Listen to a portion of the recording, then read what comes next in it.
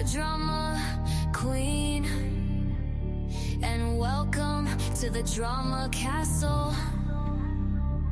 Overheard them mention hater, not a pretty word like moist or moisture. Wanna quit, but you know I'm a soldier. Try to get me out, you know it's game over. Say it's toxic, chaotic, unhealthy. Always play my cards right, don't test me. I'm not here to play nice, no I can't be. And if you're trying to stop me, that's a guarantee. Too many people try to get me out, and it worked for a second, but I'm back now, better than ever. Welcome to the drama castle. I am your drama queen, and welcome to the drama castle.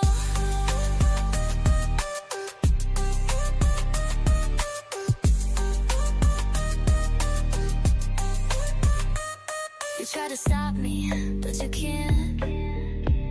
Too many people try to stop me, but you can't. You can't.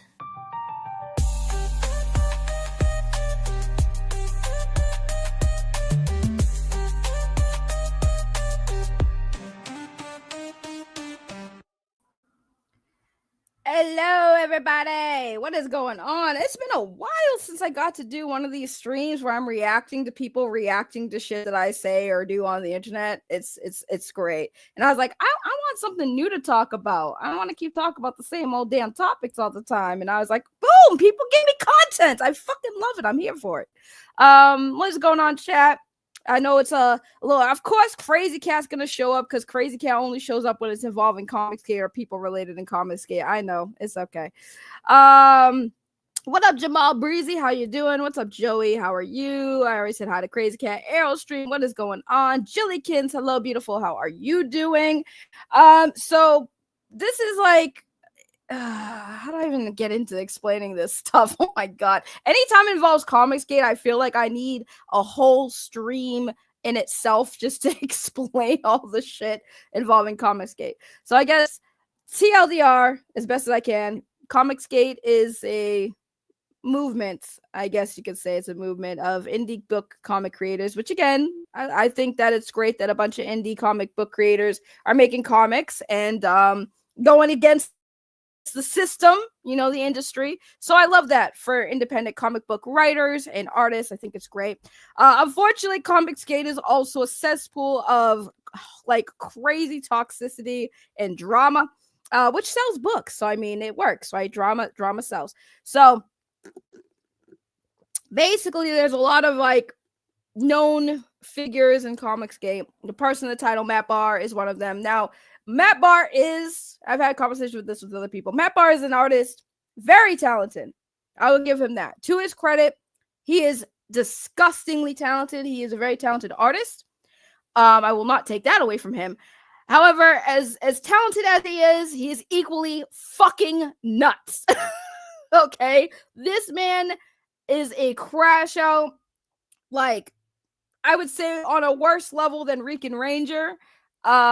He just crashes out, and I like making him crash out because it's entertaining for me as well as it's entertaining for everybody who gets to watch his beautiful crashes out. What the hell? Okay, I was just like, why did that pop up? Whenever I get a chance, I love triggering Matt Bahr. I find triggering him funny. So I got involved in a little Twitter spat with him a few days ago that apparently a bunch of people who are very much invested in everything involving these people, they reacted to it, and I'm going to react to the reaction. I didn't actually watch it. Like, I had to like go and find out where it was. I think I heard a few things mentioned when I was skimming through, and I'm like, all right, yeah, we're doing this on a live stream. We have to do this on a live stream. Thank you, Paul N. I appreciate you. You should watch the CG documentary. I would, but that wouldn't. I'd have to care about CG. I don't care about it that much. I'm a drama channel. The drama always is the thing that I always go to. I know. Oh, Lord. I know. It's all right, Crazy Cat. You're fine.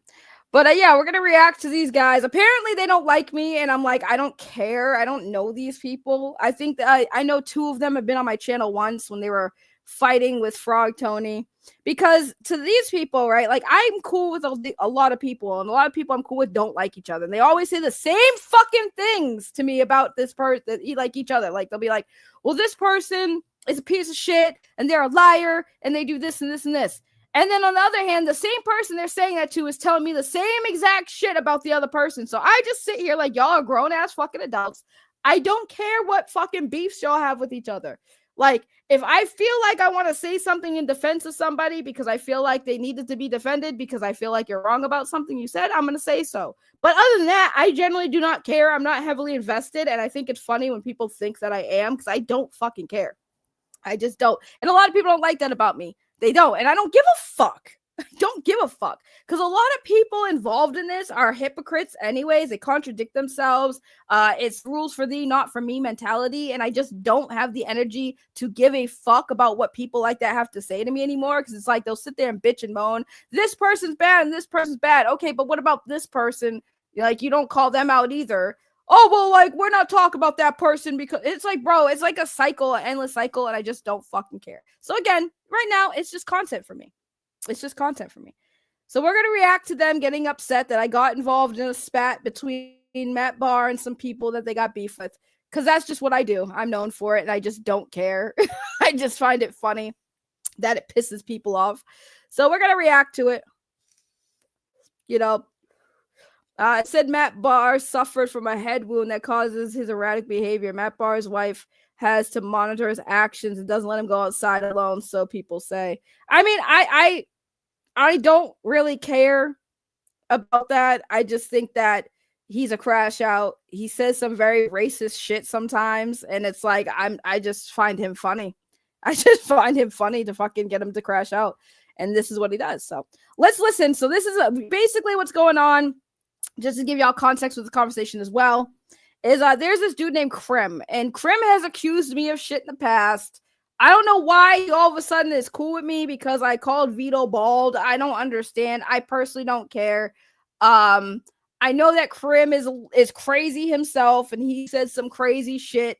And then apparently Matt Bahr doxed him, threatened to call his mom. I guess it's a meme, but either way, I just was like, oh, I see stupid ass Matt Bahr getting into it on Twitter with people, and I don't really like Matt Bahr, so I inserted myself like a tampon into the situation and conversation. So let's get into their reaction. Yeah, that was a good tweet. But Ray decides to bumble her way into this conversation. I love you, Ray, but yeah, you stumbled into this bullshit. Why? Ray. Yeah. Look, I know, wasn't Ray like in Comicsgate early on, and then like she left? She just hovered. She just hovered. Okay, she was a hover. She was a hover. Yeah. Okay. All right. To clarify, I was more interested in the drama. So no, I was never comic. People always say that. Wasn't she Comicsgate? No, I was never Comicsgate. I'm not a comic book artist. I'm not even really a comic book reader. It was more about the drama that was my interest, because like that's just what it was. Like I was part of a troll group that was trolling people in Comicsgate, and that's where my involvement was. But I was never Comicsgate, never claimed to be Comicsgate. Don't want to be Comicsgate, but the drama is entertaining. So that's just what it is. I mean, so far they're not being too mean. I know they do get mean. I heard they get mean, but in fairness, I did insert myself 100%, and I did it because I wanted to trigger Matt Bahr. Everything, for the most part, I said, except for the part where, like, and I had forgotten, by the way, that he doxed this dude, too. I had forgotten it. So at the time, too, I was mainly just talking shit to Matt Bahr. And then I was like, oh, that's right. He did actually troll that. He actually did dox that dude. He did, and he kept saying he did it. And then it went from being like, okay, now I'm triggering him, to now I'm just calling him out. So early on, she was a hoverer. And now she still does like she still simps for Tony or whatever it is, right? Fine. Mm-hmm. I get it. Y'all are quote unquote real friends. It's cool. Tony's only girl, man. Tony's only girl. That's it. Yeah. And he looks at her like a sister too. And they did. No, he doesn't. That's something I could honestly say. I don't know why they say that. This is a problem I'm having with these dudes, because it's not the first time they've said shit that they're just completely wrong about, right? They say Tony looks at me, Frog Tony looks at me like a sister. He does not look at me like a sister. He's never said that to me. If he's ever said that, I have never heard it. So I would like to see where he said that, because he's never said, I look to you like a sister. No, we're just friends, Doug. Just like I'm friends with Dark Gift, who's on the panel with these guys, who's like, Ray, I love you, but you shouldn't have talked about it and you're going to insert yourself. I'm like, yeah, you got that. But overall, I'm cool with Dark Gift. I love Dark Gift. Dark Gift and Tony don't like each other. I don't care if they don't like each other. Dark Gift knows that his beef with Tony has nothing to do with me, and Tony knows that his beef with Dark Gift has nothing to do with me. And on Twitter too, by the way, Tony tried to say, oh, look at Dark Gift over there, saying shit. And I'm like, bro, I don't care what Dark Gift. I know, without even having to watch this, I know Dark Gift didn't say anything crazy about me, because like I've been cool with Dark Gift for a very long time. So again, I am still allowed to have fucking friends, bro. Like, these people really think I'm not allowed to have fucking friends because y'all don't like my friends.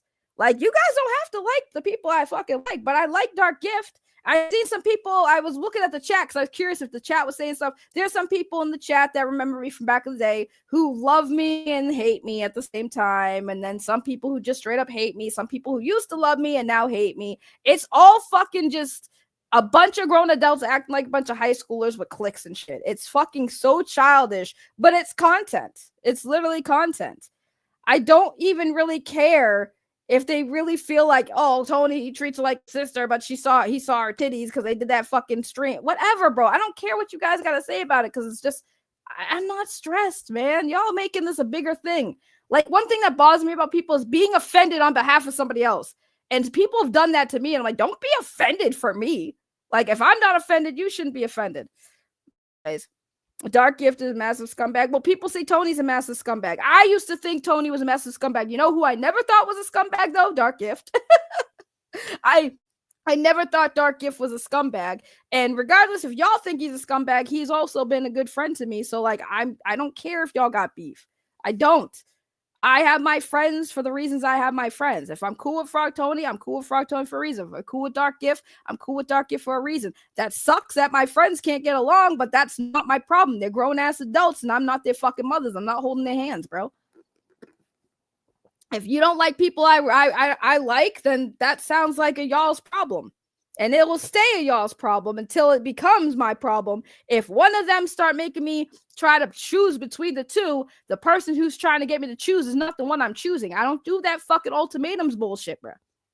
I don't do that ultimatums bullshit. And when I give somebody an ultimatum, I'm already expected to get dropped. So trust me, I'm giving people ultimatums myself, and I always expect to get dropped.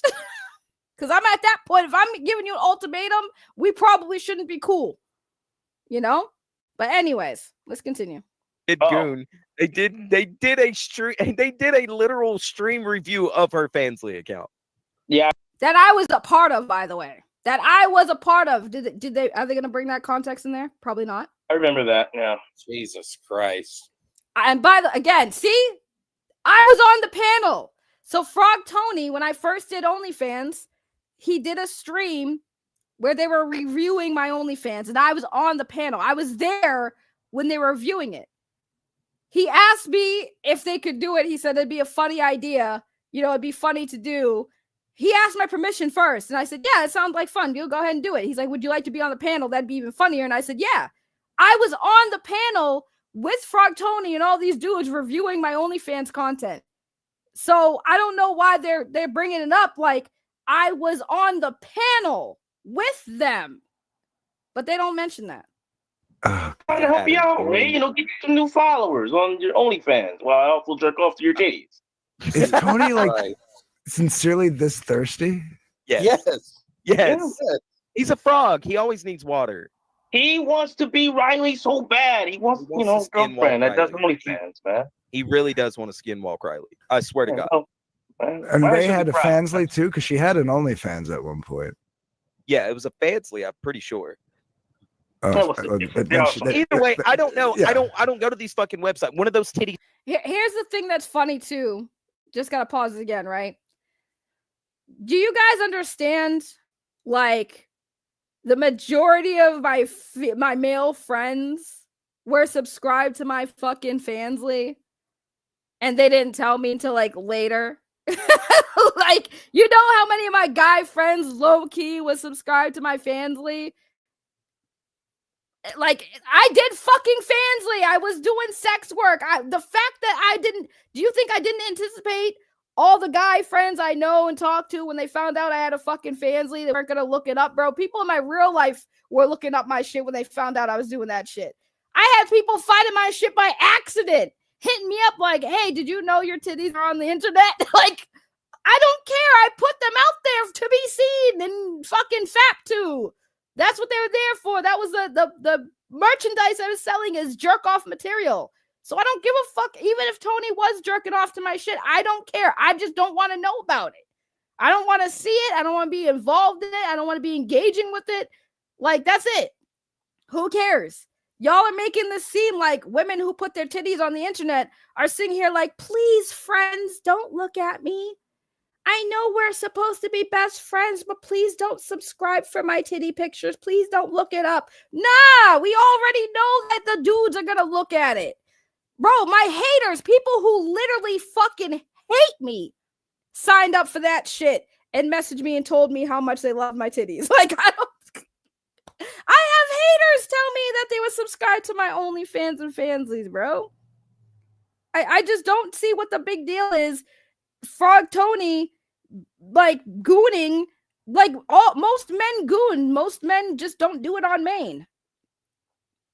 Okay, that's it. Y'all, they just don't goon on main. That's all it is. They just don't jerk off and do it on main. So it is what it is. Sites where you can pay her to see your tits. Oh, what proof? You want proof? Well, Google. No, I said what approved. Oh, I just don't. I don't need porn. No, I get it, man. I get it. I got it. Some people are blessed. Either way, Ray. I am very blessed. He decides to step on a rake and stumble into this and says, calling another grown adult's mom is just the most manliest thing you can do, Matt. Why not just dox the dude and be done with it? Crimson comes back. He did. Well, Crimson, you also threatened to like grape Matt or something like that too, right? No, he threatens everybody's families and kids. Yeah.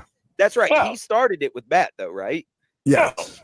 That's what I thought. He started it with me too. He said he was going to come after my family. My family is going to get what they deserve because of my actions. That's exactly like the wording that he used. Crim has been known because like Crim came at me before. Now he didn't make threats at me, but even if he did, I wouldn't take it seriously because I'm just looking at this dude like he's crazy, but like crazy in the sense that he needs to be in a mental institution, not crazy in the fact that he's a threat, bro. Like if that dude showed up at my fucking front door, I'd beat the brakes off him. Like I'm just keeping it 100. I'd fuck that kid up, bro, if he tried to fucking put hands on me. With a weapon and all. I guarantee you he don't know how to use a weapon. He comes across as the type of guy who watches kung fu movies and tries to emulate the moves and just like the Star Wars kid, bro. Like, and I'm not trying to shit on Crim like that, but at the same time, it's like Crim does not seem to be very like threatening. He's just annoying, if anything, and he just makes threats, and it's like, I wouldn't take his threats seriously. But I'm not saying like you guys who are talking about now, like I'm not saying y'all shouldn't take it seriously. If you want to take it seriously, that's fine. But like go to the police. Call the cops. Twitter's not going to stop this dude from doing anything. The cops will. So like every time people cry about being threatened online, I'm like, why don't you guys go to the police? Report that shit. Who's Matt Bahr? He's a comic skate guy. Crashout. Ray's hands are registered weapons. They're not registered weapons. It's just I'm not afraid of like people trying to hurt me, bro. I'm crazy myself, so I wish a motherfucker would. I really do. I really do. So I mean, it's kind of like one of those things where their biggest issue is like, well, he threatened people, so he gets doxxed, and I'm like, but you could have just taken his doxed information you got about him and just reported him to the police because like he's making like threats of harming you and your family. 100% go to the cops. But for me personally, it isn't even about that. It's just Matt Bahr acting like he never doxed him. that to me is where it came to like wait, because at this point I forgot that happened. I actually asked somebody. I was like, wait, did he actually dox somebody? And I was like, I remember somebody mentioning that now that I think about it. And then I looked for it and I'm like, yep, there it was. Matt Bahr posting this dude's docs on Twitter. Speak of the devil, Dark Gift, I love you. Just so you know, I said it. I said it in my stream. I said, I love you. You're my buddy. And I don't hold anything you said about me on this stream against you. But I know these guys don't know me. That's the thing. They don't know me. Oh, and Dark Gift, just because I know you don't know all the fucking information, right? So there's one thing they already got wrong, okay? So the Fansly stream that Frog Tony did, okay? Frog Tony asked me first if it was okay to do it. So he asked my permission, even though technically speaking, he didn't even really need it because it's YouTube, right? But out of respect for me, he did ask me. He said, hey, I want to do a stream reviewing your Fansly's content. I think it'd be funny, get a couple of guys on there, make them fucking feel all uncomfortable talking about your fucking Fansly shit. And then he's like, do you want to come on? That'd be even funnier. And so I was on that Fansly review stream. They didn't mention that, Dark Gift, because number one, they don't know. They probably only heard about it and they didn't see it. But that is what it was. I was on the panel, that stream where they were reviewing my Fansly. I was there for the review. I was present.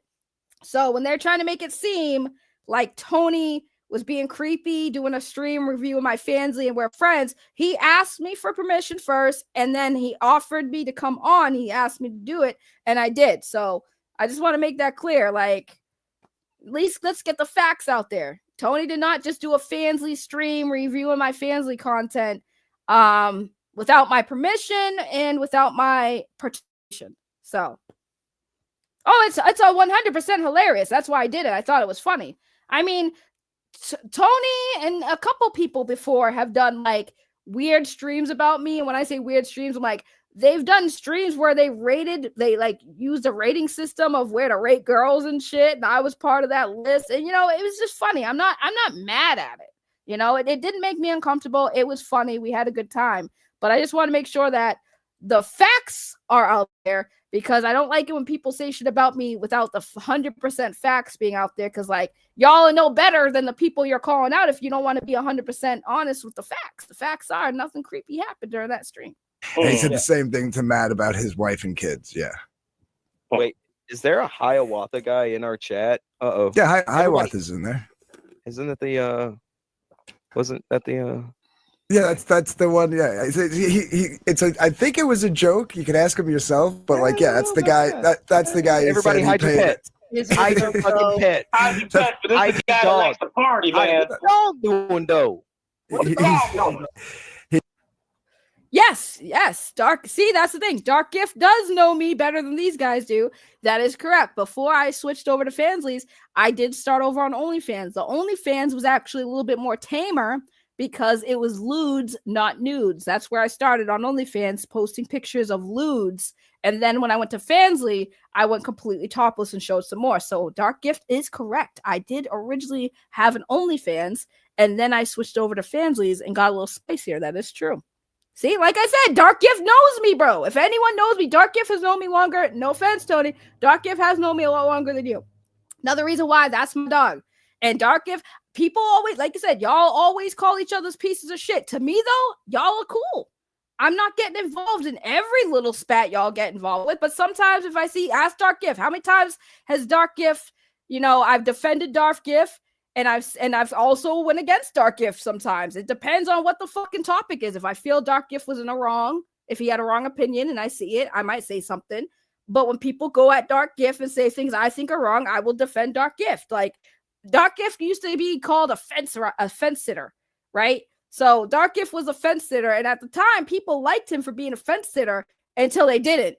And that's literally how it goes. If you are a fence sitter, guys, eventually people will like, okay, you're not choosing a side. I respect that, until it gets to a point where now they want you to choose a side. And that's me now. I am the new Dark Gift. I am a fence sitter, because when it comes to certain people, yeah, I'm gonna sit on the fence, but wrong is still wrong, right is still right. And I don't care if people disagree with me jumping into a conversation that I think is wrong. You can agree with me or disagree with me, but if I feel that Tony's in the wrong, I will call Tony out. I don't know what's funny, Dark Gift. You want to hear something funny? Literally the other day, I went at Tony publicly because he was talking shit about this artist's artwork that I thought was really good. And I was like, yo, the only reason why Tony's even going at this artist is because it's attached to Eric July. And I said something about it because this artist was being really nice in his responses to Tony too. And I felt bad. And I'm like, Tony, why are you being a dick to this artist? He's being very nice. He's being very nice, bro. Stop being a dick to this artist. Well, his art sucks. Bro, it's a first sketch. He said this is the first sketch that he made, and you gumming at him. So, like, I call out Tony all the fucking time. All the time. Because Tony sometimes needs to get called out. And then sometimes I'll agree with Tony. Very rarely, but sometimes I'll agree with Tony. It's very rare when you see me and Tony on the same page with certain things. But I don't hate Tony. You know, everyone has a right to have an opinion, whether it's right or wrong, whether you think it's right, whether you think it's wrong. Like, that's just how I am. And like with this situation though, with Matt Bahr, I don't even care. Like, I don't even care. He crashed it out. And once we get through it, I'm going to give you guys maybe we'll pause and I'll tell you the story about, how Matt Bahr is behind the scenes. Cause I used to be in a DM group with Matt Bahr. And I booted him out that DM group, by the way. It's great. It's great. Dude's a crash out, man. He is the one that told that story, yes. Yeah, he likes to party. Anyway, let's get back to Crazy Crimsel. So Crimsel screams, he did. And now he's got reality white knighting for him. It really so she is. says, oh, well then, he should double dox you because that's the Matt Bahr way. If he can't use intelligence to silence you and the first dox didn't do it, he should dox you again. Really give it to you. Give it to you good, yeah.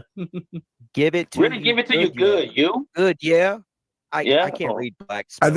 I think she had two ways that black spelling. It's not black spelling, but okay. My thing is which is funny about what they just read.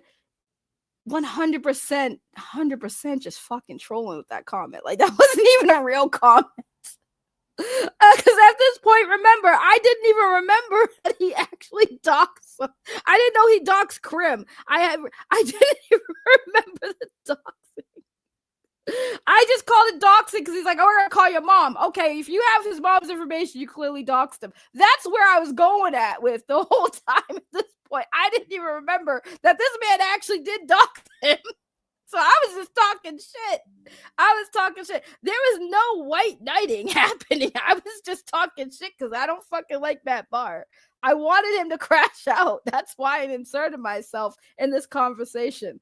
You know, I literally just wanted this man to crash out, and his crash out was hilarious to me. you wanted to phrase that, and they both came out. yeah. I can't read black. That's all it is. You know what's hilarious though? They say I can't read black. Only reason why they say it is because they know I'm black, but they only know I'm black because they've seen what I look like. I have been called white by every black person who has ever talked to me. I don't sound black. I sound like a little white boy, okay? When I'm playing video games on the party chats, they always call me little boy, call me a squeaker. They don't even think I sound like a woman, let alone a black woman. So I don't know why they say it reads like a black person. It's like they're only saying that because they know I'm black. Come on now. Matt Bahr says, who have I doxed? Show receipts. Nobody likes you. You don't produce shit. And now you're lying. Show where I doxed anybody. I mean, I ain't gonna say nobody likes her. I kind of like Ray. I don't mind Ray. Thank you. I know. I annoy people a lot, but I appreciate when people say, I don't mind her. I don't like her, but I don't mind her. I respect that. You know why? Because it's honest. I respect people who will literally just say, I don't really like you, but like, I respect you and stuff. Like, I respect you. I don't like you, but like, I don't mind you. At least they're being honest. There's so many people who will say they like me, and then all of a sudden they don't fucking like me low-key. It's somebody in the chat that we're going to probably get to when they highlight that bitch's comment is one of them people who acted like they was cool with you for a very long time, but then all of a sudden, when they're not the center of the fucking attention, they want to talk shit. Now all of a sudden they went from I love you to, I never like this person. Bruh, really, really big stretch between I love you to I don't fucking like you, but okay. Anyways, continue. I don't hate Ray, but when we had talked to Ray, it was a pleasant conversation. It was a pleasant conversation, yeah. But I don't really know Ray after that, right? That is true. We DM'd a little bit, and then okay, hold on, wait. Just sort of fizzled out. So My bad. I mean, so here's my thing with that. Yes, so I'm guessing this is Cynic that's talking. Okay, so Cynic and Ruby King. Okay, I wasn't looking at the names. So that is true. Cynic and Ruby King did come on my stream because I once again got myself involved in a conversation which involves somebody else, who I'm not going to bring that person into this, but they did come on the channel. We did have a talk. They seemed okay, but like I keep my guards up with new people, especially when it comes to like how we met, right? So how I met these dudes is they already didn't like Frog Tony. They knew that I was cool with Frog Tony, and I felt like, I feel like they're going to try to pull me in to like disavow Frog Tony or something. I just felt like that's where it was going. So I kind of was like, I kept them at an arm's length. And then, in fairness to what Cynic said, like we did talk a little bit and we had normal conversation, nothing crazy. I'm not gonna say he was creepy with me, nothing. He was normal with me. But it had nothing to do with him personally. I fizzled out the internet. Like I just disappeared. I just fucked off. It had nothing to do with Cynic and how I felt about the dude, even though I did kind of feel a little bit like they were kind of, trying to do this whole convincing me that Tony was evil and all this stuff, which I don't really like that stuff. It's like, y'all be for Tony, y'all be for Tony. But for the most part, complete honesty, I just kind of disappeared from this. I had a personal crash out and needed to take the time away. So I kind of just fucked off for 3 months. So again, not personal, but in fairness, he's right. I'll give him that. He don't know me. He's going off of what he does know about me and what he's heard about me and what he's seen with me. I do not blame him for the judgment that he has about me, but at least he's being honest and fair and saying like, I don't hate her. I just don't know her. That's fair. That is 100% fair. I will give that to him. I ain't mad at it. Same with Ruby King. He ain't saying anything crazy. I know a lot of people in the chat don't like me because they remember me from back in the day. And a lot of them too, they just don't like fucking women like me. Like they just don't like women like me that are loud and say some crazy shit and talk shit and act hood and tough. They don't like that shit. I'm not mad at it. Not mad at it. Oh, see, this is why you guys are bugging. This is what I'm saying. Dark Gift said, darling, you can marry Frog Tony and walk you down the aisle. You'd still be my girl. Thank you. See, and this is why I love Dark Gift. He don't give me that. He don't make me feel bad. He's never once made me feel bad about anyone I talk to. He and mind you, now that I think about it, I don't think if Dark Gift and me ever really talked much about people that like he don't have, that he has issues with. I don't think he's ever really talked bad to people that he knows I'm cool with that he has issues with. Now I think about it. I've never really can recall an instance where he's like, yeah, nah, fuck Frog Tony. Nah, I think the only time he's ever said anything was like, I forgot who it was. Oh, it might have been Testify back in the day. And he was just like, I don't know why, they got issues with me and that's it. He never said nothing crazy to me in my DMs and our conversations or on stream. So Lunchbox here with being a member for 28 months. Thank you so much, bruh. I might need to be committed after 28 months. Wait, what? That's crazy. That's true, though. That's true. Matt Bahr is kind of crazy. Ray don't understand. I don't, but I like triggering him. I love triggering him. What up, Katie? How are you? I like triggering him. Monkey Jeebus, that's right, Ray. Matt Bahr, the false flagger. He flagged Ethan Van Skyver because he got sand in his vagina. EVS beat his false flag. Oh, he's flagging people? Jesus. Testifies almost as crazy as Matt Bahr. Was. He dead. DED dead. Matt doesn't really like you. It's okay. I don't really like Matt. Let's get into this more, and then I'll tell you the story about the DM group. Oh, I know. Other things happen. Other DMs picked up. So it's good to be blessed.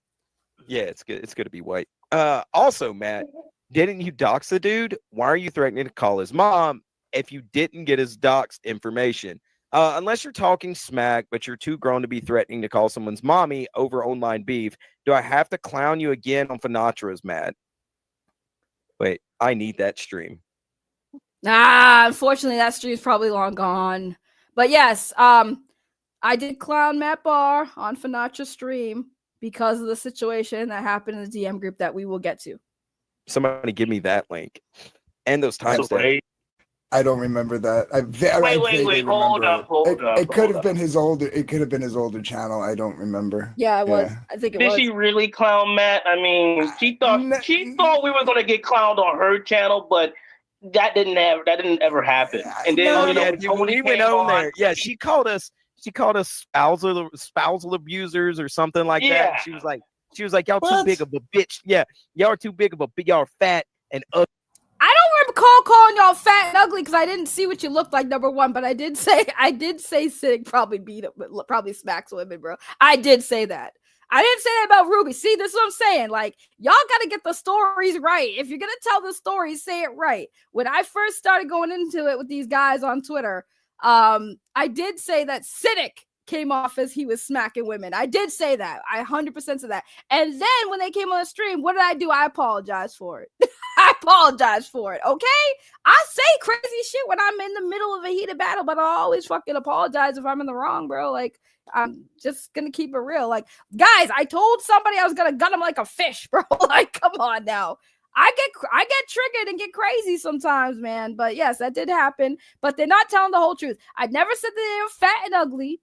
At least I don't recall saying that they were fat and ugly because I didn't know what they looked like.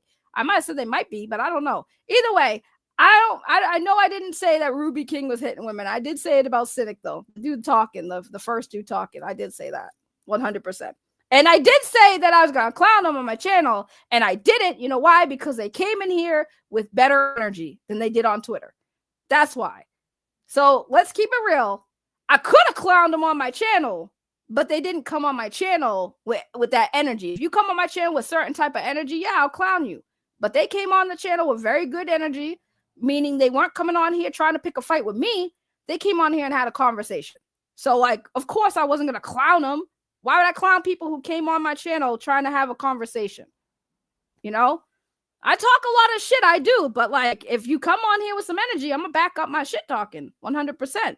But they came on my channel and it was cool. Ugly and too big of bitches to come on the channel or something like that. My response was like, drop the fucking link then.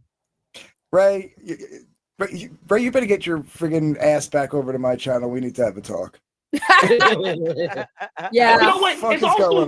It's also Ray's fault for why I was able to create the Simp Chronicles, man. Like, it's also her fault, right? Because, Tony then came on and I went on. And, Tony did that little bet and lost. Terribly. You're welcome for that content, by the way, guys. Y'all welcome for that content I provided on my channel for y'all. Because y'all definitely EFAP that. He lost his channel and still won't give it up. Tony also refused to let me come back on when he had Ruby debating by himself. Well, you know what I'm saying. So she let Ruby on, and then I said, hey, let me get the link. And she said, Tony probably will not let you on the StreamYard. And that's when I found out that they had shared like a StreamYard or something like that. So I was like, fine then, whatever. And then I would just watched Ruby mop the floor with Tony. So that was fun.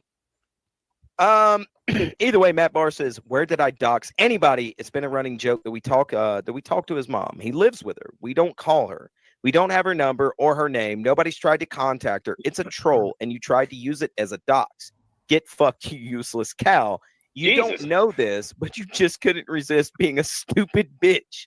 So unless you have proof that I actually doxed somebody, you need to shut the fuck up. Finatra? Wow, you have nothing going on.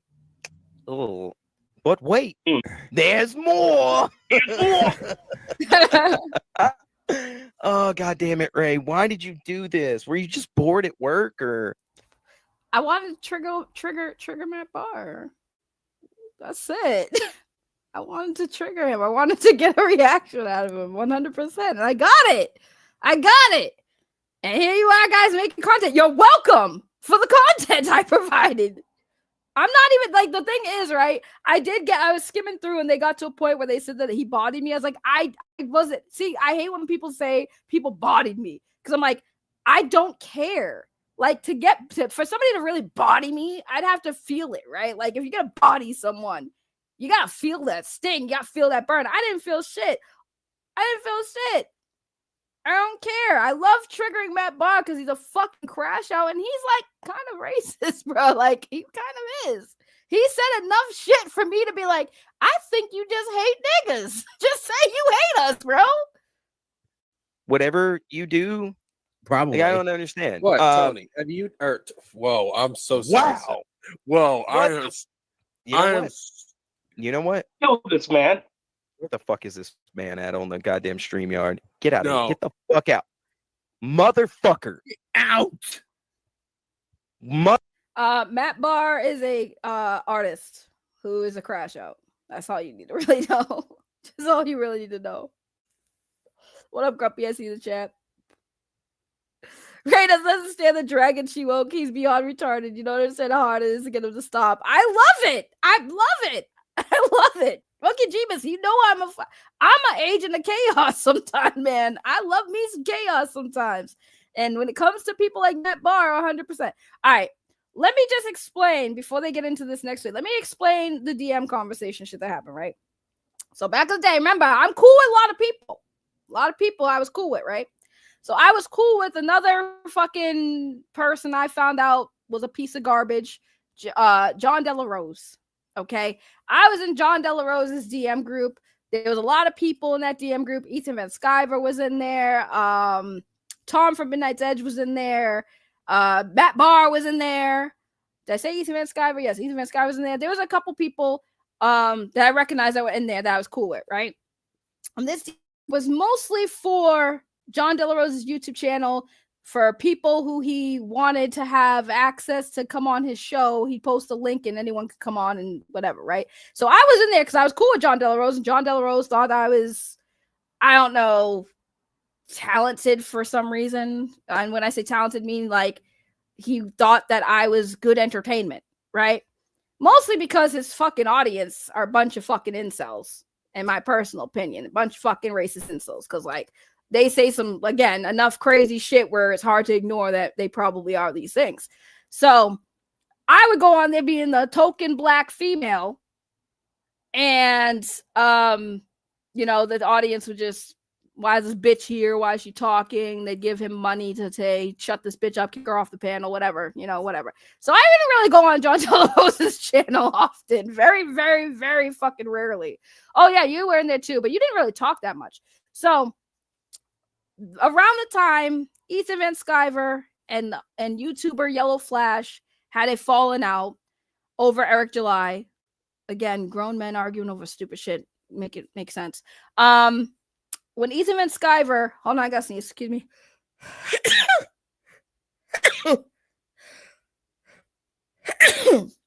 Fucking allergies.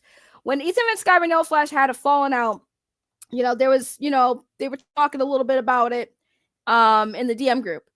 And I had made a comment where I said, Yellow, you know, Comicsgate is full of bad faith actors, you know, Yellow Flash and that Umbrella guy being two of the ones that are your bad faith actors, right? Thank you for the blessings in chat. Okay. Now I made that comment.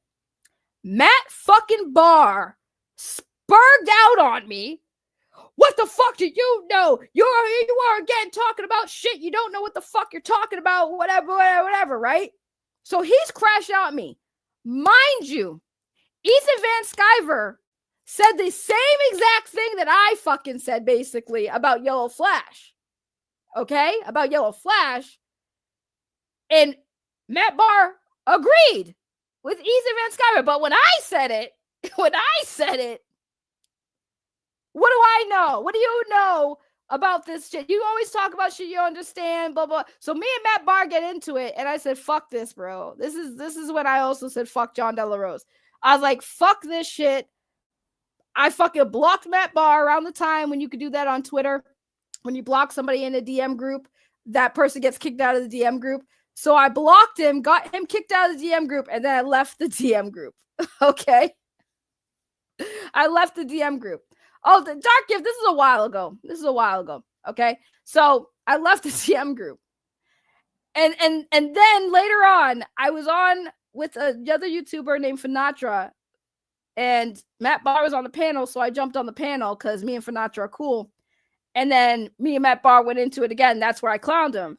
And because, and the funny thing is, when I say clowned him, I clowned him. He tried to clown me. It wasn't hitting. Everybody was laughing at my fucking comebacks at him. Nobody was really like supporting Matt Bahr. So I closed, right? And then shortly after that, me and Matt Bahr were fine. Like we kind of like, I won't say reconcile, but like we had a mutual topic that we agreed on. And then the rest of the stream, we were fine. So that's what I mean. Like Matt Bahr, you said that like Finacho, you really have nothing going on, sweetheart. I am a monetized channel. I'm not a big channel, but I'm monetized and I do pretty good over here without having to talk about your stupid ass. But sometimes a bitch is bored and a bitch remembers Matt Bahr is a big crash out. And this bitch is like, let me get this man to crash out. Let me get this man to crash out. Cause I am bored. You right, Cynic. I was bored. And I saw Matt Bahr going at it and I wanted to talk shit. So I talked shit. That's a God honest truth. And it worked. Because again, now they got content and I got content. So it works out. I love when I can, I need to start rage baiting more. I know I should start rage baiting more. Motherfucker. What happened? What I missed? He just called me Tony. How dare you? How dare he? Come back and apologize. Oh, Daddy, no. I'm sorry. Sorry. Please, Sorry, Daddy. take me back into your loving embrace, Daddy. Yeah. Yikes. And they say that the shit I do is cringe. I mean, it is cringe, but this man calling him daddy's kind of like, No, Daddy, not the belt. Wait, is somebody timing out Hiawatha? I don't know. I don't see nothing on my end.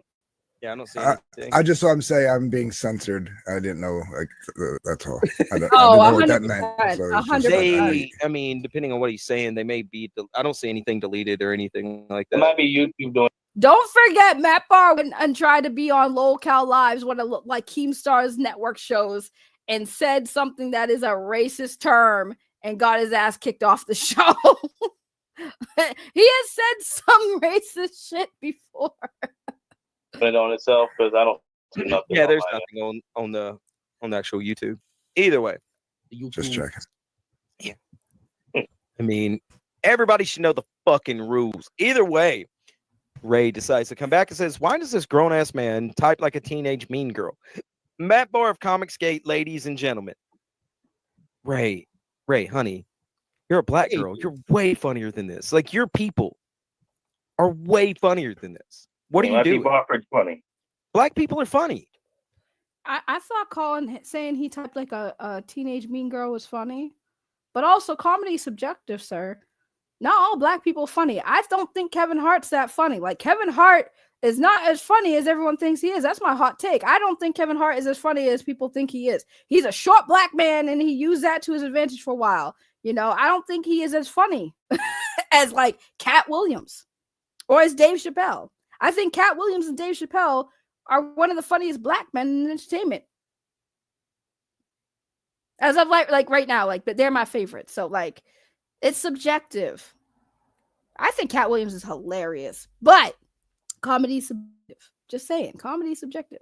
And you know damn well if I said that comment about Frog Tony, they would have laughed their asses off. Stop it. See, this is what I'm saying about the goddamn hypocrisy. If I said that comment about Frog Tony, y'all would be laughing your asses off and agree with me. Because sometimes Tony be typing like a teenage mean girl too. We are, I watched this chick on a video from the Wacky server make a dude cry by saying he had a tiny dick, and it was the funniest fucking thing I'd seen. And, oh my God.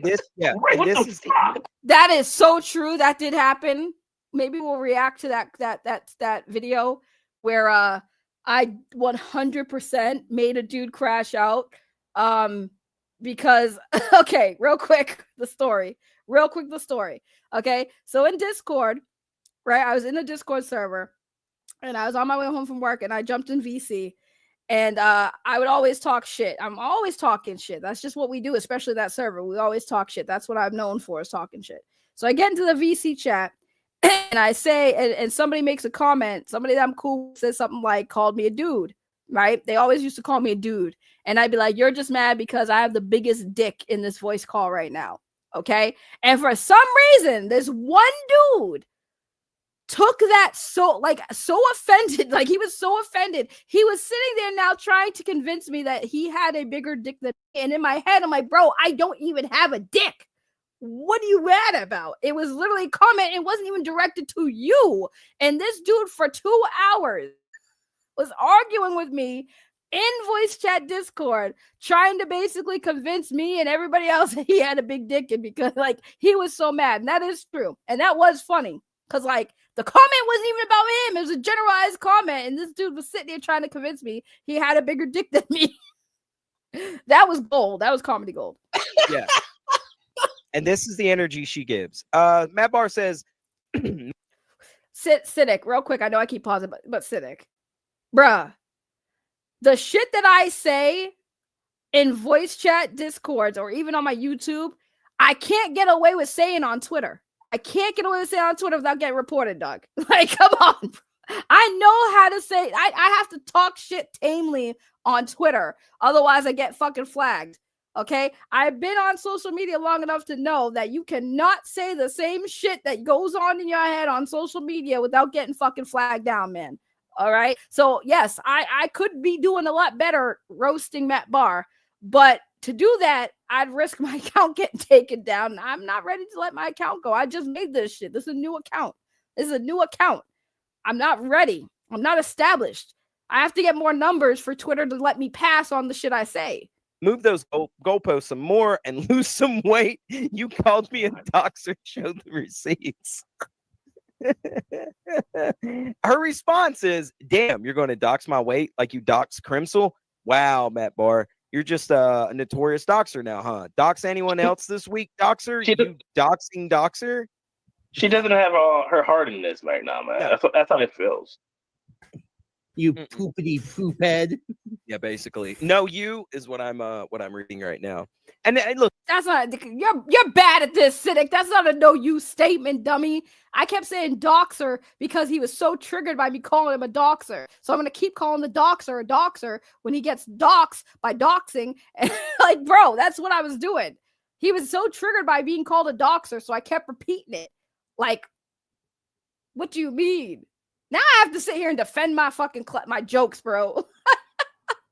You know I really have reached bottom, guys, when I have to defend my shitty jokes on social media to a bunch of people who don't know me except for Dark Gift comics. Can no use funny when you're flirting with somebody, right? But Matt Bahr is married, Ray. Calm down, huh? Yes. You know? For now. But wait. There's more. There's more? Okay. All right. Here we go. This is the one I wanted.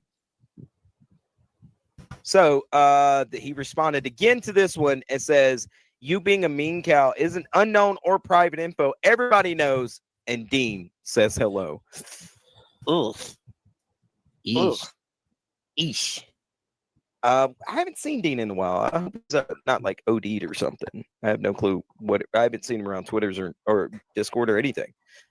But yeah. So there's some weird rumors that I had heard in the wacky server about her and Dean, but I'm not gonna. Those are rumors. I'm not gonna speculate. What are the rumors? What are the rumors? And why is it? Why are they weird? What weird rumors? See, he lost me when he said the rumors in the wacky server, because the wacky server, I'm not even in there anymore, and there's a reason for that. Because like I used to like the kind of chaos they were about, and I just don't. It's just not my thing anymore. I like a different kind of chaos. And yeah, we're driving home shotgun. They've always tried to like say crazy shit. Like there was I made a joke to the owner of the wacky server, and I made a joke about so yo, we gotta get into some lore, y'all. So back in the day, Dean is an old friend, DA Talks, and he had done a stream where he accidentally showed his screen and his files, and there were some pictures, some spicy pictures of Dean that got out, and that was the most funniest thing. So I had made a joke to the owner of the wacky server and told him that those were for me, right? Not for me. They were for who was it? Oh, Vickyverse, the person who used to be his co-host and friend or whatever. So I said that they were for Vickyverse, and then they went off and spreading that And I told him afterwards when I said it was for Vickyverse, I said I was just kidding. And him, the owner of the Wacky server, and Don De La Rose took the screenshot of me just saying it was for Vicky and posted it, but left out the part where I said I was just kidding. So that's what it was. That's what it was. I couldn't remember if I lied and said it was for me, if I said it was for Vicky, but I now remember it was for Vickyverse. But whatever rumors y'all heard, but just believe them. Just believe them. Because if you're not going to ask me about it, just believe the rumors.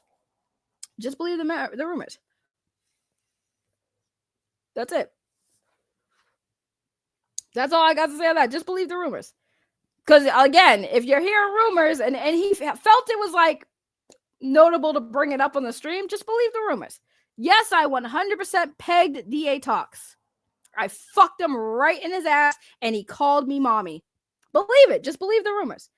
Because, especially if it's coming from the Wacky server, believe it. Because that's what they do. Just believe the rumors.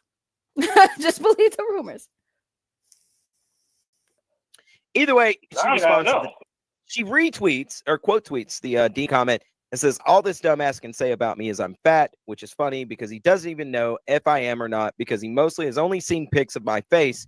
He is literally no ammo because he doesn't know anything about me, but I know a lot about him. People talk, Matt. Dude, like, Ray. Yeah, but he's friends with Dean. I'm acting like such a people. Dark Gift, I love you. I do. But you were also friends with Dean. The funny part about saying that, though, is like, you know what's funny? We were all friends with each other until we all had fallen outs for the reasons why we had fallen outs for. I had a fallen out with Dean for a little bit, and then we reconciled. We're cool now. We're not, like, friends like we used to be. We don't talk every day, but, like, I'm just saying, at one point, everyone who's got issues with each other now at some point used to be cool, and then, like, shit happened. Shit happened. Yes, clip it. You know, everybody was friends with everybody. So, I mean, that's not fair, you know? Talk, Ray. Like, that was Ray, I love you, but that was a lame thing. Like, if people talk about Matt, that means people talk about you. Like, you know what I mean? Like, this goes both ways, sweetie. Like, come on. Yeah, but like he said, people talking about rumors about me with no facts, but I have facts about Matt Bahr. So, like, Jesus Christ. It's that Tonyism, man. She's infected by Tony. This is where I got notified of this fucking thing. And thank you, Matt. I appreciate it. I don't know why I have to be brought into it. But Matt Bahr responds to that last point and says, you got less than 100 followers. Why are you spurging out? I got less than 100 followers. Who cares? See, this is why, this is always, anytime somebody brings it up, like numbers, it tunes me out. Like, it's like, who cares how many followers I have on fucking Twitter? Who cares how many subscribers I have on YouTube? Who cares? Why do you? I'm not sitting here throwing your numbers out there. Who cares? You got 2,000 people following you on Twitter. Who cares? You got if we want to talk about numbers, okay, Matt Bahr has 2,000 followers on Twitter. Why doesn't his fucking post have at least 1,000 fucking engagements and shit? Why doesn't he have 1,000 fucking comments? Who cares? I don't fucking care about the followers. You got so triggered by my comments, you wanted to fucking crash out. That's what I wanted. You gave me what I wanted, stupid. Who are you spurging out to? What else is there to say? You're shallow and you're not good at anything enough to be noticed. You're boring and you're spending your days defending Frog Tony and Crimswell jerking off the mince photos in a Discord. Gross. Are you defending these guys in the hope that they put a nerd train on you? Fighting with...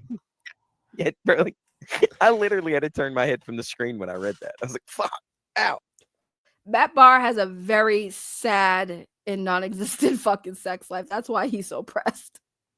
That's why he makes these comments. Like, this man is sexually regressed. Like, Matt Bahr needs to either jerk off more or fuck his wife or something. Because, like, I don't know why he's so obsessed with fucking sex comments. Like, oh, you want him to run a train on? Yes. Yeah, that you got me, Matt. You got me. Ha, Cynic is funny. He got me. Run a nerd train on me. He got me. Like, bro.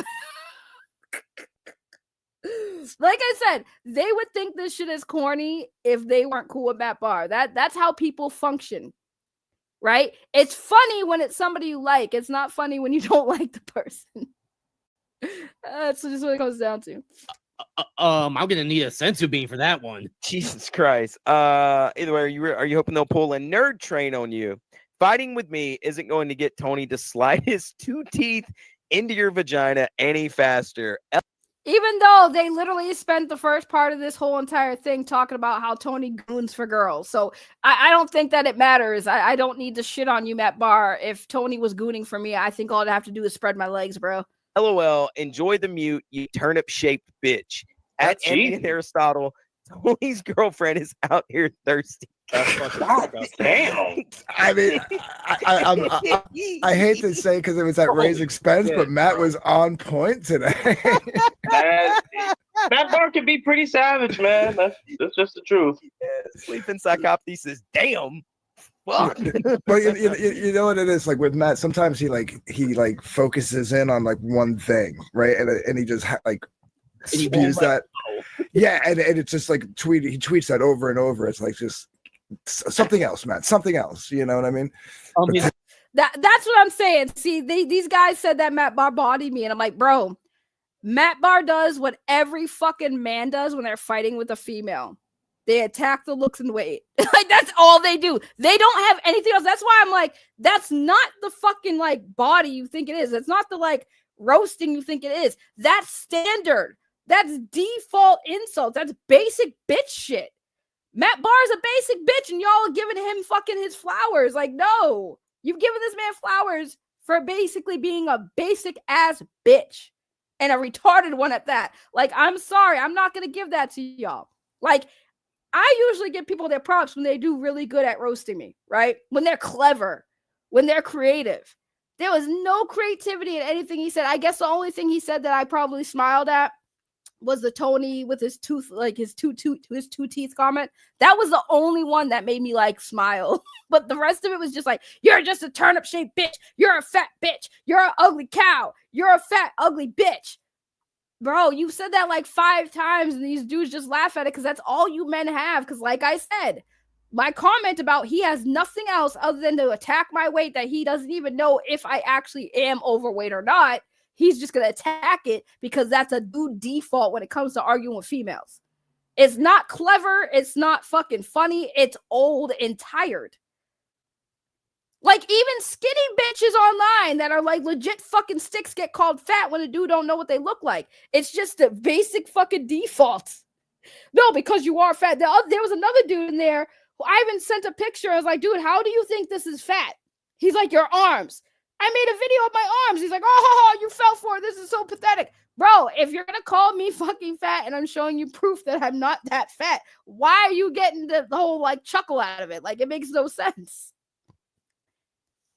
I'm not in there, this bitch is triggered. This fat bitch is triggered. I'm not triggered. I'm just trying to prove how fucking dumb and childish you grown men actually are.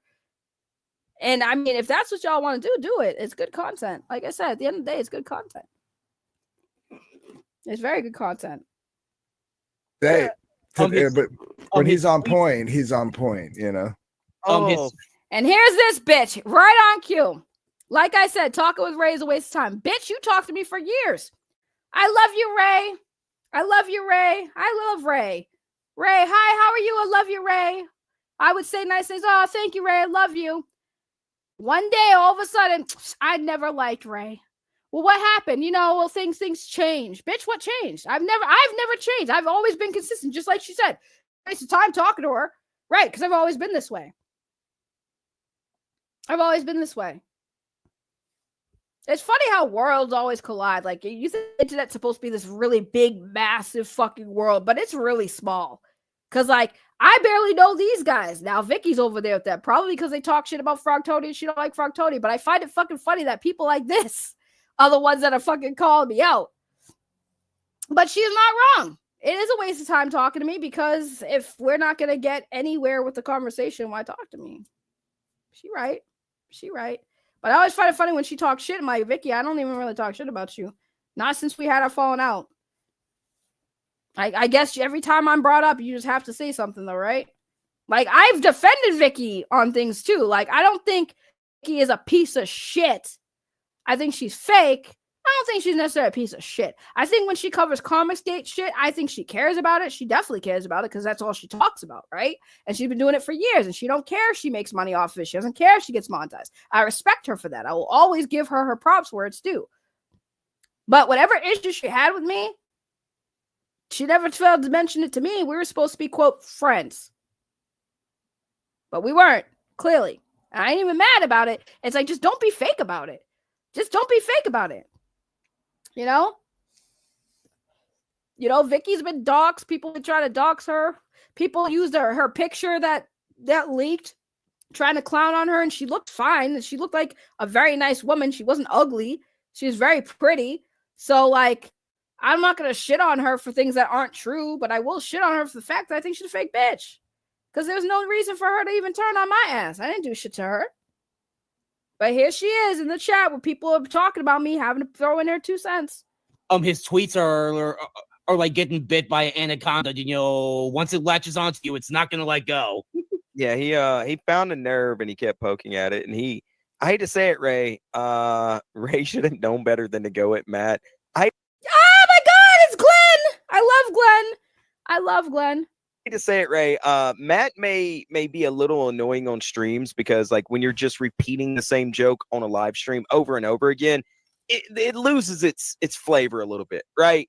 But when you're like, even though he repeated the same jokes and everything you guys just read over and over again, y'all were laughing at it and said he bodied me. Okay. 5 minutes, 2 minutes, 3 minutes in between a tweet, like, he found that nerve and he fucking just hammered her. He bodied you. He didn't body me because I'm not pressed when people call me fat. That shit makes me laugh. That's why every time somebody calls me fat, I post a selfie and I thirst trap and I get clicks. Like, I'm not bothered when people call me fucking fat. I'm not sitting here looking in the mirror crying because Matt Bahr called me fucking fat. It has nothing to do with that. I was not bothered. Y'all misunderstood because, again, y'all don't know me. I was just trying to get this man to crash out. I wanted the crash out. By the way, notice they never showed the proof.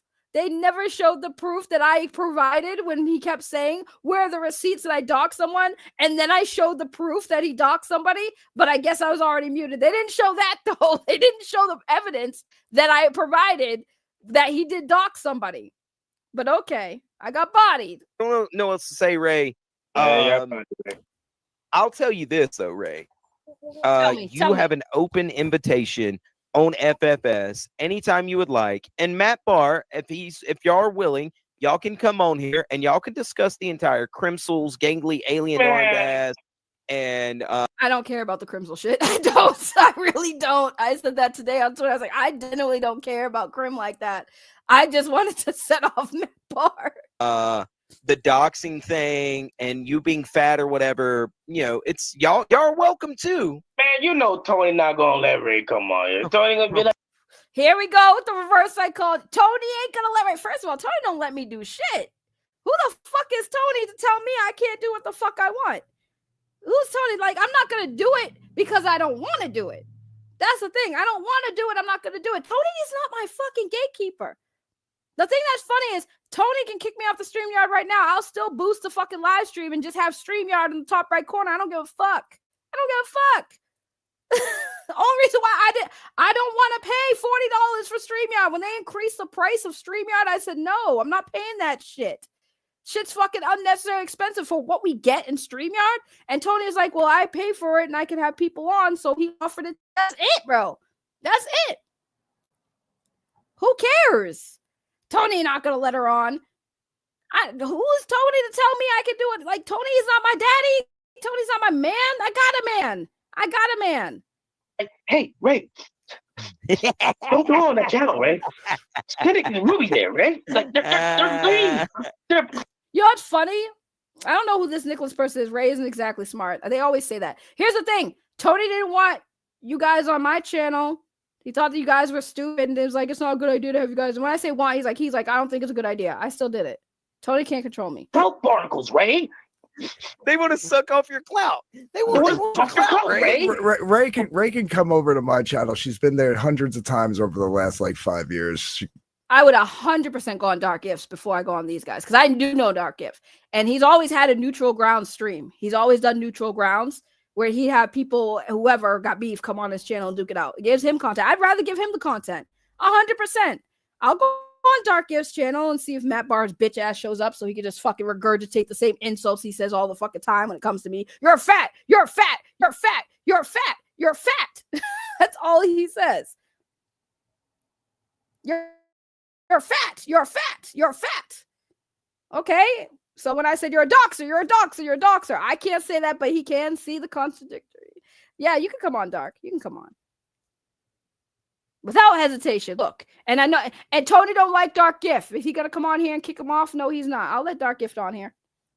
I will 100% let Dark Gift on here. That's the homie. He can come on whenever he wants. See, there's fucking Dark Gift gatekeeping me from guest again. Well, I mean, I know Dark Gift. That's I know him. It's not gatekeeping. I feel way more comfortable talking to him and his audience knows me too. Yeah, I am.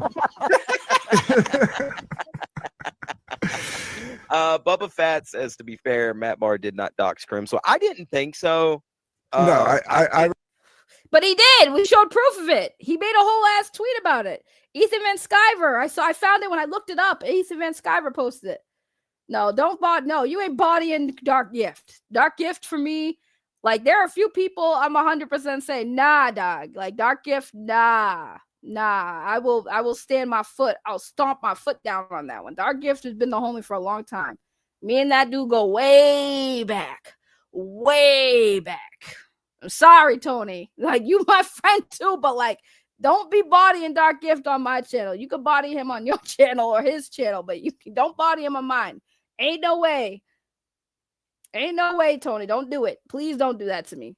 I responded to Ray in the original thread earlier when like I saw it finally like 3 days later. And yeah, I just said, I go, I'm a few days late to the party, but I just saw this. Me and Matt have been on the outs, but I can tell you this, Crim is a retarded liar and psycho. No one has his docs. No one called. Okay. We got Dark Gift here.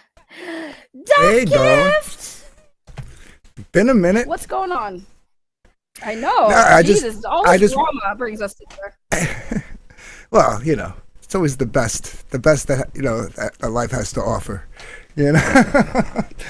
So, no, I think at least the point I was trying to make was typically when you got Matt on Twitter, he's basically one of those guys that like just repeats the same thing. And he's not really very, like he can be witty, but like usually he's not.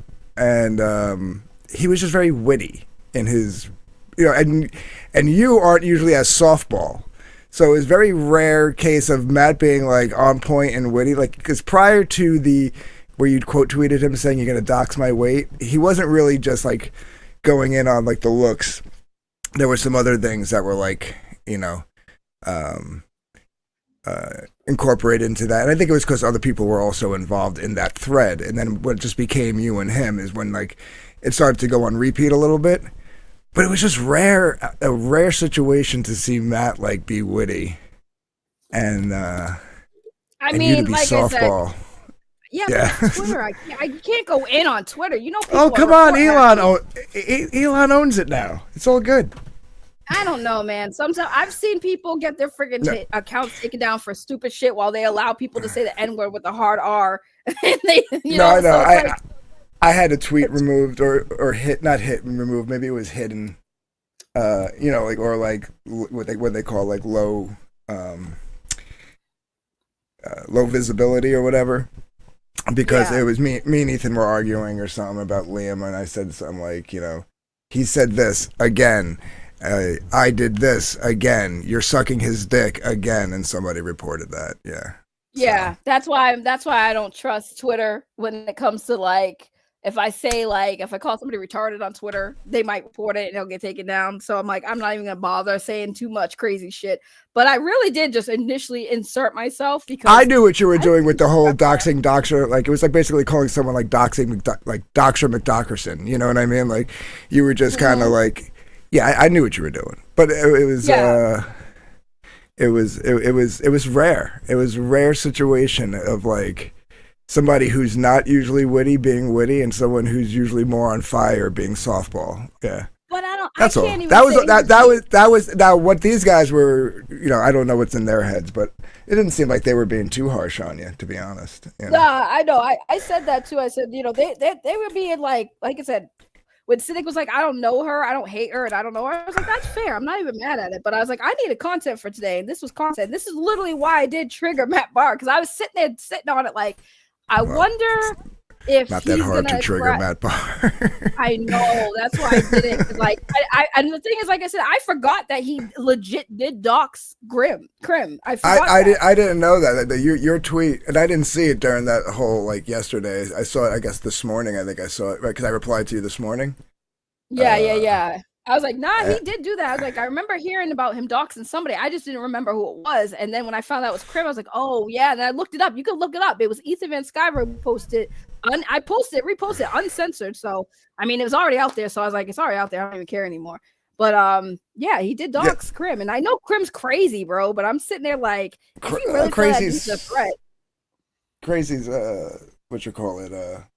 Is putting it nicely, but yeah. No, I didn't. I never even saw that.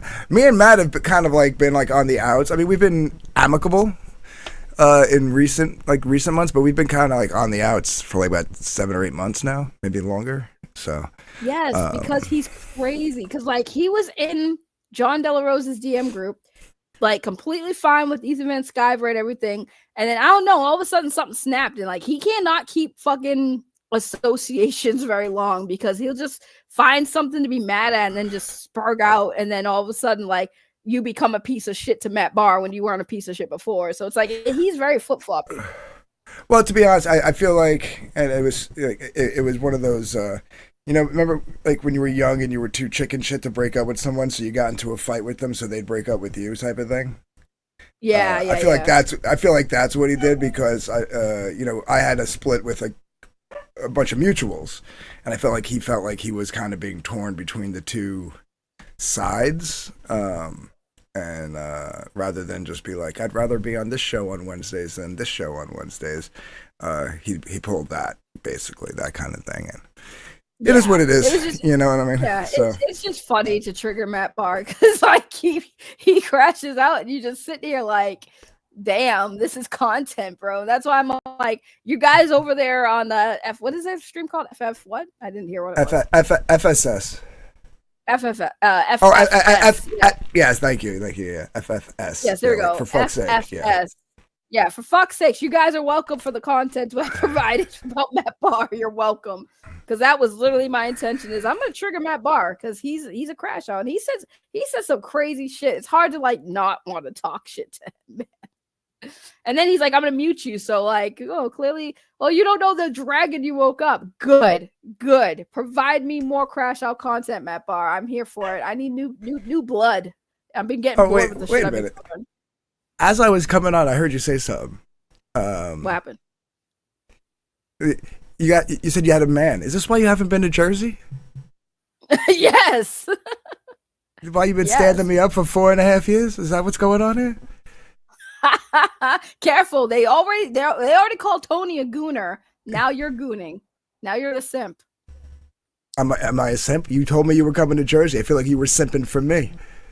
I was 100%. This is a lot, but I told you at the time, bro. Anytime I do it at work, kept me busy, and then my cars kept fucking up because I live in New England, bro. You know our weather out here. You get the weather out there in Jersey too. The fucking snow fucks up vehicles up, man. I never had money to keep fixing. I'm just busting balls. You never had coffee with so and so, did you? No, I'm glad I didn't though. Thank God. I'm glad I didn't. Yeah, because he You always just reminded me. I was too old. I was too old for him. I found out the reason why he blew me off because I was too old for him. Apparently, yeah. Yeah, that's crazy. I heard John De La Rosa's simping for Puma Fist again. No, not at all.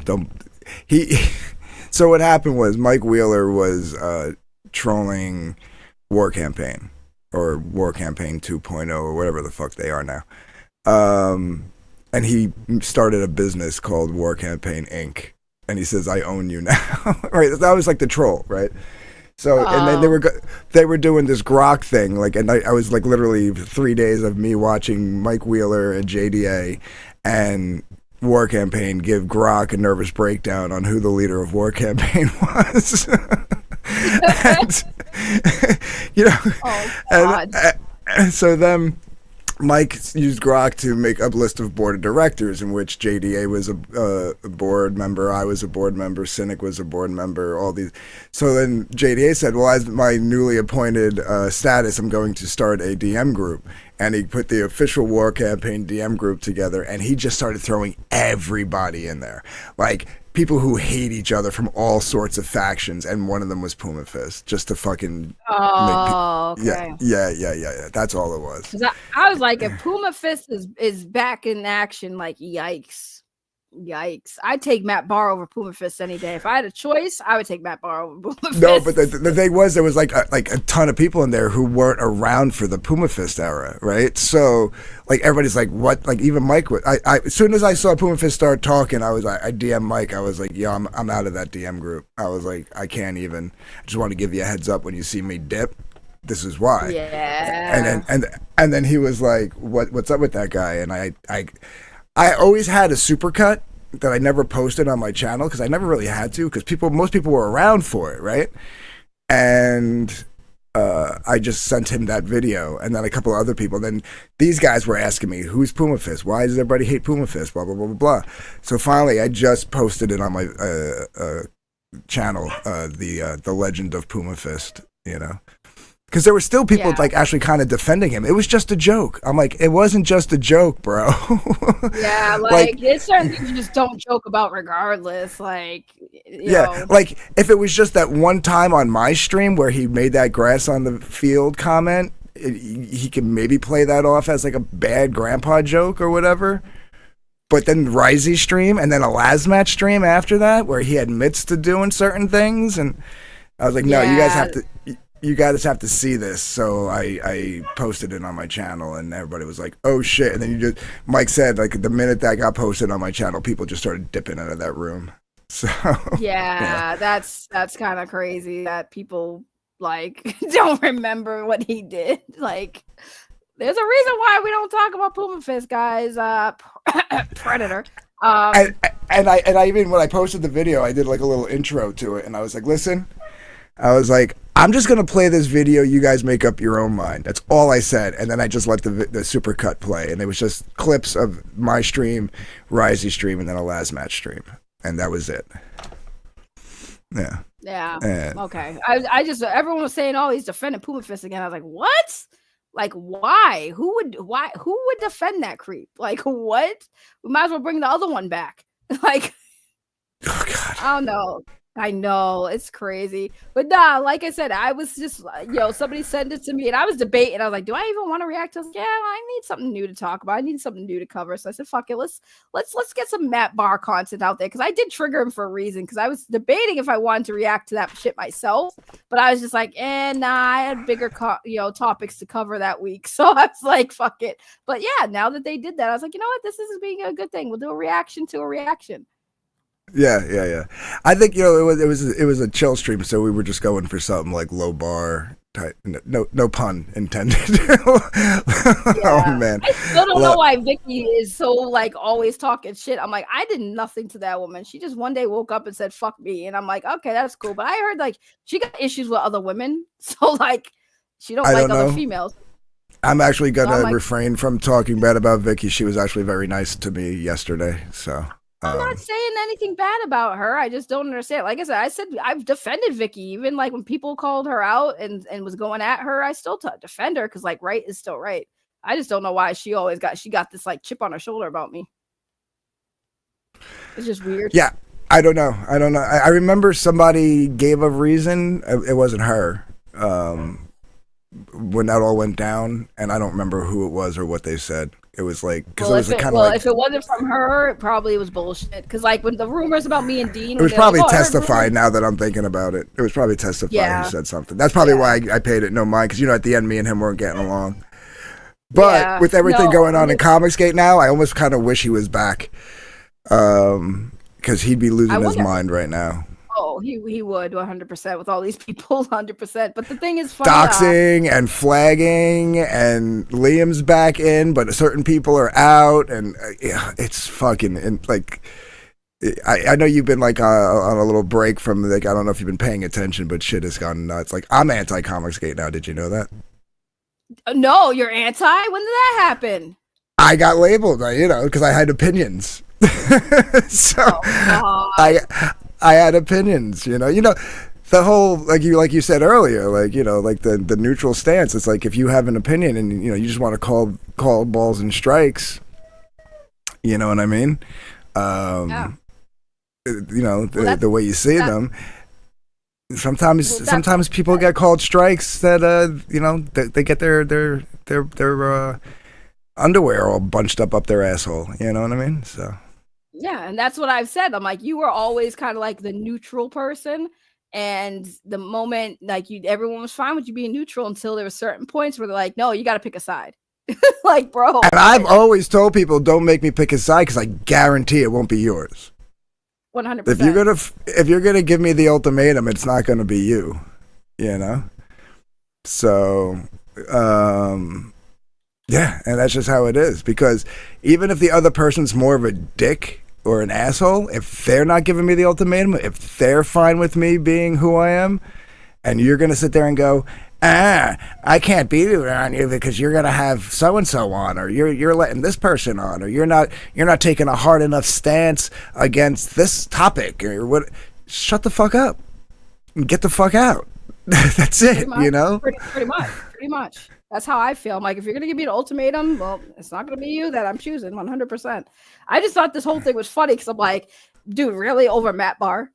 Like, so remember the comment? Because you made a comment and you were just like, that's not a good take. People talk. And I'm like, yeah, but I mean, people talk, but these are like people that probably should talk more because, from what I heard, there are some people who have Matt Bahr around and don't really like him. And I'm just like, so Matt Bahr just hang around with a bunch of fakes. Have fun with that. Have fun with that.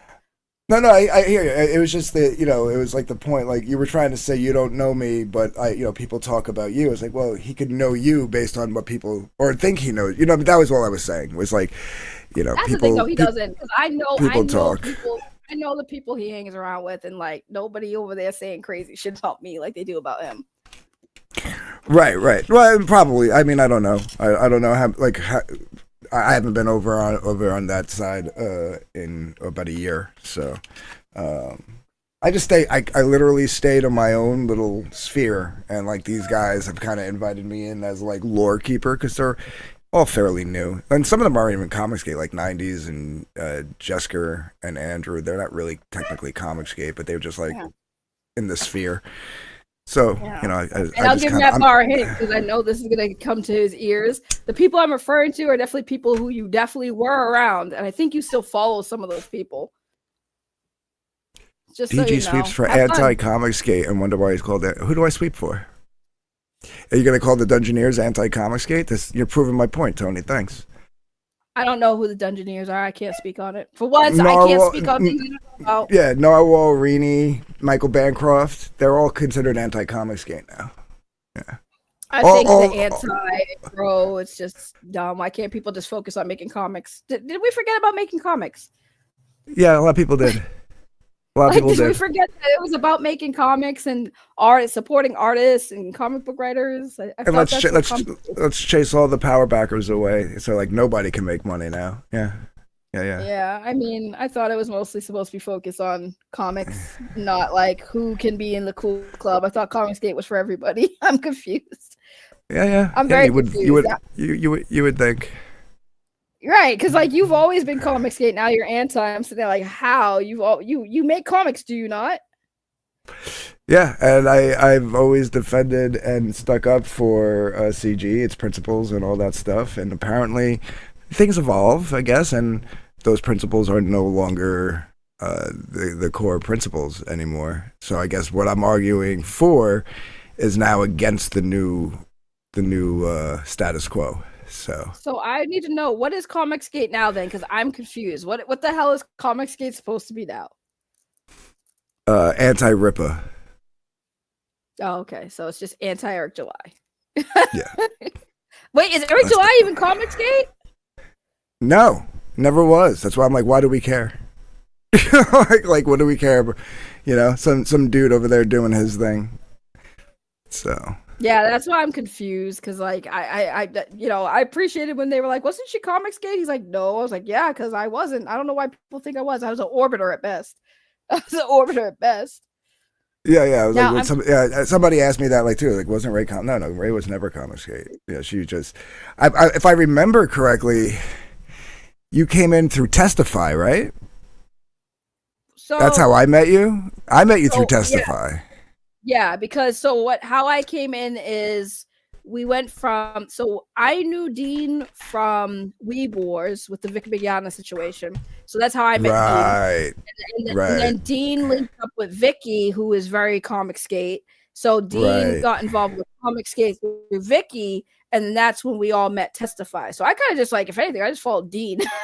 Dean went to Vicky and then got into Comicsgate, and then we met Testify, and then I was more with Testify and that group of people, and then they were just trolling Comicsgate, and I didn't even know what Comicsgate was. I was just like, I was in the mindset of like, I like to troll. I like to troll and have fun, and that's what we did.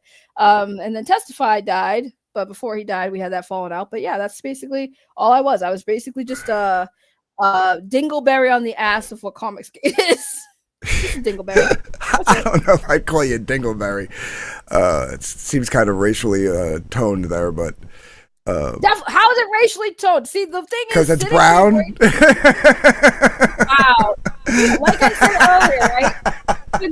Nick was like, she types like a black chick. I'm like, bitch, you only know I'm black because I've said I was black. You've seen that I'm black, and I don't even talk black. What do you mean? I remember Testify thought you were white before he knew you were black. I remember that.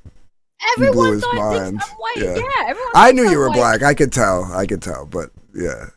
It comes out once in a while. But you're not like street ghetto ratchet or anything like that. You know, like just like Cynic for being from Alabama is not like super duper redneck hick. You know what I mean? So. Well, I'm just saying, like, I wasn't gonna give Bahr my entire hood because, like, I didn't want to give him a way of using the racism against me because he was already calling me fat. Like, I didn't want him to go out attack my race. Bebop. No, I didn't hear about that. Is there? I don't know. Wait, what happened? Yeah, about Valiant Comics. And I hate that they're using ats in YouTube now. Sometimes it's weird that it does that. So I don't know if I even follow this person because I don't know the at. But if you can send me a link on Twitter or something, that'd be sweet. I'd like to cover that. He says that you sound black. Sometimes I do. I'll give that to y'all. What up, Mr. Yanafui? I love Mr. Yanafui. I saw Ray destroyed all the Testify simps on Discord. It was wild. I had fun back in those days. I did. But it was just, like I said, it was fun, and I grew out of it for the most part. Like, I still like to cause chaos, but in my own way. Like, I don't want to do it on somebody else's terms. That's what I was doing. I was doing all this clowning and trolling and all this shit I did because Testify demanded it. He'd post a link to like, oh, Dark Gift is doing a live stream. Let's all go in there. And we all did. We all did. Testify was a cult leader, bro. He was a cult leader. He was a cult of personality. Yeah. And he was needed for a certain time frame during CG, especially during that COVID era. And I as much as me and him fought at the end and didn't get along, like, I was very upset to hear that he had passed, and like. I cried like a bitch. I cried. Did you? I wasn't. Yeah. I wasn't that upset. But remember the mask I made that I did a stream with? I wore on the all stream, and it was just him crying, saying, "Notice me, Dark Gift." Yeah. I have that hanging on my wall right here next to me. Yeah. Oh, so. Listen.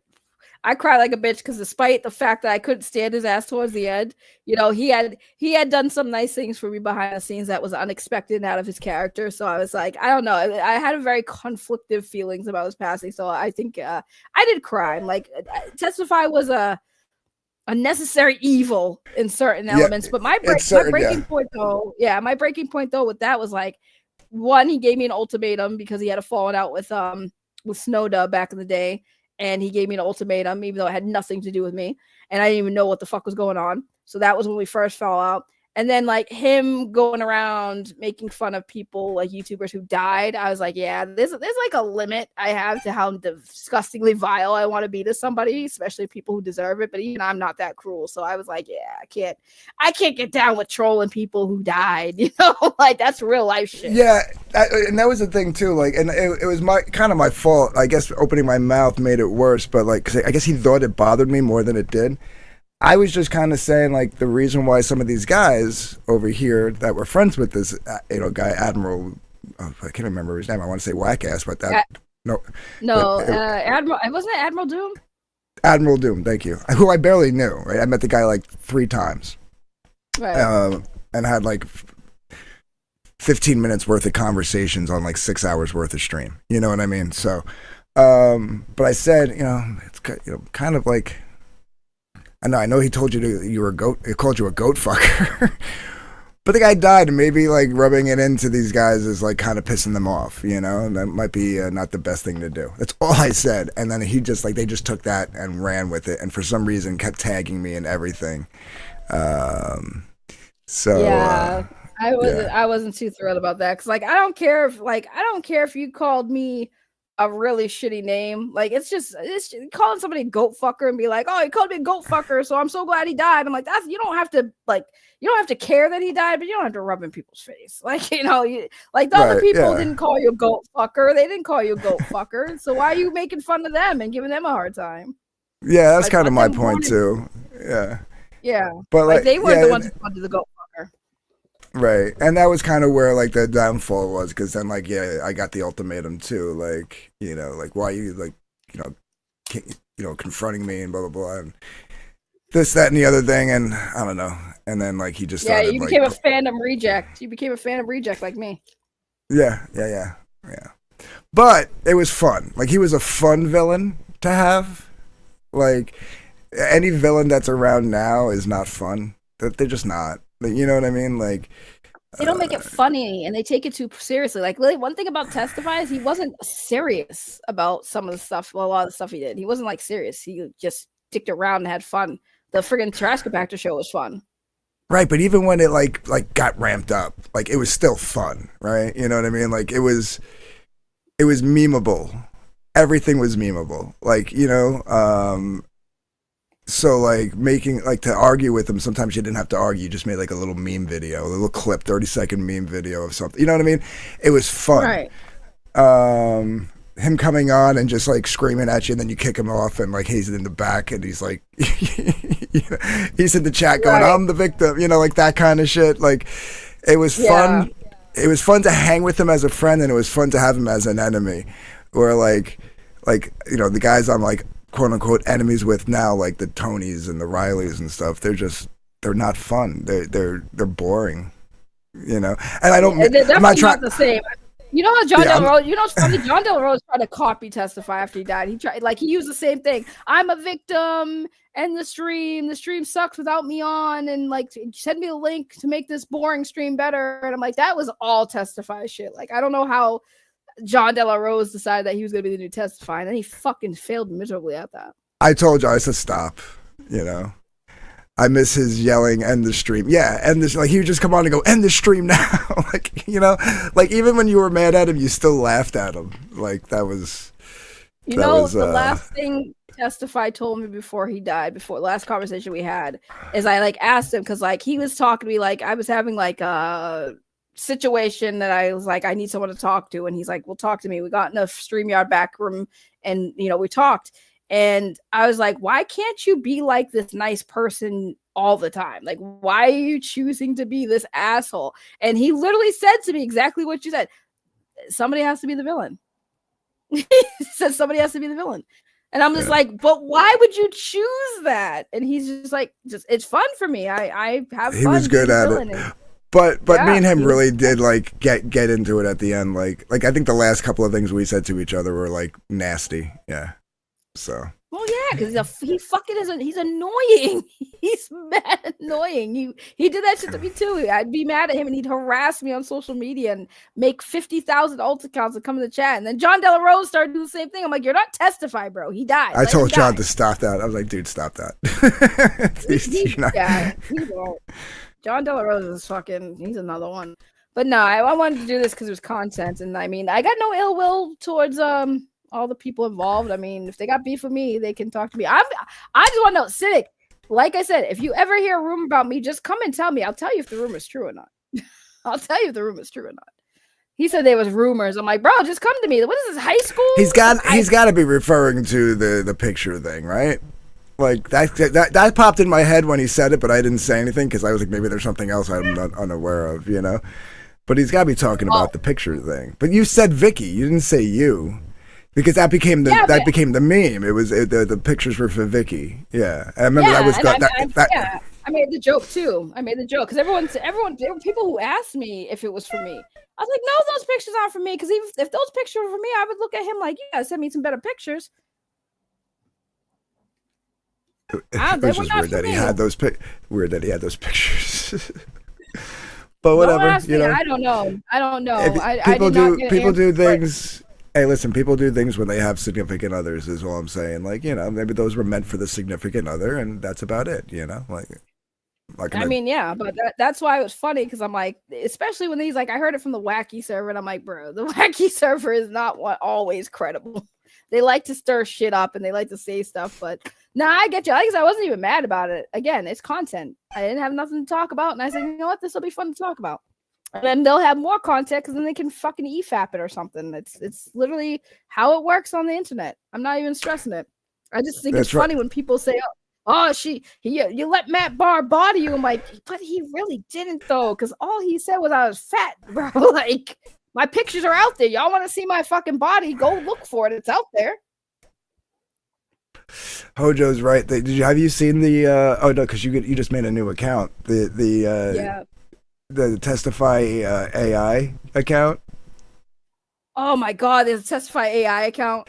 It's not really an AI. It's somebody pretending to be AI. The whole gimmick is that it's somebody else. Like somebody is using it. It's like I don't want to call it a sock account because it's obviously a parody account, but it's somebody pretending to be Testify as if Testify's consciousness was downloaded into an AI program, and whoever it is good.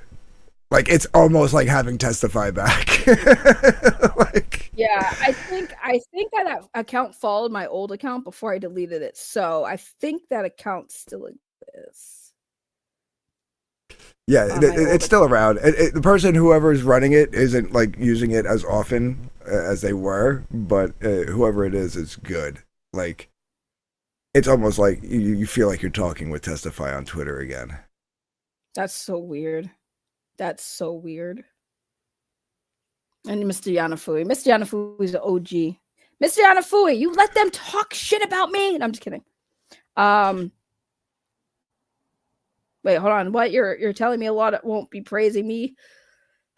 Praising when Mr. Medicare really dies? I mean, I don't know. I mean, again, I think that unless somebody actually did something depraved, I'm not celebrating their death. Like, if it was somebody who hurt a kid and they die, like, yeah, fuck them. Who killed them so I can give them fucking money or something and praise them? Like, yeah.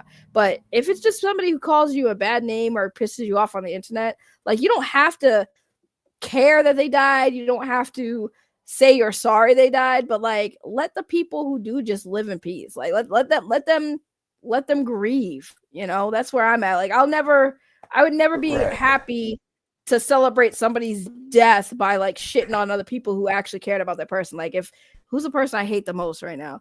Like, if Andy Signor died tomorrow, I'm not gonna celebrate that. Like, I'm not gonna care because I don't give a fuck about Andy Signor. But if he died tomorrow, I'm not gonna be the first person to be out there and saying, it's about time he kicked the bucket, fuck that piece of shit. No, I'm gonna let his fucking family and his kids mourn his death. Right. And not say shit about it. Like, you know? That's how I look at it. You know, like there's got to be lines somewhere, man. Like, you know what I mean? There's got to be lines. Right, like I'm a bitch. I'm not a monster. Right, right. I'm an asshole. I'm not like a total douchebag, you know? Right, like I'm not gonna fucking completely like destroy somebody's fucking grieving process by like saying fucked up shit about somebody that they actually cared about. Because like, despite the fact that we talk shit about people on the internet, there are people that care about these people, y'all. Yeah, there's somebody's husband, wife, daughter, son, cousin, uncle. You know what I mean? Like. Right, so there's no need for me to do all father. that. No. Did I say that already? I might have said that yes, already. you did say that. You said that already. So I guess, see, I don't know how I feel because, like, I feel like like going on your channel and talking about Bahr is kind of redundant. But like, if you want the content because it's you, I'll do it for you as a favor because you're my friend. But like, I don't have any real passion to like go on and argue with them. No, I mean, I retired Neutral Ground last year. I did my last Neutral Ground last year. Yeah. How come? Because it was just getting way out of control. It just became a mess, and like newer people didn't really understand the concept. They were like, "What kind of stream is this?" type of thing, and yeah. But I brought it back kinda. Now I do not so Neutral Ground, and that's just me sitting in my pulpit, like just ranting about somebody and not letting them on while they scream in the chat.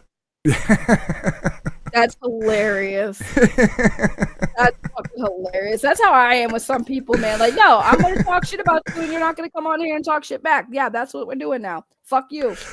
But if both of you wanted to do it, I would bring it back for an episode if you guys wanted to come on, just the two of you, nobody else, and I would do it. But that would be up to you guys. So. I feel like it would just be Matt Bahr saying I'm fat over and over again.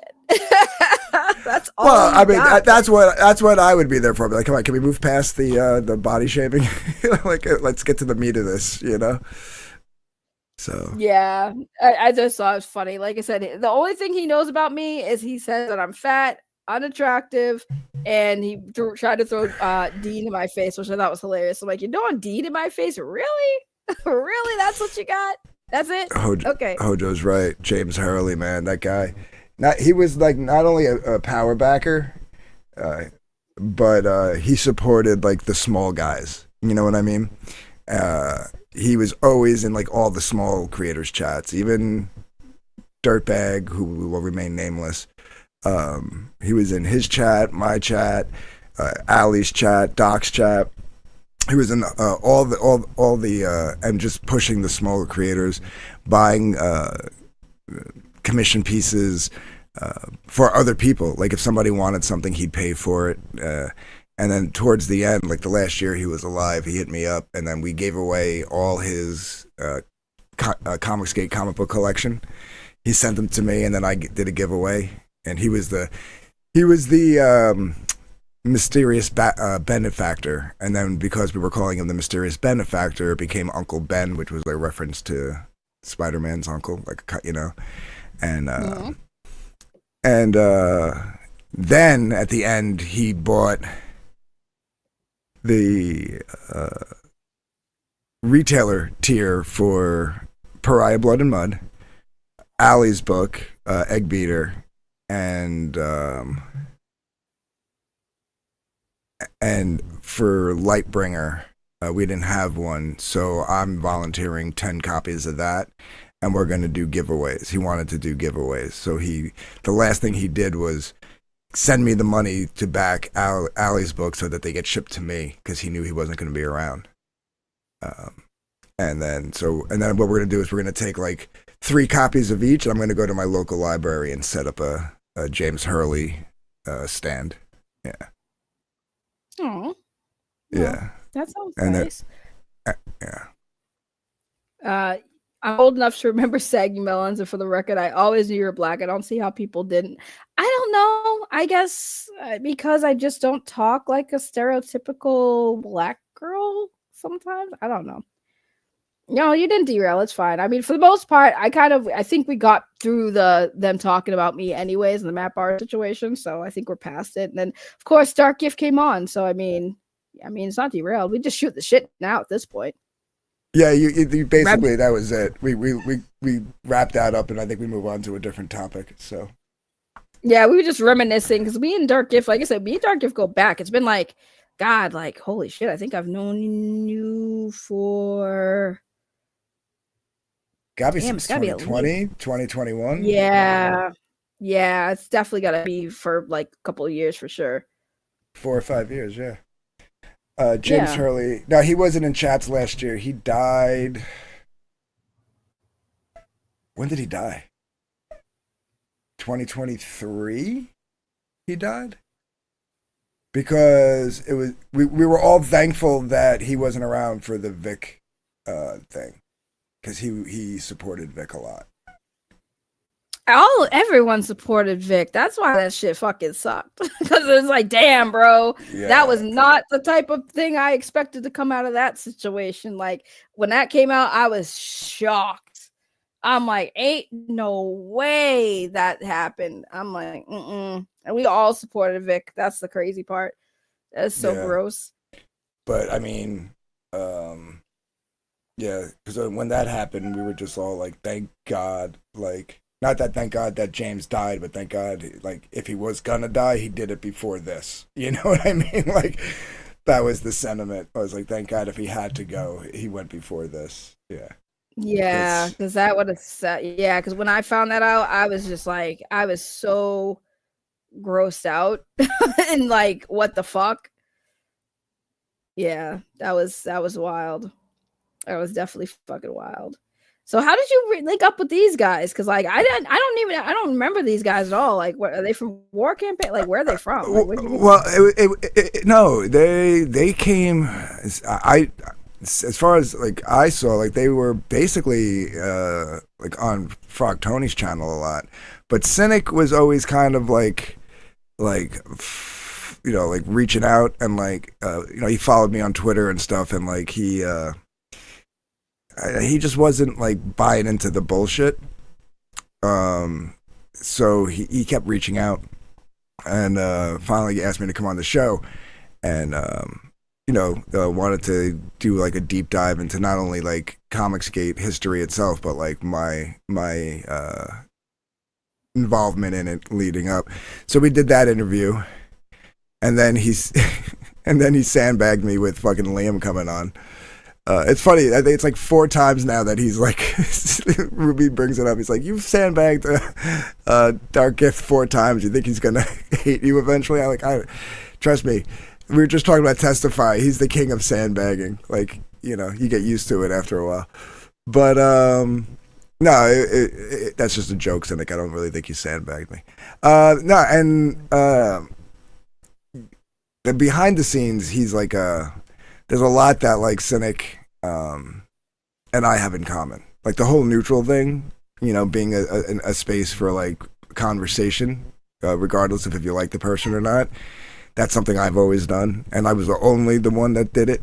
You know what I mean? That did it not for the sake of blood sports. You know, so there was that, and then he's got some ideas. Business-wise, that kind of sync up with mine and stuff like that. So I don't know. We just kind of hit it off, and you know, they bring me on as like the old granddad telling the stories in his rocking chair. You know, so yeah, no, I think it's weird that worlds collide, because it's like, you know, see, I remember when Tony was talking about getting the Comicsgate, and I was like, don't do it. It's crazy. But that's what he wanted to do, and then he got into it, and then and then of course worlds colliding, because like I said, the internet's really big, but it's small. Because like I saw, you know, Vicky's over there, everybody I know, like Colonel Morg's over there. I'm like, what the fuck is Colonel Morg doing over there? Like, damn, there's so many fucking people I knew in the chat, and people I don't know, which is funny because there's people that don't say shit like Ray's not smart. It's like seeing my it's like seeing my chat. It's like looking at one of my chats where there's like all like the pro and anti and adjacents all floating around, and maybe they're arguing in the chat or whatever. But like, yeah, and if I feel like this sphere needs more of that, and I'm willing to help out somebody who's willing to put themselves out there like that. I think it needs more people to just like care more about the fucking comics and less about the drama. Well, yeah, no, absolutely. But I'm just saying, like it shouldn't be like you're over there and we're over here type of mentality. It should be able to be like, listen, man, we're talking about books and we're talking about this, and we want you guys to hear about it. We don't care like who your allegiance is to. You know what I mean? Right. So Eric. that's kind of like where we're kind of at, you know. Right. Eric, thank you for the gifted 20 memberships. You are the GOAT. Thank you. Appreciate that. Congratulations, everyone who got a membership that you didn't have to pay for. Y'all better thank Eric in the chat if you got a membership. You got a membership? Thank Eric. Thank you so much. I keep saying I gotta edit my clips like drops and stuff, but I don't have a good drop. I gotta start doing that. Oh, and thank you, Eric, for the $20 super chat with the flex. Yeah, flex. Eric flexing. Appreciate you, Eric. Thank you so much. Yep. See, people already got it. See, the thing is, I probably should go. Hold on. Let me go. Because you know what the gifted memberships do? Do you know that it shows you the lurkers? No, they're not. You don't even have to be in the chat to get one. Oh, really? I thought that's what it was. People told me that. So that's what it is? Yeah, no, it's bullshit. I've gotten gifted memberships and I wasn't even in the chat when they were gifted. I was like at work and I got, yeah. So it's just random? Yeah, it's just random. Yeah, you just have to be a subscriber to the channel. That's it. Yeah. Oh, I didn't even know that because somebody was like, "Yeah, it exposes the lurkers," and I was just like, "Oh, okay, misinformation." Always misinformation, but wow, like, damn, we got like, holy crap! No, it's not random, Ray. Shut the fuck up, Tony. It's so random. I've gotten like 5 gifted memberships in like the last 6 months, and I wasn't even in the chat for them. Actually, you know what? Now that I think about it, I was watching a YouTuber, like, I don't know what these YouTuber live shorts are. They're annoying. But there was a YouTuber that I was scrolling down his live, and I think I remember them saying something about how they were they were reacting to this YouTuber who's apparently a predator. And they went in the chat and they were like, what the fuck? Why do I have a membership there? Because I'm like, I would imagine somebody would not be covering a predator on their channel and then be like, I have a membership there. So they must have subscribed to the person and got that membership. That makes sense. Yeah. That makes sense. Still doesn't make it random.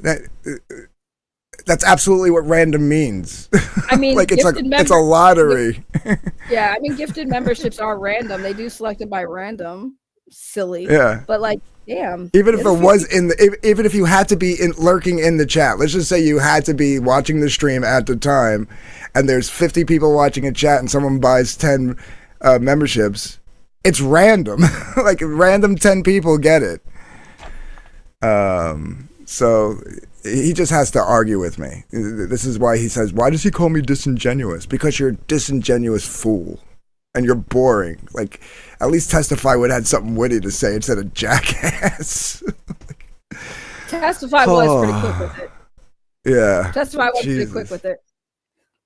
That is true, though. It is random, Tony, you goofball. It is true, though. Look at Eric. Thank you, Eric. I appreciate you. CG is about comics. I'm big in promoting people's campaigns. I mean, I feel like it was about comics, though. It's not even about comics anymore because, like, anything comic book related, it's like once in a while you'll see a comic book creator talking about their comics and stuff or promoting comics, and then most of it's just drama. Even Ethan Van Sciver, like Ethan Van Sciver talks. I know he does a little bit more comic stuff. I have seen him doing a lot of comic book talk, but he dips his toe in the drama too. All this dips his toe. He dips his full toe. It's a big toe. Sitting in a jacuzzi full of it. It's a big toe. I didn't say it's a small toe. It's a big toe. He's got his big ass toe in that he's dipping. It's a huge. Okay? Ethan Van Sciver got that big ass toe in that water doing the drama. What does he do? What is it called? The trash cast, right? Yeah. Yeah, that's the drama shit. That's the drama shit. Did you see that Eric July? Did you see that Eric July video? Where he was talking about how conflicting conflict marketing, yeah. And I'm like, I know Eric July ain't trying to say that he did not capitalize on conflicting marketing. No, I'm glad he did acknowledge it. We were watching it on Cynic Stream the other day, and I was like, if this motherfucker doesn't even turn around and say that, like, give some kind of acknowledgement that, like, then this is all bullshit. But he actually did. At some point, he says something like, even I had to learn that, or he said something to that effect. I can't remember his exact words. But it's like, okay, you're saying you had to learn that, but at the same time, let's not act like that didn't help you, though, because it did. It's like you did do the conflicting marketing, basically, where you did like the debate streams and stuff, where you had people call in, you debated fucking Vito like twice, I think. He did the whole Jody's Corner thing. Like, he's definitely done that stuff, and it helped him, because like I said, all of those people who bought his books because they like him. And maybe some of them did like his comic book, but for the most part, the incentive was like, we like Eric July. We want to support Eric July. Oh, Eric July's making a comic. That's cool. We already supported him now. So because, he did whatever reasons brought them to him. Oh, we like his takes on, politics. We like his takes on the industry. Oh, we like that he did debate streams. And whatever reason brought you to Eric July, all that conflicts that he was involved with on his channel, all those customers paid for his book because they like him. So he can't say that shit doesn't work, because drama clearly sells. Yeah, no. That's why I was glad that he actually acknowledged it. So, I mean, otherwise I acknowledge it, but he's still acting like that shit doesn't help. Like, that shit still doesn't help to this day, because like it doesn't when you're trying to sell a product. I agree with him on that. If you're trying to sell your channel, which is what he was doing back in the day, sure, it's going to get people to come and subscribe and watch and all that stuff. You know what I mean? But did he private all of his streams or videos that he did those things on? Because like his name is still out there and it's still attached to his YouTube channel. So like if he's trying to sell a product, say I'm like a random normie out here that doesn't know who Eric July is. Okay, now I find out about his comic book some way, shape, or form, right? What's to say I'm not going to do a background check and be like, I wonder what else he's done. Like, what's he's known for? I type in Eric July in YouTube and then I see all these drama things he did. Like, you can't escape it. Just because you don't do it now doesn't mean the stuff that you still have out there goes away. Like, the internet's forever. I mean, I could give or take anybody like who's making a shift in their marketing and what they're pushing. Like, he's not pushing his videos anymore. He's pushing his business, his comic book business. So if you take that shift, I could care less if you decide to delete your old videos or not. I mean, it really doesn't matter, I think, to be honest, because somebody's got them clipped somewhere. You know what I mean? Yeah. I'm not saying he should, but I'm just saying, like, him saying the conflicting stuff is bad for marketing. I'm like, if you're using that for marketing, sure, but it depends on what you're like, who you're selling to, right? Because it's not about what you're selling, it's who the target audience is. So like, if it's a comic book and you don't really care, because like I said, it's comics, so you could be very controversial and still sell comics. If you're trying to take those comics and do it some more mainstream, like you're trying to turn that comic into like a movie production, and you want to get a movie production company involved, then maybe they're not going to work with somebody who's problematic, sure. But comic books, it shouldn't be that hard to put books and still do drama shit. It's been working for Comicsgate for how long? It worked for about 4.5 years. And then the last year and a half, not so much. Yeah. Okay, that's fair. I haven't been keeping up, so I'll take your word for it, because I haven't been keeping up. I know back then it worked, because I know like a lot of the YouTubers, like John Della Rose, would do all the drama streams, and he get a shit ton of money to fund his books from doing the drama streams, because it did work. I saw it, and it's just like, if it's not working now, I guess that makes sense. But I still disagree with the whole conflict. It's like, it depends on what the product you're selling, what your target audience is. And like I said, most of the people who bought his book were fans of his before they even cared about his books. It's like this. It's like it works to a point, and then like there's no growth, right? And if you want to expand, you have to like kind of. Not everybody's going to be into that said particular drama, right? Right. So, like, if you want new customers for the books, not necessarily for your YouTube channel, you got to kind of go elsewhere. You kind of have to think. I mean, this is something that we were discussing a year ago on my channel, a year and a half ago. before Eric decided to make his little 5-minute video, and he's starting to do stuff that like we were doing a year and a half ago, going and like meeting people and doing cons. That's how you sell your stuff. You know what I mean? Shaking hands, smiling, not sitting behind a table looking all sad. So right, or doing YouTube videos. Right. So yeah, it's I just thought the video was so unnecessary. I'm like, who asked for this, Eric July? I'm not shitting on Eric July. Again, I'm very neutral with Eric July because I don't. But I'm sitting here again trying to look at the situation. Like, who asked for you to make that video, sir? Like, what was the motivation there? Like, trying to say, oh, I mean, because again, and also you have to remember what doesn't work for Eric July or what he thinks doesn't work, because like that doesn't mean it doesn't work for other people. Because I still feel like sometimes, and it also depends on the conflict too. Because I don't think anyone's not going to support somebody who's involved with conflict if they're calling out the right person, right? Like if you're the hero of the story. Well, that's the thing. Like when it becomes not the right people, then the backers leave. Then everybody's sales drop. And everybody's sales have dropped. Eric's, Ethan's, John's, everybody's. I think Bancroft's, there's enough people. Well, that's the thing too. That's weird. Now I'm thinking about it. It's like there are people who low key support Eric July and Ethan Van Sciver, and I find that funny. But it's like there's enough people on both sides. I think they shouldn't be low key about it. They should just be like, yeah, fuck it. I like both of them. I'm going to back both their books. I mean, I agree, but there are some people like it's just weird because it's like, we're dealing with a bunch of grown ass adults, bro. Why do we have to talk about this like it's a high school drama? Like it's a Netflix show that's gonna get canceled after 2 seasons because they don't have the budget type shit. Because like, it's gay and faggotry. That's why. It really is. No, I mean it really is though. It really is because it's like, oh my god, why are people so fucking? And it's just not limited to Comicsgate. I'm just talking about in general on the internet. People are always just so high school drama bullshit. Because the biggest thing I say when I cover these, like when I was covering this too, it's like.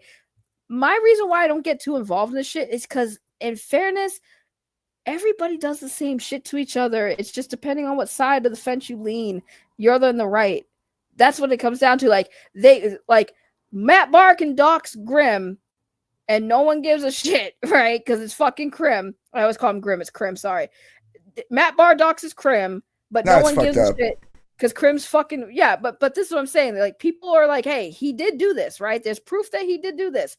Well, nobody cares about that because Crim's a fucking psycho and blah blah blah. Okay, I'm not saying you guys are wrong for feeling that way, but then like, don't cry when somebody you like gets doxxed and that person felt the same way about that person that died doxxed. Yeah, I kind of been saying the same. I've been saying the same thing since 2019 with the first one of the first splits when everybody was yelling at War Campaign. And it's like, oh, look what War Campaign does. Look what they do with the dildo memes and blah, blah, blah. And like, you're sitting out here fucking, they were ragging on Mandy. I don't remember exactly how they were doing it. One guy was like playing drums naked and with lipstick on, pretending to be Mandy, trying to sell a book. And it's like, you just turned yourself into a living meme. So you're doing the same thing. But that's what I'm saying. And you want my sympathy because you got a dildo meme made about you? It's like, right. don't come to me with oh, woe is me, and you're doing the same shit. You know what I mean? And that's why people like are mad at me now, because now it's like I'm kind of calling the balls and strikes. Not that I hate anybody, not that I hate or dislike anything, but I'm going to call it the way it is. And people are going to try to cover it up and say that I'm wrong or whatever. And I'm not wrong if like 70% of the power backers left. I'm not. You know what I mean? Well, what's funny when everyone was saying, because I heard them say, oh, she's white knighting for Crim or she's defending Crim, and I'm like, Crim literally called me a fucking predator protector, right? Like when I first was introduced to this dude, I don't even know where it came from. I asked him like, who the fuck is the predator I'm protecting? Dude never till this day told me who the fuck he was talking about. So I'm sitting here like, this dude has came at me too. And I'm not saying y'all are wrong for feeling the way you felt about Crim, whatever, but like it wasn't about defending Crim. It was more about the fact that I was trying to get a reaction at Matt Bahr, which he did. I knew what you were doing. Calling him out because when I realized, oh shit, he did do that. Now he's saying he never did it. Now it was about calling him out. That's what happened. So it went from trolling him to get him to react to like, oh wait, he actually did dox somebody. Let me call him out because now he's lying saying he didn't. That's what it came down to. It went from like a troll to a morals thing. And that's why I'm like, bro, y'all people in this situation, they always do this shit. Oh, we gotta call out this person for doxing. But like when it happens to, somebody else we don't like, we don't care. Fuck them, let them get doxed. I'm like, y'all gotta stand on business. Stand on business.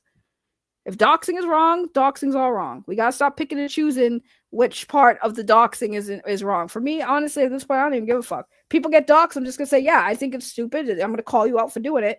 But if you're gonna cry about somebody else doxing, but you didn't call out somebody else for doxing, I don't know what to tell you, bruh. Like, that's on you. I call out doxing. Don't dox people. It's fucking dumb. Stop posting pictures of people's husbands. I see somebody in the chat saying that somebody posted a picture of Katie's husband. Don't do that. Why? For what? What did her husband do to you? You got beef with Katie? Keep it on Katie. You got beef with Dark Gift? Keep with Dark Gift. Don't be doxing his dogs. Yeah, family should be left out of it. Well, 100%. But they're saying you didn't call out. Did you not call that out, Dark Gift? No, I did. Okay, he said he did. I believe him. But also, I think that all of these dudes on the panel needs to, like, at least be fair. And yes, I do think Matt's unhinged. I think there's something seriously wrong with that dude.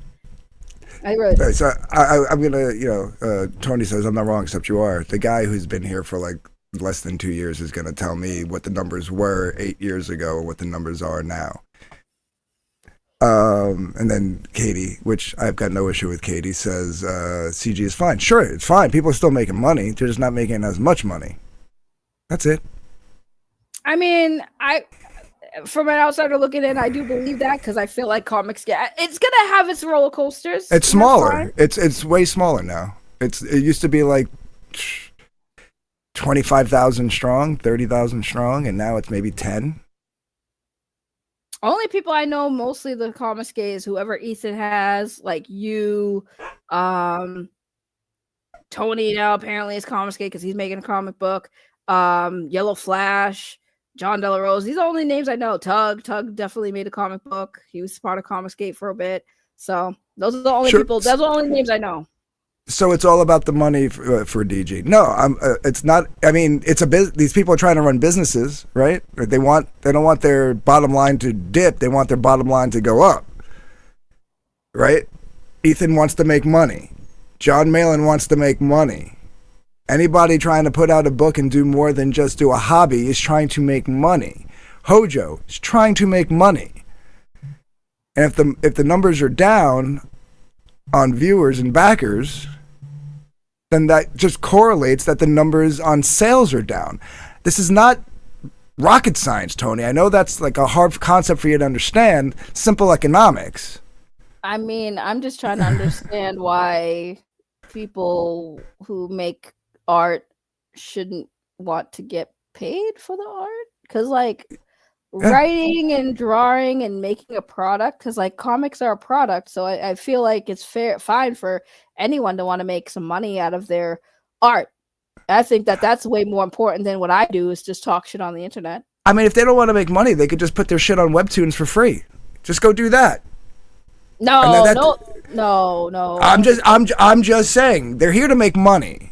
There's a reason why like they set goals and stretch goals, and they want to get as much money as they possibly can. It's called fucking capitalism. I just think that I don't see the problem with people wanting to make money off of their art. Personally, yeah. Like even if because I'm saying it's a bad thing. You see what's going on.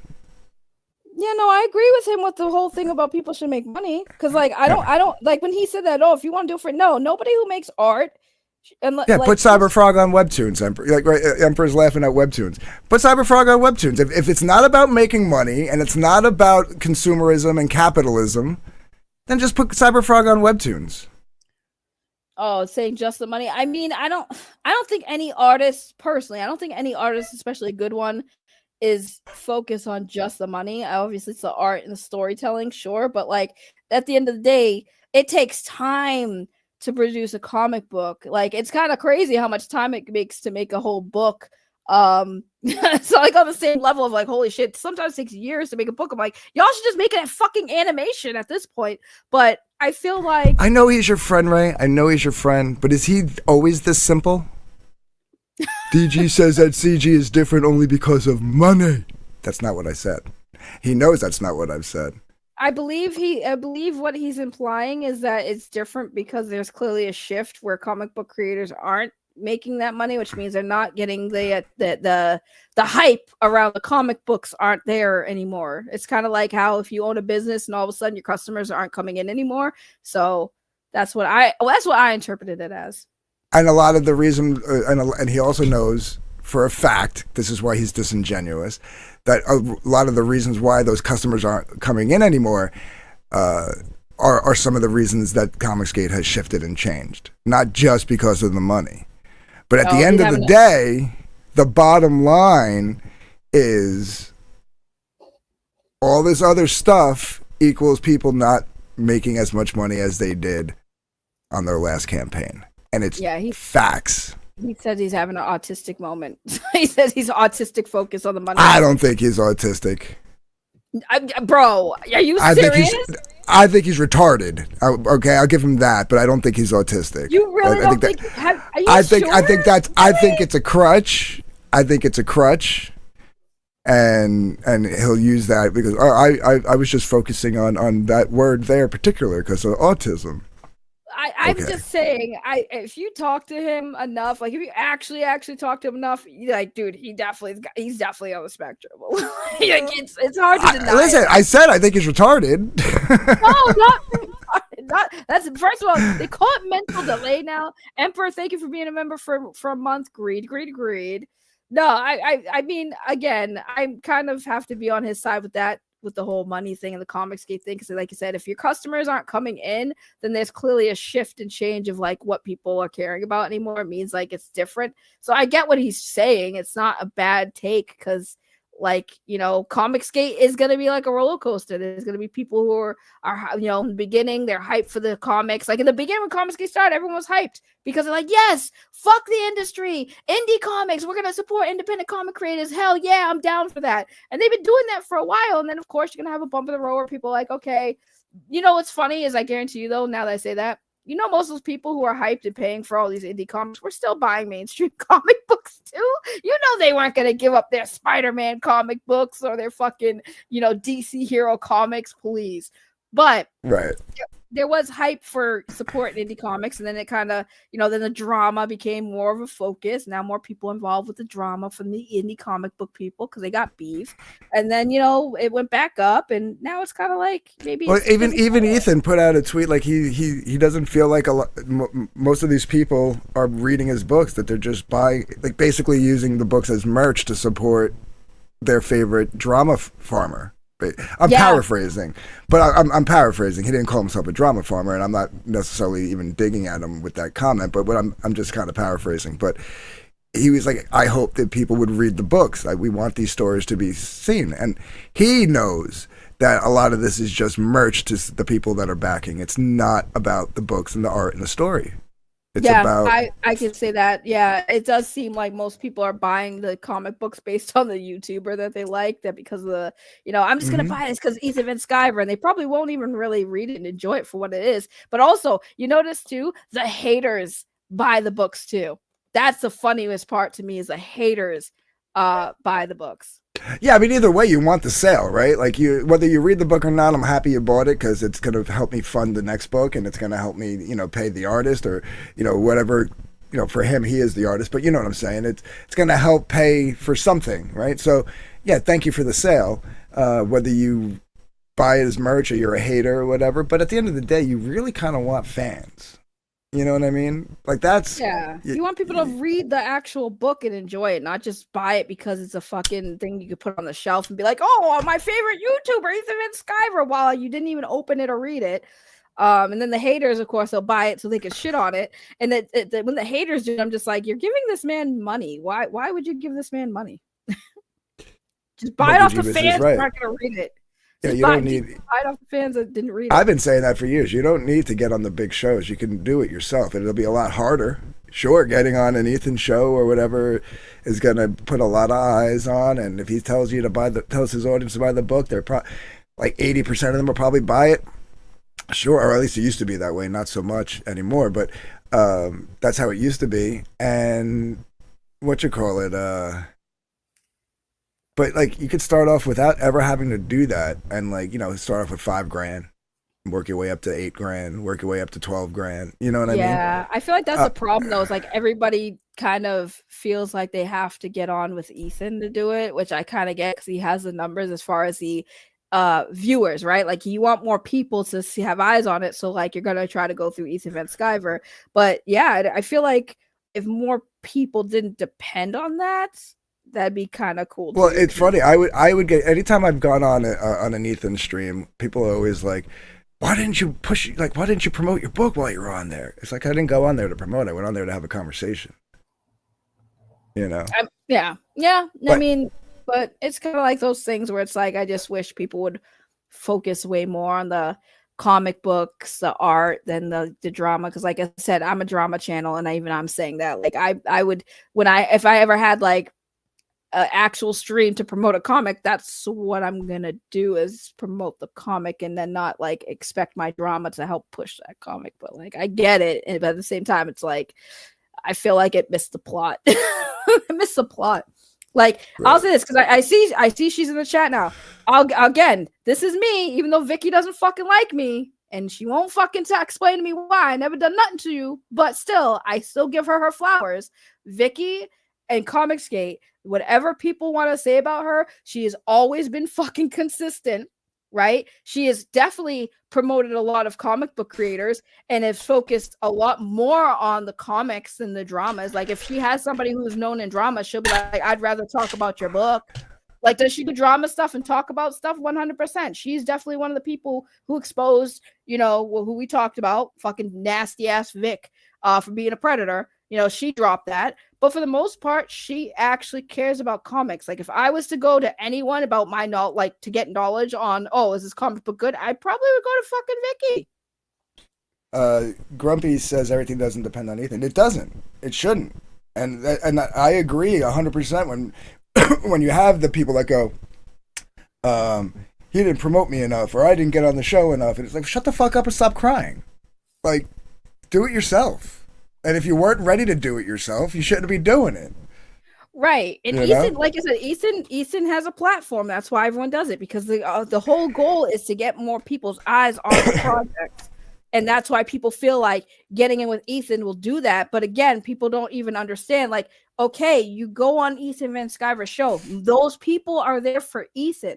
Number one, like that's mainly why they're there. A lot of them, like some of them might be there because they are genuinely trying to find other independent comic book creators that they want to support. Sure. But most of them are there for Ethan. So like they're just there for the show. So it's not even going to guarantee that your book's going to get backed just because you went on Ethan's show, So it's probably better. Like if you get on there, sure, go on there once, talk. I mean, that was probably true like 6 years ago. Like, you know what I mean? Like 6-7 years ago, you could have probably gone on there and got, boom, like $20,000 in sales. Like, and you didn't have to say a word just for sitting there. That's probably true. But that was when there was like, again, 25,000, 30,000 strong, Right, when people actually cared about the fucking comic books and not about the drama surrounding them. It was always a thing, because even I'm an outsider and I'm like, yeah, it's all about the drama. Like, who don't we like today? Oh, we don't like Vicky? Oh, let's all go and watch fucking Ethan talk shit about Vicky for 2 hours and react to Vickyverse instead of talking about the comics. Monkey Jubit says Comicsgate isn't just hate Ripper. Malin doesn't give a fuck. I can see Malin doesn't give two shits about Ripper, really. He will go in on the Flash stuff. I actually gave Malin a lot of credit when he actually went against like the narratives of all that shit. When he was doing those streams sitting on his couch like bagging books and stuff like that. Like he was based as shit. I don't know what happened. He just stopped talking out against it and like just whatever. But like when he was like going against like basically any of like the Eric stuff or the Riley going to the warehouse and stuff, and he was talking out against it and all that, I was based as fuck. I gave Malin a lot of fucking credit for that. Like I said, it just comes down to people just the drama will always be front and center because drama is easy. It's lazy content. I'll be the first to admit drama is lazy content. It is 100%. Like, but there are, and that's the sad part is because the lazy content for some reason gets more traction than the actual artist. That's why my goodness, Doc, I know Doc's still around, but when I met Doc, like I wanted to support him because like he's a very talented artist. And you know, if I have to use my drama to get more eyes on him, sure. And he did get a few followers from that, but I guarantee you those followers didn't stick around though. That's the sad part. Like I wanted it was mostly just to get his channel more subscribers because like I knew the people that subscribed only did it because I told them, hey, go subscribe, go support. But I knew they weren't going to stick around. I don't think anyone who subscribed to him is in his chat when he goes live and paints or anything like that. But you know, drama's just unfortunately the thing that people are right now really invested in. And then here we are. Right. Yeah, here we are. Doc's around. I had to. He got a promotion. I made him like official editor here because I can't do it all anymore. We've got a lot going on over here now. So when you said promotion, I thought you gave him a job, and I'm like, oh, he got promoted. He got a job. He got a job with you. Yeah, you paying him? He will. Yeah, he'll get a cut of any project he edits. Yeah. Good. That's very good. That's good. I like Doc. Doc is nice. I still have his painting he sent me. He sent me a painting. I still have that in my living room. Yeah, basically, what you call it, like the percentage I get includes editing, and if he's doing the editing, well, he's going to get that. What I'm not going to talk about the numbers, but he'll get that editing percentage rather than me getting it. Yeah. Yeah. So. Wait, is it stream against Ether and Skyver? That's the weird part, right? Because you have people who. Like I called this out a long time ago. I'm like, because the whole Eric July stuff, when Eric first started doing the comic books, I'm like, you know what's crazy is like all everybody cares about at this point, like for most people that I've noticed, it just seems more self-serving. Like a lot of people don't actually care about Eric July or his comic book, whether it's good or not. Like, and you could tell because there are people who haven't even fucking read it who are talking about it. I'm like, you didn't even read it and you're shitting on it. Like, for what? You're literally looking at screenshots posted on social media to dissect. You didn't read the book. So, like, even if it is shit, how am I supposed to take your word for it when you didn't read it?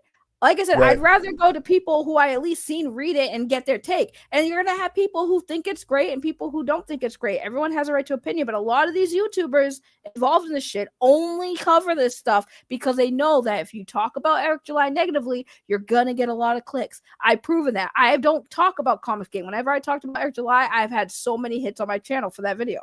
And I'm like, you guys proved my point. Yeah, I mean, I've only read one Ripper comic, and that was Isom 1. I still have Isom 2 that was given to me by Dillard like a year ago that I still haven't read. Did you like it? Isom 1, it was all right. I mean, it was dull. It was there was a lot wrong, you know, like story wise. There was a lot to critique. We did a review of it on Well Red's channel. Patient Zero is a Patient Zero book. Yeah, I gave it like a fairly decent review just for the simple fact that it was like a first outing, you know, and I said I'd like to see like how he grows and how the story progresses. But, you know, otherwise, you know, it had issues, definitely had issues. Yeah, I mean, but like people go, what do you think of Yaira? I'm like, I don't know, character looks cool, I guess, but I didn't read the book, I can't tell you. Yeah. So. I mean, I see some images and the art looks okay. I mean, I don't even like Yellow Flash, but I love Dillard. So like his art, I have a little bias there, but you know, his little Power Ranger Patriot character looks really cool. Like the art was great. So I mean, you know, for me, it's like I can put my bias aside. I don't have to like Yellow Flash, but I mean, you know, yes, I did admit I had a bias, but the art still is good. But Dillard always was a good artist. So like I expected nothing less from Dillard. But I'm not like a huge comic book art professional. Like I don't. Right. You know. But that doesn't really mean anything because I've seen reviews of books that like were bad reviews, and then I'm like looking at it, and I'm looking at the guy point something out about the story or the art or whatever, and I'm like, I think that's fine. You know, and vice versa. I've seen positive reviews of books that like or shit. Yeah, like the guy's like, oh, I love this here, and I'm like, why? Like, you know what I mean? Like, why do you like that? But yeah, we're talking about people's opinions, right? Like, we're talking and it's about subjective. It's subjective because what, like, I get that all the time. Like, I read. Listen, I don't want to get. I'm gonna get flamed for it, but like, I bet the only comic book I ever backed was Lunga's book, and that was because mainly I wanted to support Lunga, but I did read it. Like, I did a review on it because, like, at the time I was like, you know what, I'll review it. I told him I would, and I liked it. Like, it was a decent story, but that's just what I liked. Like, that's what I think is a decent writing, and I like the art. But there were a lot of people who shit on it. Oh, it was crap, and they're trying to explain to me why. I was like, but that stuff the reason why you think it's crap is your reason. That's not a reason for me. You know, right. well, this page here, and I'm like, but that's not a reason for me to say I didn't like it. Like, I liked it for what it was. I read it, I enjoyed it. I still to this day stand by that opinion, but that's just it. It's an opinion. And the issue is people with this whole thing is like they put their opinion out there. Like, if it's something that is very, very bad, like you could tell was written by a child, and there's no getting behind defending it, sure. But the sad part is there's somebody out there that's gonna like that. Yeah, and I even remember when I was a kid getting into comics, right? Like, there's comics that I remember, like, when I first started reading comics, I was like, this is awesome, right? And then you look back at it after reading, like, hundreds and hundreds and hundreds of comics, you know, you look back at it and go, man, that comic was shit, you know? But, like, you still kind of like it for nostalgic reasons, but like, if you're going to be objective, you're like, man, that was a shitty comic. Why did I, like it so much?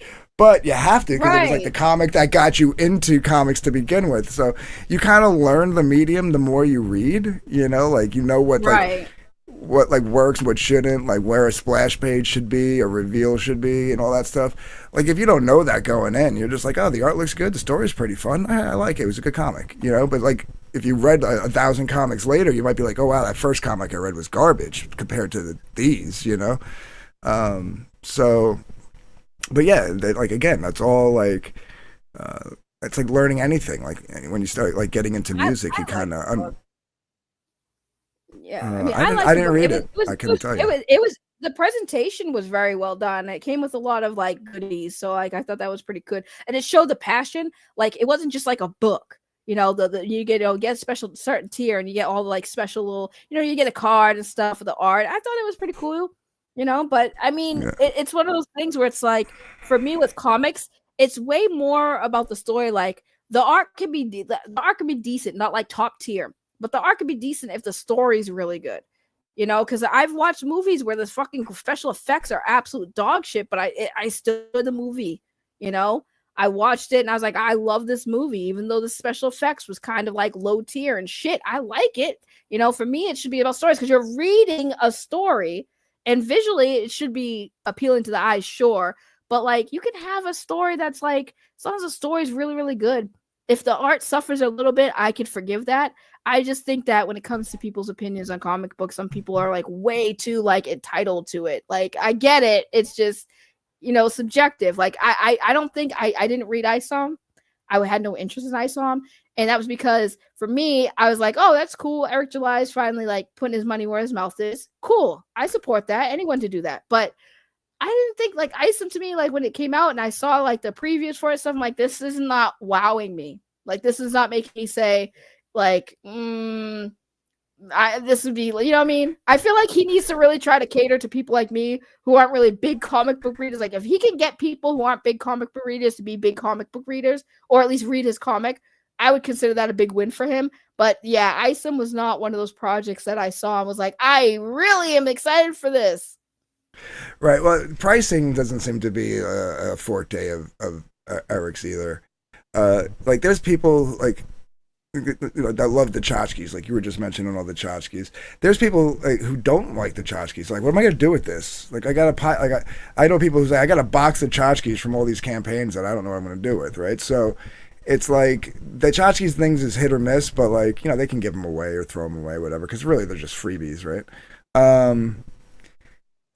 But like, when you're not giving tchotchkes away and you're charging $35 for a book, you might want to rethink things. Yeah, I mean, like I said, if Eric July could sell to somebody like a customer like me, like, then I would be like, yeah, you got that. But it's hard to sell to people like me because it's like you really have to wow me. Because like I would be more inclined to be in a comic book store and pick up a Spider-Man book. You know, I might even pick up Cyberfrog if I saw that at the comic book store, just because I'd be like, oh, I heard of Cyberfrog. Ethan Van Sky's been talking about this for a while. You know what? I might get it because it looks kind of interesting. Because Cyberfrog will at least looks kind of interesting. But like Isom didn't really, you know, get me there. And I'm not shitting on him or the thing, but it just didn't get me there at all. Yeah, like if like for me, like I used to love like street level comics like Punisher, Daredevil, stuff like that, right? So it's something that like Isom we would think from like first glance would kind of fall into. But give me a Deadpool character. Give me the yeah, kind of you Deadpool like the flashy stuff. Yeah, I get it. A lot of people. I love Deadpool. Deadpool is my favorite superhero. Like, you know, and I like the Flash. So I know they're doing this. I don't know if you saw that image of the Flash character, the speedster character that everyone's shitting on him about. Yeah, I gotta talk to Andrew about that. Yeah, it was the blue shift. Blue shift, and everyone's like, "Oh, you made a fucking." I'm like, you know, the Flash is the most cloned character. Like, it's the most cloned superpower. You have the dude from Superman. Yeah. You have the dude from The Boys, the dude who's really fast. There, you have a speedster in every fucking comic. Everyone's have a speedster, but I mean, I got to talk to Andrew because I'm boys with Andrew. I'm gonna be like, "Yo, Andrew, why does he look like Wally West?" You know what I mean? Like that's what I want. It's the first thing I said anything live on air because like he is my boy and I want to talk to him privately first, but I got to talk to him. Yeah, he's very nice. I had to have his back on Twitter with that because he was being very nice to the backlash, and I was like, you know what, y'all need to leave this man alone. His responses are very professional. He's not being a dick. He's not crashing out. He's being very nice and civil. I was like, you know, I gotta have his back. I gotta have. Why is Vicky's comments not in the StreamYard chat here? Oh, probably because we had a fight and we probably have each other blocked. I could see her on my YouTube channel though. I can see her on my YouTube channel. I see people talking to her. Yes, you forgot. We had a falling out. We've been through this. Me and her had a falling out, but that's why I said like I'll still defend her on shit that she needs to be defended on because there are people who are unjustifiably going after her on shit that like she ain't doing. Like my issues with her between me and her, and we could speak on that, but like there's no need when it comes to this topic because everyone be talking shit about her like she's a fucking devil in Comicsgate. I'm like, not really, dog. Like all she does is what everybody else does. She speaks her opinion, she'll talk shit, you know, and she covers things that, you know, she's exposed some people who need to be exposed. I agree with a lot of the people she's exposed on her channel, bro. Like nothing that she said on her channel when it came to certain people was like wrong. Like I said, the exposing the predators and shit, 100% support that. But people make it seem like she's a fucking she-devil is a little too crazy. Like that's a little too crazy. You know, like I said, she's been in Comicsgate for a long time. She's been covering it for a long time. So again, you know, you got to put some respect on that. Yeah, it's funny because like people will be like, you know, because me and her have been butting heads since 2019. And like you must hate her. Like I don't hate anybody. It's not, you know what I mean? Like I hate one person in my life, one, and that's in my personal life. And even in my personal life, I only hate one person. You know, so yeah, hate is too much energy. No, I don't hate her either. I don't hate her either. We just don't get along anymore. And I think I think the situation was kind of fake, but you know what? Like I said, Vicky, water on the bridge. You know, we can just move past it. Like I'm still mad about it, but I still defend you on the stream. You need to be defended on 100%. Even still will. One of my last videos was like a response to like a thing she did on her channel, and like even there I was like, I don't know if somebody told her this. I don't even want to like go out and say she's lying. Like, you know, like, well, but I gotta set the record straight. You know, the crazy thing about it, right, since we're on the topic of Vicky, right, a lot of people who talk shit about her are usually the ones that are just in this for the wrong reasons. Like they're not in it for the right reasons. Like these motherfuckers are all like they're grifting the Comicsgate drama, right? Vicky don't give a fuck if her channel been monetized or not. Like, yes, her making money and stuff would be cool, but like she never got into this from making money off of it. And she's always talked about it. I don't think there's been maybe a few topics that she talked about reluctantly that wasn't involving Comicsgate, but for the most part, she is 100% all about talking about Comicsgate. That's just what she does, and she don't do it because she wants to make money. You know, she's been doing it for a long time without the expectation of ever getting monetized. So again, like I said, me and her, we got our own issues that have nothing to do with that. I will still stand on that she has not ever been the type of person to fucking do this shit for the wrong reasons from my perspective. And I will never say that about her. Yeah, just too much energy. You know what I mean? Like, and honestly, like I said, I didn't know if because I had heard somebody the thing that she had said, I had heard somebody else say that, and I was like, did somebody tell her this and she's running with it? I was like, let me correct the record because maybe she doesn't want to look stupid either. You know what I mean? So yeah, I want to point out something real quick. So here's the thing. So real quick, you know how Cynic and Ruby was like, oh, Ray can come over here and you could hash it out with Matt Bahr, and then Ruby was like, oh, Tony won't let her. I just want you to know, Tony owns the StreamYard, right? They already established this, right? Tony owns the StreamYard that I'm running this off of. This man has been in the back for 10 minutes asking to come on when he knows damn well he can come on because he has access, he has control in the backstage. So he can come on if he wanted to, but he's choosing to ask permission. But don't forget, Tony controls me and tells me what to do. But he's asking me if he can come on the show. I'm running through the StreamYard he pays for. Just saying. Just pointing that out because he is in the back. I don't know if you saw him. He's like, let me in. I'm like, I mean, he owns a StreamYard. He can put himself on if he wants to, but he's being respectful. Oh, were you talking to me about that? I think they were just busting balls. I don't think they really think he controls you. I hope not. I was going to say, you know better than that. Nobody controls my ass. But I guess Tony wants to come on. It's up to you. It's up to you.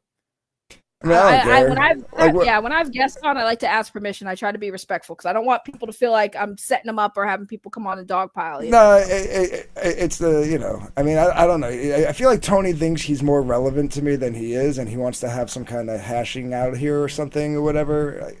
I don't know what he's expecting, but it's up to you. It's your channel. I mean, I know it's his StreamYard, but it's your channel, so yeah. But I mean, no, I know that, but it's up to you because, like I said, I don't want you to if you don't want to engage, I'm not going to force you to engage. No, I don't care. I don't care. Okay, give me a second. Let me get something to drink and let my dogs in, and I'll be right back. Yeah, do what you got to do. Okay, Tony, you can let yourself on, bro. Like, thank you for asking, though. Oh, you want me to hit the button? Okay, there you go. Hey, what's up, Ray? How's it going? Thank you for asking. See, respectful. I'm always respectful. I'm sitting here in the chat listening, and you said something so egregious that it forced my hand that I had to come in the back here.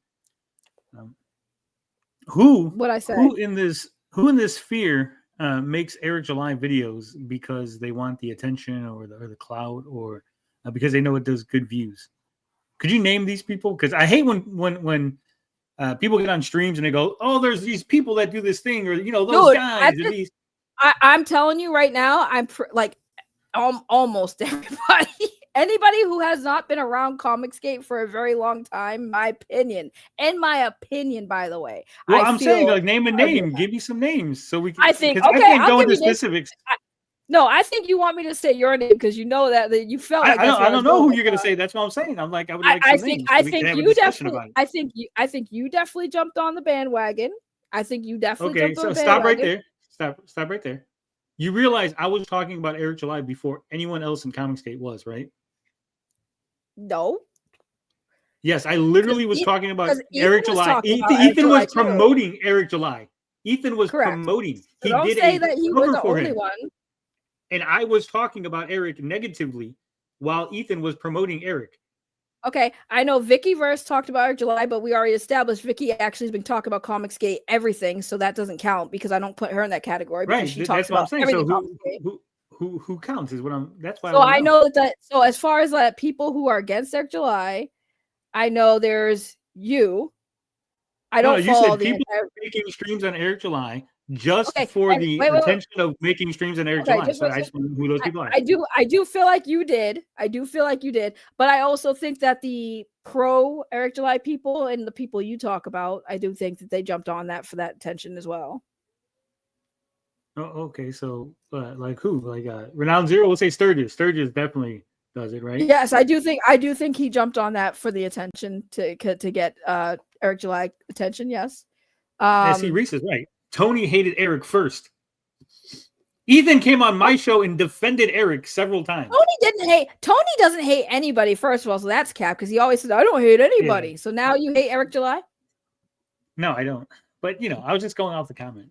Like I said, it's my opinion and how I feel. I've been saying that. But that's not an opinion. These are facts, right? You're saying I jumped on a bandwagon that I started. How can I jump on a bandwagon that I started? It's my bandwagon. I don't think you started it. Because I know there are a lot of other people on social media, on Twitter and stuff, that were doing it too, going at Eric July. I just can't think of the names. There was definitely Dane and them. People were going at Eric July, sure. But as far as the people in this comic skate sphere, in this comic skate sphere, Dane is not comic skate. Dane is anti. He hates comic skate. He has a weird relationship with Ethan Sky where he hated him, but now he respects him. So it's a weird thing. But those guys were after Eric for political reasons. Remember, those guys didn't like Eric. I feel like anyone who says they're anti-comic skate is low-key part of comic skate. They just put anti in front of it. To be fair, they're definitely part of the zeitgeist. Yeah. It's like SJWs and anti-SJWs. They're all SJWs. It's just one has anti, which is against, and that's what makes them different. So I feel like anti, kind of like fascist and anti-fascist, right?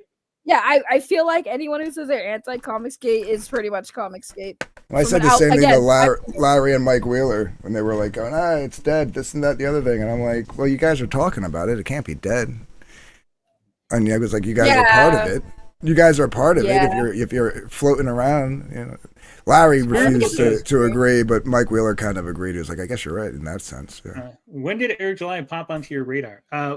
Right when he was talking about what's his name? Miles Morales, when he was calling Miles token. Because I felt like Eric was not using the word token correctly.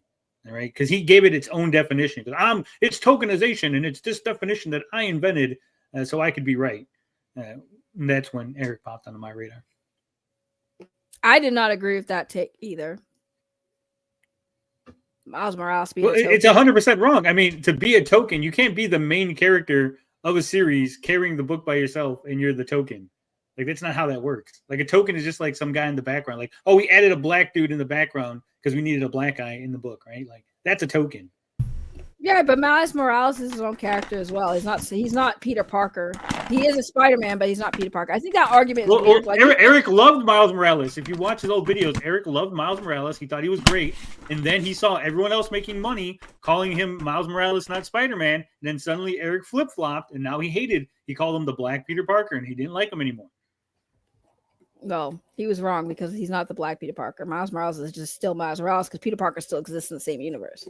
It's not like Miles Morales replaced Peter Parker. He's just I can't stand it because multiverse is still a thing. We have to acknowledge the goddamn multiverses, please. Please, can we acknowledge the multiverse? You can have a black Spider-Man and not replace the original Spider-Man. Just saying. Well, Saggy, in the universe, Peter Parker died. Well, in the Miles Morales universe, Peter Parker died. Not in the games. You're not in the games when you play. You're not talking about the games, though. We're talking about when Miles was invented, right? I mean, yeah, when Miles was invented. He was invented in the Ultimate Universe, and then Peter Parker died, and Miles Morales became Spider-Man. Right, but they also eventually brought them into the same universe where they but this was years later after Eric July made these comments. After the either way, they made it combined. Okay, they combined forces. They fucking touched tips. I don't know what to tell you. Either way, Miles Morales can still exist in the same universe as Peter Parker. That's all basically. Well, he does. And they brought him over from the Ultimate Universe into the 616. Which I also thought the game. And when I brought up the game, it's because I love that game. That game was awesome. Having Peter Parker and Miles Morales. I mean, yes, that's fair. I mean, I don't know everything about comics because I didn't care. But I mean, when I say I didn't care, I didn't really care for Miles Morales' Spider-Man, not for the same reason. It was just because I'm a big Peter Parker fan, and I didn't care too much. But I don't mind Miles Morales. I saw Into the Spider-Verse movies. I thought those were great. I played the game. I played the Miles Morales game. I thought that was great. I like the Miles game. Miles game is pretty good. My only issue is like I don't like the ending. It's kind of my issue though is the only thing that bothers me is like, do we have to emphasize he's black? Like, do we have to have the? He's Puerto Rican. He's only half black. They don't even emphasize right, his, and like, they don't Puerto even Rican they don't exactly. They don't even do this Puerto Rican side. They always make the black stuff because I'm like, why is it when you're in the first Spider-Man game, you're flying around the air, Spider-Man, you're web slinging, and they have like the heroic orchestra music, but you play the Miles Morales game and he starts web slinging and they have hip hop music, and I'm like, really? Like, that's so on the nose. Like, why do we need the hip hop music? Why can't Miles Morales have the orchestra heroic energy? But like when it's Miles Morales, nah, we got to do rap. We got to make sure you guys know he's hood. We got to have gang violence, even though Spider-Man has gang violence. Did you see what happened when he became Thor, Ray? When he became Thor? Yeah, there was some what ifs. What if Miles Morales was like different characters and he became Thor? And said, like, what if? And he said by Odin's fade, because Thor's always like by Odin's beard, so he says by Odin's fade. And like they made him like they made like Asgard like super ghetto. Like it was just like even black people were calling it out, like, what is this shit? Like this right, like right. It's like I don't see that's the problem I have with mainstream, which is why like I definitely am like one thing I have with mainstream industry is the way they cater to the black community. Like we asked for this shit. Like nobody asked for Miles Morales' Spider-Man to be all about hip hop and gang shit. Like we don't care about that shit. We just want a good story. We just want a heroic story. I get so tired of the fucking bullshit with that. Like I don't want a hip hop fucking theme song for every black superhero, bro. Like we get it. They're fucking I want black. a mariachi theme song. I want to hear some horns and some accordion. Sorry, Doc, if I had to go on a tangent, because that's my biggest pet peeve about this shit is they always do that to black people. Like, and then people are like, "Oh, this is why it's woke, bro." Black people don't want this filth. When people were talking about having a black Superman, every black person was like, "No." Nobody said that. Well, normal black people don't want it. Yes, yeah. The ones who were like indoctrinated and like riding the far left coattails will take anything they can get, and that's the sad part. I love this, and I don't mean that that's just black people. That's the same with like far left woke gay people and trans people and all that shit. Because they got to be perpetual victims. So that's the bro. Even like who the fuck wanted Ironheart? Like who in the chat? You type one in the chat if you wanted Ironheart. Did you actually watch the series though? No, I wasn't gonna watch it. I don't fucking care about Ironheart, bro. I watched it. It actually wasn't that bad.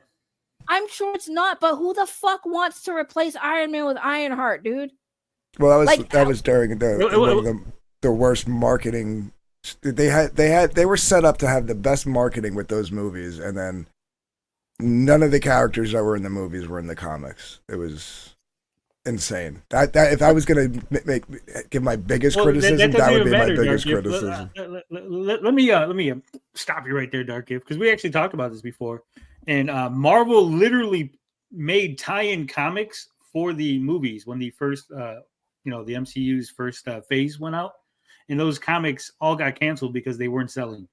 They did not get the fans that they thought were going to come, like, oh, they're watching the movies. Now they'll buy these comics. And these comics were made specifically to cater to the MCU viewing audience. They all failed. Right. Well, because nobody wanted movie tie-ins. They just wanted to come. No, they were like sequels. They were like, so the movie would end. Like, so let's say the Hulk, right? The Hulk ended. And in the comic book, they tell you that Black Widow comes and arrests the leader, and they put him inside the raft. That was in the comic book. That was basically like, here you go. You watch the movie. Now you can see what's going on next. These are the characters you loved from the movies, right? And no one bought them. I believe that. Same thing with the tie-in games. No one bought the tie-in games. Those were canon when they first came out. But people wanted the actual comic books. Like, they didn't want to see like the Ed Norton version of Hulk. Like, okay, listen. Obviously, they were paper. You know what I mean, with pictures. No, but what I'm saying like they were written by competent people. But if you're saying they wanted to go from the movies to the comics, right? And they were set up to like, they watch the movies. I'm not saying anybody wanted to do it. I'm saying if they're different, if they go to the comics, they go, oh, this Hulk is different than the movie, and wouldn't that confuse like normal people like us? We don't care. I was going to read the Hulk anyway. But like a normal person goes to the movie, sees the Hulk, says, "Hey, that's cool. It's a comic book. Let me go get it."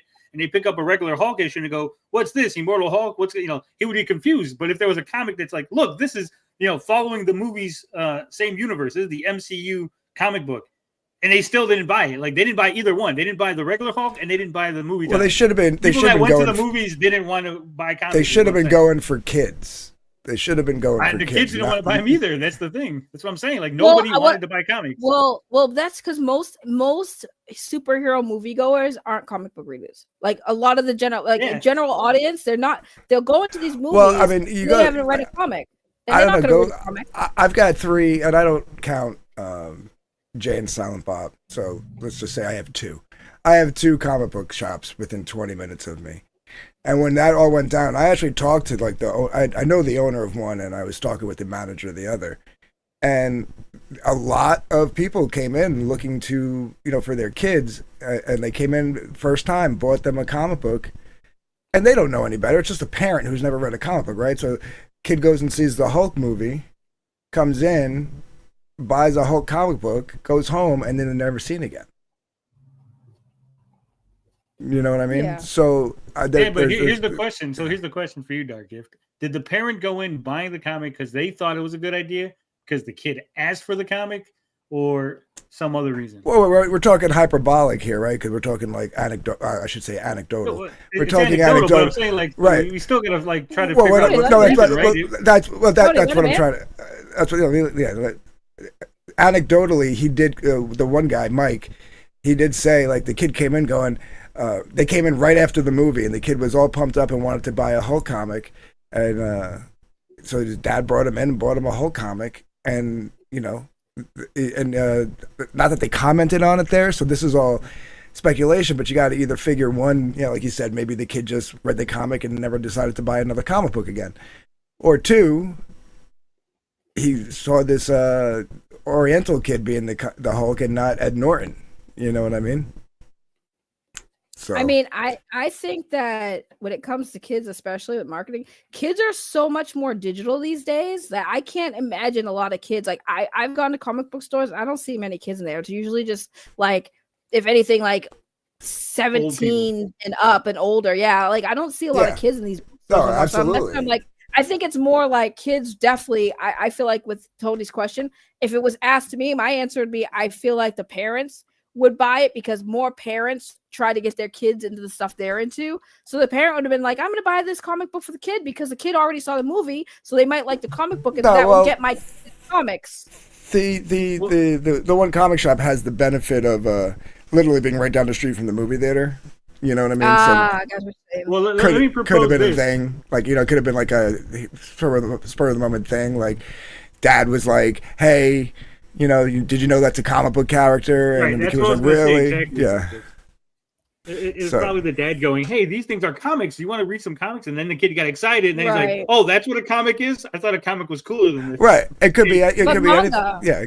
That's why I'm saying it's Grumpy's anecdotal right. and speculation, but, I mean. But Grumpy's right. More kids are inclined to read mangas than they are comics these days, like actual superhero comics. Because I think for some reason, manga has been a lot more popular than regular comics. So it's kind of weird. Yeah, absolutely. That's why a lot of anime mangas are more for adults, like the older adults too. That's the crazy part.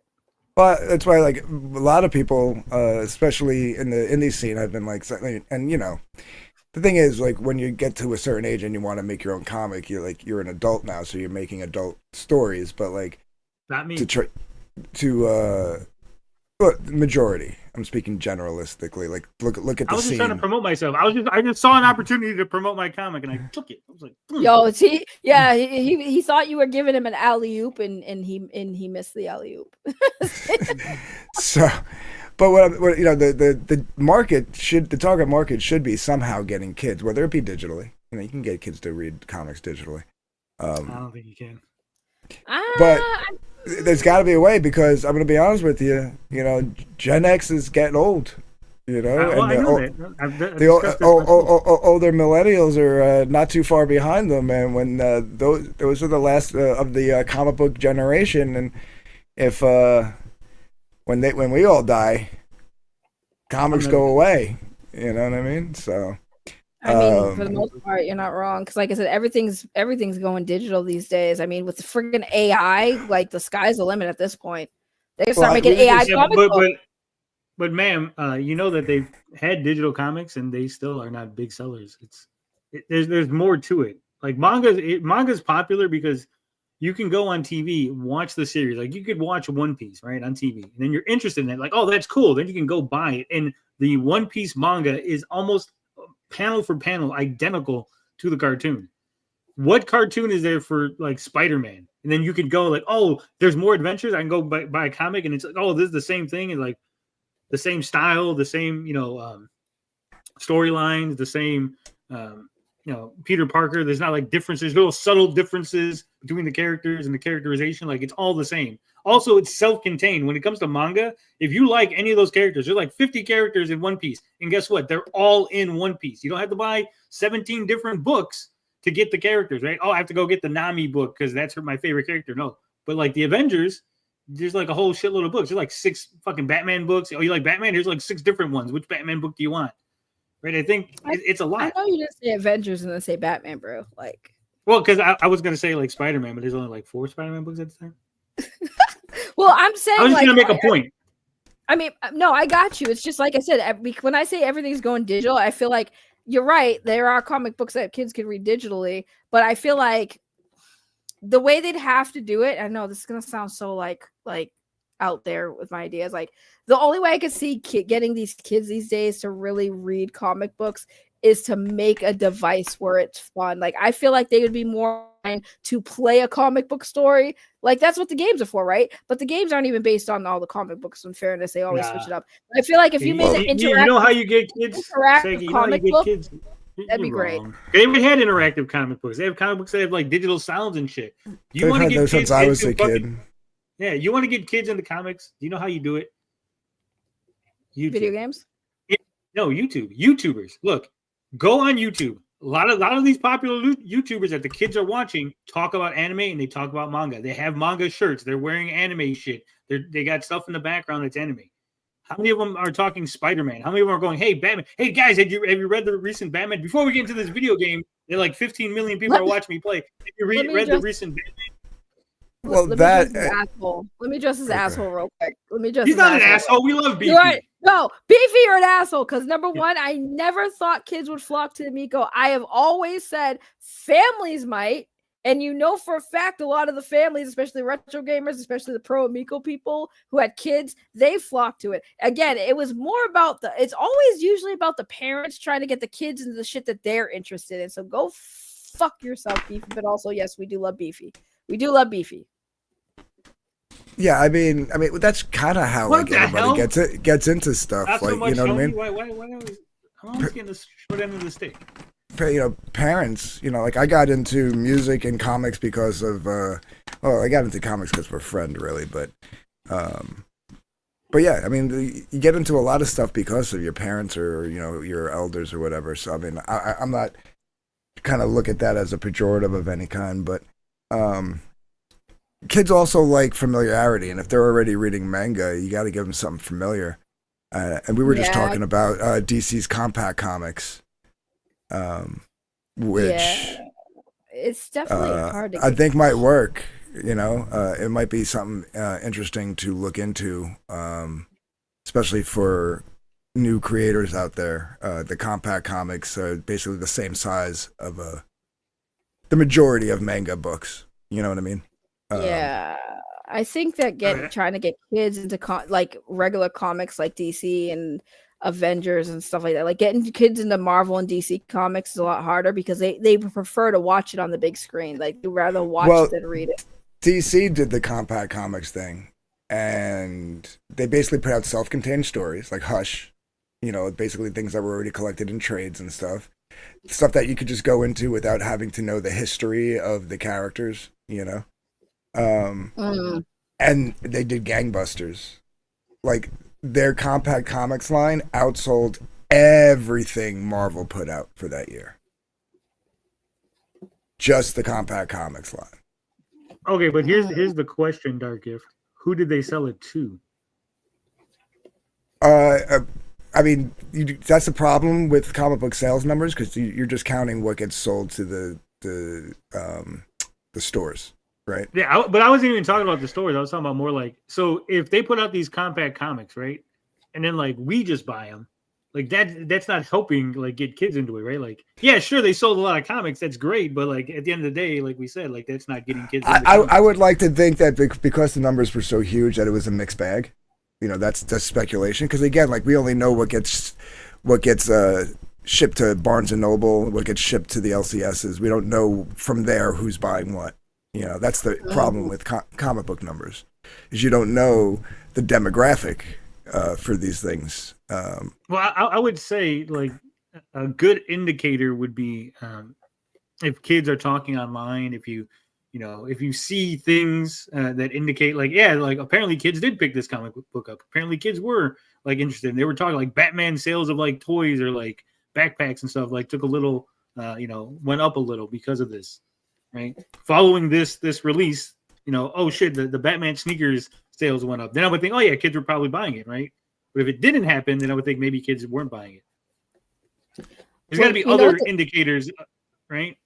Well, I was gonna say, like if because like, okay, perfect example of like something that came out recently that just all of a sudden blew up, and I there's a big formula, but dude, if you say Rippaverse, I will strangle you.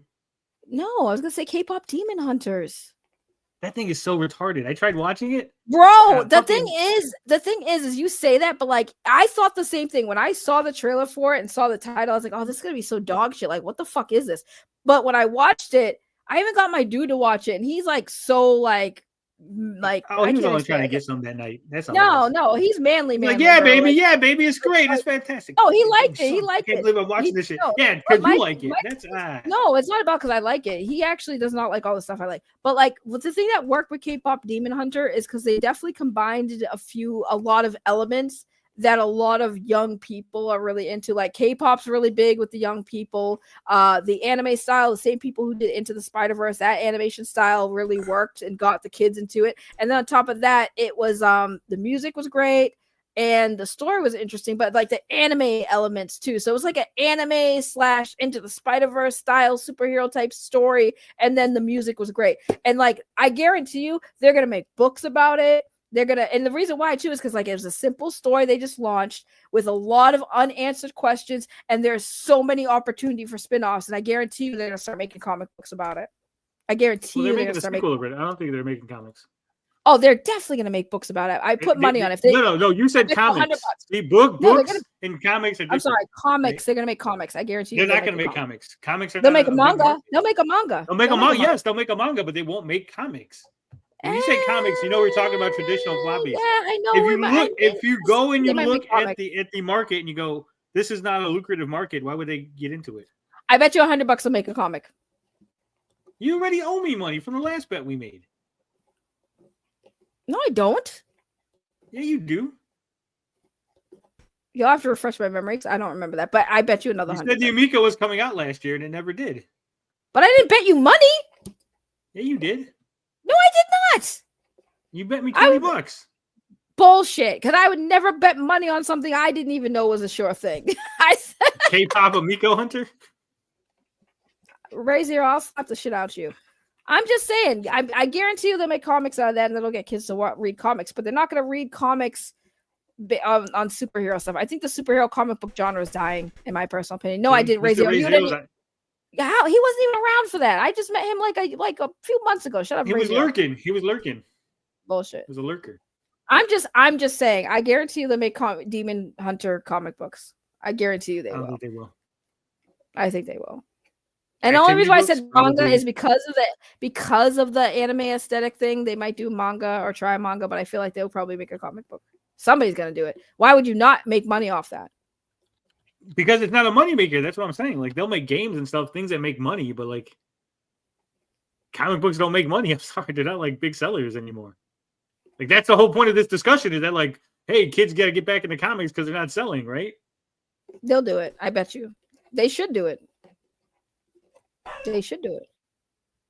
I think they should. K-pop Demon Hunters will be on WebTubes or something. Nah, it wouldn't be on WebTubes. Like, it's very popular. Dude, I can't go on social media without seeing fucking K-pop Demon Hunters now or hearing the music. I was literally in the hair salon last week and they're playing Golden. I'm just sitting here like, you cannot get away from K-pop Demon Hunters right now. I was actually shocked. It's nowhere in my feed.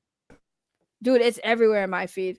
And it's in the stores. They're playing the music in the stores and shit. You go to the fucking mall or something, they're playing the songs from the movie. You got malls still in Boston? Bruh, are you fucking high? Of course we got malls. Malls didn't die We off. don't got no malls over here. We got fucking like it's a big store with baby clothes and diapers. That's all. Yeah, because you live in the ghetto. You live in a fucking poor area or something. Like what the hell? I live in a poor area. I live in a poor city, right? What was that? You guys still got malls in your area, right? Yeah. Yeah, see, you just live in a poor place. Your city can't afford malls. The pandemic killed all the malls for you. Move to a nicer neighborhood or something. I don't know what to tell you.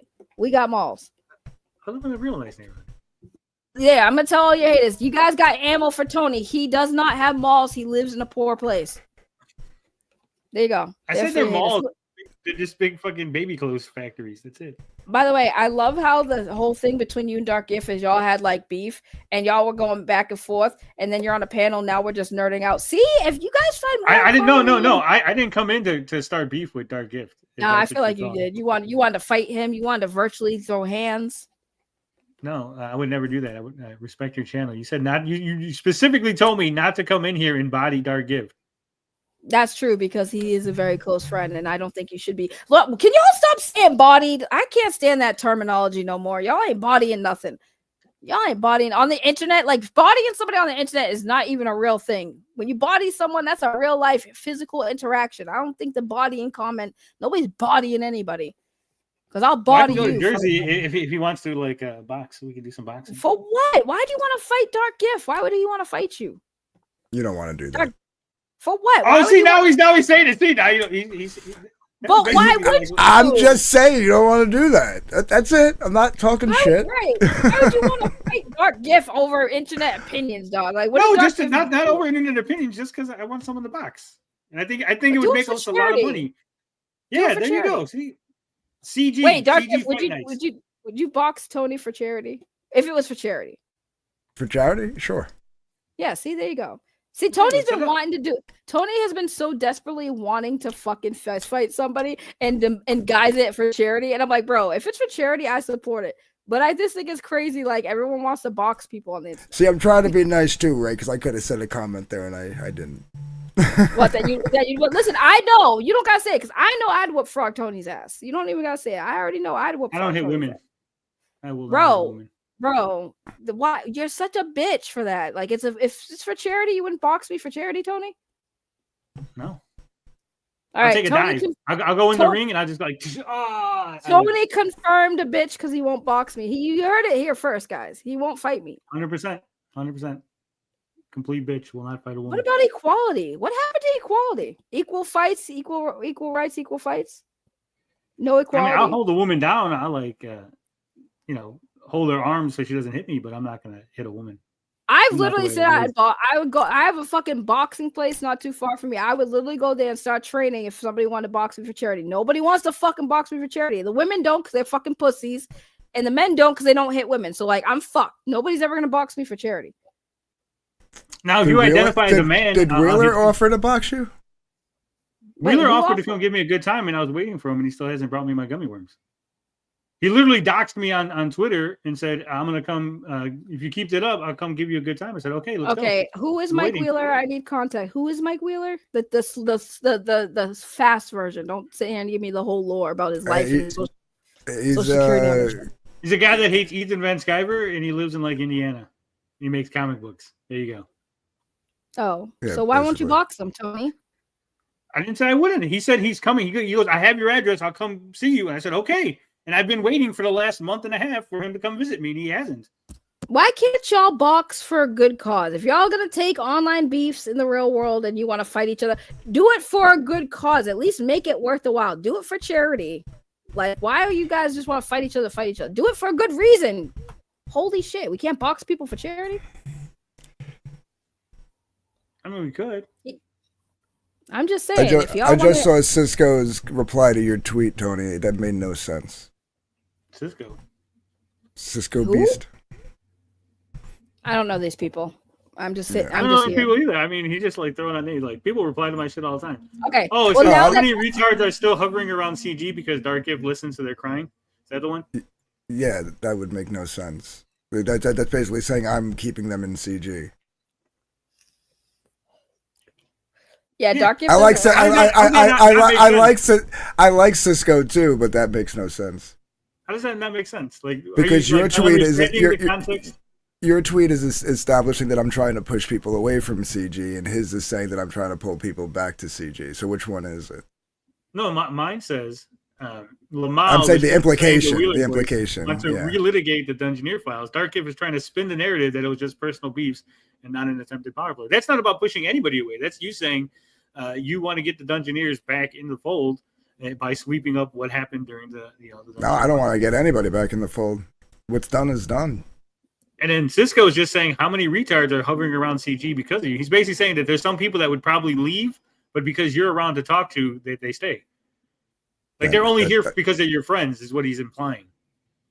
I don't know if it's true or not, but that's what he's saying. Yeah, it makes no sense. It makes a lot of these people make no sense. A lot of these people. No, he's saying it makes no sense, but it makes sense. He just doesn't agree with it. It makes perfect sense. He's saying I would 100% would leave. I would 100% box Guy Frank 100%. Sorry, I had to answer that question. By the way, since you're here, since this is about y'all stream, we gotta get some clarity because you clearly missed a lot and you don't have to rewind and rewatch unless you want to. I'm sure y'all gonna EFAP to it next time because Tony's here and Dark Gift is here. But listen, the thing I have to correct you on is number one. I wanted to intentionally trigger Matt Bahr, which is why I inserted myself in that conversation. I'm not white knighting for Crim. That man has already called me some crazy shit in the past. But for the most part, it started off with me trying to bait him into Crashout because he is a known Crashout, and I wanted to get him to Crashout, which I did successfully. Thank you very much. And two, once he said he didn't dox somebody, he actually really did, regardless if you agree with the doxing or not. When he said he never doxed somebody, and then there is little physical evidence. Right, but there's little physical evidence of him doxing somebody. Y'all can't say that he didn't deserve to get called out. That's 2. 3, Tony, don't tell me what to fucking do. That's number 3. And I know Dark Gift said y'all would just give me shit, but like I want to make that clear because I know some people in your audience definitely take everything you guys say as gospel. So I just want to say it here. Fuck you, Tony. You don't tell me what to do. What else? Not in public. Yeah, and also ain't nobody body me because this is the internet, and bodying people on the internet is just as fucking retarded as people just talking shit and think they're gonna fight people in real life over it, because we know that most people that say that ain't about that life. So, and also I was being soft on Twitter because it's fucking Twitter, and I wasn't trying to get my account reported for saying some crazy out of pocket shit on Twitter. So you don't even have to have it reported. You know that, right? Like you could just say something saying, like I've got it automatically reports. Like I've literally just like made tweets where I've used the N-word and like it just automatically is like, no, we're gonna like flag your fucking tweet. But this is what I'm saying. Like I can't say the shit I could say on fucking Discord or on my YouTube channel on Twitter, because like I've gotten reported for saying nigga and I'm not even spelling it the proper way, and somebody reported me for saying that. And I know Twitter made this whole Twitter has TOSs, right? And it says that like nigga isn't against TOS. Same with like YouTube and Twitch. Like you can say that on platforms. People scared to say it. It's crazy. Like black content creators say it all the time. Rap artists I say it all the time. But like they don't get reported because it doesn't break TOS. But sometimes there's somebody who reported me one time for that shit, and my fucking Twitter was suspended for like 14 days. And I'm like, bro, and I didn't even spell the word properly. I said NGGA. Just say ninja. But I do now because I have to. You say, right. Here's the thing. How are you going to tell me my fucking motivations for doing shit and what the fuck? Like, how are y'all going to tell me? Y'all not in my head? I hate when people say that. You're lying. Bro, how? Because I'm telling you exactly what it is. And you're like, it's cap. Nah, it's not cap. Nothing I say is cap. I tell the truth. Yeah, well, one thing you said was cap. You said that Andy Andrew was a nice guy, and that little bitch fucking reported my Twitter 3 times trying to DMCA me. Wait, is that the guy who you were going at with the art? No. Oh, then I got the wrong Andy person. Andrews is the Rippaverse guy. Oh, I got That's the wrong Dark Disc person. Buddy. I thought that dude was the one. Sorry, I got that confused because I thought it was the dude you were talking shit about his art. My bad. I guess I didn't know that guy, so I did get that. Well, wrong. there's new rules to play by, though, right? Like that's allowed now, though. All I know is y'all need to stop crying about the shit y'all do to each other. Wait, hold on. Hold on. What's allowed? DMCAing my Twitter is allowed? Reporting and flagging and whatever you want to call it. Yeah, that's allowed now. He's being sarcastic, Tony. Come on. I know you're not taking that seriously. No, I know he's being sarcastic because he's trying to make a point, but this was years ago. This was like during ISOM 2. So that was like 2 years ago. And yeah, well, so it wasn't okay then, but it's okay now. It's kind of the point I was making. It's never okay. Who said it was okay? When did I say it was okay? You guys are all like, who's you guys? You keep this is the problem I had with you. You specifically. Here it is. Who did I say Ethan. Okay to? You specifically, Ethan. You guys just hand wave it away like, oh well, he's a grown man. He can do whatever he wants. Blah blah blah. Who did I hand wave away? Liam. You guys all hand waved Liam away. Who did he strike? He struck Matt, and then Matt went, and I called it. I called it when this was going down. It's not going to go back to Liam. It's going to go back to other people. Okay, and then Matt struck EVS. Who cares what Matt did? So Liam struck Matt, right? And then I hand waved it away. Is that what you're saying? Yeah, you guys all did. You guys all made an excuse of Ethan can't tell anybody what to do, and Liam's a grown man, and blah blah blah. First off, you really can't. Like, EVS is not anyone's boss, so he can't. I never said he should tell anybody what to do. So it's not an excuse. And then, as far as hand waving it, we all said, "Hey, Liam, I know this is your legal right, and you're legally within your rights to do this. I wouldn't do it personally, but I mean, if you choose to do that, I can't stop you." That's what you guys were all saying. Said. I don't know what all you guys. I don't know any other guys. I know. You were in the thread. You were in the threads. You were in the threads arguing with me about it. Yeah, because he's legally allowed to. If someone shows his art, everyone stop. He's legally allowed. And stop. I literally covered this. Right. So wait. So hold on. So then my point is.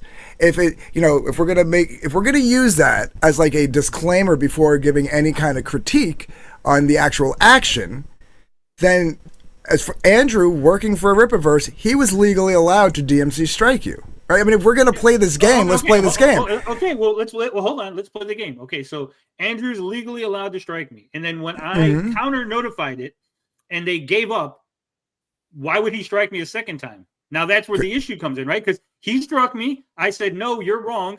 Go ahead, take me to court. He waited 30 days, gave up on his claim, waited 2 days, and then re-DMCA'd me. Now, is that legal? No, because that is now him doing it on purpose. That is him.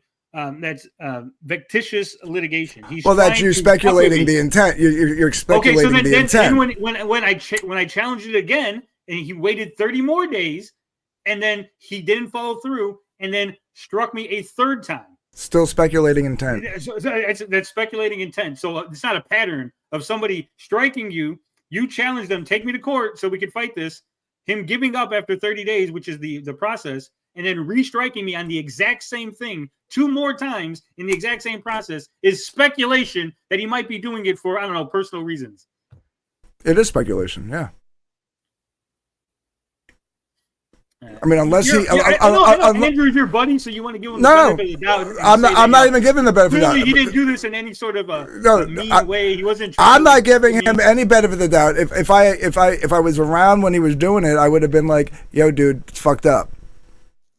So you went around 2 years ago? I didn't know he was doing it. Is what I'm saying. This is the first I'm hearing about this. So yeah, if I had known, regardless of like my feelings towards you, I would have said, "Yo, fucked up." I wouldn't have fucking prefaced it by, "I know it's your legal right, but it's fucked up." I would have just said, "It's fucked up." See, you handle things differently. Can people just stop like reporting YouTube channels because they're mad over the? It wasn't my YouTube channel. It was my Twitter. Was it talking to you? Was I talking to you? I was saying in general. Like, damn, you take everything personal. I wasn't even talking about you. Did you strike somebody? Did I hear you say you struck somebody? No. Okay, I'm talking about in general. Damn. I think people fucking striking people's channels down for their fucking opinion. Just don't watch the shit. Don't watch it. That's the thing. Like, I agree with you. Striking people down for their opinion is 100% shitty. But if somebody steals your artwork, I think you're within your legal rights to go ahead if you want to make an issue out of it. Who in this sphere has been stealing people's artwork other than Liam? Whose artwork did Liam steal? Well, he stole credit. I should elaborate that. But who stole his artwork? He says that Matt Bahr showed his artwork on stream. You mean a stream where he was e-fapping Liam, showing it on stream? If that's the case, yeah. Liam went on to his stream, said Matt Bahr does not have the legal right to show off this art. This art is not for Matt Bahr to use in any capacity. And then Matt Bahr went and used it. Well, what made Liam go on his little tissy fit the last time we were on FFS was when I turned around and said, well, apparently YouTube didn't agree with you because YouTube put it back up. Yeah, was it posted publicly though? Mm-hmm. It doesn't matter if it's posted publicly. I mean, then you got to go through the legal channels, in my opinion, because that's when it gets to a public point opinion. Like, if you feel like it is illegal or something that's stolen, you got to go legal route. You got to go the legal route. Yeah. But basically, my point is, everybody should either have an opinion on it and not preface it with any legal bullshit, or just say that it's kind of okay when someone you like does it, but it's not kind of okay. No, it's not when someone I like does it. If someone stole your art and they were stealing your art and said, "Hey, I don't want you using my art for your streams," and they put up your art as their background or something, and you struck, I'll be like, "Hey." That's not what happened. Okay, though. I gotta be devil's advocate here, Tony, because like didn't another comic book creator call you guys out for recreating art that they made? We had this discussion on your channel before. Yeah, Naomi Comics. No, they lied about what we did. We didn't recreate anybody's art. But what I'm saying is, we created our own art.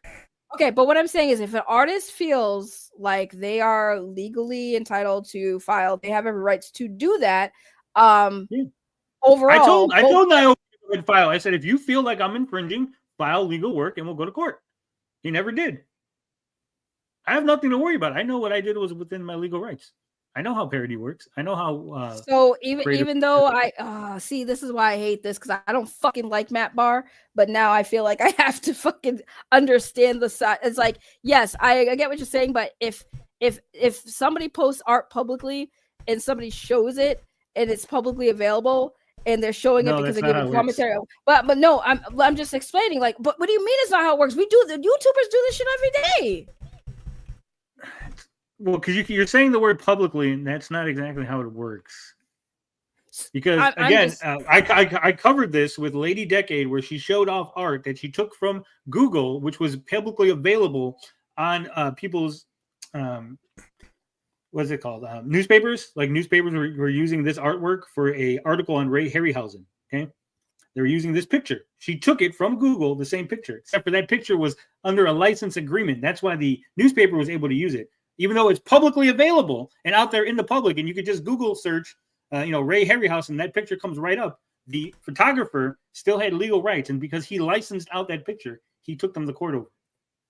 I'm saying that for example, and again, I hate having to defend Matt Bahr in any level of capacity because, like, I fucking can't stand this man. But, like, for example, before Matt Bahr was a thing, right? Liam's logo, his art has been used by YouTube channels that mocked him for a very, very long time. And he's never done that to them before. He did it once to testify HD's channel. I do remember that he did strike him down. I forgot what the reason was. I think it was because he was showing like personal pictures. I don't think it was the art. But it was what's his face doing remember lion art? Oh, okay, yeah, you're right. I wasn't sure if it was a personal picture or if it was an art. Yeah, and it was like an altered version of his avatar, and they would go on with the fake Australian accent. Yeah. Right. Okay, that was what it was. That's right. You're right. I couldn't remember. Like I said, I remember there's so much shit that everyone posted about Liam back then. Yeah, he hit Testify's one. channel, Mike Miller's channel, and Nasser's channel, and JDA's channel, all within the same 3 days. And all of those channels, even though they got hit for a bit, most of them for the most part got their shit restored. So like I get what you're saying, but it's like I think that it's like if you put your art out there, I'm not saying people have a right to steal it. I think there's a big difference for me where it's like if people are using your art to make money off of, that's definitely a big no-no. I think if people have your art for the point of mocking it, you did mock Niobe's stuff. You guys right. Did. You want to know what happened? You want to know what happened? Like seriously, you know how we were just talking about random nonsense while you had Cynic's stream up? Yeah. Basically, for about 3.5 minutes, Matt and Chris were like they were talking about something else.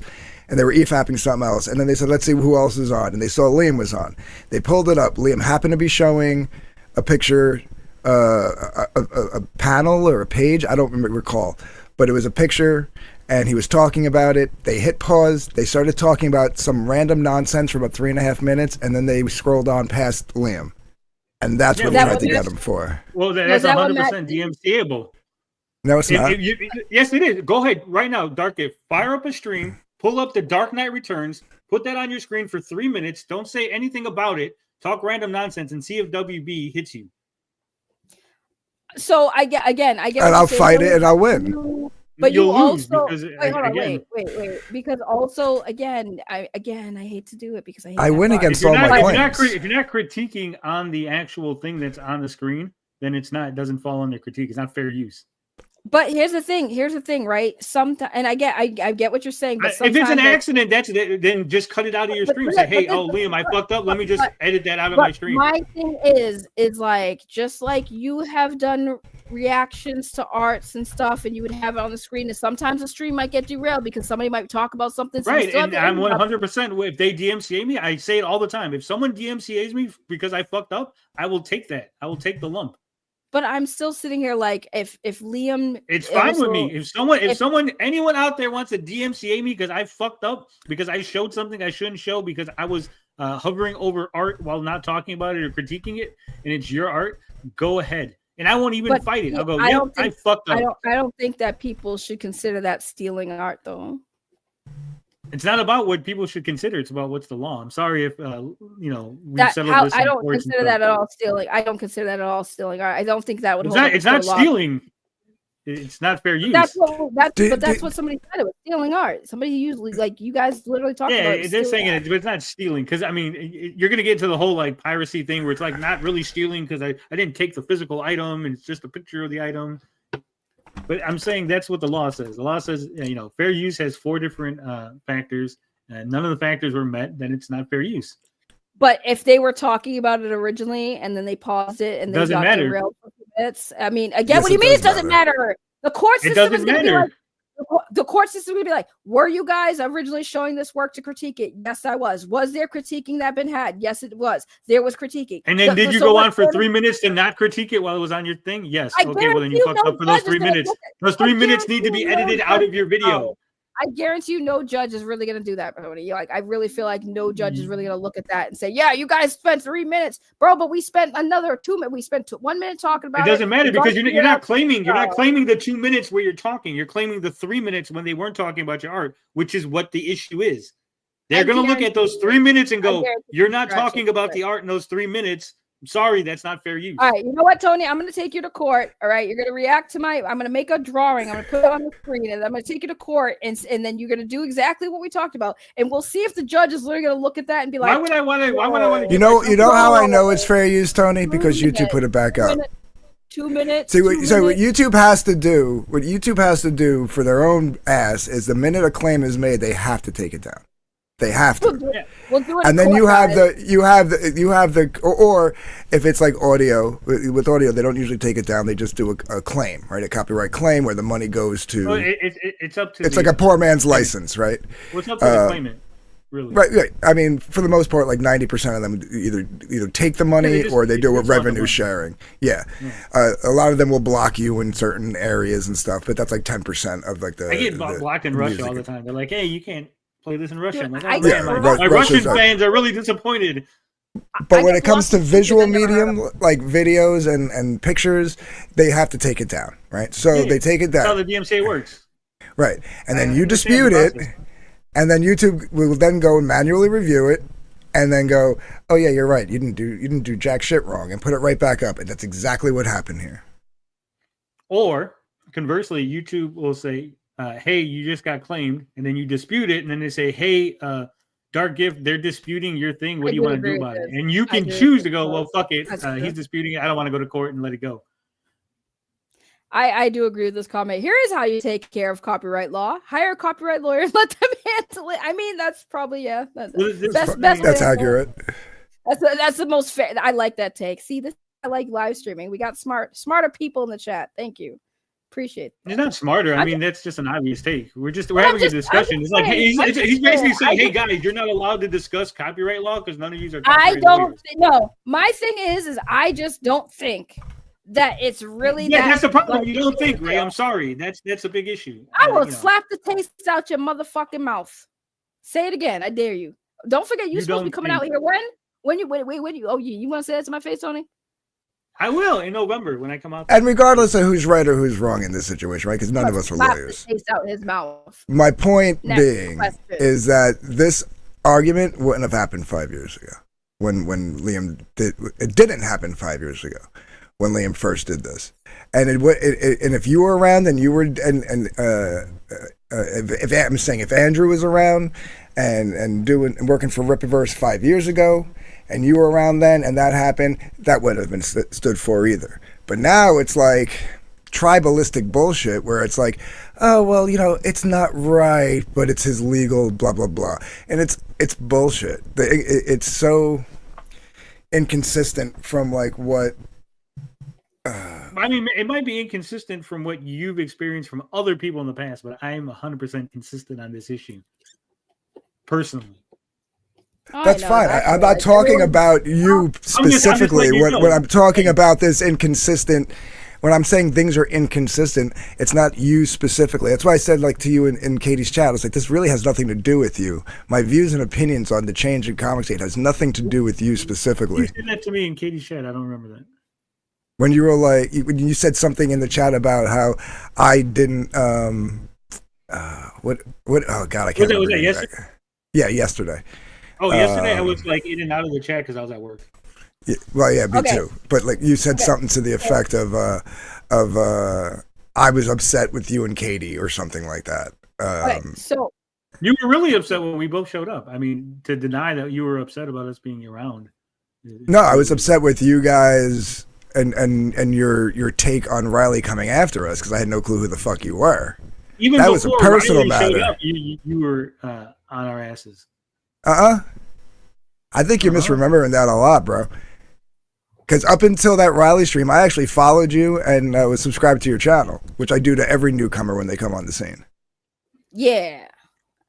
But by the way, Tony, I want to before I get to this, I want to remember because, so I guess more so the copyright issue is less about, I guess, who is right and wrong to do it. It's more about the fact that, apparently the hypocrisy, the calling you out on it was okay when Liam did it, but when somebody else did it, you were upset about it. Is that basically everybody? Well, the scene. No, she's talking about specifically something from the chat. No, actually, that's not what happened. What happened was the person that said about the copyright lawyer, we had a discussion about it, and then he was trying to copy strike Niobe, as a matter of fact, because Niobe used a picture of him. I said, that's probably not the best way to handle this because Niobe's a troll, and that's not going to amount to anything. And we were having a discussion in private, and then he just stopped answering. And he just popped into the stream like I was just not saying anything about it. I'm sorry. He's roboting really bad. Tony, stop. Tony, you are roboting so fucking bad. I thought it was me. I don't know what happened to your connection. Roboting bad now? Let's keep talking. Say something again, yeah. Am I doing good? Am I fine? Yeah. Okay, yeah, there you go. Okay, so You me and explain- One I'm gonna make some tea. I'll be right back. One gun had copy struck Niobe for Niobe using One Gun's picture on a thumbnail, right? But Niobe obviously changed it and everything. He did all the, he was making fun of him basically. And I said, hey, that's really not, big deal. Don't worry about it. But he was really upset about it. He wanted to copy strike Niobe, and we were discussing it in private. And then he just stopped answering me. And then I did a stream, and he popped on the stream, and so then I carried on the conversation because I'm not the kind of person that's just gonna not like if we're discussing something, me and you, Gif, and you just stopped responding to me, and then you pop into my stream. Damn right, we're gonna carry the conversation now. You went from private to public now because you didn't want to talk to me in private. Gotcha. Yeah. But there, people are saying you kicked them. I asked him to leave. Yeah. Or I don't know the context. I'm just saying. People are saying. Again, I don't know. Yeah. I saw that stream where One Gun was kicked. Can confirm. One guy got kicked because he wouldn't work for Liam. Wouldn't work for Liam. I'm just reading the chat. And then, so you kicked him? I had nothing to do with Liam. I'm just reading the chat. You or them have to add context to this. So what was he kicked for? I tell you, we were having a discussion about him striking Niobe's channel, and I felt that he was not within his legal rights. So I was like, hey, I am not a hypocrite, and I have always stood by if you're going to strike somebody, unfairly, then I can't have you around. I mean, in fairness, it was TM not Niobe, Young Gun saying. In fairness, y'all get your information from the wacky server. I can't really take y'all 100% seriously on some of the facts. No, these people said they said they were watching while he got kicked. So okay, so you gave your opinion. Something then led up to you booting him off the stream. Again, Tiamat used his picture and he changed it onto a thumbnail to make fun of One Gun. Okay? Like, let's say I take your picture, Dark If, and I put like clown makeup on you, and I put like a clown hat on you, right? And then you say, "Will you DMCA strike me?" Because you're like, "That's my image." They're like, "No, I changed it to make fun of you," right? Like that's fair use. And so because it was fair use, I said, "Hey, you can't do that." And he did it anyway. And I was like, "I can't be a hypocrite because I am all about fair use. And what you did wasn't fair use. What you did was wrong." And so I asked him to leave. I said, "I gotta kick you." So they're saying you kicked him and said, "Don't come back until you remove it," but you got Liam still sitting with no public shame. It was Tiamat. Yeah, because I believe that Liam is within his right because they did not change. Yes, we established that, right? Okay. I just had to emphasize. I don't know why is this so hard for people to understand. I believe what Liam was doing is within Liam's legal rights. I do not believe what One Gun did was within One Gun's legal rights. Liam gets to stay because Liam is not doing anything that is against my beliefs. One Gun did something against my beliefs, so I kicked him. How's that hard to understand? If Ray is doing OnlyFans and I'm cool with it, I'm not going to kick her. If I don't believe that men should do OnlyFans and Dark Gift's doing OnlyFans, then I would kick him, right? Because those are my beliefs. I'm sorry if you don't agree with them, that's fine. If you don't like it, that's cool. But these are my beliefs. I think that Liam is within his legal rights because they showed his artwork for 3 minutes without discussing the art. It was not fair use. One Gun's image was changed and altered in order to make fun of him in a thumbnail by Tiameds. I feel that Tiameds, even though I don't like Tiameds, I hate Tiameds. I think Tiameds is a fucking retard, right? But I think that he was within his legal rights to do that to One Gun. And I think One Gun was not within his legal rights to DMCA that. I'm very confused. I'm just going to be honest with you. I'm sorry. I don't know why, because I kind of feel like it's like, again, please don't make me defend people. I don't want to defend, but at the same time, it's kind of like you are kind of saying like your morals is also kind of like if you're not against people like striking people, I feel like within reason, I don't know. It just seems like it's like your morals are making it seem kind of a little on a borderline of hypocrisy, a little bit of borderline hypocrisy. Okay, so if I think that you're legally okay to do something, and I think that someone else is not legally okay to do something, how is that hypocrisy? But just from what I heard, it's two different situations. The situations are not identical. That's the problem. They're trying to make two totally different situations look identical. They're not. But isn't it about? Well, I might be misunderstanding. So maybe that's where I'm getting confused. And please correct me. You are misunderstanding. Liam's art was shown for 3 minutes without no alterations. Okay. Logan's picture was altered. One guy's denying that. That art, his picture was put on a fucking thumbnail with alterations. Liam did the same exact thing I did. Tiamat did not change my image. LOL. I mean, we'd have to see the image. Yeah. I think that's why I'm confused, because it's like it kind of sounds like it, from what's going on, is it sounds like it's a similar situation. That's why I'm saying it kind of seems. Oh, but I don't know. I don't know. Personally, no offense, I don't really care, because like it happened, so it's not like me caring is gonna change anything. It's change not gonna, anything, right? Here's the other thing. Here's the other thing you got to know. The courts have actually decided already. Like thumbnails are not violations of fair use, especially with pictures. You don't own your face. There's like a whole thing, because remember Susie Liu tried to DMCA a bunch of people over her image. It was like 6 years ago. Yeah, that whole thing, yeah. So, I mean, I'm sorry, overall, it was already decided. I just feel like when it our comes hands to are tied. if it's public and it's out there and people, I don't think it's people need to like be striking people now, because like only time I've ever buy you your StreamYards, right? Listen. No, here's the thing. I've said this in the stream, right? Because y'all just got here, right? The thing about the StreamYards, I was fine paying StreamYards when it was like $20 fucking, bro. I think it's a joke, right? I don't think you have to worry about it. I think what he's saying is because you called $40. God damn it! Fuck no, $40. I think what he's saying is because you called Tony a hypocrite, he's gonna now pay for your StreamYards. I think listen. I'm completely fine on the StreamYards. Tony's been very. Like I said, Tony was. You guys weren't here. Tony asked me if it was okay for him on. No, I don't care if it's a joke. Let me crash out. God damn it. Okay, Matt Bahr. Yeah, I'm going to Matt Bahr. Let me crash out. Okay, let me have my crash out moment. If Matt Bahr can crash out, you guys suck for doing it. I get to crash out too, motherfuckers. Okay. I'm not paying $40 for StreamYard. Fuck that noise. 44. Okay. 44. Whatever. It's still too much. Like it should have stayed 20. I don't understand why they increased it and didn't do much with it. Like there's not anything new and wow on StreamYard that they've done, which is. What are you talking about? They fucked up the whole back end. They fucked up all the UI. Yeah, it's fucking so weird now. Anyways. Shit. Now I forgot my point. I forgot what I was gonna crash out about. Never mind. Continue. Yeah, don't worry about it. What was I even gonna crash out about? I don't even remember now.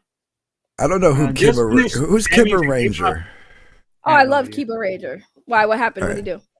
They're just saying they're agreeing with you. They're saying it sounds like it's only legal more violation when it pisses you off to Tony.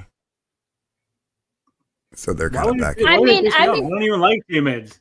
But that's the thing. That's what I always say about this shit. Like it's always only okay when it's somebody you're cool with. When it's not somebody you're cool with, it's awful. But in fairness to Tony, like y'all be doing that shit too. Y'all did that with Matt Bahr. That's what you call it. That's been my point this whole time with the shift in attitude over the last year and a half. So yeah, and people like don't understand it, and it's like. I think people understand it. I think people are okay with it, and you're not. I think that's the issue. Well, yeah, there are people who are okay with it. Absolutely. There's a lot of people. Everybody think maybe because I'm the only one voicing it, or like the loudest voicing it out of the people voicing it. But there's a lot of people who feel the same way. Don't say fuck Matt Bahr when you follow that motherfucker, and you were left feeling like Matt Bahr, bruh. Let me tell you right now, I'll body Ruby, King, and Cynic any day. Any day. I will body both y'all. In real life. Because bodying online is stupid. Real life bodying only.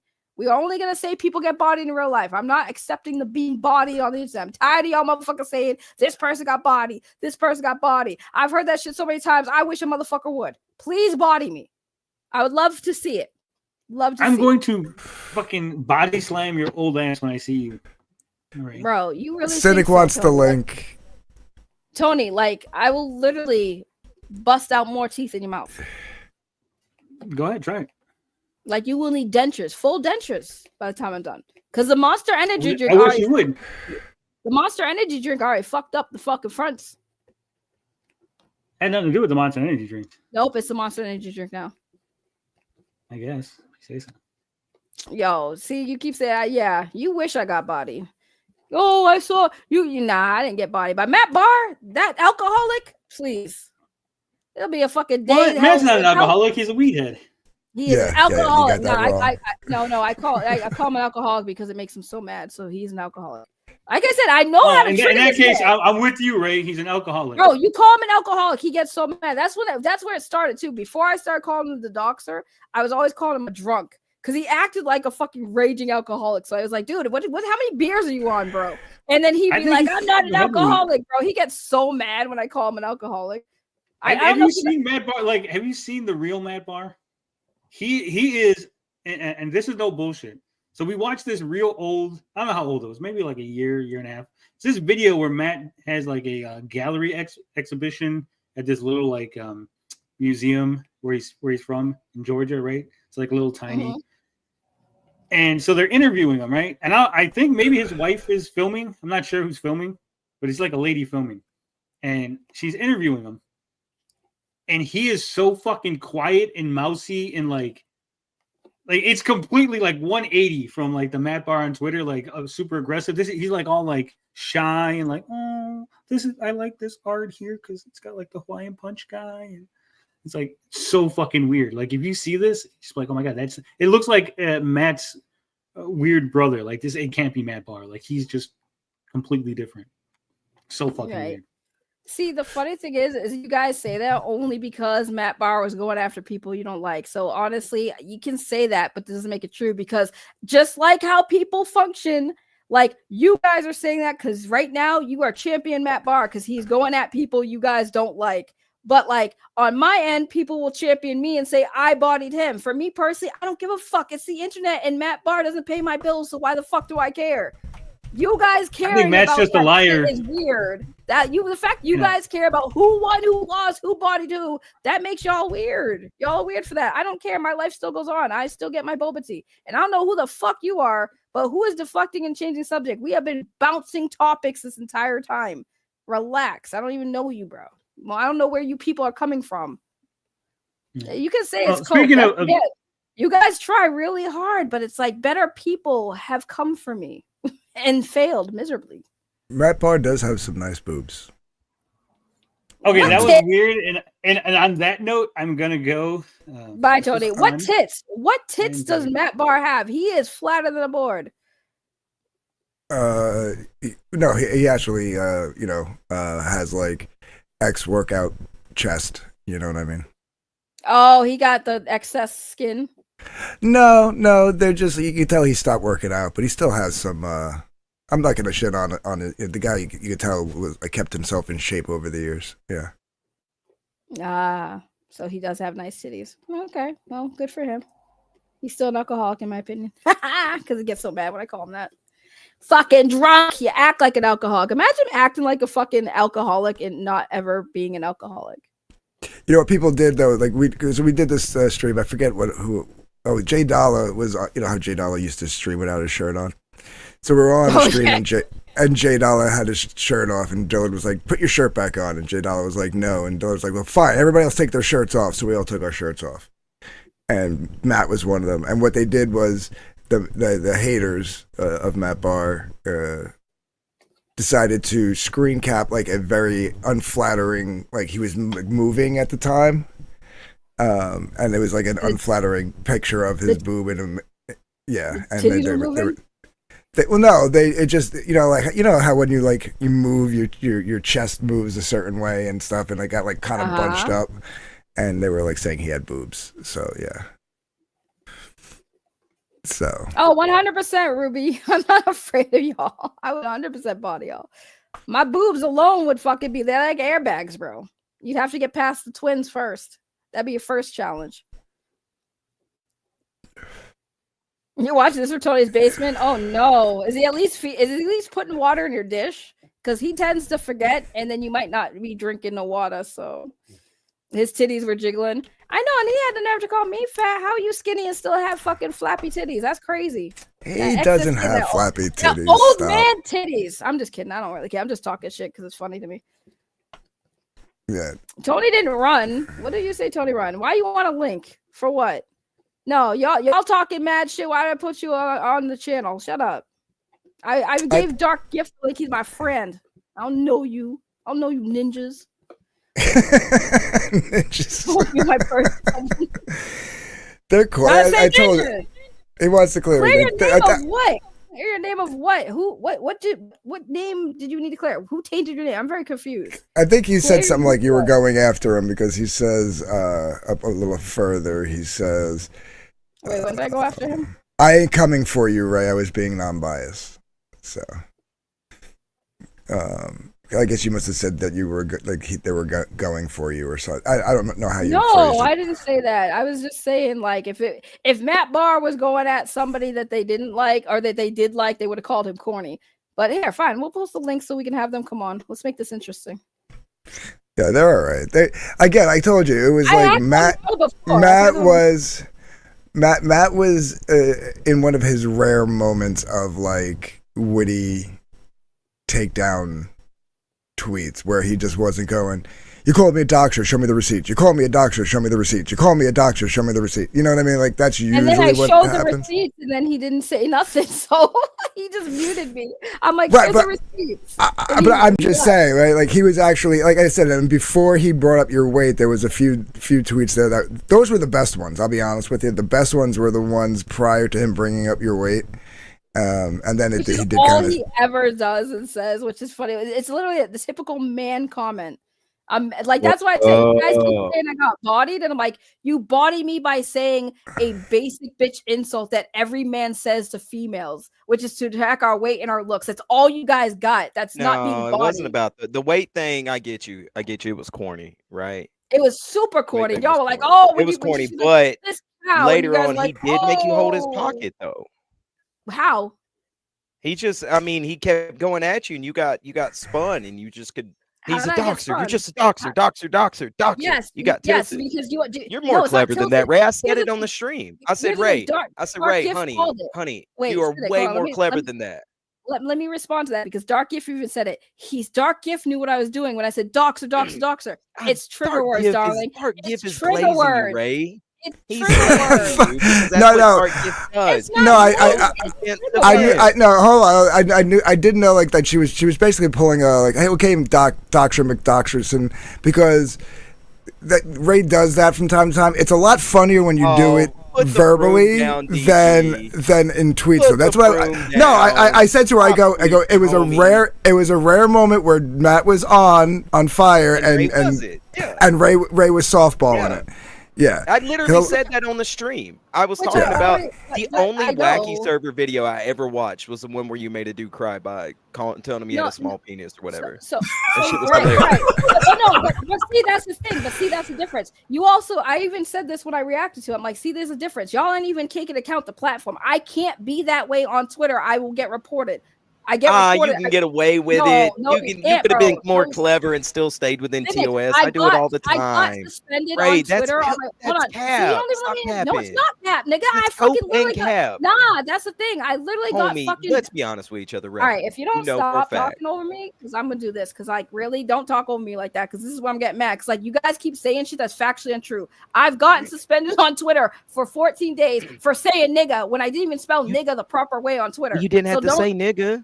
Bro, but this is what I'm saying. You didn't have to call him a nigga. Okay, but if I said ninja, hold on. But if I said ninja, right now I'm softballing. So which is it?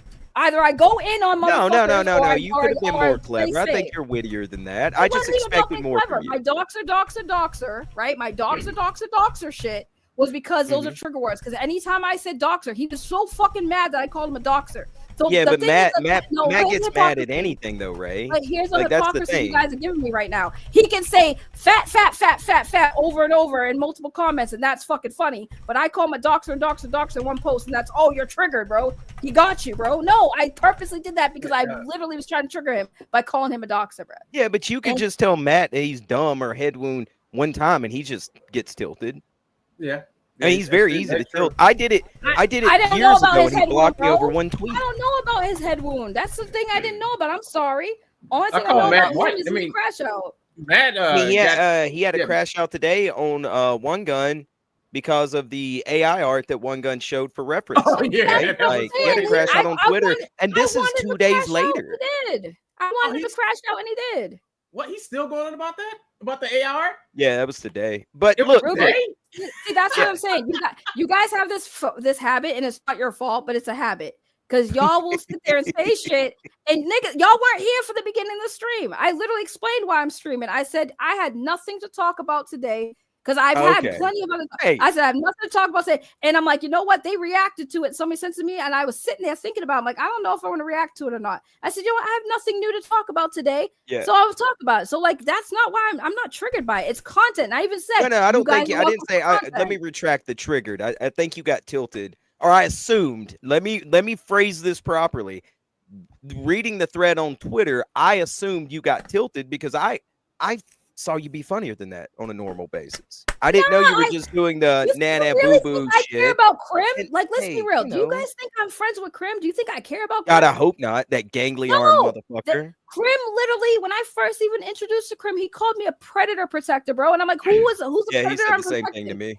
Right. So I'm like, who's the predator I'm protecting? And I had him blocked for a long time. I used to tell Tony, why you keep this man around? Like, what's wrong with this dude? And then all of a sudden I called Vito Bald and he liked me again. And I said, okay, well, I'm not gonna, like, I made a new account, so he wasn't blocked on my new account. He followed me. I said, cool. Then I saw Matt Bahr's dumbass and on my feed, and I was like, oh, fucking Matt Bahr. And I was like, you know what? You guys called it. I was bored. I'm like, I'm gonna trigger this man, and that's what I did. So like, I'm sitting there like, you guys are taking my shit seriously. I'm like, I wasn't even being serious in the beginning.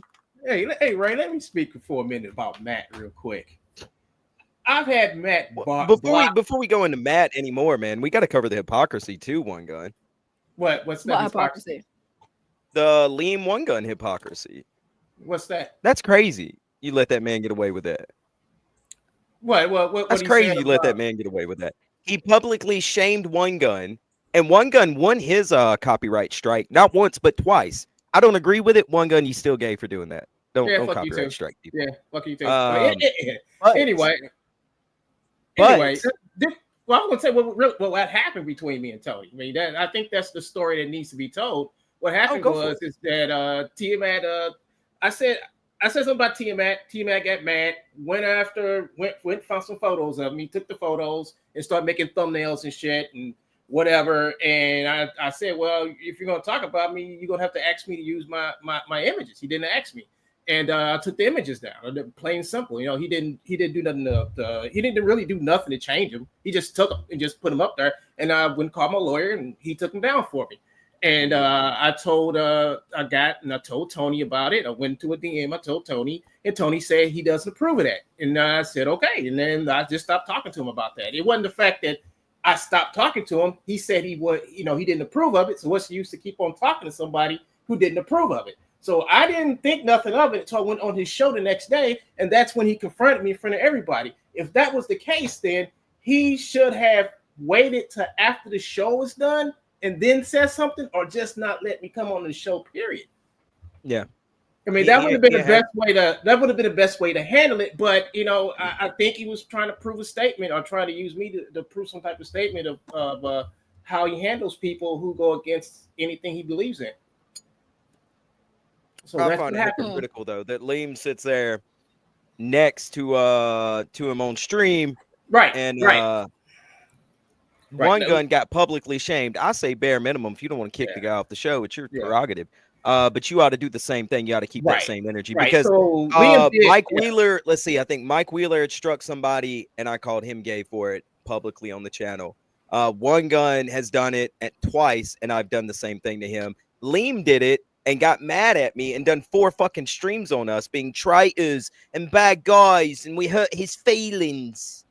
So it's the same energy. Liam did the same exact thing I did, and by what Tony said, Tony should have kicked him off the show. But then again, Liam's doing work for him. Liam's doing a lot of stuff for Tony, so Tony ain't gonna put that. I mean, overall, that's between y'all. I ain't got fuck all to do with that noise because it was on your channel though. You were hosting it. Yeah, you were allowing the conversation. So because again, it's a conversation I allowed y'all to have, did I not? I'm just letting you know, I personally don't care. I'm just saying, I have no opinion on it. I just saying, I don't know what to tell y'all. Y'all got to have the conversation. Tony told his side. Y'all told your side. Am I sitting here saying no, shut the fuck up? Nah, I actually agreed. I don't think that anyone should be striking anyone's shit, to be personally honest with you. That's my only takeaway. Keep that same energy. That's it. That's it. That's all it takes. Yeah, no, that's all it takes to say. That's all I've been saying for months. That's what I got a lot of flack for. That's why I got called anti-CGs, because I was like, yo, where was the energy from 5 years ago when people were like, that's bullshit, stop? That's it. Right. That's what I'm saying. Like, people now, all of a sudden, it's like people do it. It's like, it's only if I like you. I got tired of it. I got tired of talking about it because it's always the same dumb shit. Well, this person did it and I don't like this person, but like your person did it and it's completely fine. Man, I don't care at this point. You know, whatever happened. I mean, to me, like, yeah, you know, I mean, that's what I said too. I said there's nothing you can do. It happened in the past. No one can do shit about it at this point. I mean, it's over. But the thing is that, like Cynic said, you know, he's got Liam up there. He didn't kick Liam off. You know, so that's not about what happened. It's the rules for thee, not for me. Shit that I've got to abide by, but nobody else fucking does. It's the standard, I'm not allowed to talk to Dark Gift because of whatever stance he has and everything else. But like, you know, it's fucking hypocrisy, and I'm sick of it. And that's why I make the statements I do. It's the president that he set for himself his standard, and now remember the night letters I used to get for having people like testify and pan and everybody on my channel. Cynic's getting the same night letters about me. Oh yeah. Yeah, I'm not surprised because that's literally what people do all the time. It's a high mindset. That's why I say I know you guys don't like Tony and you guys give me shit all the time. Like, I talk to who I talk to. I talk to who I talk to, and I don't give a fuck who doesn't like it. If y'all got beef, you keep that shit between y'all. Y'all grown ass adults. Beef with Tony. I got no beef. Y'all grown ass adults. I'm not here to hold your hand. Matt Bahr was just somebody I like poking fun with because he crashed out. He crashed out in DM groups over dumb shit. He's just a crash out, and I like making him crash out. That's all. But I also by the way, Ray, I'm gonna tell you, Ray, you can go over to Restream and pay $20 a month and get something better than StreamYard. I don't like Restream though. I don't really like Restream. I use Restream. I use Restream. I use Melon app. You can use Ruby's and mine StreamYard, girl. If you're getting abused and hit over here, you're more welcome. Yo, I'd stand on it. You want to talk about body? You think Tony and me? Please. Tony wouldn't be hitting nobody. He get his ass whooping heels. He won't even box me for charity. He just said I don't hit girls. Like, you think you can whoop Tony? You think you can whoop him, Ray? If I had some training, 100%. Yeah, if I had a little bit of training, I'd have to build up my muscle. Yeah. Hey, Cindy, you gonna train him, man? Yeah, I'll teach her how to box. It ain't no big deal. I don't need you to teach me. I got a boxing place not too far from me. I can go down there and train. Hey, if you got it, look, get it. You know, if you don't need help, that's fine. Hey, you can be all independent. Yeah, we'll set that shit up, girl. We get you up there in that boxing ring, and then he won't box me though. He has an advantage over you though. Ruby said he would box me, so I'll box Ruby. Ruby, I'll box you for charity. Ruby box you, but Tony has an advantage over you though, because he ain't got no front teeth that hurt. So, but you're gonna have to like give him some stilts. You know, see right here. He's like, you're gonna have to pay. Well, I wouldn't give. See, why would I pay when I can get it for free? What's wrong with you? That's wild. That's a crazy comment. Oh no, you gotta pay half. Why would I pay you half? I'm not gonna give you money. I don't even want to give StreamYard money. The fuck? It's not even about free. It's just I'm not paying $40 for no StreamYard. That shit was ridiculous when they increased that price. Yeah, it's stupid. It was like $20 when I joined, and next month it was like $40. Like, no, y'all lost me. I'm gone. I'm up. Fuck y'all. Y'all got way too much drama. This is why I do drama, y'all. It's like, bro, it's crazy. I don't have drama. Cynic, I got a question for you. Hold on. I got a question for you. So you in the wacky server, huh? Yeah. So ask me. Go ahead, ask me. You heard rumors. Ask me. I'll tell you. What are you talking about? I forget what the rumors even were. You said there were rumors about me and DA talks. Good old Dean. What are the rumors? I'll tell you if they're true. I didn't say there were rumors. I just said, look, hold on. Said people gotta go to the clip. I didn't say. Go to Twitter. What did I say? No, on the stream you did say I heard rumors about her and Dean and the wacky server. I just heard you and him were friendly. I didn't hear any specifics because I don't get messy like that. Wait a No, minute. go ahead.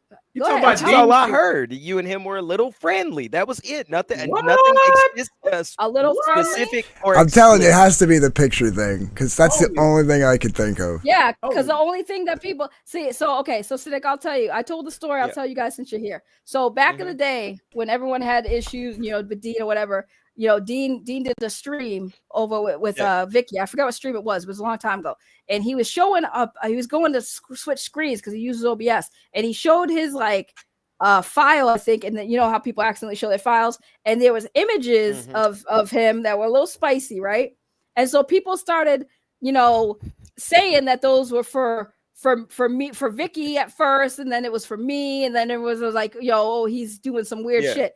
So I made a joke to the owner of Wacky Server, because clearly I don't know if you guys know this. I was in there, and Pods is somebody I've known for a long time. So Pods was in my DMs. We talk about it, and I made a joke that I've said that the images that he took, they were meant for Vicky, and then I said, LOL, just kidding, I'm just kidding, and they ran with that and posted on social media. So now they're trying to say those images were for me, but they definitely were not.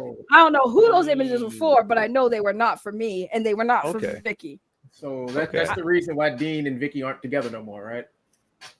No, they stayed co-hosts for a while after that. Yeah, that was a few years ago. Yeah, this has been a minute. That was years ago. I'm sorry, you a home wrecker. Yeah, so that's what it comes down to, is they'll say they like to stir up shit. Pods has been trying to get me to go back the to that Wacky Server, nah, they're nothing but truth tellers in there. They never want to. They listen, Pods I've known for a long time. Pods loves stirring the pot. He'll always hit me up like, "Oh, Ray, this is going." I'm like, bro, I left the server for a reason. Y'all's type of chaos is not my kind of chaos no more. I like my own chaos. I don't want to share. Plus, Pods has a tendency of stirring shit to get content for his channel, and I refuse to give it to him these days. No, Pods, I don't believe it. I don't believe Pods would gaslight somebody into believing something that was completely not true in order to record it and put it on his channel. Oh yeah, now Pods definitely wouldn't do that. Nah, I don't believe Pods would do that at all. Yeah, no, not at all. He's been trying to get me back in there to stir trouble up there for a while, because, like you said, I did get somebody crash out about the dick thing, which is crazy because I even explained the story. I wasn't even talking to that man. I went in there. Somebody made a comment, called me a dude, and I said, y'all are just mad because I got a bigger dick than everybody in this voice chat. And this dude took it so personally, like, it's not bigger than mine. And I'm like, dude, I don't actually have a dick. Why are we arguing about this right now? Yeah, and he was trying crazy shit. Yeah, he was trying to convince me his dick was bigger than mine. I'm like, bro, I don't even have a dick. Oh wait, Crim's in the chat. Night letters. I'm not you people. I talk about you in public because I'm telling the truth. Bitch, I tell everything on stream. You are all content. You will be. Hey, look, if you do something interesting, you will be content. The moment I saw Ray and Matt Bahr fighting, I said, boom, I got a segment. Simple. That's why I made it crash out, because I was debating if I wanted to cover it on my channel, but I had bigger topics to cover. Topics that actually people want to see. Nobody really knows outside of y'all who Matt Bahr is. Nobody in my audience who's here on a regular cares about Matt Bahr or anything. So I didn't cover it because I'm like, I have bigger stuff going on that people literally want to watch me talk about. So I didn't cover it. But then I saw y'all do a reaction. It's like, all right, maybe now I can do it because I got nothing else to talk about today. And I don't want to talk about that dude Rican Ranger today. I already fucking already asked you about the Rican Ranger. When you gonna do some more stuff about him? I did one the other day. I missed it. You got to redo it. No, but that's what I'm saying. You like, see, One Gun's been watching me. One Gun can tell you. I don't, I talk about other things. So I was like, I didn't want to talk about Matt Bahr. I made him crash out. And I was gonna stream about it, but I was like, yo, the Rican Ranger shit's going on, and like the Sky Frank shit's going on. So I had other shit to talk about. I gotta get the lore on that. I gotta get all that lore on that Rican Ranger guy. I mean, like, damn, like. No, I'm telling you, you guys talk about like Matt Bahr is on the same level as the people I've been covering. So I made him crash out, and I was gonna cover it, but then I changed my mind because I had other shit to go on, and then you guys reacted to it. So I said, I got nothing to talk about today. See, I always am honest. If I'm talking about something for the sake of content, I'll tell you I'm doing that. Like, this is what this is, content for me. Matt Bahr became content because he's a low caliber. He is a low caliber. Like, I need the money. Okay, I got bills. I got a dog to feed. Cynic. Y'all trying to take food out of my dog's mouth? I ain't trying to take no food out that dog's mouth. I was just saying, hey, look, if I read it being non-biased. I was like, all right, I didn't even read the whole thread to begin with. I got tagged in it at the end. It was like, what the fuck? Bro, that's hilarious. Because I don't even know why. Like, it's funny that you got tagged in it. Yeah, it did make no sense for him to get tagged in it. I don't know what Matt was thinking on that one. I gotta be honest. I read the portion that I was tagged in, and I followed the thread all the way back to the beginning, and I went in dry and read it on the stream. I need to go in on Ruby King, okay? I know you ain't saying this man bodied me when he fucking tagged in Cynic, my guy. He had to get backup. He couldn't handle me on his own. He had to tag in backup. That's crazy. Ruby was in VC just a moment ago saying that Matt Bahr had you holding his pocket like you were in prison or something. It was wild. I was like, Ruby, calm down. Don't be that crazy. Ruby, here's the thing. See, Ruby got me all fucked up because, like, I don't know if Ruby understands. In prison, I'm the one that people's holding the pockets, bro. They're holding my pockets. I don't hold pockets in prison, bro. He said that he had you putting money on his commissary at the end of that the thing that's funny is like Ruby is funny. Like his fucking comebacks, the shit he says, he's fucking funny.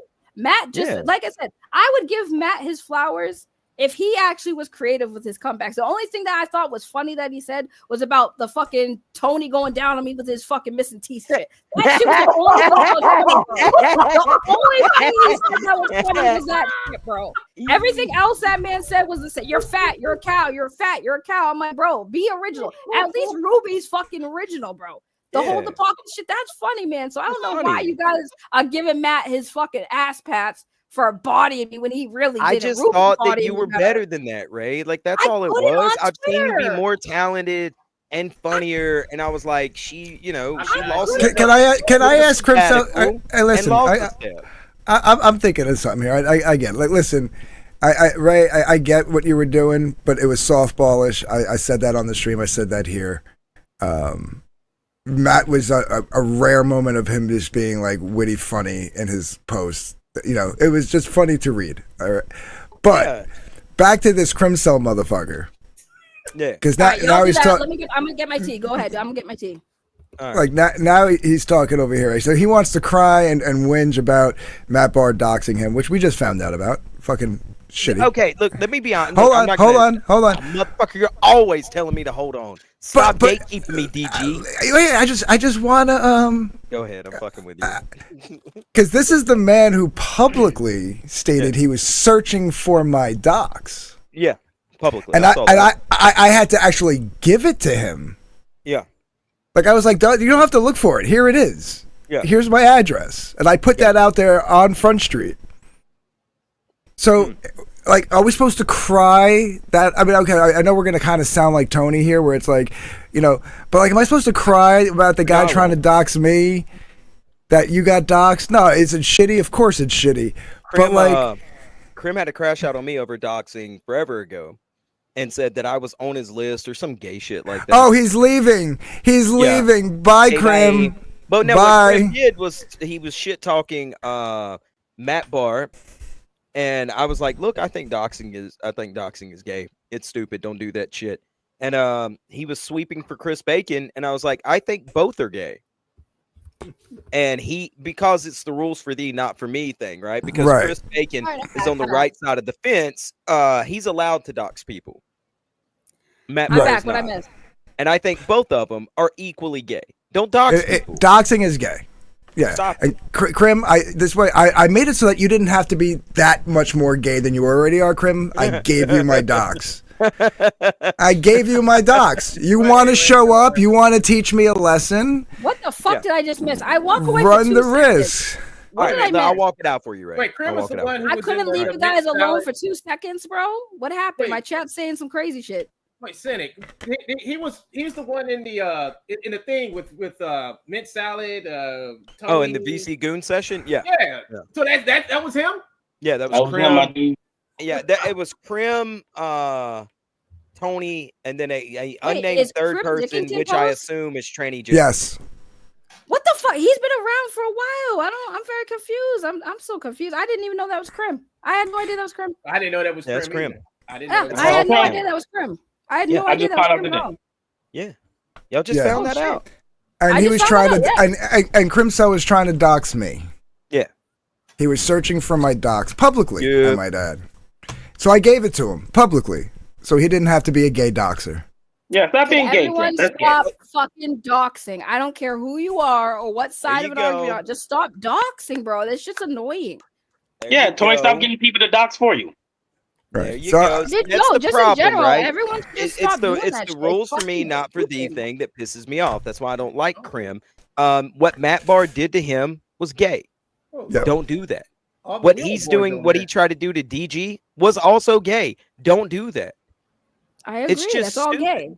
But can I just? I have to add, but they want to drag Matt Bahr for doing it, while Dickington Post, aka Crim, is in Tony's chat every night, and nobody says anything to him because Tony hates DG, and DG is persona non grata, so it's okay to fuck with him that way. But if somebody else does it to them, it's all hell breaks loose, and you're all pieces of shit. Nah, nobody should do that. Real life shit should be off the table. Bingo. But I will say this: the only reason why, like, the funny thing was, like I said, you guys weren't here for it. When I started going in at Matt, when I made the doxing comments, I was referring to him talking about the mom thing because I was like, oh, he got his mom's number, doxing's gay. So I didn't even know he actually got doxed. I didn't remember that shit until Crim's like, oh, he did dox me, and I'm just like, wait. And I even had to ask somebody. I was like, "Hey, did Matt actually dox me?" Because I do vaguely remember hearing something about that. And then I looked up and was like, "Oh shit, he actually did dox this dude." And that's when I really started going in. But in the beginning, I didn't even know he like legitimately did dox him before. I just was like, "Oh, I was just making the comments about calling the mom and shit." And even then, I wasn't even being like 100%. I was just trying to troll Matt. It was fun for me. So that's why I was kind of laughing. I hate to segue, but you want to fight me? You got something on your chest, girl? Got something on your chest? What you got? Yeah, you always talking that big shit. See, Cynic, I like Cynic. Don't talk shit. Big stepper, girl. I'm a big stepper. That's what I do. I'm a bigger stepper. I'm a bigger stepper. Trust me. I might sound like I'm a yappy little dog, but people want to fuck around and find out. I already got a dinner. I love fucking around. I love finding out. Girl. Do me a favor, right? Share my screen. Because this is the people he should not have been doxxed, absolutely 100%, but this is the people that they turn a blind eye to it. Hold on, let me blow that up because I can't see it. Yeah, and I'll that's what I'm gonna do right now. Pick control squirrel wheel. There you go. All right. What's Grim doing? Here we go. So this is recent. I don't know what this is about. Oh, look, more lying. He's an actual threat to children. He will bring pedophiles around and try to move them into his home. I'm not the one she needs to worry about. Ray should be careful because Dark Gift will help dox her and lie. Let's see. So Dark Gift actually, I don't know if you remember, but Dark Gift actually knows my real name. I don't know if you remember it because you're so used to calling me Ray, but Dark Gift actually knows who I am. Like we've talked. Like I said, me and Dark have known each other for a long time. If he hasn't doxed me yet, I don't think he's ever going to. Even if he got mad at me, I don't think that he would dox me because I also know who he is. Yeah, let's put it this way: like, there's a ton of people who I don't get along with now that were backers of mine. People are so stupid that when I call me a doxer, I have the ability to do it and I've never done it. You know what I mean? Here he is talking about Vic King again. I'm trying to get back to this is all today. This is all today. 5 hours ago. All right, can I just explain the Vic King thing for those of you who don't understand? So there was past tense. There was a YouTuber / comic book artist named Vic King who was part of Comicsgate. And now, longest story short, everybody used to fuck with him. He was a nice guy. He was cool. He was a cool dude. Turned out he was a registered sex offender. Okay. And when that came out, there was a lot of people, especially at the time, and especially with who the people were that came out. The people who exposed it was DA Talks and Vickyverse. And Vickyverse and DA Talks have a lot of people who don't like them, right? So at first glance, some of those people who didn't like Vicky or DA Talks kind of wanted to side with Vic King because they didn't like Vicky and Dean. But the evidence was so undeniable that even Vicky and Dean's haters had to admit, he did this shit, right? Yeah. They had to fight. So it got to a point where, yes, in the beginning, there was some people who were hesitant to be like, Vic King's a pedophile. Okay, and I understood that because again, it was more of the bias. It was a bias bullshit, and it was a bias bullshit. But eventually, like I said, people came to their senses. Was like, yeah, there's no way we can side with this person, and Vic King was gone. So there are still people who will blame certain people who didn't jump on it right away when it happened, and say, well, they're protecting a pedophile, they're defending a pedophile. No, they were defending someone that at the time they thought was being lied on because they didn't like Dean and Vicky. That's not me. The day it dropped, I put out a statement that day. Well, the morning. I remember you did, but this goes along the lines of some people. Like, if you didn't jump on it right away, people were like, "Oh, you're defending him." And there were some people who did. I do remember there were some people who did come out and try to defend Vic, and because they didn't like Dean and Vicky, and then they were basically called out for that shit, and they had no choice at that point to be like, "There is evidence right here. You guys are ignoring. You cannot be biased with this bullshit." And then they eventually said, "Yeah, we can." Then Vic King got, nobody cares about Vic King. He is gone. If he's dead or alive, no one cares. So that's what it comes down to. And I think that people need to stop even bringing up Vic King as a fucking argument. Because like we all collectively agree, no matter who you're cool with, Vic King is a fucking pedophile and he's gone. Like nobody should be even talking about this. That motherfucker out of here. Yeah. So here he is, July 6th. Dark Gift isn't allowed to sleep comfortably ever again. That's what happens when you dox and threaten people. And then this is me giving my dox to him. And this was what he says. "Oh yeah, and because you doxed me, I get to know where you live. Sorry." I never doxed the guy. I didn't even know he was doxed until today. Yeah, Matt Bahr did post that stuff. By the way, thank you, Kiba Ranger, for the $2. We don't apologize for our mistakes. We erase them. That's it. Well, and I erased him from everything that I ever had him attached to. And it cost me thousands of dollars to do it. Yeah, and I mean, I was cool with Vic King. I was like the moment I heard that he was gone, I was like, nope, no, thank you, nope. So I just want to see the people that are screaming bloody murder about Matt Bahr doxing Krim. I want to see them scream bloody murder about Krim trying to dox me. Yeah. They're not going. I also want to see people that are screaming. I didn't know he did that. I didn't know he did that either. See, that's the problem, right? Is that people don't always know the information, which is why it's up to everybody to be like, hey, yeah, this is the information. You want to call Matt Bahr? Krim did this too. First time I'm hearing it, you're right. Krim, what the fuck, dude? Like, stop. Everybody needs to stop trying to get everyone private information. That's the hypocrisy, though, Ray. And there's the fucking problem. Like, people ask me all the goddamn time why I got beef with my best friend, Tony, right? You know, the guy literally made me, is what everybody said. He did. And you're a clout chaser, man. People ask me all the fucking time, and I sit there and I go, it's the hypocrisy. I can't fucking stand it. I can't stand it.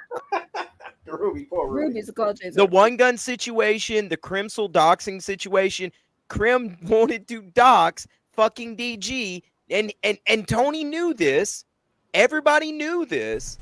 And yet they're all gonna pearl clutch over Matt Bahr. Get the fuck out of my face. Either it's all wrong or none of it's wrong. And if none of it's wrong, you don't want me to play that fucking game. Yeah, exactly. That's what I'm saying. Because you don't want to get me that mad. I have a very long fuse, extremely long fuse. It's taken me 8 years to get to where I am now, calling balls and strikes on the shit that's been going on in Comicsgate. I have a very long fuse. So here's my take on doxing. I'm going to remove this right now. Here's my take on doxing. Just so nobody gets it twisted, right? Yeah. Doxing is stupid. Doxing needs to stop happening. However, I've gotten to the point now where everyone's always arguing about it, where I care, but I don't care at the same time. Like, I think it's dumb. I will always call it out. Don't fucking do it. But I ain't gonna be out here trying to cancel people for it. Like I'm gonna call out Matt Bahr. I don't think he should be canceled for it, but I'm gonna call him out. I'm gonna call him out. No. That's it. That's all I want to see is people call it out. No one's gotta get canceled. I'm not for cancel culture. For it. Like, no. Right. But like at the same time, you gotta be fucking even-handed with it. Just because somebody is on the same team as you and you want to hand wave it away because y'all like the same shit, or you agree to the same fucking talking points about whoever's bad or whatever, doesn't mean they get the fucking get away with it. That's bullshit. Yeah, like this tweet here that you just took down. It's him saying blocking me doesn't mean I don't know who you are. Blocking me doesn't mean I don't know who you are and where you live, my dude. What's an actual good idea is not threatening people and doxing them like you do. I've never threatened the man. I've never doxed the man. I don't know what he's talking about. What's the problem between you two? Why is he after you like this, Dark? I think Grimsel's sexually attracted to DG. I still want to know why he was after me. He did the same thing to me, and I want to know what the issue was. We got into a Twitter argument back when Cider called Vito a pedo. And then I stayed out of that argument. But when they tried to say that he was a scammer and was like embezzling money through one of his past campaigns, basically he had a campaign and then he had to take it down. He refunded everybody and then put up another campaign about a year later. Same book, just shorter. And fulfilled that one. So that everybody was like, you scammed people and this, that, and the other thing. And stuff like that. We got into an argument then. And he's like, why are you calling Vito a pedo? I'm like, I'm not. That's Cider. That's between Cider and Vito. Like, you know, like I'm paraphrasing because it's going back like 2 or 3 years ago. Whenever he popped up in this sphere. It had to be 2 years ago. 2023, I would say. He doesn't like Vito now, by the way. He doesn't even like Vito. Oh, he was sticking up for him like a motherfucker back then. A Yeah, lot of people used to stick up for Vito. Then Super Killer, had its problems, and then he became persona non grata because Dick Masterson started making fun of him, and so now it's okay to fuck with Vito. Which is weird to me. I think why people just said, you know what? Cool. I'll leak Vito's book. I'll do all this other gay ops against him. So yeah. By the way, I called out Vito a long time ago. I take credit. As long as you keep that same energy, you go for me. So I think what it was is Vito called him Chris. I forget, but I'm pretty sure it was Vito called him Chris. And I started calling him Chris. So maybe that's why he says I'm doxing him. But if your friend calls you Chris, is it doxing? Like no, not really. No. Yeah. I personally, for me, right? Like my personal thing on that is like, if somebody doesn't want their name out there, I don't put their name out there. Like, even if your name is out there, but his handle is his name. No, I guess no. You asked me if a friend says the person's name is doxing. Like, technically, by the definition, no. I would say morally, for me though, like I have a friend who got his name put out there on the YouTuber channel, whatever, and they always say his name. Now his name's already out there, but I don't say his name because like he don't want his name out there. So even though his name's already out there, I'm not gonna say it out of respect. It's a respect thing for me personally. So like, no, I hear you. If I know somebody put Cynic's name out there and his name's out there, everybody now knows Cynic's name's Bob, right? If somebody comes in my chat with Cynic's name, I block them. If somebody comes in the chat and says his name, I get rid of him because like Cynic clearly don't want his name out there. So I'm going to respect that and be like, even if I don't like Cynic, I'm like, don't dox people in my chat. I don't care if it's already out there. I don't want it here because that person didn't want it out there. By the way, Cynic's name is Chad Benjamin. Just so you guys know. So here's Crimsell talking about hunting your kind like they deserve has nothing to do with SJWs and their petty lies. Yeah, I don't know. The problem is I'm a known liar and stalker. I stalk people too. Like, this guy's insane. This guy is fucking insane. That's the thing too. That's like, it's not right. But I even said this earlier. I'm like, I'm not trying to shit on Crim because, like, I mean, just because I'm not trying to. But at the same time, it's like I don't look at Crim like when he said all this crazy shit to me. I'm just like, who's this crazy dude? Why is he around? Like, I'm not scared of him. It's just why do we have to go to the extremes over different opinions? Like, if I did something actually wrong, if you really felt like I was protecting a predator, please tell me, because I want to know which predator I'm protecting so I don't protect them. Like, if I knowingly know, if I knew somebody was a predator and protect them, that's one thing. But if I'm associating with somebody who is a predator and you're not telling me who that person is, you are allowing me to have a predator around me, and that's fucked up. So just tell me, because he did that to me too. And I kept saying, who is this predator, bro? Tell me who it is. And he never did. And that's why me and Crim weren't cool. And then he decided to be cool with me because I called Vito bald. And I was like, all right, he's not crazy anymore, I guess. I have no idea what's going on. So I just, like I said, my main thing was to go at Matt Bahr. And that's all I wanted to do was go at Matt Bahr. Yeah. The things coming are because he still lies to protect pedophiles. I don't even know what things are coming. Let me see what I said here. You're talking about he is. Looking at a picture of you like Wolverine. I don't know. Beefy Bites, I feel you. DG's been gatekeeping me for like a month now. I bring him on my show. He yells over me. I don't know if you've seen that clip from Sunday. You know what? I don't mean to cut you off on your own fucking show, Sin. I don't mean to call you a nobody in the scene, Sin. All on the same fucking bastard. I see him do it. Yeah. No offense, Dark. Yeah, You know what's funny? You know what's funny? One gun has been coming to my channel, and I had no idea because I don't know y'all's names like that. So like when he's been watching my content, I was like, oh shit, okay, that's One Gun. Okay, I had no idea. Yeah, that's me. I had no idea. That's how out of watch two when I can.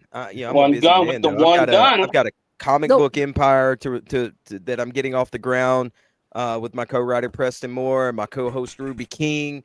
Hello. We got a beautiful channel going. You know, we still got beef, me and you, girl. Oh, me and Ruby I got beef with you too. Matter of fact, what I do? Did you or did you not show Tony my picture?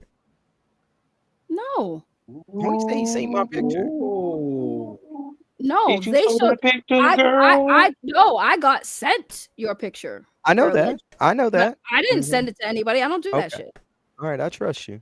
Because Tony running around saying, "Oh, I seen that man. I seen that man, and he don't look like that picture that he sent to Ray." Wait, hold on. Wait, hold on. Wait, maybe, hold on. Pause. Wait, I lied. Maybe I did. Maybe I did.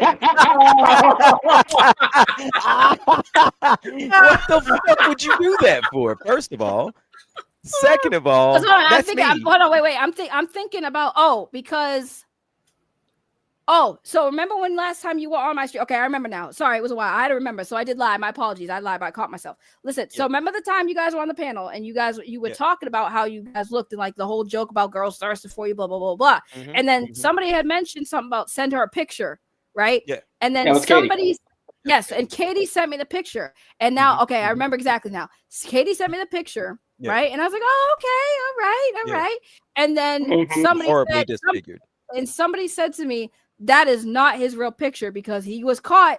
He put his camera on StreamYard and somebody snapped a picture of it. That's why. That's why. Let me see that picture they snapped of me on StreamYard because it was on my old Twitter account. I don't even have it no more. Yeah. That's me 100%. Yeah, because somebody. Okay, that's why. That's why I said it. That's why I said we know that stuff. We know that. You doxed his image. To Tony. No. Yeah, hold on. They sent the picture of what the StreamYard thing, right? And they said, "Is that the picture?" And that's why I sent the other one. I said, "No, this is what the picture was." So that was my fault. My bad. I don't know why he's talking about it like it's a big fucking deal. Damn. God damn. No, that's me. That's my picture. Ruby can attest to it. One Gun can attest to it. But see, that's the thing that makes me mad. Why Tony? Now I'm gonna be mad at you. He's a woman. Because why Tony is a big deal about it? Because Tony's scared of me and he don't want me to be handsome, Ray. I don't think I'm handsome. It's you ladies that do. I think I'm a horribly disfigured 6'4" black man. Listen, my point is like the intent wasn't to dox you. Apparently, they already had your picture, so that's why I sent it. So again, my bad. My bad, but I don't know why. I don't know why everyone's talking about it. That's just so old anyway. Why is it even being brought up? Next time, have him show you the picture first. I mean, that's what happened. He showed me the picture first, and I said that looks like a different picture. You should have said no, that's not him. Then went on about your business. You know. Wait, actually, hold on. I'm trying to remember though. Did I send the picture to Tony? Wait, hold on. I don't know if I sent the picture to Tony. If I sent the picture to the person who sent me the other picture, I'm trying to remember it exactly. There's only one person that would have that picture. I don't even know. Tony. No, but it was somebody else. It was somebody else who sent it. It was not Tony who sent it. It was somebody else who sent it. Well, then that means Tony took some fucking weird StreamYard fucking screenshot of me or some shit. And like I said, don't quote me on my memory. To someone else. And then because don't even quote me on my memory on that. It was a little while ago. Don't even quote me on my memory. We could just go back. And say I doxed you. We could just do that story. I doxed you because I don't even remember exactly how it went out. I'm gonna do. I don't even remember how it went out. No, I really don't remember. I don't even remember. Stream on you, Ray. I really don't remember. I'm sorry. Though. I didn't think it was a big fucking deal. To be honest with you, the whole time, like who cares? Like who cares what you look like? Like no offense, who cares what you look like? Feel that? Yeah, I feel that. But some people got things to protect. Some people are shy. Some people are really shy about the way you look. My bad. If I did, my face is public because of my business. So yeah. Well, either way, I like. Here's the thing. As long as Tony does, if he has that picture, if I did send to him, I hope he doesn't show it because I'll be really mad then. Because like, if he does, he's printed it out and put a clear cover on it to protect it. I'm just saying. But also, yeah, I got beef for Ruby King. Me and Ruby, we're going back to me and Ruby King. Ruby, you still got we got beef. Name time and place. I'm coming, but first I'm gonna have to treat you to some dinner or something. All right, what you want to eat? I was gonna tell one gun. All right, can't be red lobster. That's too much. All right, I ain't that rich. I was gonna tell one gun. You've been watching a few of the Rican Ranger streams, right? Yeah, the ones I can catch. So the last one I did, I told him because he's saying that he wants to come pull up, right? So I told him, I said, meet me at this location on Saturday at 7 p.m. So we'll see if he turns up. Oh, okay. Damn. I should have watched that one. Oh man. I know. You should have watched that one. I told him to pull off up. kilter. That dude's I don't know you, man, but you off kilter. All right. I'm not saying this in a bad way, but dude, you off kilter a little bit. You should introduce. I'm telling you, you should introduce Ruby and Cynic to him because like they'd have a field day with that guy. Would we? Ruby would. I know Ruby would because Ruby a nerd. Talk about nerd train on me, motherfucker. You a nerd too. Anyway, I don't say anything about nerd train on you. I forgot about that. I mean, I'm not against it, okay? Is that what you went to? I'll be a part of it. Run a nerd train on you, motherfucker. See, you know what's funny? You know what the irony of that comment is like, bro, you in the comic book shit, bro. You a nerd too. What you talk about? You can't say that. Yeah, you're a big nerd. All nerds. Yeah, you're like the nerdiest nerd. And he's a furry. Well, he's not a furry. Wiggles is a furry. I was gonna say Wiggles is a furry. Wiggles. Wait, you guys know Wiggles? Yeah, Wiggles scared of me. I don't know. All the motherfuckers scared of me. I love Wiggles though. Why you guys got beef with everybody I love? What's Wiggle went a little wacky. Wiggle went a little wacky, right? Did he? Why? What happened? What happened to Wiggle? I don't know. We were cool one day and we were not cool the next. These dudes just hate us because we come into Comicsgate and they just don't like normal Comicsgate because we don't want to be on that side of the street. We don't believe Ray, it's also because we them niggas, like for real. We just really say what the fuck niggas. we want to say when we say it, how we say it, and damn we'll the talk about whatever. We're not even scared to talk about the bankers, but Tony is. But yeah, he's edgy. Tony is. The what? The what? The guys who wear small hats run the banks, large noses. I'm not gonna say the thing on the stream. I'm very confused. But my thing is, well, now I'm sad because I love Wiggle. I hope he's Wiggle okay. lost his mind. I got no problem with Wiggle. I mean, he did take the summer off, so maybe he's better, man. Last time I talked to him, I was like, "Hey, you can come on the stream. We can, talk whatever shit you said you want to talk." And he just ran.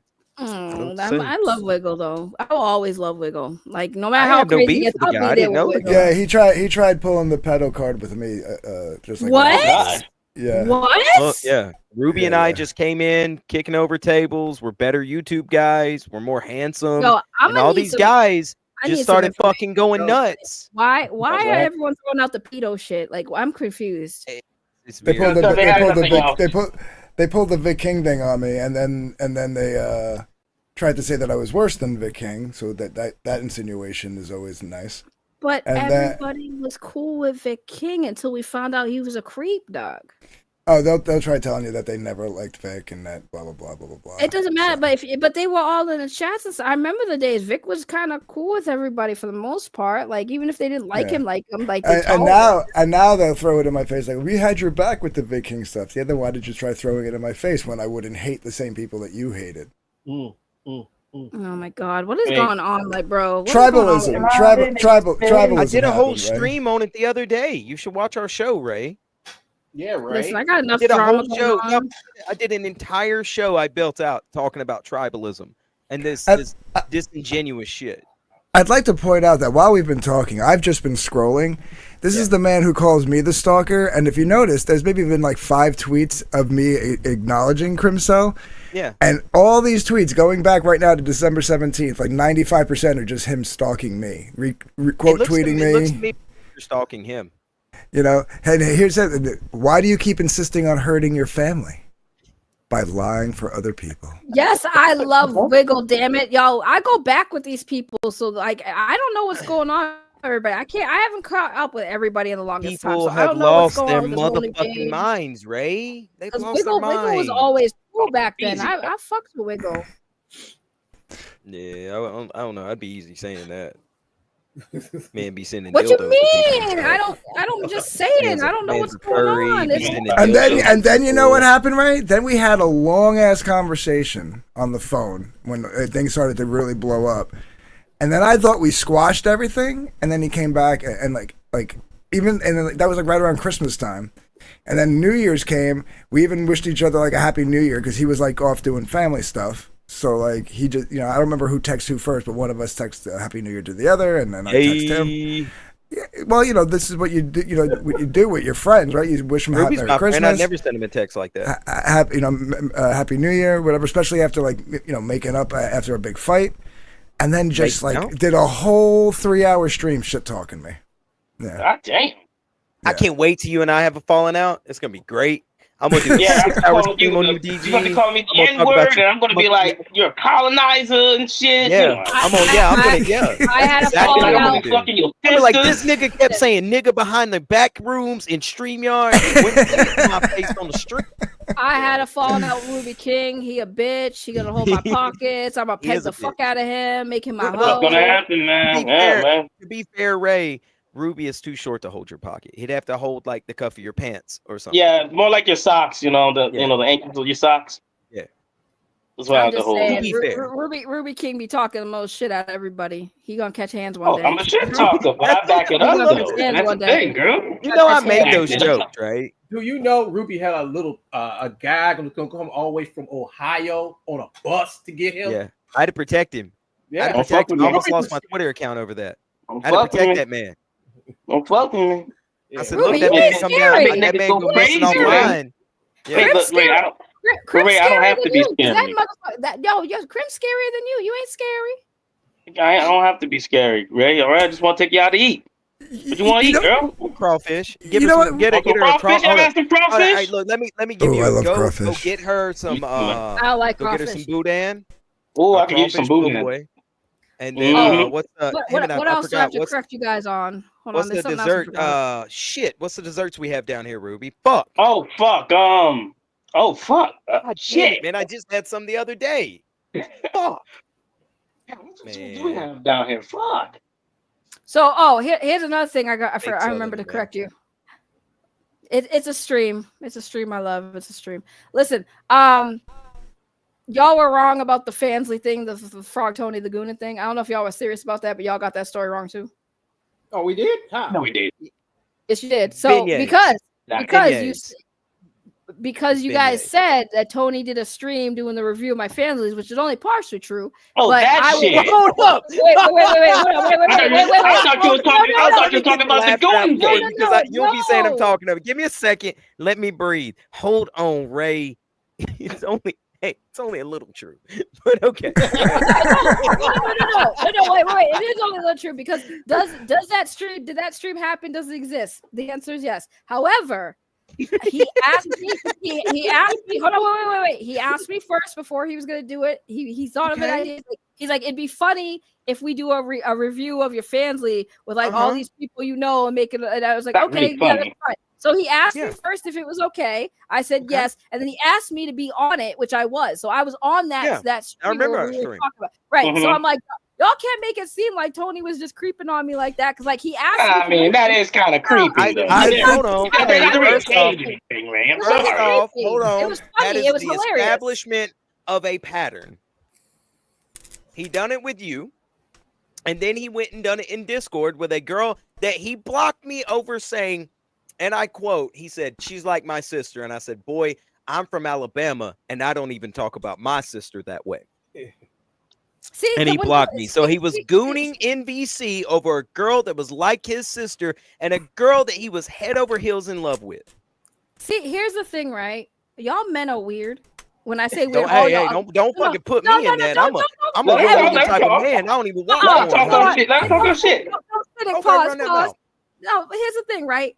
A lot of men do this shit. Like, I get it, right? So y'all will have female friends that you're close with, but like for some reason, y'all can't smash, whether the chick's in a relationship with somebody or Whoa, whatever. whoa. Nobody said that. Now you put words in my mouth. Let me finish. No, let me finish. I'm saying, I said some dudes, not all dudes, okay? So some dudes will do that. They'll call the chick like, oh, this is like my sister, you know, I don't think of her like that. But low key, they are thinking of them like that. They will just use the whole that's my family. That's my sister, that was the point. Right. It makes you feel like, you know what I'm saying? It makes you feel it. But you know, it's not like some Alabama shit. Dudes just be doing You're not making shit. Tony look even better. I'm telling you.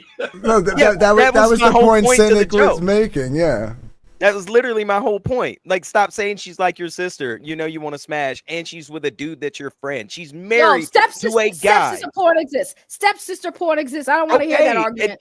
And that's fine. But that's a goalpost move, Ray. Oh my fucking God, motherfucker. It's not a goalpost. It's a factual thing. You took that goalpost and moved it to another stadium, for God's sake.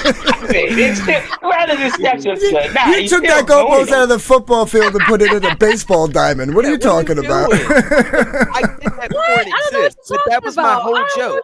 Stop saying this girl is like your sister because it's your buddy's wife and you want to smash.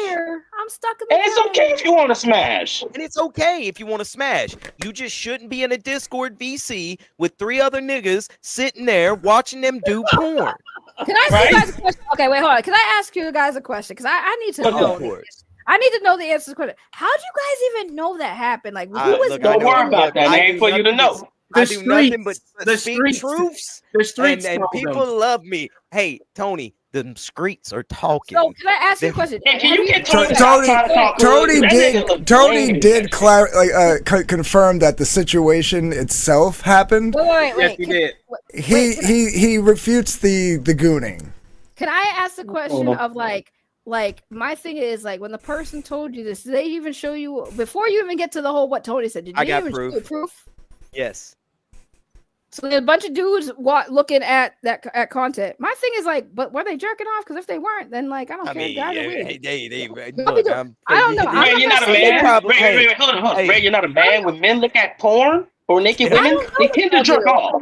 You don't look at porn with other men. I'm sorry, you just don't do it. I don't know men etiquette. I don't know, but I'm just saying I don't think that they were doing that shit. I don't think that's. Let me walk it back a step or two, then, Ray. There's no reason to look at porn. I got super chat. Hold on, I got super chat. Sorry, 1 second. Eric, thank you so much for the $20. I missed the Yellow Pages era. The Yellow Pages kept everyone in line. I think he means the White Pages, but yeah, I get you. Here's the problem, right? Let's say they weren't all on push to talk, right? For reasons. You still do not sit around watching porn with other dudes. That's gross. Stop it. Especially to a girl that you, I quote, is like my sister, and another chick that you're head over heels in love with. You don't be doing that. If Ruby ever came to me and said, hey, Sin, come meet me in VC. I got this really good Pornhub video for us to watch. I would boot him from my Discord. See, I would say something. I would say something, but I don't think I should because I don't want to drag people. I don't want to drag people who aren't here into some shit. Say it without saying names. I'll say this. It's not as black and white as it was presented to y'all. I'll say that. From what I know, and from what I know about the people involved, it's not as black and white as y'all are making it sound. And that's all. That's all I got. That's all I can really say about it. Because like I'm not trying to. But the situation happened. The situation still happened. He admitted it on stream. Don't sit in VCs with dudes. I'm just saying. Like again. It's not as again. I can't say it without saying it, but it's just not. Right. You don't have to say anything. Listen. Let's take the gooning aspect out of it. That's just really funny. Right. That's hysterical. They weren't spitting in their hands on push to talk, but they weren't doing that.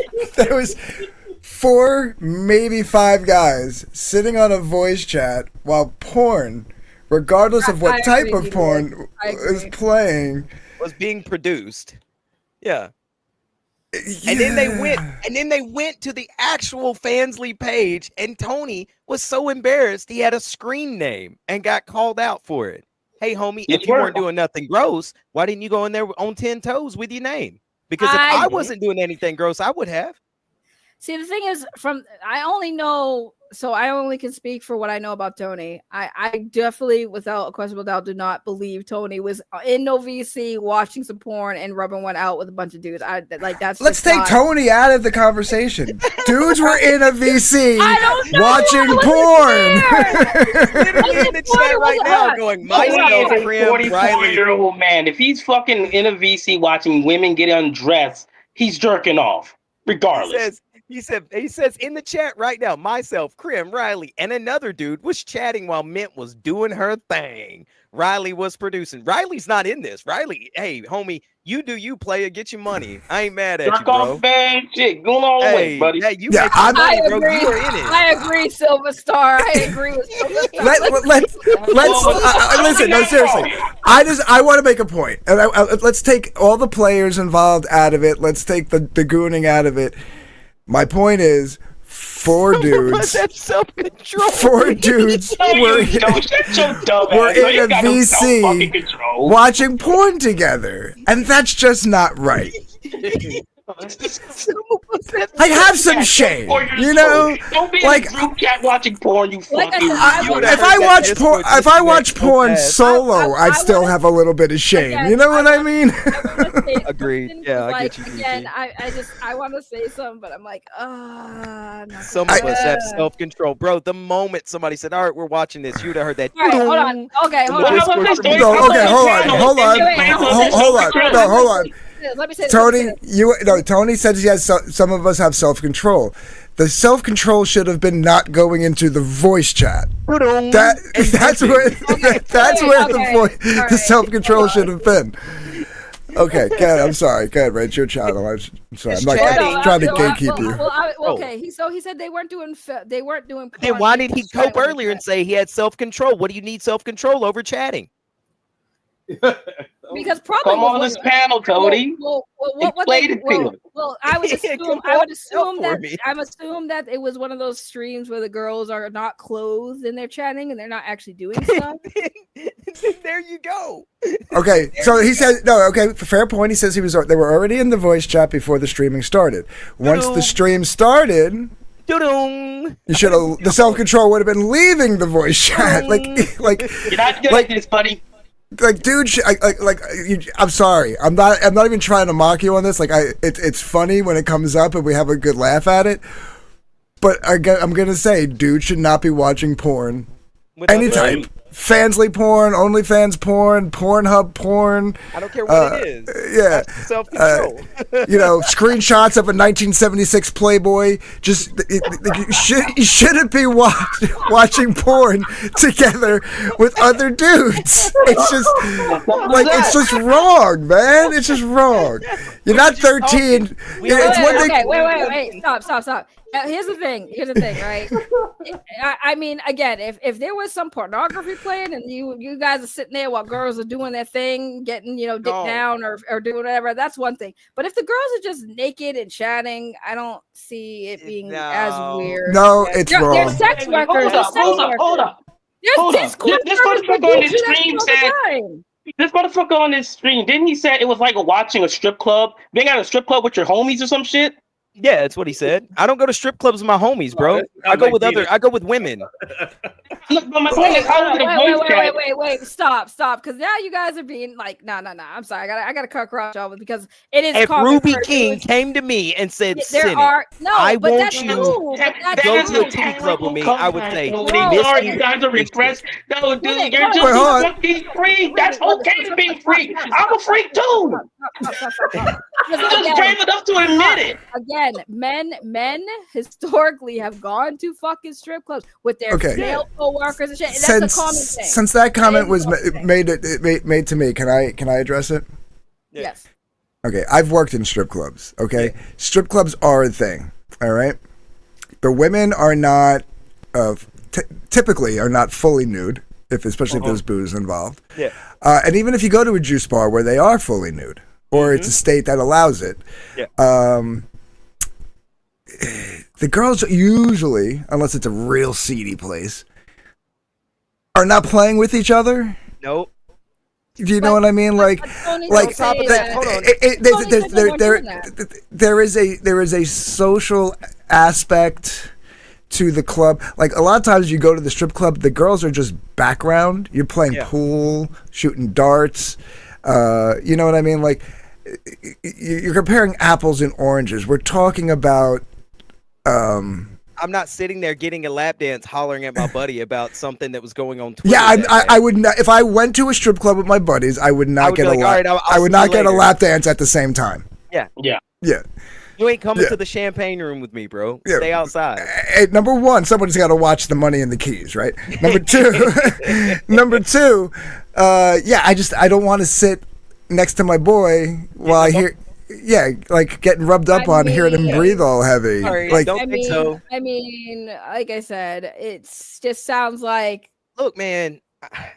It let just your sounds flag like fly, but don't be embarrassed by it. If the girls aren't having sex and dudes aren't sitting there together talking while chicks are having sex, that's one thing. But he said that they were just chatting. They were naked and talking to their chat. That's it. But why did he have to have self-control then, Ray? Because Tony can explain all this on the panel. You can just hop on. Hold on. Because men can see a naked woman and still get hard, can they not? The sexual act doesn't have to happen for a guy to get a boner, right? That's the point, Ray. But that's what he's saying is that there's self-control. I mean, if the girls are just sitting there naked, that doesn't mean that like they don't have. Okay, so then Tony's gay. Right. If he's not getting a hard on. If he's not getting a hard on, then Tony's gay. Listen, this will never happen again because we live in the age of the internet. But the last time men our age should ever have looked at porn with another male was when they were 13, stealing their dad's porno mag collection and running out to the woods to show their friends how cool they were. That's it. That's the last time men should have been looking at porn together. I have to ask a serious question. Yeah, I have to ask a serious question then because like if he's not getting erect, right? Like having naked girls there or whatever, right? He's gay. But if he got erect while he's looking at naked girls with other men, he's also he should have left the VC. So which is it? Not just answered it. He should have left the VC. If he didn't want me to make fun of him, he should have left the VC. But again, there are some men who there's two options. Not get hard from either it. he gay. Confused. Hey, man, and I'm proud of you, Tony, for coming out of the closet tonight. Do you get hard at every naked I don't judge you. A big, fat woman he should have left the VC. Do what? But I said, do you get hard every time you see a naked woman? Every time? Are you calling men and the other? Are you calling men and the other chick fat? Yeah. No, I'm saying no. I'm teasing.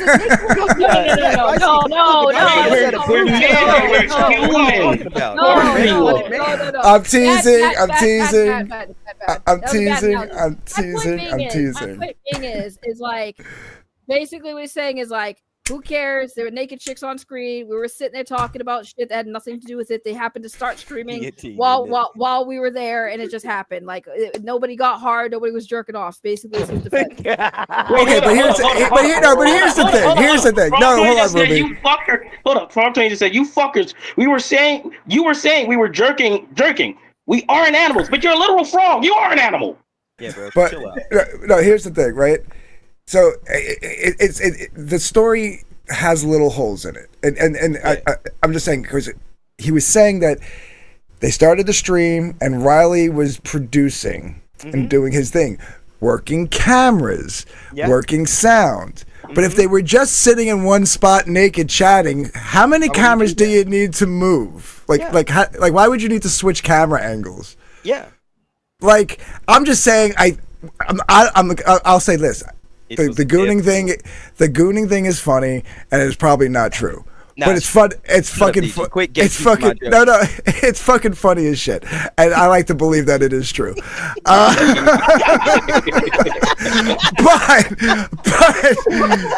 I don't buy that they were just sitting there chatting. I'm sorry, I don't buy that. I don't buy it. They're grown men in the safety of their homes, watching two women eat each other out. Of course, they were fucking jerking off. Don't insult our fucking intelligence. Tony, come on! You're 44 years fucking old. Okay, I believe Crimsell was jerking off. I believe Crimsell was jerking off. Read Tony's chat. All right.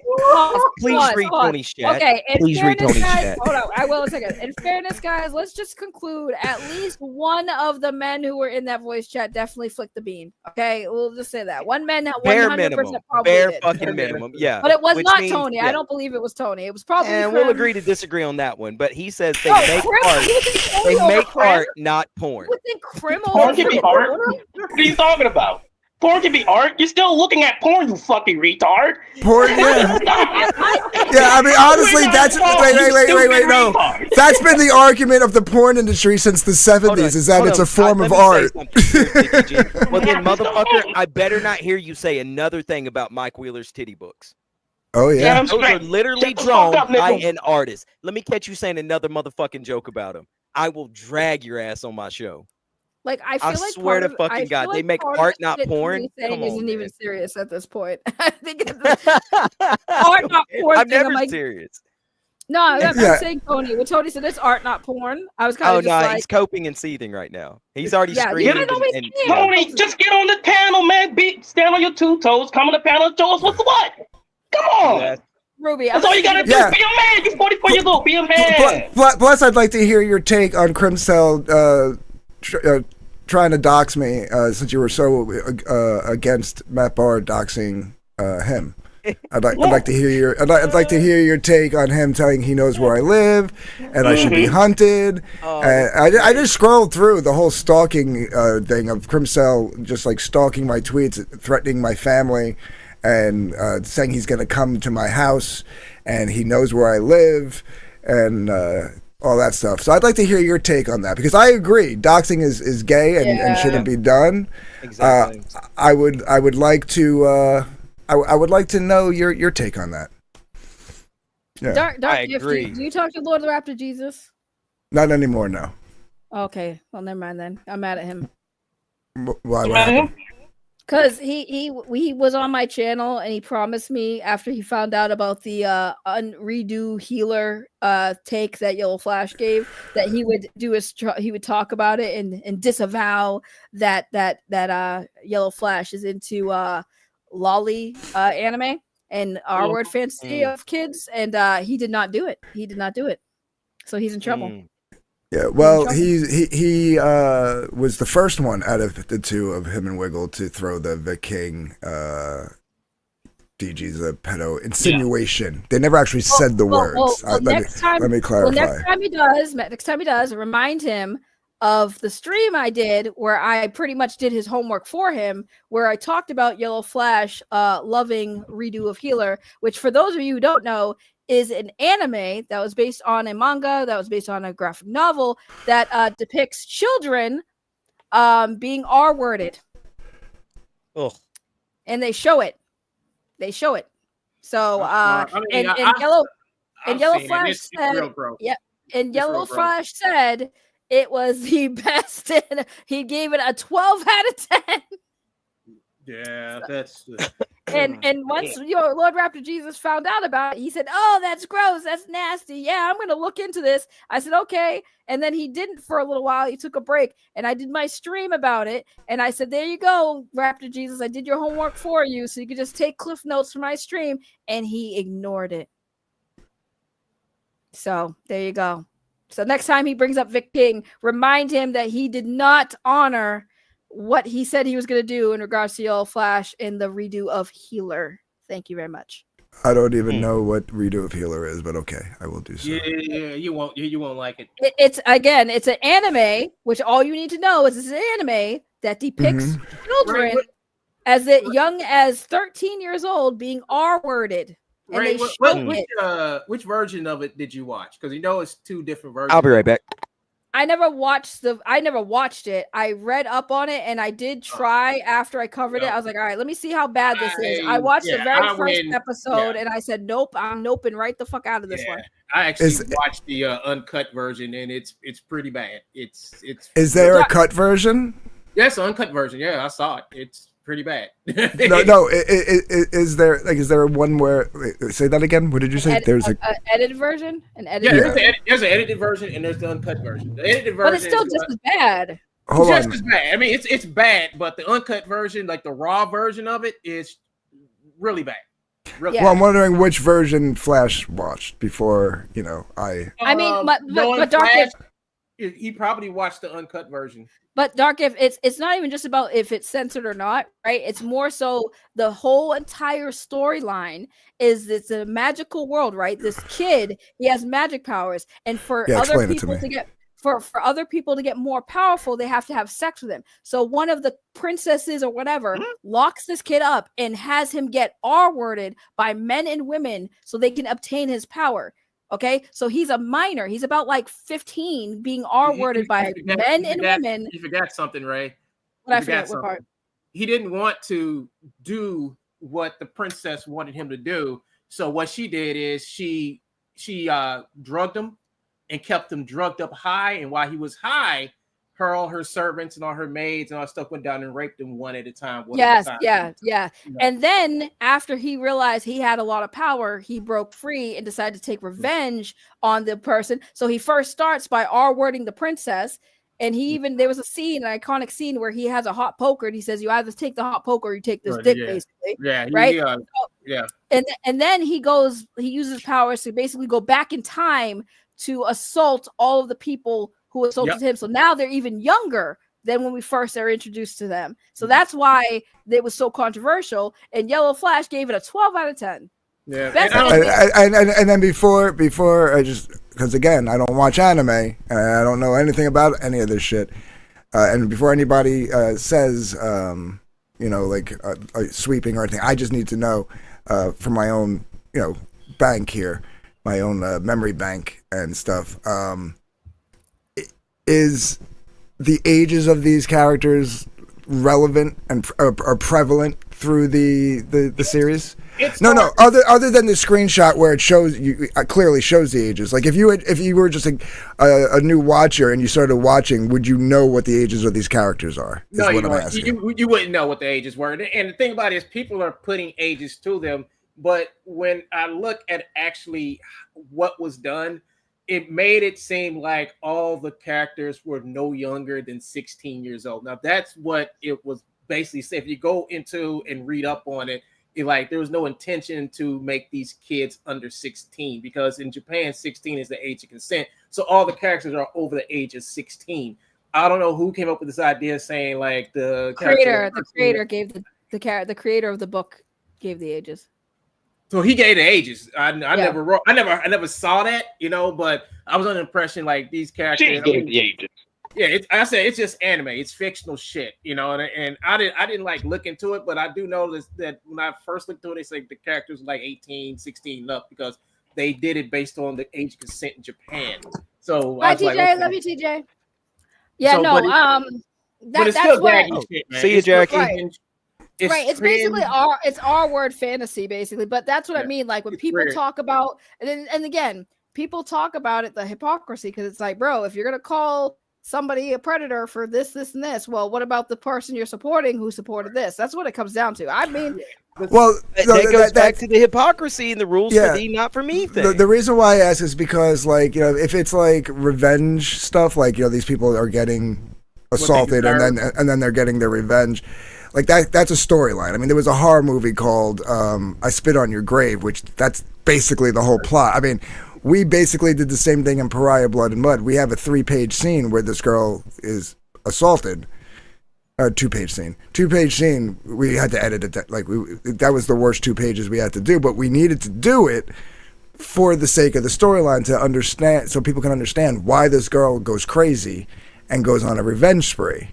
Yeah. You know what I mean? Right, I mean, granted, she's in her 20s and stuff like that. In that case, not done for sexual purposes. Right. Review of Healer, so that's why I'm asking. That's why I'm asking. Right. Yeah. So in Review of Healer, the creator did say like it's supposed to be a revenge story, sure, but like. I'm not mad at the revenge story, but it's like the reason why it's controversy. It's even controversy in Japan, which says something because Japan is usually very lax on certain. Okay, shit. yeah, that does say some. Yeah, so even in Japan, it was controversial because I think it was the way they depicted the revenge, like the R-wording and stuff. Like it was pretty bad. Like it was pretty. It was too extreme. Yeah, when I was watching, it was really extreme. The way that it was done, especially. I think the last episode was the episode that did it for me. It's when he like got the two sisters to he took the two sisters and forced one to make out with one. And I'm like, okay, I'm done. I'm fucking right. Done. I heard it got really bad. It got really bad. And also, Yellow Flash made some comments that were like very controversial because, like, when people were coming at him when they were talking about it, he basically gave the let's be real, a lot of women want it anyways type shit. Like, a lot of women want to be R-word and they fantasize about it. I'm like, bro. I don't talk to people ask me about that because I watch anime shit. People ask me, have you watched Redo Healer? Most time, like when it first came out and I actually saw it, I'd say nope. I didn't watch it. But for people to come out and say, oh, this was great, a 10 out of 10 out of this, I was like, no, it wasn't. It was about I understand, and I have to ask these questions because I also know there's a lot of people that just don't like Yellow Flash. So I just want to make sure that I'm getting the facts. And the fact of it is, it's a very weird anime that he into that stuff, like that shit, whatever. But it ain't because Yellow Flash liked it and people hate it. It's the fact of what it is. It's right. Well, but this is why this is why I have to ask. Right? Like, I see people going, "Oh, for fuck's sake!" I have to ask these questions. Like I you know what I mean? Right, especially for what I went through and still go through. You could see with Crimso when it comes to the Vic King stuff. Before I go around and start throwing darts at people, I need to get the facts. So I'm not going to put someone else through that. 100% honest. Like, do I really think that Yellow Flash liked Redo of Healer? I'm not really sure. I think for him, it was probably more about the controversy surrounding it because he is a rage bait content creator. I do feel like it might have been more about the controversy and the attention it would give him more than the show, because I don't know anyone who could watch that because I couldn't even get through the first fucking episode.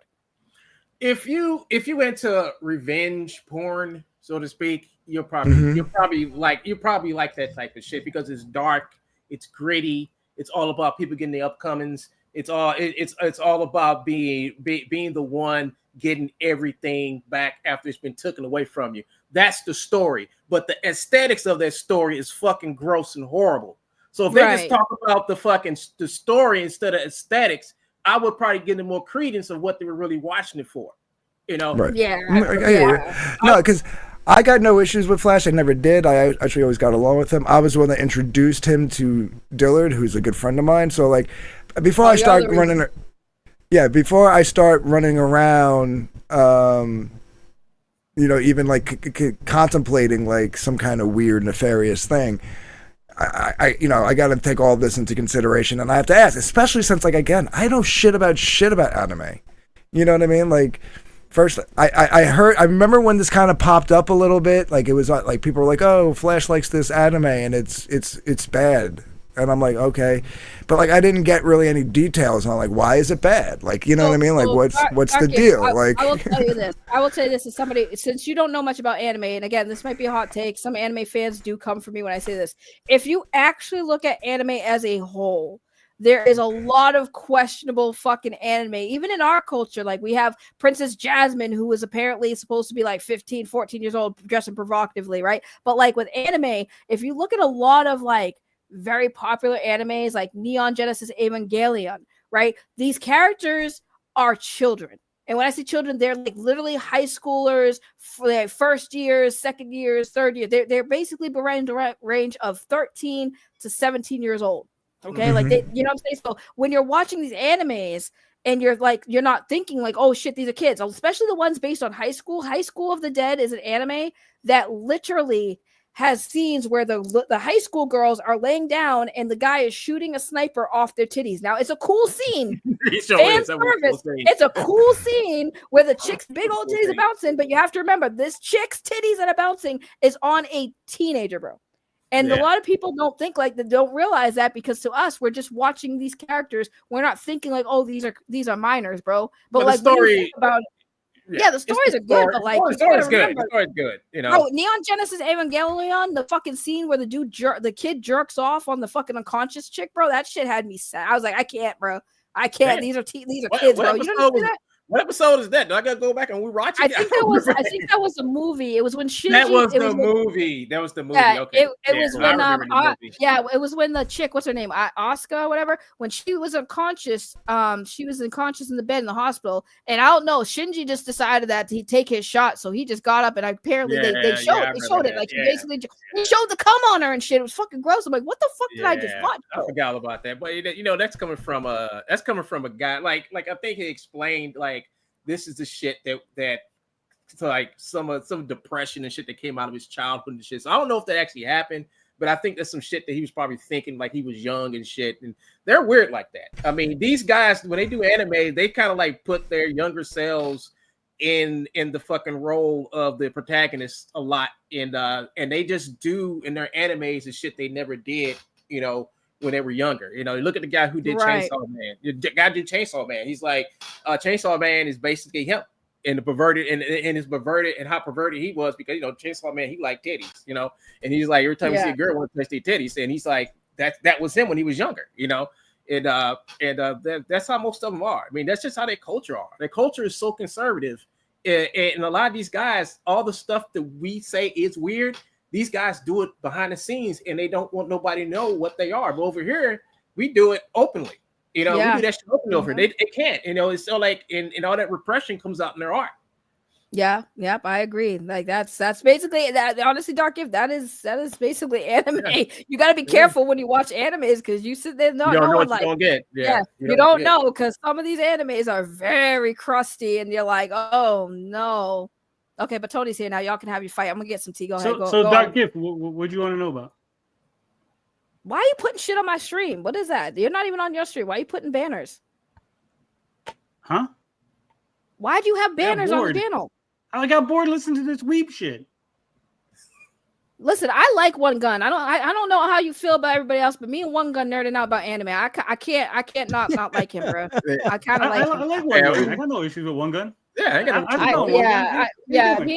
like One Gun. I'm still everybody loves Ruby. One Gun. Ruby ain't gonna throw down. Cynic is you know, I'm still warming up to Cynic. Nice to meet you, Ruby King. Nice to meet you, little paw lover. Yeah. Nice to meet you. First time, yeah. So where'd Dark Gift go? I thought he wanted something. Trying to big time people. No, like he muted. He probably he said before I go, give me 15 minutes. He said something about that was a while ago. Grim. I was in the shower. What the fuck you want me to do? Well, maybe he's in the shower. Don't yell at him. He's muted. Sorry, I had the volume on my regular speakers, so I had to walk away from the desk. So I was listening, but I just couldn't reply. See, I told you stepped away. Okay, y'all go. I'm gonna get my tea. Yeah. I mean, like, you know, I agree. Matt Bahr should not have doxed Crimcell, and if I had known that, then I would have said something then. Because we were I think were we still cool back then? I don't even know. It was in 2024 from that screenshot, but regardless, I would have said something. But I want to see that same passion of like going after doxers when you got Crimcell basically looking for my docs, saying he has my docs and that he's going to come hunt me down. Yeah, that's a little disingenuous. I don't see that passion coming from anybody in your little camp. And again, I got no issue with Katie, but I don't see it coming from Katie's little camp. Definitely don't see it coming from Riley's little camp. You know what I mean? Oh, because we all think it's hilarious. Well, I can't talk for Katie, but the rest of us just find it fucking hilarious. Yeah, but that's hypocrisy, Tony. That's the problem. Right. So again, it's like our gift. It's fucking hilarious because if you know Krim, he's not doing shit. So I don't know Krim. Absurdity. Well, that's why it's hilarious to us because we know Krim. It's like, yay, he ain't doing nothing. He ain't doing nothing. He's running around telling people I'm stalking. I'm a sex predator. I befriend pedophiles and I protect them. Oh, you did befriend the pedophile. I mean, you didn't know he was a pedophile, I hope, but I mean, you did befriend him. Yeah, well, I mean, when you say he befriends and protects pedophiles, it makes it sound like you kind of knew. That's all I'm saying. Like this is what I mean by like how CG has fallen from its grace. Grimkle is not CG. Grimkle's just a crazy guy that helps me out once in a while. Yeah, but he helped you out, so he's a part of your camp. Why don't you disavow him publicly for trying to dox? So I don't know what you want me to do, DG. Like I said, I just want to see the same. I just want to see the same passion about doxing. What a fucking pussy! I want to see the same passion about doxing. Fucking bitch. Well, when he doxes you, I'll go ahead and hand out of your pussy, you bitch. Come on. So again, DG, like when he doxes you, I'll definitely give him a talking to. He says he has my dox. But did he dox you? That shit. Fucking coward. Dog, why were you jerking off in Discord? What a faggot. So did he that's what I thought. That's what I thought, Tony. That's all right. I'm asking if he doxed you. Discord. Again, he could say, "Hey, I got your dox, DG." Does that mean anything? Sure. Yeah, it does. So you're scared that I have your dox now, DG? I mean, I'm not scared that Crimcell has my dox. It's the fact of it. It's keeping the same energy. It's not being a hypocrite, Tony. So you think that Crimco's going to do something? Did he post your docs publicly? I'm confused what the issue is. He just said a thing, and then that triggered you to be upset about it. I choose my words very all right. I just Wait, Tony, what current CG. This is current CG mission statement. What was that, Ray? I was gonna say, wouldn't you classify somebody like trying to dox or threatening dox? Like, wouldn't you consider that kind of shitty though? Because like doxing's stupid. Nobody should trying be to wanting yeah. Okay, no but one should dox anybody. Okay, Crim saying crazy shit is just par for the course. Yeah, but the public doesn't know that. You may personally know that, but nobody else does. And you asked me to take your word on it. You should have disavowed. I didn't ask you to do anything. Like you did the same thing like you did with one gun. You should have done with Lean. Like I said, DG, I didn't ask you to do anything. I just said I don't care because I find it funny. Well, you're kind of saying, well, if you know Crim, like we know Crim. No, I didn't say that at all. So you're putting words in my mouth. I said, rewind it. Rewind it. I said I know Crim. So I'm gonna rewind it. I'm gonna rewind it. I didn't say if you know Crim. Hold on, I got to mute the site. I'm rewinding. Go ahead, rewind it. I know what I said. I said I find it funny because I know Crim. I didn't say you would find it funny if you knew Crim. You still might not like it if you knew him. It's hypocrisy, Tony. Whether you know him or not, that's hypocrisy. That's being disingenuous. And you know that. You're sitting here going rules for thee, not for me, because I think it's funny. Oh, yeah, I wasn't on my other account. I couldn't see some people in the chat. Oh my god, I love bullying this bucket. I had to go on my gaming thing. So my thing is like because when I first was introduced to Crim, Tony, yeah, he's crazy. I told you the same thing, didn't I? Hey, Cynic, you know you're gonna go back to his stream, right? And be like, yeah, you just ignored those guys. I just ignored them. Yeah. Yeah, there's a bunch of nobody, couch chasers, goblins, as they say, just on there. Sammy over there. These guys are really seething and coping that I'm not giving them attention. Here we go. I'm laughing about it. Share my screen. Share my screen. Exactly what I said you were gonna do. Share my screen. Oh, we're not getting his attention. Hold on, Ruby. Hold on. I'm so angry. You didn't say if you know Crim like I know Crim or something to that effect? No, what I said was I know Crim. That's why I find it funny. Okay, hold on. I didn't say anything about if you know Crim. Hold on. If you know Crim, he's not doing shit. Yeah, if you know Crim, he's not doing shit. You just said you didn't say anything about you know Crim. 4K. Tony, just admit you were wrong. Just say you for were wrong. once. Just say you were wrong. I choose my words very carefully. And then what did I follow it up with?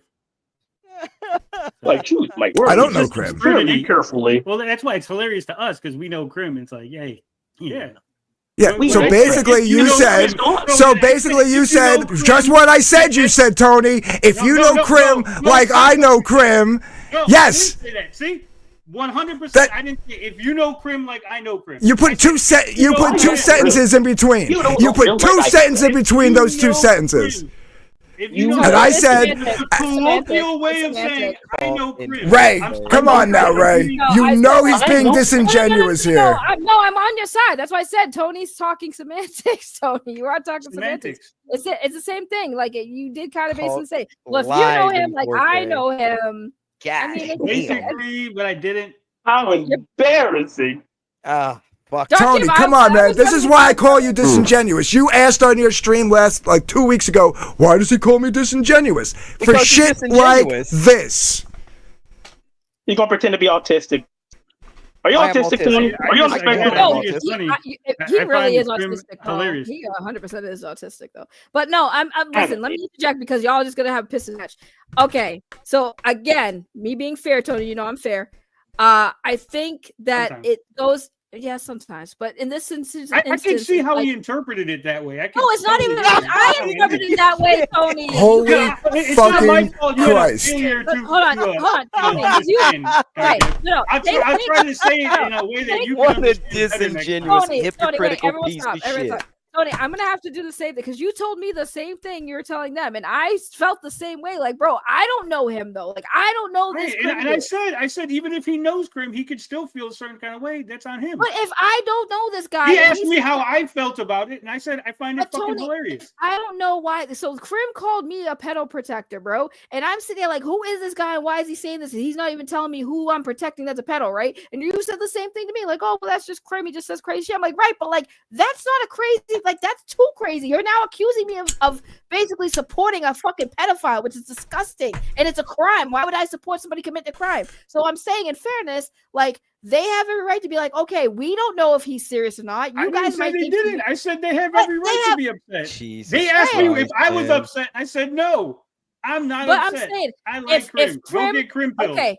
That's fine if you like Krim. I'm not mad that you like Krim. You can like him all you want. My point is, if he is sitting there making threats, hold on. If he is making like claims that he wants to dox Dark Gift, and you're and now he's like, going to. He said he's going to. Okay, if he's going to, why is it okay for him to threaten doxing? And then when he gets doxed, I'm sitting here like he shouldn't have gotten doxed. I stand on that. I don't think he should have got doxed. But if he's getting doxed, then why does he get to threaten doxing people who didn't even dox him? Especially people who didn't dox him. It would make sense if he wanted to threaten Matt. If he wanted to dox Matt Bahr, that makes more sense. It's wrong, but it makes more sense. Wife. Right, but if he was going, if he doxed, it makes more sense. But Tony, it makes more sense for him to go for Matt Bahr and dox him because he was doxed by Matt Bahr. It's still not right, but he doesn't want to dox Matt Bahr. He wants to have consensual sex with Matt Bahr's wife. Okay, but why does he want to dox Dark Gift? And we're okay with going after people's families too. You got to ask Krim. Well, so, I mean, you're okay with your mom. I'm okay with tit for tat. Yes, when someone escalates, then the other person has every right to escalate. All right, so I'm gonna take Matt Bahr's tweet and I'm gonna spread it around. Tit for tat, right? If you want to, I mean, can't stop. And you're not gonna say a peep, right? Yeah, you're not gonna go on your show and do this big fucking hoopla with Hot Toy fanboys going, that's right, boss. Yeah, boss. Every kid's good here, boss. And put that tweet up, and then I had to take it down because I was like, oh wait a minute. I have a question. Ray, please don't delete this stream. No, please don't delete this stream. I'm not. I don't delete. I'm not gonna delete. Don't delete shit. Hell no.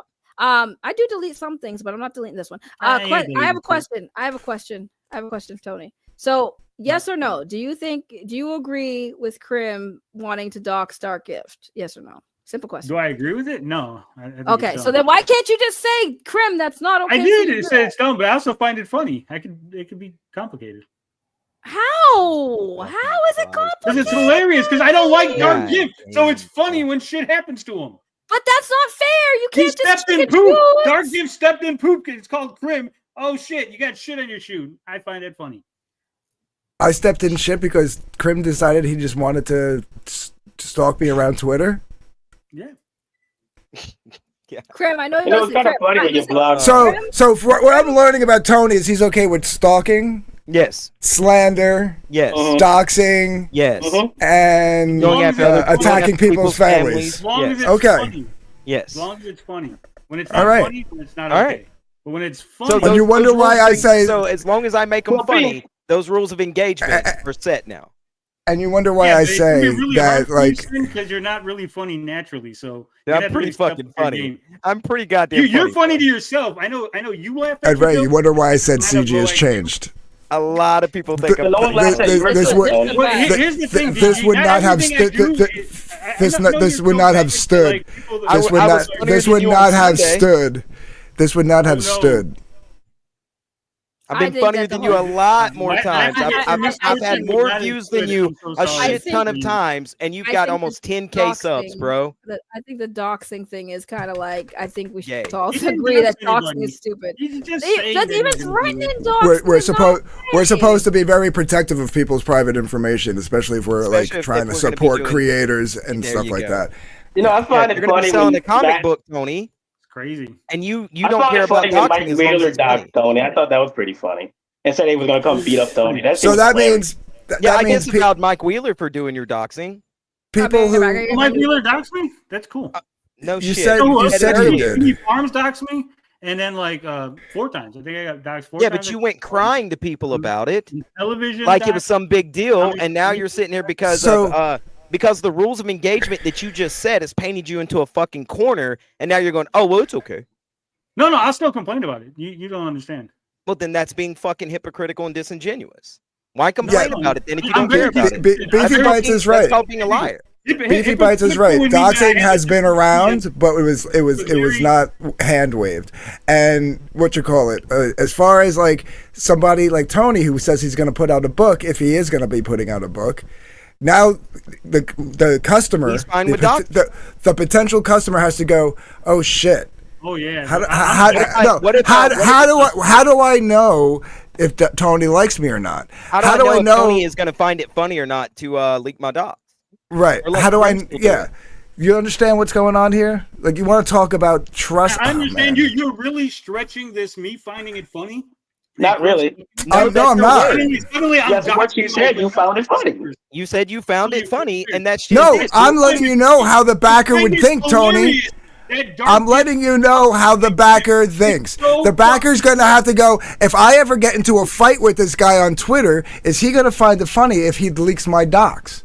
That's what a backer's going to think. Yeah, because they're giving you their personal information. Did I say it was funny that I leaked somebody's docs? See, you're making. You said, and I quote, "It is okay doesn't matter. If I find it funny." I'm not saying that you would. I'm telling you what a backer's going to think. It's trust, Tony. Yeah, a backer could have thought that even before this conversation. Sure. I know my backer. Now you nailed it in the coffin. Don't worry about it. Yeah, you just nailed it in the coffin. My backers are going to be a little bit smarter than that, so they don't got to worry about it. So by the way, okay. By the way, can Ruby? Is Ruby? Are you that wildfire account on Twitter? Yes, that's me. Okay, so Ruby, what I'm gonna need you to do since we're having this discussion is you retweeted Tony's tweet posting the screenshot of Matt Bahr docs and Crim, and you did not call that out, young man. I need you to call that out, sir, as well. No, I'll do whatever I want. Exactly. So what the hell? This is what I'm saying. This is what I'm saying. Nobody wants to stand on business. Wait. What did Ruby do? I retweeted Tony's tweet. Yeah. He retweeted fucking Matt Bahr. Yeah, Matt Bahr is gay for doing that. Disavow. What the fuck? There's no big deal. He shouldn't be doing that. Both are gay. You know how easy that was, Ruby. See, we got beef, Ruby. Me and you got beef. Don't be fucking doxing people. I don't give a fuck if you think it is funny. I thought it was funny what Mike Wheeler did, but I still publicly disavowed his ass. Because nobody should be fucking doxing people. We're all in this trying to do a business, and we have people that are going to be backers, we're going to be trusted with their information. And if you think it's funny, who fucking knows what that backer's going to think? Yeah, I think it's funny. Again, I'm going to be very clear. I think it's hilarious. Yeah, you're going to choose your words very carefully, like you did earlier. Come on, retard. You can do it. You can do it, retard. Very funny that Dark Gift is getting fucked with by Crim. Hilarious. I find it funny that he's getting fucked with by Crim, but I still disavow the doxing. Oh, wait, why? He's fucking funny. Why isn't he laughing? I'll disavow it 100%. I don't believe you. Yeah, but he shouldn't be threatening it either. I don't like that threatening. I don't like threatening people's docs and shit. That's just so gay. Yeah, nobody condones the shit. That part's not funny. The rest of it can be funny. I think, a matter of fact, I made a joke. Dark Gift was sitting there saying, "Look at this guy harassing me." I said, "I don't know. It looks like you're harassing him." I can find that to be funny and say, but that part isn't. Stop being disingenuous. Stop being a hypocrite. I'm glad I asked your opinion on this. I'm glad you gave me your unsolicited opinion on something. No one cares. You don't have to solicit my motherfucking opinion, boy. I know. I just said you gave an unsolicited opinion. It's clear I don't have to solicit your opinion. Then why did you mention it? If you care, why did you mention it? Why did you mention if you don't care so much? You just say fucking. Why did you mention it if you don't care so much, Tony? Explain that.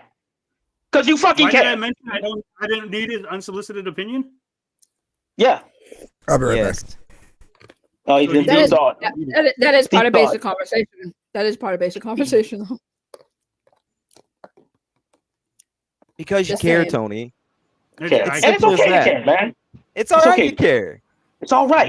You get your feelings Fine. hurt. It's fine. Sometimes people get their feelings hurt. It's okay. I get my feelings hurt too, Tony, man. Ruby It's gets fine. his feelings hurt. Never got I my mean, feelings. y'all You also have, said I did this. Tony. Y'all We also know you said have I did feelings. this. Y'all also said I did this stream because I was triggered by Matt Bahr when I literally explicitly said I just I needed was something to trolling talk you. about You today. know that. Not Well, you, Ray, Ruby. I got beef well, with him. I got beef with Ruby. Oh yeah, Ruby. Yeah, He's a yeah, wild. Ruby. He's a wild Name child. the place He's fucking and crazy. time, He's that Ray. nigga. Place and time, and I'm coming. But first, I'm taking you out to eat. Yeah, Come we're gonna to get some Boston, we'll beignets, yeah, some Ray, crawfish po' Ray, we're gonna have boys. to do a show with me and Yeah, you. man, and some Reed out, beignets. man. That's the dessert we was missing, Tony. Yeah, I that's know one it. gun. Yeah, Yeah, you want some me- beignets, Ray? I'm gonna say this one gun. I didn't even know you was in chat. 'Cause I know I've seen you in the chat when I'm covering like other shit. So he's a true supporter. You are welcome. We'll have to do a nerdy stream where we talk about anime Yeah, and we shit. can- So you don't we- gotta yeah, deal You with ever all this ask bullshit. Lundgren about all the art that he did? Because he did I didn't- comic book art and he did some like Robo stuff.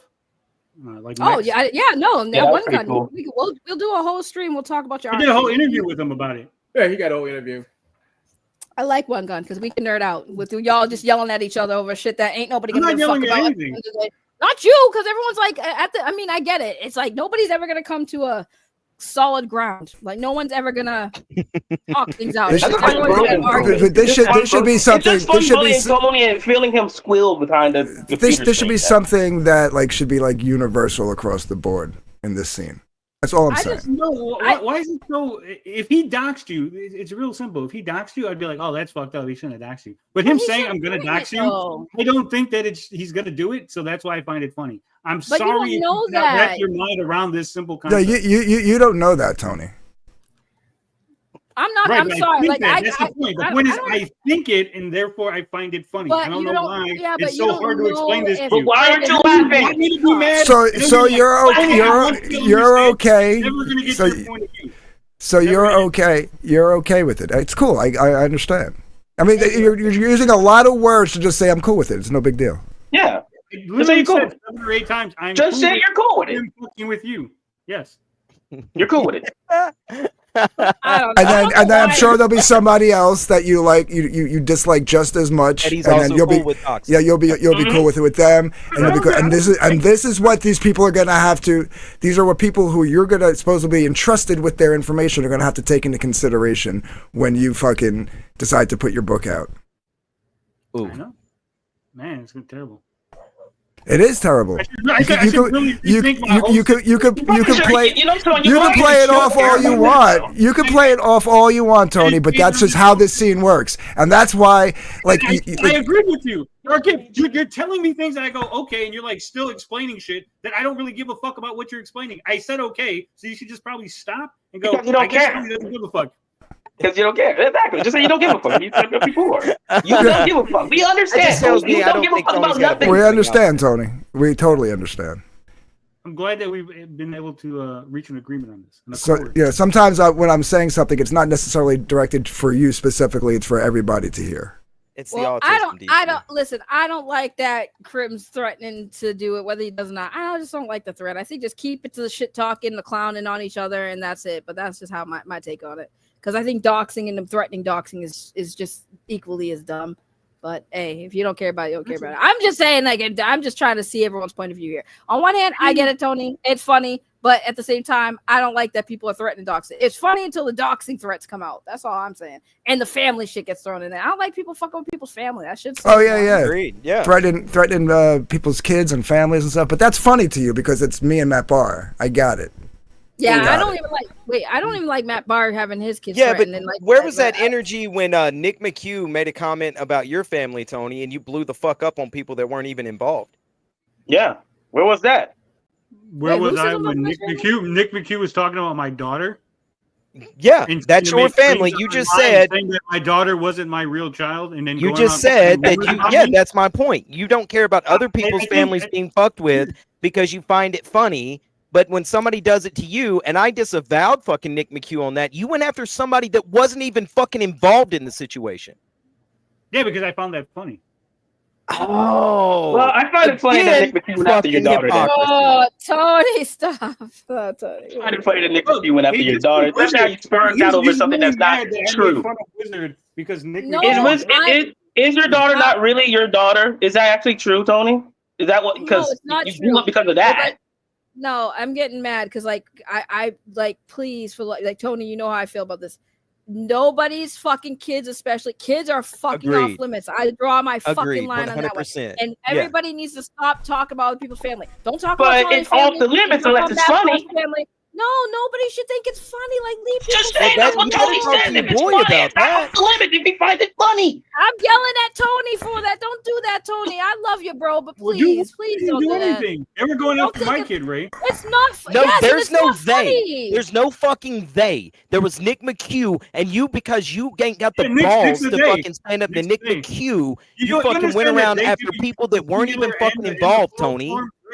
You understand that, right? How language works? They can be used singular and I don't think you understand how language works. Disingenuous fucking pseudo-intellectual bullshit. So you don't understand. So see, they can be used. I don't think you understand. I don't think you understand. You're just trying to manipulate and weasel your way through all this, man. Hey, here's a simple solution. Who is they, Tony? There you go. Who is they? Nick McHugh. Okay. They as in Nick. Okay. So one person said something. Look, I thought Matt Bahr fucking muted me an hour ago. He's posting shit to me. Anyways, so basically, one person made a comment about your kids. So why is that now projected on everybody else? It was one person. Why is that person? I didn't project on everyone else. Yes, you did. You literally went after people that were not involved and done streams on them just because you couldn't get at Nick McHugh. No, I did streams on people because I wanted to do streams. No, you said on Twitter because of Nick McHugh, I'm going to do this stream. That's what you did. Stop lying. Stop being a liar, you liar. Wow, if you keep saying it, maybe it'll be true. It is true. It is true. Like that, maybe it will be true. You lied on this stream. You two-tooth liar. Man, so you don't give a fuck, Tony. You told me a liar like 6 or 7 more times. Just say you don't give a fuck. I will, because, I don't give a fuck, bro, you can sit here and say it more, and it'll make it true. But, bro, you were caught in 4K on this stream alone. No, you just admitted that Nick McHugh done something, and you did go after somebody else because you said, and I quote, it was funny. It wasn't exactly what he said. I said, sorry. As far as Nick McHugh, he's really still upset because I threatened to stab him in the neck with a pencil. That's got nothing to do with you being a liar. Yeah, but I'm not. But you are. You're a liar. You're a dumb liar. You're bad at it. You're disingenuous, and you're a hypocrite. All of those things. And you're also I'm glad you've been able to get this out of your system.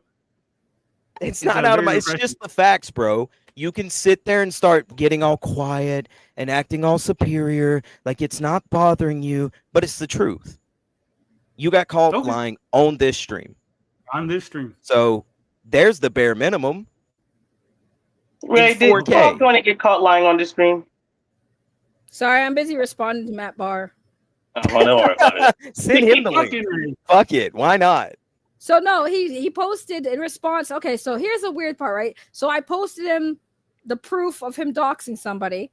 And then he responds, "You're being irrational." He didn't DM me inappropriately. He raged involving my family and mentioned R wording.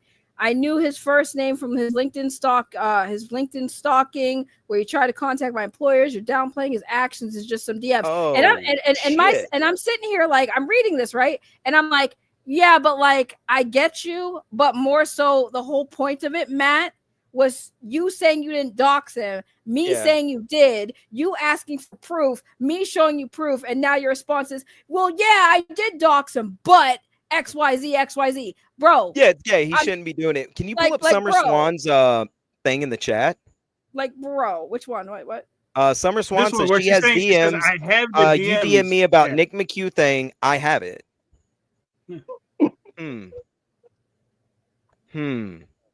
But anyways, you can do all. Yeah. I say things all the time. I said Yeah, to someone, so Swan, hey, you were gonna you lying stream on then or Wizard you if lying Nick- now? You're not this, man. You're not good I at wasn't this, lying buddy. at all. Again, I Bullshit. don't understand how you guys can't really understand this. Bullshit. If I go, hey, I'm gonna do this thing unless Nick stops just to fuck with you guys, doesn't mean that what you Control, Tony. You're not good at this at all. Yeah, bro. I've laid out the rules of trolling before, Tony, and you should listen to them again. This is All right, so it's fun. I'm really it's not either trolling. shut the fuck up, God, this right, is or so out fun. troll I love someone, it. and you're not good at this. You're not good at this, I'm not- Tony. We caught you with so I many know that if fucking you think it's lies. this We know that you popular- were seething the fucking Katie. We know everything, Tony. Stop it. Stop it. Yeah, I know that Ruby thinks that if he just talks louder than You had me, to then kick he- him. You had to kick him Yeah, because because you he got wouldn't caught shut up. lying. You moved him No, to the because back these people because don't he fucking got. shut the fuck up. I swear to God, you want me to answer questions and you just keep fucking talking. Look, 100%. I told you guys, hey, if Nick doesn't cut it out, I'm gonna fucking stream on you guys. Yeah, I did that because I wanted to fuck with you. I'm sorry if you guys don't like the fact that I want to fuck with you all the time. I'm like, so You no, wanna no, no, fuck Tony. with I like that you fuck with us because I want to So fuck with wait, you. no, but for fucking real, with you, hold Tony. on. You're a liar. So you wanted to fuck with people who had nothing to do with the Nick McHugh situation, Yes. and you used the Nick McHugh situation as a reason to do it. Yeah. Yes. That's retarded. Yeah, that's very retarded. I'm sorry, I was keeping my mouth shut during that because that was between you I guys, know but you that's think you're awesome, retarded. But back then, Nick was hanging with us, so I figured I'd fuck with him a little bit. Oh shit! So guilt by association. Yeah, guilt by association. And Another fuck thing people that for no fucking reason. That would my God, people wonder why I say it's Converscape by name only at this point. I know you guys can't understand. Oh my you know, God, we just Tony, you're wanna so fuck with funny. people. You're funny when you don't want to be. I love it that you lie and try to protect your little fucking feelings. Oh my God, I He's love gonna talk doing to you real quietly, Ruby, like he's not really upset. Be careful. I know how it is with me and Tori. We know this. I mean, I was talking shit to him in Katie's DMs, and he only blew up with me towards the end when I got kicked out. But you know, it's fine. He got kicked out too, so everything's great. Oh my God. I know he's seething, sitting behind the computer screen with his arms folded, like this fucking Ruby King. I'm gonna fuck LG Westy. I have no idea what's going on. I'm just here. I have no idea what's going on missed either. it. But, Yeah, you know exactly apparently what's Ruby going on, is Tony. Really You know upset. exactly what's going on. I don't. You got caught So- in so- 4K, I- lying to everybody, I love how being people keep going to get caught in disingenuous, 4K doing when I guilt go, by "This is exactly association, what being happened," cool. and I You tell admitted people to what being happened. cool with doxing as long as it's funny. You Again, I don't know how I'm getting caught in 4K if I said everything that I said. I'm standing on business. Exactly. This is what I said. Yeah, This is what happened. This Yeah, is you're what right went on on. this. That's why you It's keep really kicking weird. people out, huh? I That's keep why you kicking keep you out kicking because them you out. shut I the was fuck up. It's Wait, like, wait, I why wanna does he have talk, control over your channel? Your screen. Why does he have scared. Say control scared. over- So again, if you want me to talk, you want me to come on and have a conversation. I'm not going to sit here and let people just fucking talk over me. I'm sorry. If you guys want to have a civil conversation, we can do that. I'm just here. I'm not here to be civil with you anymore because I already know you're Big old gay. pussy, bro. What a big pussy. old bitch. Always have been, always will be. Always will be. I mean, Oh my that's God. your What opinion. it's no longer an opinion. It's a fact now. Yeah, it's a I pure guess it's a fact. fact. I knew this was Yeah, gonna I know. happen one day. You So were gonna try hold to on. grow a I do have a question, and it's I know Tony doesn't believe it, but it's in sincerity. So somebody went after your relationship with your daughter. Yes. I don't need the details. I just want to make sure that Yeah, that's disavow, by ba- the way. That's the disgusting. basic- Don't do that right. shit. Yeah, I would have done the same Like you thing. But like, this is funny to you. It's extra funny that he doesn't think the Darvo behavior is improving the abuses in his family too. You and your family can't avoid what you've done ever. You can't undo what you've done. You're committing these acts. Where else does he go after? Where does he go after? Let's see. That's just another bullshit thing. This is a guy who calls me a stalker, but this is all him coming after me. And I'm not even talking about him or at him. Let's see here. Funny coming from you. There's oh, that's funny. Sci-fi. He made that. Where does he talk about Matt's kids? That's the one I want to get to. Matt's kids, Matt's wife. Yeah. What's Oh, up, here you Rick? go. You just rack up more sins on your family. Matt Bahr is a stalker and a rapist, and Dark Gift helps him sexually victimize those they see as vulnerable parties. He will tell any lie in order to hurt these victims while covering up their own obvious threats and doxing and extortion. Both clear dangers to children. Where else does he talk about Matt's kids? Okay, stop right there. I mean, he said you're clear danger to children, but I mean, he didn't say like he was going to hurt your children or something. Like in the context of his other tweets, where he specifically does call out Matt's kids. Yes, that's kind of where it comes from. Like, it's kind of like the argument. Well, if I say you're a danger to your kids, that's not the same as me attacking your kids. Right? You see the nuance. I don't know. I think it is. Well, I mean, it's attacking your family structure. It's attacking your family integrity. I'm saying like you're an alcoholic, and that's going to affect your family and hurt them because your alcoholism is going to cause you to abuse. Well, if I was an alcoholic, no, you would. That wouldn't be attacking your family. Yeah, but you're moving the goalpost. No. You're moving the goalpost. Tony, I'm not going to let you move the goalpost. I'm sorry. Don't move the goalpost. Yes, it is. Don't let him, DG. No, because you're talking about like an actual alcoholic. We're not talking about actual alcoholics. We're not talking about actual pedophiles. We're not talking about actual sexual abusers. He's calling people pedophiles and sexual abusers and that they're a danger to kids, and he's specifically referring to Matt Bahr. So, and it's just it's attacking. Hold on, it's attacking the integrity of Matt's family structure. Just like Nick going after you and saying that you're not the biological father of your daughter is attacking the integrity of your family structure. Exactly. Okay. Also, does that make sense to you, Tony? For the record, to get into your Matt brain Bahr is not a predator. I disavow anyone saying that without solid proof. Thank you very much. This is the tribalism it's so easy to just say I've been talking about, and then these guys started talking about last week. Because this is your boy, and you won't fucking disavow a goddamn thing he's doing. Because it's funny. Because it's Matt Bahr. It's Dark Gift. It's funny. It doesn't matter because it could be somebody else next. Yeah, and I guarantee you won't disavow it. He did call me a predator protector when I first met him. Was it funny when he called me a predator protector, Tony? And I'm your friend, bro. Damn, man. No, that wasn't funny. I told him that wasn't funny. I literally had a conversation with Krim and said, "Hey, that's not funny. Leave Ray alone. She's cool." Yeah, because Ray is cool with you. That's the hypocrisy. He thinks telling people not to fuck their dogs is defending zoophilia. What else is he trying to cover up? He wants to abuse children and animals. There's a question mark there, right? Doesn't matter. I choose my words very carefully. I'm kind of like, I mean, I did start the stream saying like I got no issues with Krim, but like I'm seeing a lot of shit that I didn't see before, and I'm kind of like, Krim's a fucking crazy person. I told you he's psychotic. Every fucking moment that he's around. He kind of a little unhinged there, Tony. It's getting a little like there's got to be he's not CG doesn't matter, bro. He's your boy. You gotta disavow one thing. I mean, there's got to be something that he's been saying that you could sit there and be like, yeah, nah, then you can't be friends with him. Just disavow his actions. Never forget you decided to take culpability for all of Matt's crimes as well as your own. Shouldn't have buddied up with pedophiles and Kiwi Farms, which I never go on Kiwi Farms. I hate Kiwi Farms. Now your family can't escape them. Oh, by the way, real quick, since you bring up Kiwi Farms, since Matt Bahr wanted to bring up Kiwi Farms, he said that Krim got docs first on Kiwi Farms, and I'm like, okay, so even if you weren't the initial person who put the docs out there, you sure had no problem spreading it, so you're just as bad. So you are a doxer in my eyes. Sorry, Matt, you don't get to get that one.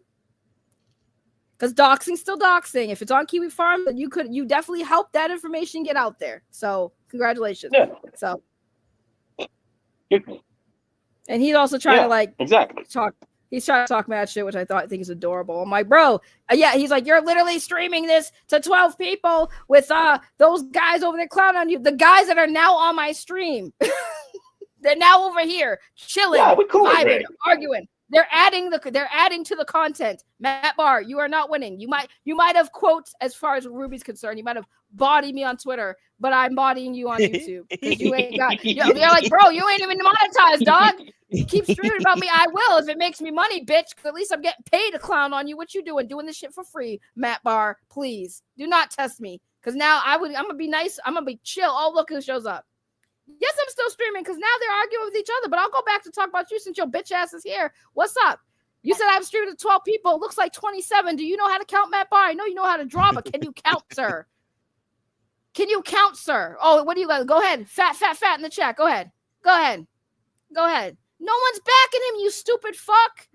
You're going at Tony for backing him. Pay attention. I'm backing him. Put the drink down, buddy. Of course you are. Put the drink down. Put the Coors Light down, bro. Relax. I literally fucking offended your stupid ass a few times too. Who cares? It's more than what you get. Who's sitting there watching you play Fortnite, bro? Like, are you serious? You know, it's people, Tony. It's people like you that get me like to a centimeter away of like just throwing out my principles and being like, you know what? I'm just gonna quote tweet fucking Matt Bahr to high hell. I'm just gonna do it. Put the beer down. I'd rather have a Twinkie than a beer. At least the Twinkie makes me fat. No, it's not what I want. No. You're fucking drunk, Matt Bahr. Have another beer. I'm not gonna let a liar and a coward like Tony move me off my morals. But I will call you out for it every single time. No, but you know what I mean. Like it's just like, you know, like you try to be like you said, you want to stand on your morals, your laurels, and your principles. And on business. But like, it's like, man, and then these guys just fucking, they just lie. You sit here and do these streams all the time, talking shit about fucking Eric July being a liar and this, that, and everything else. That's you, bro. Look in the mirror. Yeah, you're just like him, man. You're just fucking like him.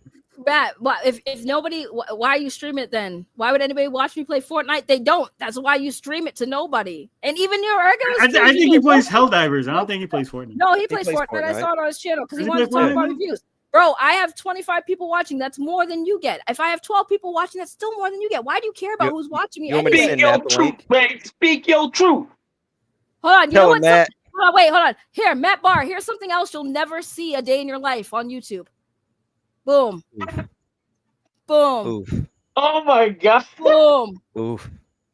Boom. Oh my god. I'm sorry, man, but that's kind of savage there, though. Yeah, that's savage. Oh no, Matt Bahr. Nobody watches me. I'm irrelevant. I'm stupid. Boom. Oh, you'll never see that on your channel, bro. Oh, that must suck. You got all that shit to say about my YouTube channel, but all Matt's gonna do is go back to Twitter and make a mean tweet about you, right? Right.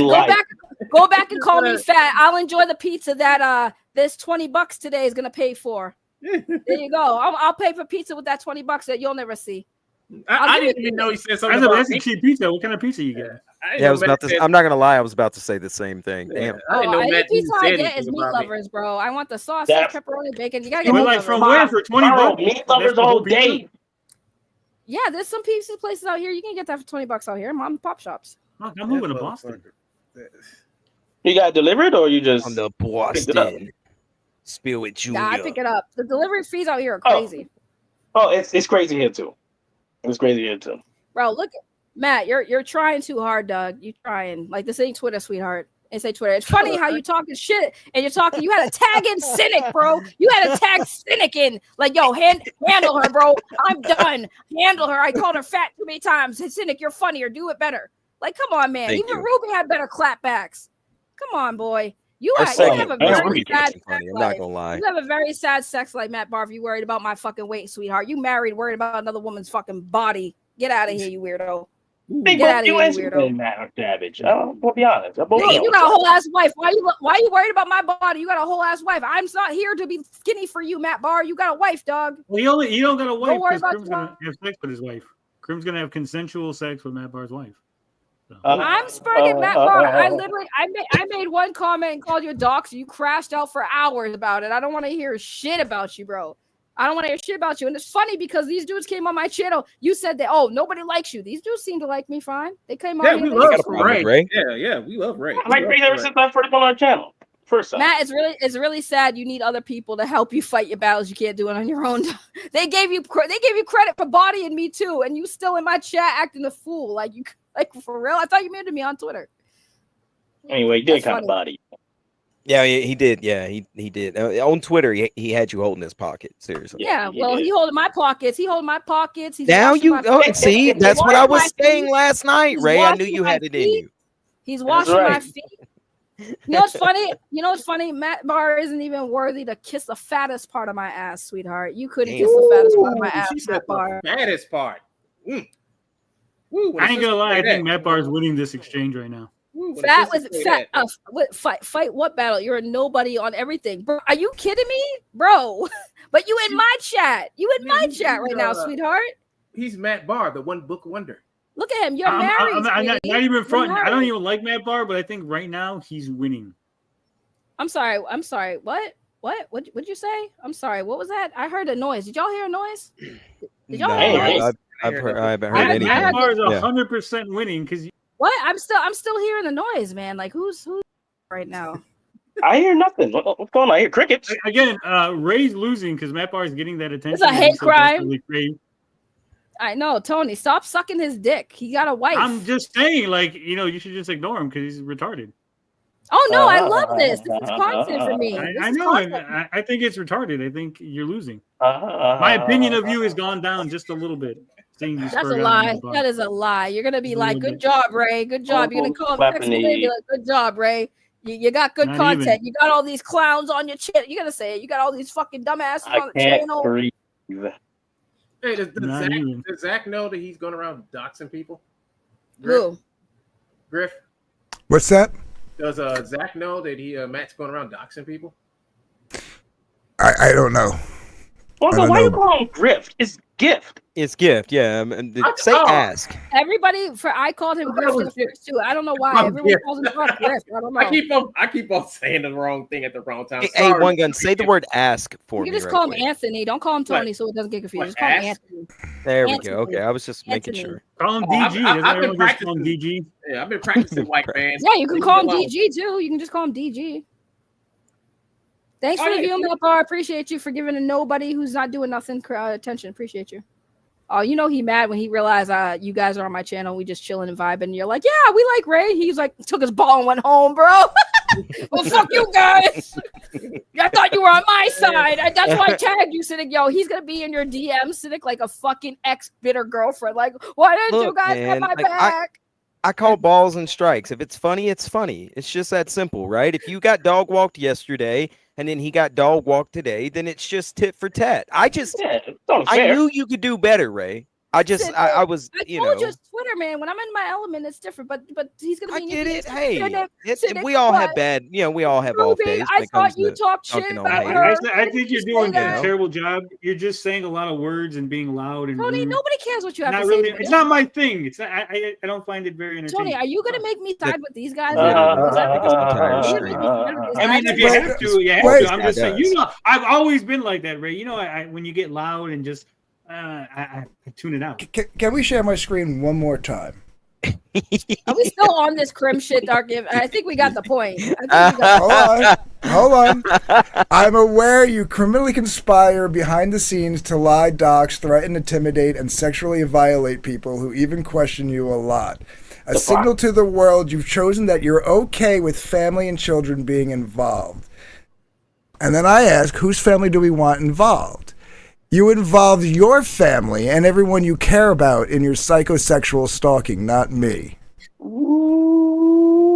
How did I involve my family? I'm saying I'll be talking to my lawyer. You chose to involve your family in your psychosexual stalking campaign, trying to break down each individual item pointless. Your basic bitch, Darvo, and bite tactics won't work. When did you do all this shit? I mean, this is like kind of like right when like he popped up my radar. I have no clue what he's talking about. That's this whole thread. This is why I learned not to interact with Crimcell. I totally I was like, this guy's not worth even interacting with. I'm not sure if that's Riley or Mint, but I agree 100%. No matter how much you lie about the past, blah blah blah. I didn't get where did you go? If that's Mint, what did I do? What did I do, Mint? Why do you hate me? What did I do? I apologize. I think you're just getting crim-pilled, and you just haven't realized it yet. I'm getting what? Crim-pilled. The stream is a big W for Crim. So now we have Riley and or Mint also saying that it's cool to go after families and dox people. Because it's a win for Crimso. This was mainly about Matt Bahr, and now it's become Crim stream. Well, because listen, I think that it was a total fag move to dox the guy. I wish I had known that when it happened. But I understand why. I mean, again, even though there's understanding, I'm not saying that, again, Matt Bahr, since you're still lurking like a bitch, I'm not disagreeing. I think that him saying shit about your family is fucked up. 100% agree with that. I'm not saying it's cool. I'm just saying the whole point is if you're saying you didn't dox somebody and then there's proof you doxed somebody, you cannot sit here and give me shit saying, oh, well, he did this and that. Okay, have you met Matt Bahr? The point is you doxed him. Like, bro, it's simple. You did dox the man. And then you literally said that just an hour ago. You're like, yeah, I did dox him, but bro, there's no but. You doxed him. End of story. That's it. That's all. And I'll say the same thing to Matt that I just said to Tony. Man, you're a fucking creator, bro. You should know fucking better. Yep. Right? Like if you got say for argument's sake, right? He's telling the truth. Kiwi Farms doxed Crim first. Okay, cool. They doxed Crim. He's threatening you. You're upset about it. It's not cool he's threatening you and family. You have his information. Go to the fucking authorities. Twitter is not going to do shit. Putting his information out there doesn't do shit to stop him from threatening you, you fuck. If anything, it's going to make it worse. So, like, lose your fucking head. I know you had a head injury that everyone keeps telling me about. My apologies. I didn't know you're legit fucked up in the head. But I'm telling you, stop with that. I think he is. I think he really is, Dark. If not like in a negative way, I think legitimately there's something wrong where Matt is either bipolar or he has some sort of brain issue where like he doesn't think, he just acts. Because he'll go from like 0 to like 200 for like no reason. Right, it's like go to the police. Yeah, that's called like compulsiveness, or at worst like anger management. Like anger issues, which is still a head issue. Really. I mean, again, my point is, bro, if you have this man's doxed information that he's threatening you, Twitter's not gonna fucking do shit. You posted on Twitter, did what? Nothing. Go to the police, you fuck. What are you talking about? It gave us endless entertainment when he did that. We were all laughing. I mean, again, go to the police. Don't go to Twitter. Twitter's not the fucking authority. Twitter ain't gonna do shit. Elon Musk is not gonna fucking care that somebody was in your DM saying crazy shit. Go to the police. But you don't. But that's not what he wanted. What he wanted was Dark Gift and other people to come and be like, oh, look at Matt. Oh, poor Matt's getting messed with by Crim, and now he got his revenge. He wanted his ass pats. He didn't, because he's not really scared, right? He's not really scared of Crim. Look, I'm gonna head out. I gotta go do some writing. Look, Tony, you're a lying hypocrite, right? You're out here spinning tails, cheering on doxers. You're acting like you're fucking some moral authority. Go ahead and brush those 2 lonely teeth left in your head and chew on some truth for once, man. I'm gone. See you, boys. Good job. Tell Wizard I said hello. About you, Ray. Take it easy. It was nice meeting you, Ruby King. It's great to meet you, Tony. You guys are fucking crazy. We should stream together sometime. You seem like a really chill dude. When you get loud, it's annoying to my ears.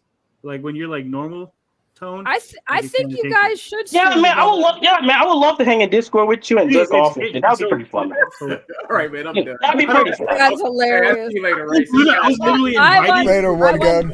One gun. Hold on, Ray. I was literally invited to watch someone stream. And then I refused. And then the next day they kept nagging me. They're like, hey, we really need people in the chat to help us. So you guys could like make it seem like more people are watching. So the people that are watching to give us money will be excited and be like, oh, yeah. So that's what happened. Any other questions? What? Wait, who was that for? Wait, say that again?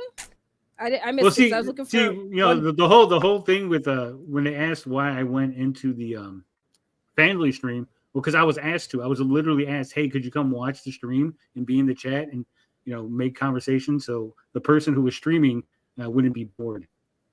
Oh, so you jerked off to her while they were filming porn. I got you, man.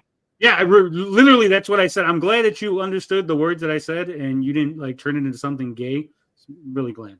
No, because it's the truth. Because grown men don't just watch people eat each other out. I know. In the It's privacy of their for you. home It's so weird that without like a jerking naked off. woman, like as soon as you see a naked woman, you just have to jerk off. You have no self control. You have no, you can't be chill about anything. Like just nakedness equals jerking off to you. Like it's cool. I mean, that's your thing. It's a Me, natural I thing, could see a Tony. naked woman It's and just very be like, there's a natural, naked Tony, woman. to jerk off I to don't know, naked it's women weird. in the I hope you're privacy. jerking Hold up, off DJ. naked. It's natural to jerk off to women having sex in the privacy Yeah, of it your is. home. I didn't But say you're it watching wasn't. Did I porn. ever say it wasn't? I just said that when there's a naked woman, That's you what don't you was have doing, to jerk Tony. I off. get it. Did you I understand get it? it. Like You're there hurt. could You be a want your naked little woman, W, and you but don't you can't have to escape the jerk fact off. and the reality that you were a 44-year-old man in a Discord watching Mint Salad and then 43. Dalish eat each 43. other out.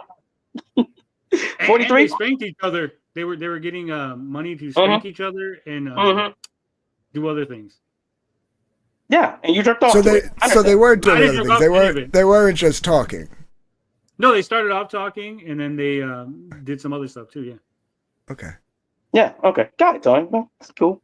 I mean, like I said, again, if you can't control yourself because a woman is naked or a woman is eating another woman out and you just like have to jerk off, that's a you problem. Like other people like me, Corinne, Riley, I agree, see that Tony. and go, That is that's cool. We don't have to jerk That off is to her. very much a you problem, Tony. So, control yourself next time when you're in Discord. When those things happen, just, I mean, hop on. You don't literally, have to you're jerk the off one with them. saying That's all that I'm you saying. have to jerk off You when there's a don't naked have to person. jerk I'm literally off saying with I don't Crimson have and to. Tranny Isn't Jack. it funny? You don't have to do You're that. so I understand, you're so Tony. upset I that you're gonna understand, wordplay. dude. You didn't get into Dalish's pants, but you have to invent this shit on stream. I didn't invent Isn't it anything. funny? It's kind of Isn't it funny hey, that Wizard of Argus, if you're Wordplay is watching such a porn in little private, are bitch you that jerking he's trying off? to kill himself because you guys Yeah. Are you when you're watching pornography in private? Are you jerking off? So fucking hilarious that you have to make up shit to make Wizard feel better that he got rejected by a woman. Oh boy! Yeah. Why? Okay. Why do we That's want to bring? cool for you, man. I mean, I don't see how that. I don't. You Tony, wanted to I talk don't see about how it. that You wanted hurts to have me the in all conversation. this. I mean, You I could've get it. just You want to leave. go to You could've Wizard just- because you think that's gonna hurt him, but I don't see how that hurts me. Okay, You had to- I get it. I understand. I made the Simp Chronicles. I called you a simp to Dalish. She didn't want to give you the pussy, and you jerked off to her in a Discord server while she ate out with salad. I get it. It's fine. It's fine, Tony. It's fine. You're normal. You're a human being. It's perfectly okay to jerk off in a Discord server, Tony. I get it, Tony. I understand. You are human. I don't think you're going to hell for jerking off, Tony. I don't think that's going to happen, Tony. You're perfectly fine. I will forgive you, Tony, for jerking off in a Discord server. Pause. Sorry, wrong person. I muted the wrong person. Y'all need to give it a second, please. For love of God, just give it a second, one at a time, because y'all are just yelling over each other. No, I was shit. going one at a time, but this motherfucker wants to just keep yelling over me. I'm not yelling. I'm just joking around with you and just speaking the truth. I'm sorry. I got a lot of points. His sad, pathetic I life. tried, guys. I tried to get control. I'm sad. I mean, okay, that's cool with you, Tony. I got a sad life. I understand. It's a sad life. I'm fine.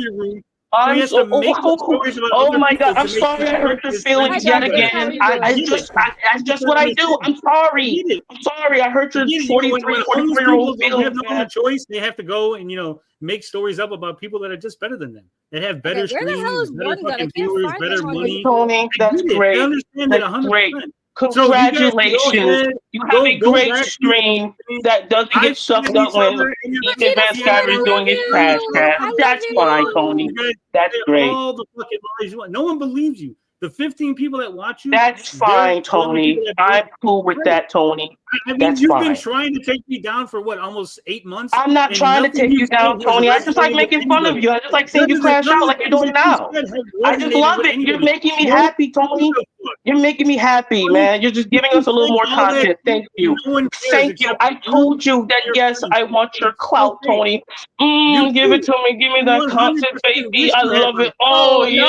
No. Oh, my God. Give it to me, baby. Yes. Oh, no. That's I cringe. love it, Tony. I love it. I love it when you talk about me. I love it when you crash out about us. I fucking love it, dude. I love it. You're crashing out now, Tony. I don't know. DJ, is Tony crashing out? He started moaning. I don't know. It got weird. Ruby started moaning. It got really weird. I was like, what's happening now? Hold on, we got my favorite black trans woman in the chat. Hey, Georgina Floyd, how are you? We love Georgina Floyd. Where the okay, real quick, since you guys are done yelling, where's one gun? Where is one gun? Says, Tony can make fun of people and it's okay, but when Tony gets made fun of, it's a federal crime. I don't give a fuck when people make fun of me. It's hard to tell, man. I make fun of them all the time.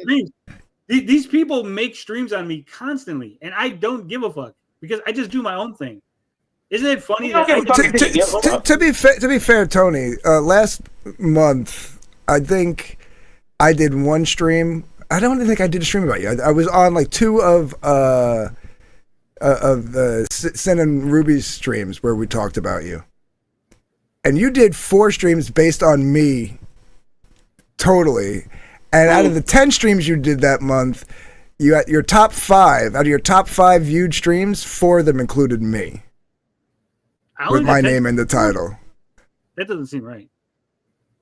He said that doesn't seem right. Or maybe it was 2 week span, whatever. But whatever the time frame was. 2 week span. I was gonna say because like there's no way I only get 10 streams. Cynic, are you still watching? Cynic, so I mean, you're doing more streams on me than they are on you, is what I'm saying. No way, Dark Gift, because you're only counting the last month. But if you go back to when Ruby had his other channel, you know the not this first channel that got nuked, not the second one that got nuked. Yeah. I can't find one gun on Twitter. The last channel we had before the current channel, they did like 30 streams on me. Like these guys would like stream every. Oh, don't forget the Still Chronicles, my best work, by the way. Don't forget that. That was great. It is the greatest bit of fiction I've ever seen. It is the greatest fucking documentary I have ever done, guys. You can check it out on Rumble. It may be back up on YouTube one day. Maybe you'll see. It was great. It is. The amount of fiction in that Sim Chronicles. Great. I'm looking forward to Gold Digger because Ruby can write a story better than anyone else. Maybe I'll make a second one. Sim Chronicles Part 2 coming soon. You should. You might get campaign. The Rise of Wayne campaign. I'll work on the title. Anyway, look, guys, look. Tony, wait, let me. I'm about to leave. Ray, hold up, Tony. I'm sorry that I hurt your feelings. I'm sorry that I made you hurt out. I am so sorry. Please, Frog, forgive me for my transgressions against you. I am so sorry for hurting your feelings. Please, I come to you on my knees. Forgive me, Frog Tony. Forgive me. Adios, guys. I forgive you for being retarded. Definitely. Y'all were no help to me, but I found one gun on Twitter. Thank you guys for yelling over me. In fucking DMs. I was trying. You guys were yelling, but I found him anyway. In DMs, I would have seen the little pop up, and I would have gave you one gun is my favorite. Out of everybody, one gun's my favorite. I didn't even know that was one gun, but yeah, he comes. I didn't even know that he left. When did he leave? He left. He left a while ago. He was done with this shit. He was like, I'm out. I was like, all right. Because as soon as Cynic left, he was like, yeah, I'm done too. But no, I didn't even know One Gun was the same person. He's been coming around the channel with all my other streams and being supportive. I like him. He's cool. And he's a nerd, so we could geek out about anime. I like him. He's cool. I'm sorry y'all had fallen out. I'm sorry y'all had fallen out. I like him. One of those streams was supposed to be about and segue to something else because the stream went members only. Yeah, that is true. You did, like, I was going to watch your stream that one time, and then, like, you went members only in the middle of me watching it. Oh yeah, somebody told me about that. That was, like divine timing. I had no clue. I did follow Cynic on Twitter, but Ruby has to earn it because he think I'm going to hold his pockets. It ain't going to happen. He can hold my pockets. But I'm just saying that some of your best viewed videos have my name in your title. That's all. That was my point. I don't think it's true. Wait, is it? No, let me look. Let me find out. Let's look. Like Frog, Tony, Dark, Gift, Comics. Let's see. I mean, you can just go to my channel. Yeah, just go to the channel. Why do you gotta search it? Because I wanted to see what popped up. If it pops up in the damn algorithm. Damn, nobody method to my madness. Okay, Frog, Tony. But it's not just you. I mean, you got people like Raptor who do the same thing. You know, when they need a boost in views. Here are my best streams. I mean, I think Dark Gift, you got to be way down there, right? You must have went on a fucking like a bender on him for like a few days. Because what happened was he went after Riley, so we were gonna EFAP the stream that he did, and then he membered only it like right in the middle of us watching it. I'm not saying he did it on purpose, but it was just very. That was funny. I found out the next day. Sim told me about it, and I thought that was pretty funny. No, just go to the latest, because I mean, obviously Eric July is going to be a bigger draw than me. So let's. I was gonna say, yeah. I mean, it's a bigger. No offense, but yeah, Eric July is definitely more of a club chasing thing than which is funny because I think it's funny going back to Matt Bahr because this is a stream when he says things like keep making streams about me. I'm like, probably not, because like no 100% offense. Matt Bahr definitely does not bring any views for me. Matt Bahr, why don't you Did you delete them? Here's this one. It's dunking on Dark Gift. That got 732 views. The stream I did right after it. Wow. I have the Dark Gift stream. So this is the one we were gonna do on you, and then it got cut right in the middle. And so we did something else on that day. And then we followed up because then someone gave it to me. That's why there was big interest in it. Yeah, then 1,000 views, and then your other non Eric July videos get 640, 618.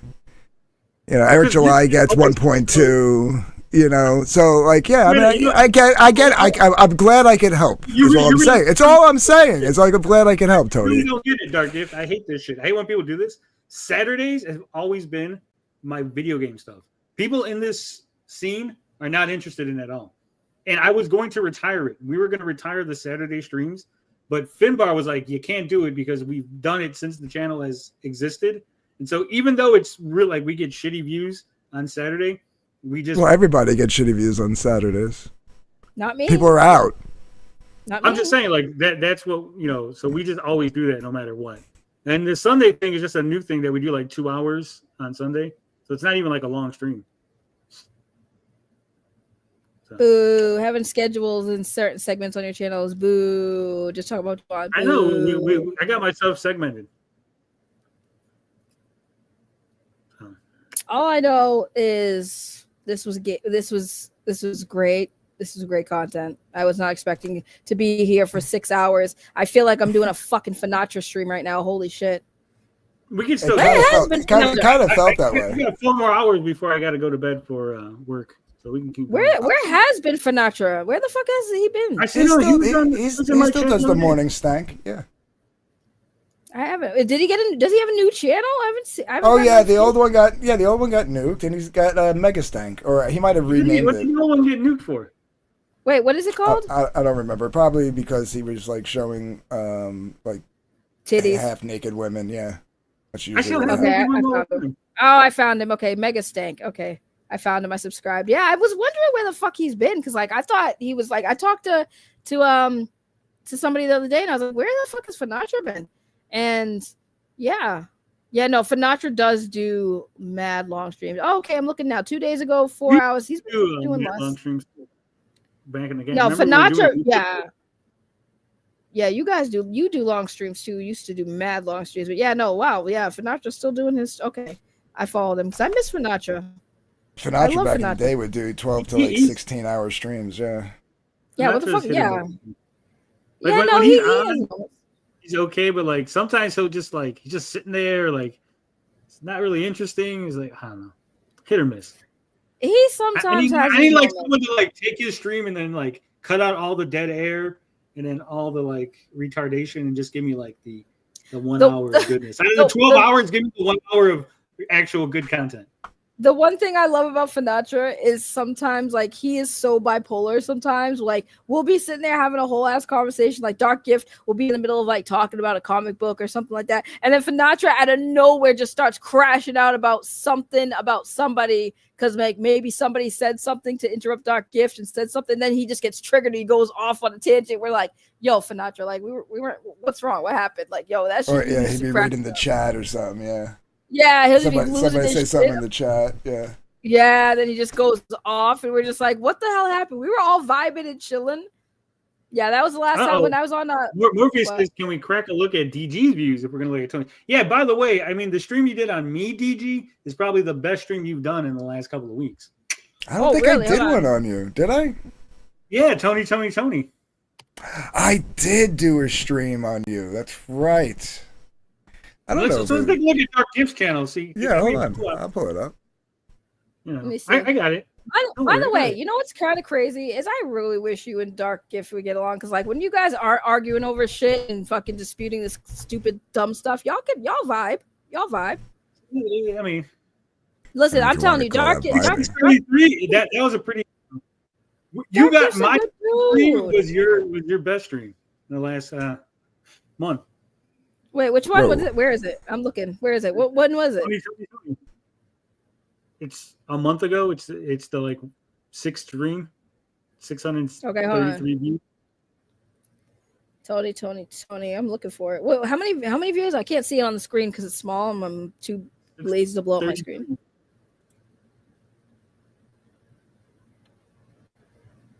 Yeah, but like nobody knew that was about you. It says Tony. I'm assuming eventually at some point in the stream people would have realized it. Yeah, they probably found out after the fact. It was actually a very low. It was a very low concurrent view stream. Yeah. You still got like. I was gonna say you still got. Oh, I see it. Hold on. No, his best stream. Hold on. Look, I'm looking at. No, that was I didn't say best. I said best in the last couple of streams. Saggy. Oh, my bad. I'm gonna shut up. He did the same thing with me. He goes, your best stream in the last couple of weeks was about me. So I just did the same thing to him. That's it. Yeah, and then I stopped doing like streams and started doing. For the most part, except for the problems he has with me. Okay. Just remember that. Say that again. I said I got no problems with Dark Gift except for the problems he has with me. What that you? Well, listen. You just keep stacking the problems up, bro. And instead of just like admitting, like, hey, maybe you're right, you got to double down. And that's where, I legitimately think it's funny that Crim fucks with you. I'm sorry. I don't lie. That's what people don't understand. They like, oh, you're lying. I'm not lying. I just find it funny that Crim's fucking with you. Yeah, I mean, that's fine. If it's just the fucking around, or whatever. I 100% said I caught the phrasing. But we're talking about like just pure take out like any feelings on anything, and we're talking about pure like principles here, man. That's it. If I didn't know you or Crim and I just saw some crazy guy, I'd be like, oh, that's fucking nuts. But I know both of you, so that's why I find it funny. So but then you're okay with threatening to dox somebody? No, I'm okay with Crim threatening to dox you. No, but you just said if you didn't know either one, then I would call him nuts. I'd go, that guy's fucking crazy. But you wouldn't disavow the threat of doxing. I would 100%. I'd be like, this guy's nuts. Someone should fucking have him locked up. He's a danger to society. But because I know it's Crim, I find it funny. I just wish people would stop getting that level of fucking. It's like if you know Andy Kaufman, right? Like it's like to outside people that go, that guy's fucking nuts. He's doing stupid stuff. They're like Andy Kaufman's friends are like, haha, this is funny because we know he's like fucking around. Like I don't understand how you don't see that. Like again, I said if I was you, I would probably be really fucking mad. But I'm not you, so that's why I find it funny. Okay. I think it's a lack of empathy from me, bro. That's it's a lack of empathy. 100%. I agree. I can't. It's a lack of empathy. It's not even just that.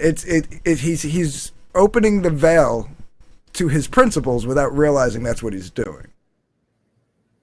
Because if I was there when Nick, as much as I don't like Tony, if I was there when Nick did that, I would be like, yo, then chill the fuck out. That ain't right. Do you know Nick? If you knew Nick and you're like, oh, I find this funny because I know Nick's fucking around. I do know Nick. Well, if you thought it was funny because he's fucking around, that's on you. No, I wouldn't think it's funny. If he was turning around about your daughter, your fucking opinion. No, it's just a matter of it's a matter of standards. It's a matter of standards and principles that everybody at one point shared when it comes to family doxing, flagging, and striking, and they're all gone. That's my point, Tony. That's why I wandered into here a hardened fucking criminal. Okay, I'm sorry. Before I came into Comic Scene, I was doxxed. I had my name dragged through the mud. I had a CEO threaten to sue me. I had a Miss America beauty contestant threaten to sue me. I had people leaking information about me. I had threats of fucking people contacting my job to get me fired several times. Okay. So now, yeah, I find things hilarious. That's why I don't give a fuck. Like, oh, people are talking about you. You're so mad. I'm not, because I've had so much worse happen to me that all this is just funny. And when I turn off the fucking computer, I don't think about any of this shit. Take the main character syndrome away from this, because again, you're talking about anecdotal stuff that happened to you. We're talking about overall arcing principles, and you're just an example of one person out of a ton that don't share the same principles. I'm not asking you to speak for other people. I'm just using you as an example, and you're not the only one, is what I'm saying. Yeah, but see, you're like, you're really fucked up, and I admit that I'm really fucked up, and you're like, but see, other people are also. I'm like, I guess maybe other people are fucked up. I don't know. Yeah, which is fine. Name a name, and you go, this guy's also fucked up, and I go, well, maybe he is. No, I said Ethan. Ethan has thrown all the principles of comics get out the window. Which principles? The ones I just mentioned. In what ways? Who's Ethan doxed? Who's he threatened families of? Well, oh, geez. I don't say he's threatened. Like, when I say threatened families, like, I'm talking about like even attacking the integrity of families. Like, it should be off limits. Like, when people turn around and say that his wife is a vegetable, that's fucked up. It is. Yeah, it is. That's fucking disgusting. Right, but when he turns around and says that, Edwin should be careful next time, and whatever, like with a barbecue or something like that, some kind of fire-related family joke, we all know what he's referring to. He's referring to Edwin's father-in-law. That's fucked up. Yeah, I mean, I'd have to agree. Yeah, if you don't, yeah. I just think that's all I'm saying. The shit wouldn't have flown. The shit would not have flown 3 years ago, even. None of this shit would have flown. Somebody would have put Ethan in check. Somebody would have put whoever, Matt in check when Matt, first, said the fucking vegetable thing. I don't even know who said it first, but I remember seeing Matt say it. Somebody would have put these people in check. All right, so let me ask you this question, Giff, because you seem to be really big on principles and all this stuff, right? I even I did. I even apologized to Vicky publicly on a stream and then privately last night, because back in the day, I called her a groomer just to be petty. Okay. And I don't like people throwing that kind of accusation around people needlessly, and I have to stand. I have to live by what I say if I'm going to actually say them. You know what I'm saying? I can't I got to practice what I preach, basically. But go ahead. I'm sorry. Go. I was gonna say, so if you're such a principle guy and you stand on principle, I try to, yeah. When I bring up to the Andy Andrew thing, so you're disavowing him now. You're gonna tell Andy Andrew that's it. You've done something that's gone against my principles. I can no longer associate with you. Matt Bahr is completely wiped out of your life. He's never getting any sort of second chance, because that's what I'm saying. I'm not saying cancel or disassociate with people. I'm saying call the shit out. And yes, you're telling me now that a year ago, fucking Andrew was fucking running around flagging your Twitter. Fucked up. So just say it's fucked up. That's all I'm asking people to say. Without any fucking hand wave, wait, hold on. I'm asking people to say shit is fucked up without like waving it away with some kind of bullshit legal mumbo jumbo. That's it. Okay, so you're asking people to say it's fucked up, and that accomplishes what? A standard. Which would lead people to do what? Hopefully live by it. And the people that don't live by it, what would happen to those people? Well, what would tend to happen naturally is they would either tend to lose sales, tend to lose viewers on their own naturally. And you would basically also just ask still hang around with them. I'm sorry. Yeah, basically call it out. Right. What did you say, Tony? So you call it out, and then people are going to naturally lose sales, but you're going to still hang out with those people that you've called out. I mean, like, listen, if they continue to do some shit, like here, like for example, what's a good recent? Hold on, I'm going to give you a good recent example. A good recent example would be the shit going on between Pan and Mike Wheeler right now. And it's escalating, and it's escalating ugly. And yeah, I can't be a part of that. And I like Mike, but I can't be a part of it. Sorry, I can't. And so when it ends, when the Mike Wheeler Pan dispute ends, you're going to be friends with Mike Wheeler again? If he stops doing what he's doing, yeah. I'm still friends with him, but yeah, I mean, I just can't get involved in it. I won't retweet his shit. I'm not going to bring it on stream. He tried coming on with a picture of Pan's wife as his avatar. I had to kick him off the stream.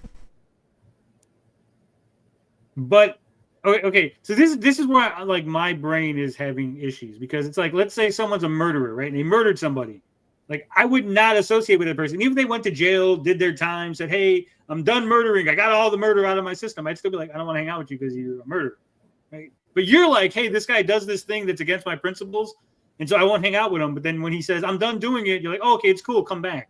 If he stops doing it and he doesn't, you know, he caused irreparable harm to somebody with his actions, and then goes, I'm done doing it, and then you're just like, oh, okay. Yeah, I think people should deserve a fucking a redemption cycle. Absolutely. But how do you know if it's a redemption cycle and just him just saying, hey, I want to do something fucked up, and then ask for forgiveness, and then DG will give me forgiveness? Because their actions afterwards, that's how it works. That's what redemption is. They have to first accept accountability that they did something wrong, and then they don't do it again. If they do, how many of those people have ever actually accepted accountability? They usually just go, I mean, I'm not disagreeing with you there, but I mean, you're asking about redemption, but that's the first step of redemption. You won't know until you try to give them a chance, right? So if he said, okay, I'm done with this, I won't do this again. But no, what he's saying is if the dude stops doing it and he's not doing it again, right? How would he know he's not going to do it again unless he gives him a chance? Is basically what he's saying. What's communism? I'm just of the person, I'm of the mindset, like if someone did something that I find egregious, then we're just done. I'm just not going to hang out with you anymore. And if they learn from their lesson and they change? That's great. They could be changed and learning from their lessons over there away from me. Okay, I mean that's your personal thing. I'm saying that regardless, I still find something wrong, and yeah, I'm not going to throw people like away like garbage because they acted like garbage. So if I say, Crim, I disavow Crim, now we're cool now? We're cool again? Tony, it's more about, I think. No. I'm going to answer. No, I'm going to answer because I'm going to answer. We cool now, Dark Gift? I've disavowed Crim. I'm going to smack the shit out you. No, I'm trying to make a point here. I'm trying to make a point. You'd have to be sincere about it. Like, if you were sincere about it, like, yeah, you could be as cool as you want with the motherfucker, but as long as I know that somewhere inside that fucking head of yours that you know that what he's doing is wrong, then I'm cool with that, yes. So, if I sincerely disavowed Crim, but also continued hanging out with him while he continued to do the things that I disavowed, have you seen Mike on my channel ever since this whole shit between him and Pan? I don't watch your channel. I'm gonna be, and this is like no, that's fine. No, I get you. I get. He hasn't. I'll take your word for it. When has Tony accepted accountability? Shit. That's also true. See, no, the reason why I was going to interrupt you, Tony, is because I think you keep missing the point that they were making earlier, which is a fair point. Is like, if you're going to call out Matt Bahr for his shitty behavior, but I didn't call out Matt Bahr. He doxed Crim, did he not? Yeah. But I wasn't like making streams on it going, oh my God, look at fucking Matt Bahr dox Crim. I retweeted it because I saw you tweeted it. But I was just backing you up. How did you not? You of all people should have saw that before I did when Ethan Van Sciver posted it. The fuck you talking about?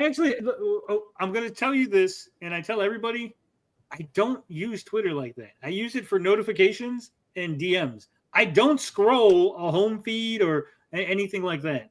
Like, that's not me. Okay, so you agree that Matt Bahr doxing Crim was dumb and stupid and it was not okay, right? Yeah. Okay, so what basically they're saying is, why can't you hold that same standards for Krim when he is also threatening, whether he did it or not, but still the threat alone. But threatening's just as bad. If Matt Bahr threatened to dox Krim, Matt Bahr said, "I am going to dox you, Krim," and he didn't dox him, I'd be like, whatever. I just wouldn't care. I'm gonna dox you, Tony. Okay. See what? You go to murder. You don't even have to dox me. Just go retweet Mike Wheeler. He's doxing me on Twitter. You go to murder as like your extreme example, which is crazy. I hate when people go to extreme examples. And then fucking Yana Fui goes to pedophilia. Like, come on, guys. Even stealing, if someone's stealing, if someone jaywalks, if I go, I have a deep personal belief that jaywalking is terrible. It's the worst crime ever. It's horrible. I hate jaywalkers. And someone's jaywalking, and well, I'm done with you. That's it. Like, sorry. I can just cut people off. I'm just cold-blooded like that, I guess. So do you cut off? Do you cut off doxers? People that actually dox, yeah.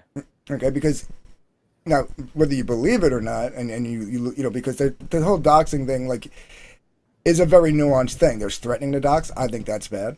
There's doxing. That's obviously bad. There's perpetuating a dox. I think that's bad.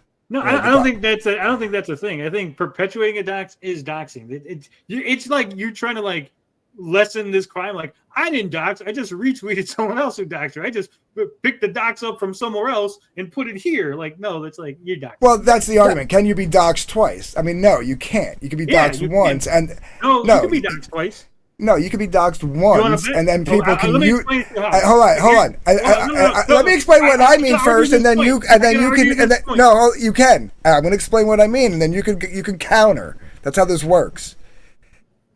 You get doxxed once, and then that dox can get used, which is what I'm calling perpetuating the dox. You know, it keeps coming up. Let me counter this. Let's say I dox you, Dark Gift. I go to Kiwi Farms and I put your dox out on Kiwi Farms, right? Mm-hmm. Now, I've been doxed. You've been doxed. Now, let's say, independent of me, Saggy also finds your dox and she puts it on Twitter. Wouldn't that be two different doxes? Is it the same information? Yes, it's the same. I mean, it's your information. But she didn't know I was doing it on Kiwi Farms. I didn't know she was doing it on Twitter. We did it independent of each other in two different locations. No, I was already doxed once. It's just a perpetuation of a dox. Yeah. But she didn't get it from anyone. If it was new information, that might be different. Let's say you doxed my home address, right? And then Saggy doxed my work address. That would be two separate doxes. Yes. I still have to disagree. Like, if I doxed you on Kiwi Farms, 100% home address, there it is on Kiwi Farms. Mm-hmm. And then again, Ray never seen the Kiwi Farms dox, has no idea it's on Kiwi Farms, but she just takes it upon herself to dox you on the fucking Reddit. She goes, I get what you're saying. You're saying it was two separate. Yeah. It was two separate people doing two separate actions. They just happen to have the same result, but one came out first. So I was already doxed. Yeah, but I mean, if you don't know, like, I don't see how it would be perpetuating. I would see, like, you doxed. Because it's the same information. It's the same information. It's your information. It's the same information that's been out there already. So, like, unless she's, like, doxing my mom's address or my work address or something like that, it's nothing new. It's just a perpetuation of a dox that's already been out there. Yeah. If she picked it up from Kiwi Farms, I would agree with you. But I think if it's two independent actions, I would. All right, let's not use the word perpetuate, because I guess your perpetuate would mean that it's coming from the same place. But it you can only be doxed once. The information's already out there.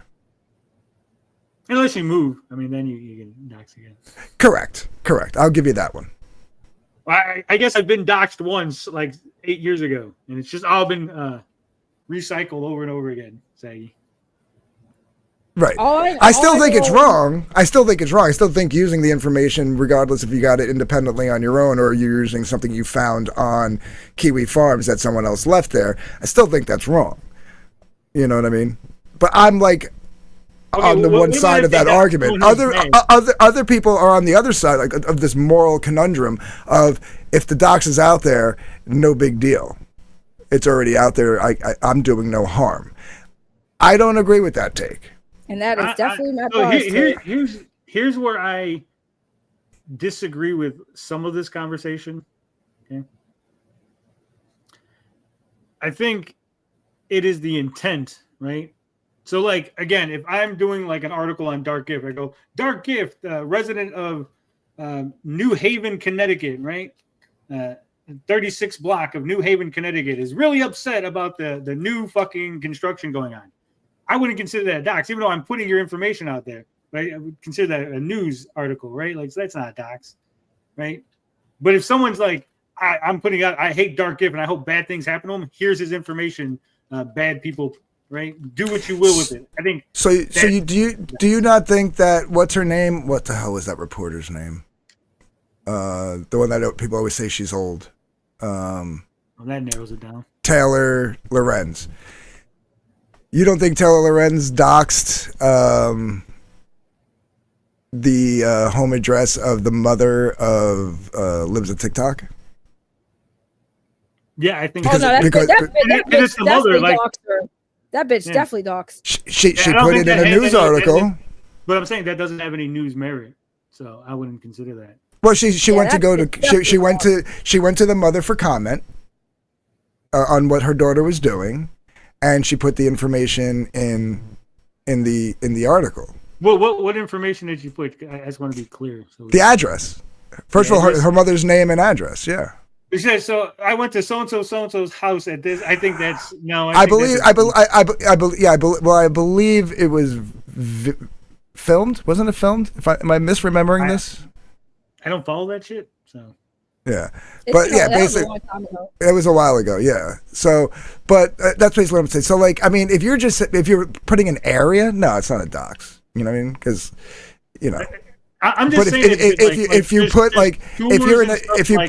put my actual address, into a news article, for what reason? Why do you need to put my actual address? If you say, Dark Gift Comics from Middletown, New Jersey. Yeah, it's not a dox. Everybody knows I'm from Middletown, New Jersey. I mean, you could literally look up. I didn't even know that. But you could write that down. Hold on. How do you spell that? Middletown, all one word. You want the zip code too? I'll give you the zip code. No, it was a joke. But what you call it? I was joking back. I got a good point. I got a really great point that I should have thought of earlier, but now I remembered what the point I was going to make earlier when I forgot what I was going to say. Tony. Yes, Anthony, I'm from New Jersey. I got a big one for you, Tony. So you know how you said that Krim didn't actually dox him yet? He just threatened it.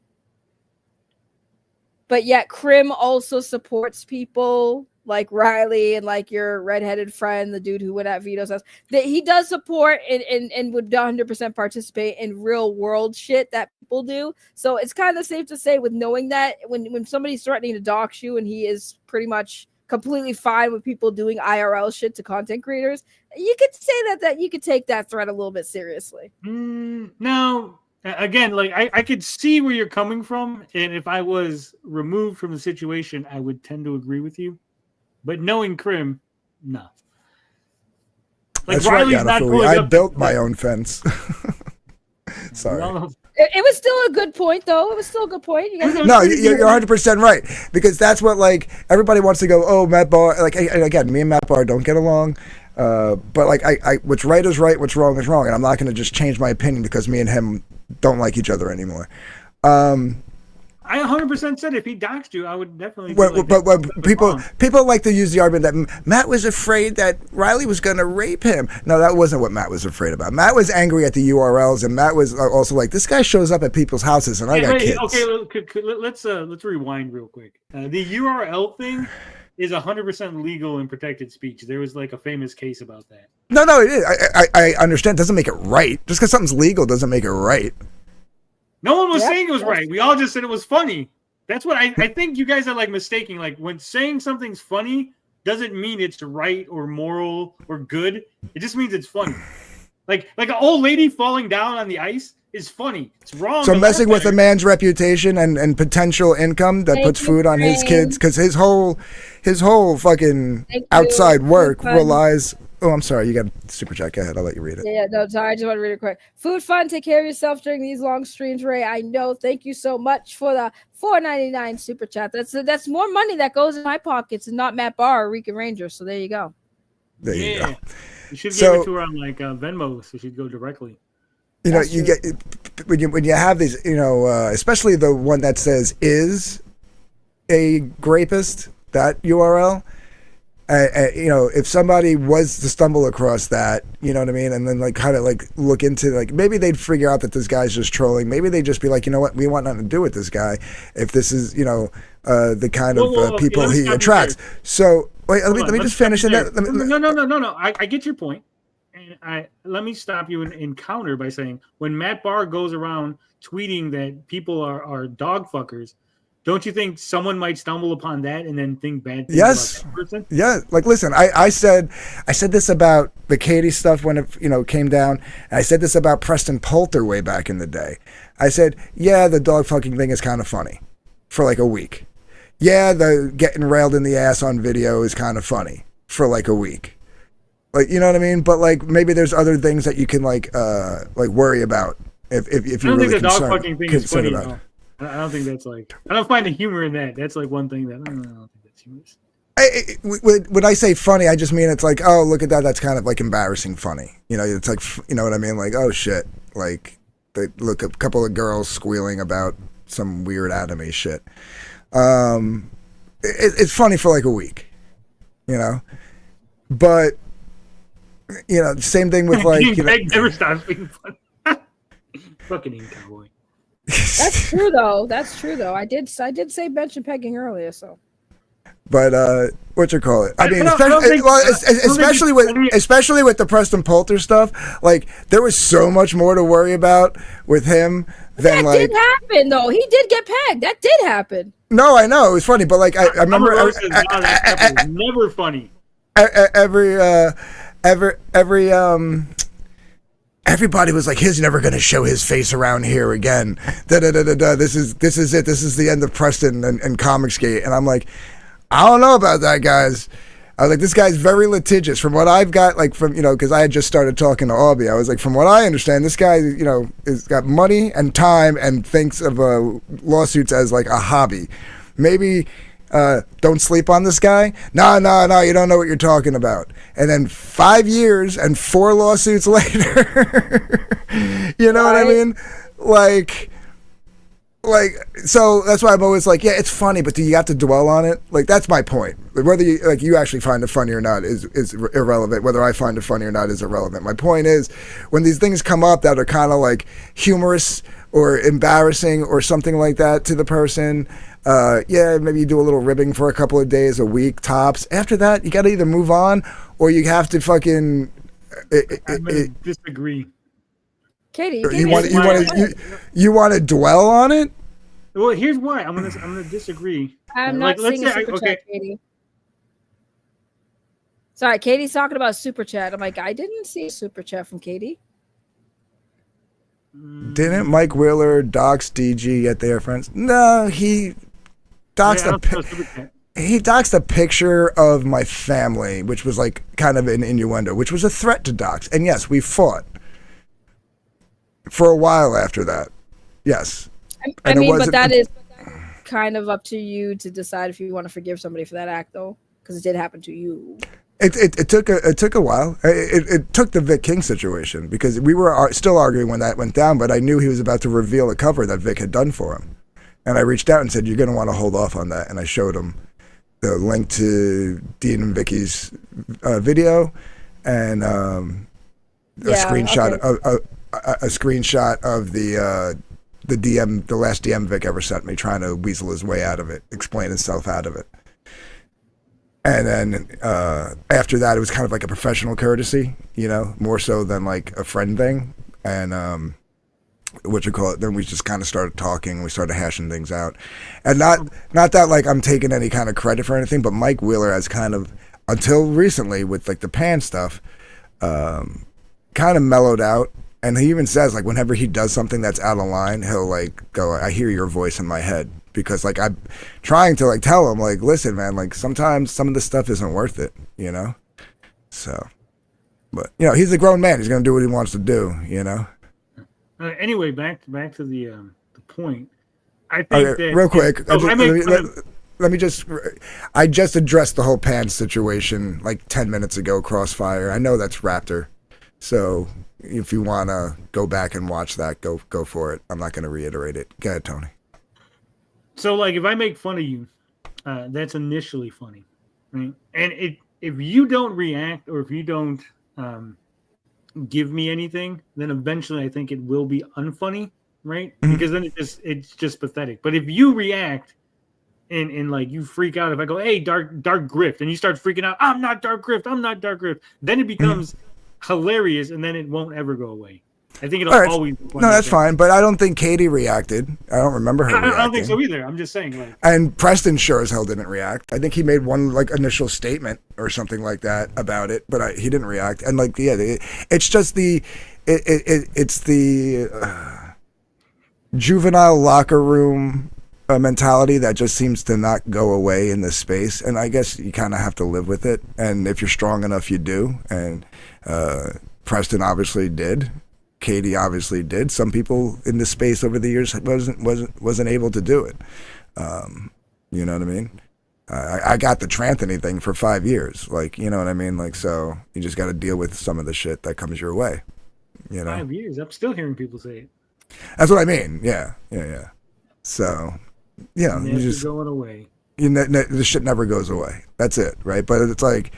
The way I see it though is like sometimes like especially like in the beginning when when like the whole grifting comments were made and stuff and I was like that's kind of funny, but like are we not concerned with the fact that she might be here grifting? I'm not gonna lie, we've had this conversation, me and Katie. I don't think I'm saying anything out of line, and that was my concern.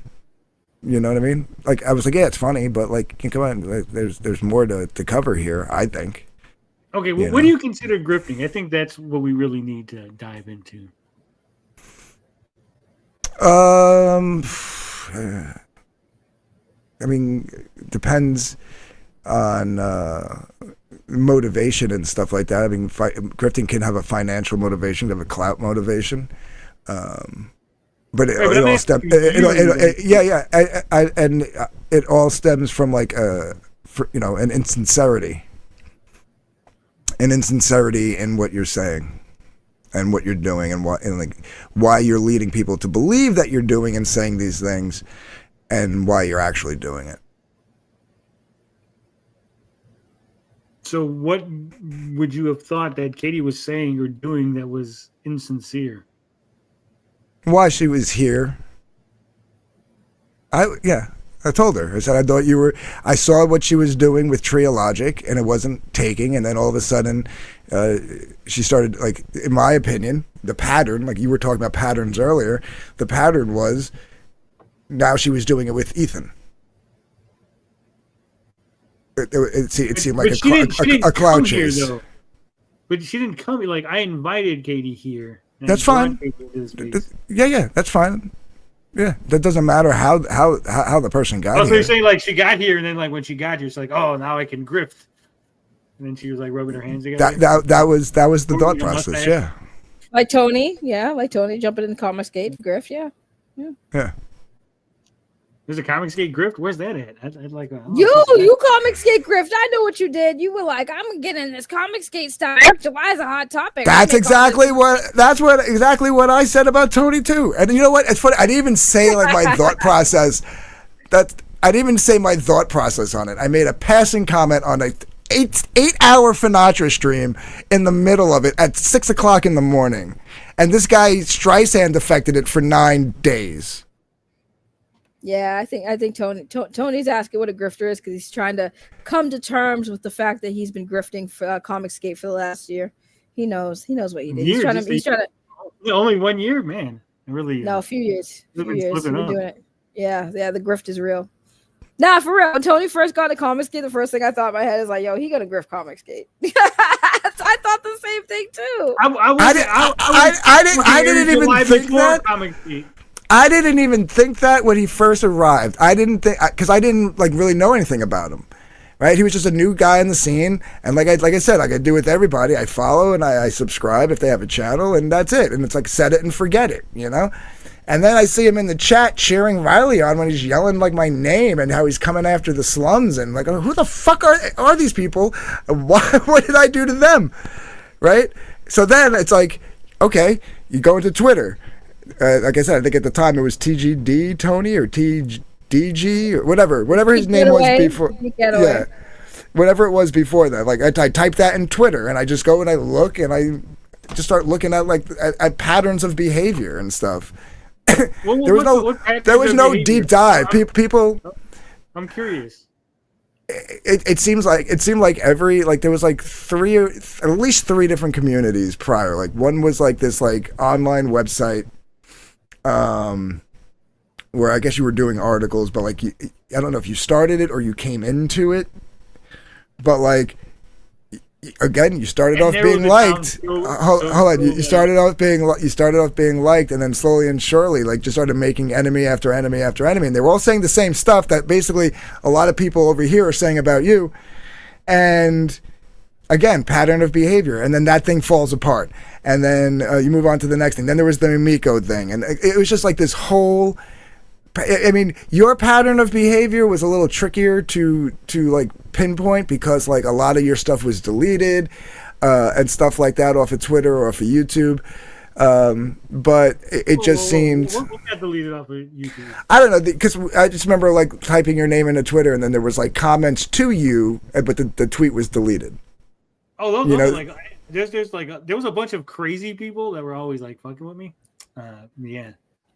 But, so I'm just saying, like, if you're going off the context of the replies to the tweet, like, you can kind of get an idea of what the conversation was about. You know what I mean? Not really. So if I go off the context of Krim's tweets, do I think that you're a bad person? They go, oh, Krim must. If Krim's really going at Dark Gift this hard, and then Dark Gift must really be a rapist or something, right? Is that the conclusion I should draw? Well, if it was just one person, maybe these people are just crazy.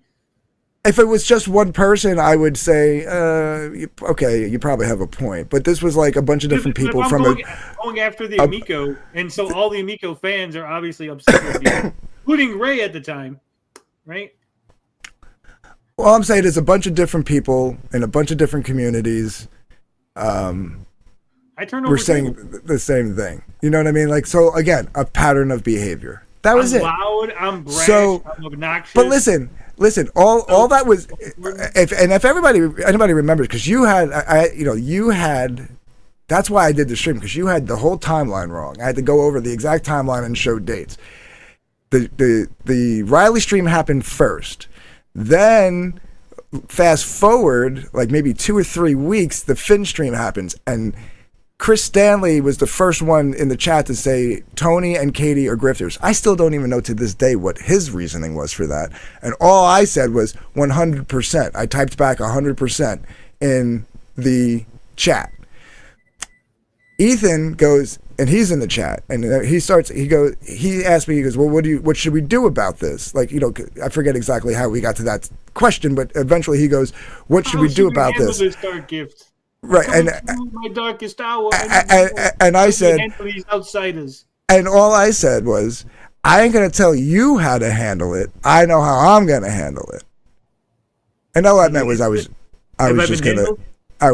just gonna basically like ignore the problem, until I went away, right?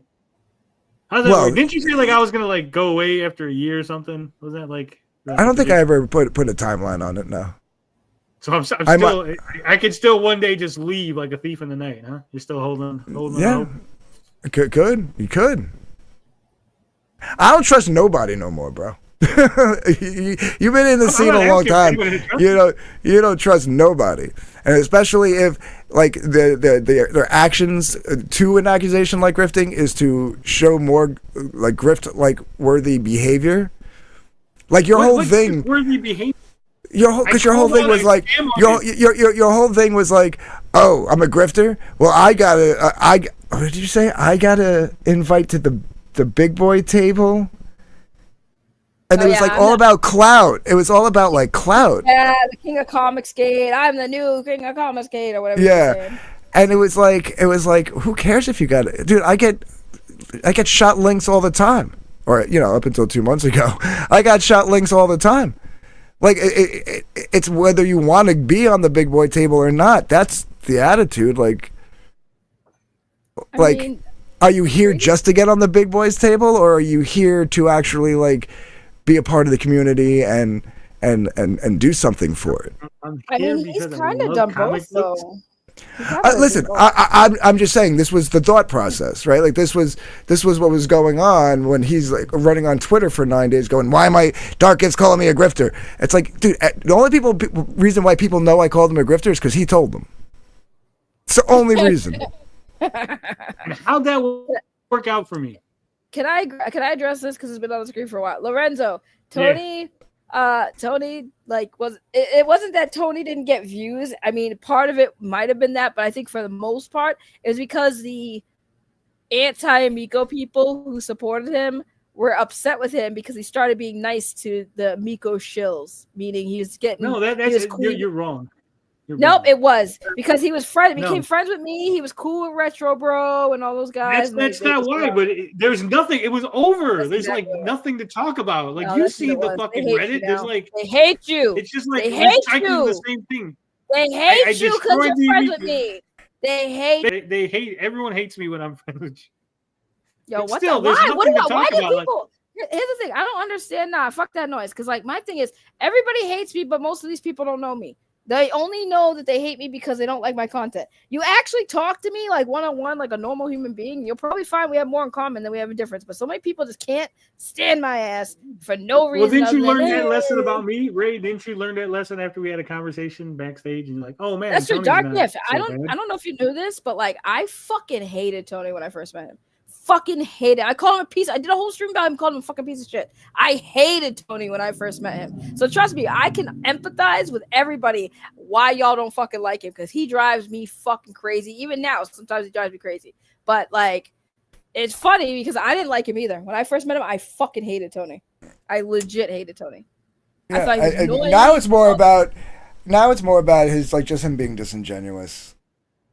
What am I disingenuous about? You've been disingenuous this whole fucking stream, bro. No, I haven't. Like again, because you don't agree with my thinking or the way I process information or the way that I've come to conclusions, you're calling me disingenuous. These are my actual thoughts. I'm not like having a go at you. I'm not taking the piss. I'm not fucking saying things just to be contrarian. These are the things that I think and feel and believe. Whether you like it or not, whether you agree with it or not, these are my thoughts and my fucking words. There's no disingenuous. You could say I'm fucking wrong or I'm a moron or like I'm just retarded, but these are as genuine as I can be. I know no other way than to be myself. It's like they call me out and go, "You're over there jerking off." I'm like, no, I wasn't. I was just over there talking. Like I can legitimately tell you what happened, the whole fucking scenario, because that's what it is. If you believe it or not, that's on you. But I'm just gonna tell you the truth. I'll let the chips fall where they may. We got a problem. What? Katie's been trying to send me money through. First of all, she tried to super chat. That didn't go through. She said check Venmo, and I'm not seeing anything.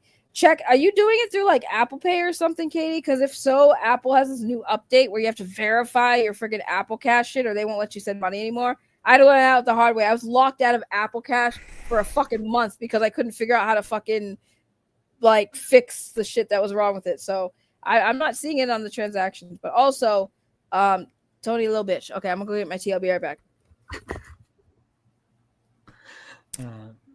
Lorenzo says, Ray, I seem to recall you initially warning people about Tony and YouTube. Yeah, because she didn't like me. Yeah. She thought I was mean and evil. And your whole streams about like anytime you talk about like anything going on outside of like the mainline Comicsgate sphere, it seems to be always very disingenuous. Even like the one you did about me like not 2 weeks ago or 3 weeks ago that we were just looking at. It was like, bro, I don't know if you're purposely misremembering the timeline or if you just are, but like, and then you like the clip that you had was like, there was like some jump cuts where like things that I said afterwards to clarify what I was saying were missing. And you actually there wasn't. There was, it's not my cut. So if there were things missing, that wasn't me, but I think they cut out everyone else, the other conversations that were happening. Cause I think you talk and then someone else talks. so they cut the someone else part and just left the you parts. Yeah, well, there were some parts where like I there might have been stuff before or after, like way after the clip. Like you might be thinking, oh, the clip ended too early. You should have went for like another 2 minutes because I said something profound. But I mean, nothing was like cut out of what was said in that. There was a piece where I actually still have it, but it was just too much. It was going to be too complicated to do it. But here, I'll even turn my camera on. Where like I was pointing out time.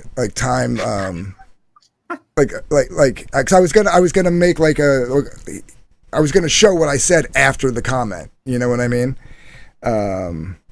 So, but I was like, that's too much, and then I just kind of just EFAP'd it. But like, yeah, so there was parts cut out, like where like I said something, and then to clarify it, like my point was gone. Yeah.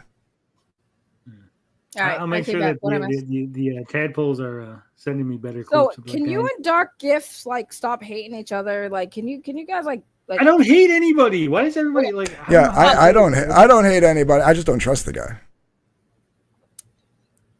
And I'm not asking to be trusted.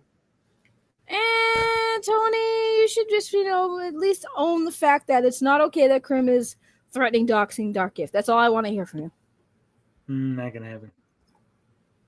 You're such a bitch. Why can't you just say it's wrong? Because I don't think it is. Because I find it funny. You're a bitch. You're a bitch. So if Krim did this to me, would you think it's funny? If Krim did it to you, threaten to dox you?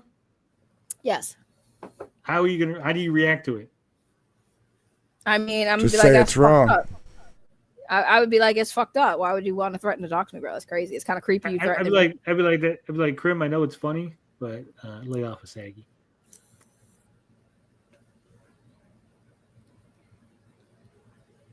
That's not funny. I'll beat that boy's ass. I know. That's why I'll be like, do you know Saggy would beat your ass? I mean, she got 20 pounds on you at least.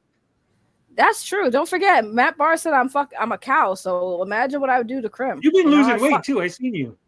I do. I am. That's why I find it funny when people are like, "You're fat." I'm like, motherfucker, I've been losing weight like crazy, and I'm gonna look good for winter, not summer. I'm gonna go that far. Shut the fuck up. Anyways, you're because you're gay. We've already established you're gay. We've established I'm gay. We've established you're gay. They told me you were gay because you didn't jerk off in a VC chat with a bunch of dudes. So I'm sorry. I'm sorry. A naked woman is not like an automatic. Like, oh shit. Like, could you imagine just walking down the street? There's a naked woman. I gotta stop. Just fucking jerk it up. She's naked. That it's automatic. Like, no. Like, I can see naked women go. That's cool. I like naked women. Watch this. I also don't need to jerk off to it. Like, jerking off for. Good. Be honest with me right now. Be 100% honest. Mm-hmm. Did you see from a Fansly leaks? Be honest. Have you seen did you see the twins? No. Really? I do remember when you had the OnlyFans, you DM'd me a coupon code or something. I don't even think I used that. Yeah. I didn't even get a coupon code. I had to pay full price. Yeah. Well, Dark Gift has been my friend for a long time. He got the long friendship coupon code. And actually, I don't think you did redeem that now that I think about it. Yeah. I will say Dark Gift, they are spectacular. You would think they sag. They don't. Like, they defy gravity. If I'm going to see Ray's boobs, she's either going to send me the pic herself or she's coming down to Jersey. Also, Ray didn't explain correctly what happened. Okay. With what? With the whole Fansly review thing. Okay. Well, how did I not explain it correctly? Because you fucked up like the main point. I told Ray, I said, "Hey Ray, I'm going to review your Fansly." Right? I asked her permission. I said, "I'm going to review your Fansly." Except we were never going to review her Fansly, Dark Gift. What we were going to do is me and 4 guys were going to get on stream, pretend that we were looking at the Fansly and another fucking thing, and just start saying the wildest, craziest shit about her Fansly, right? But then Saggy goes, wouldn't it be funny if I got on there with you and reviewed it with you? And I was like, no, Saggy, you don't need to. She's like, yeah, I'm going to go on there with you. I'm going to go on there and we can review it together. And so she bullied her way onto the stream. So then we actually had to review her Fansly. See, but then you're telling me I told the story wrong. I never knew that part of the story, you fuck. How was I supposed to know if I never knew that part of the story? 3 times already. Every time it comes up, I go, Saggy, you fucked up because we weren't going to actually review your Fansly. Because we were going to do the same thing that I don't remember that. Retro Bro, remember Retro Bro had his fucking OnlyFans? Oh yeah, but he did that for funny. He didn't actually post Right, content. but we were gonna do the same thing. We're like, let's review John's OnlyFans. Then we're like, oh my god, I can't believe. Yeah, but I actually had an OnlyFans. Oh, is that why everybody? But he did too. It wasn't actual OnlyFans. It just was that why everyone was awkward? We were gonna make fun of him.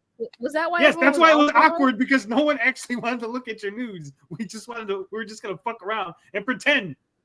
It was a bit. The whole thing was just a Howard Stern no! Bit. God damn it, Tony. So wait, you're stupid.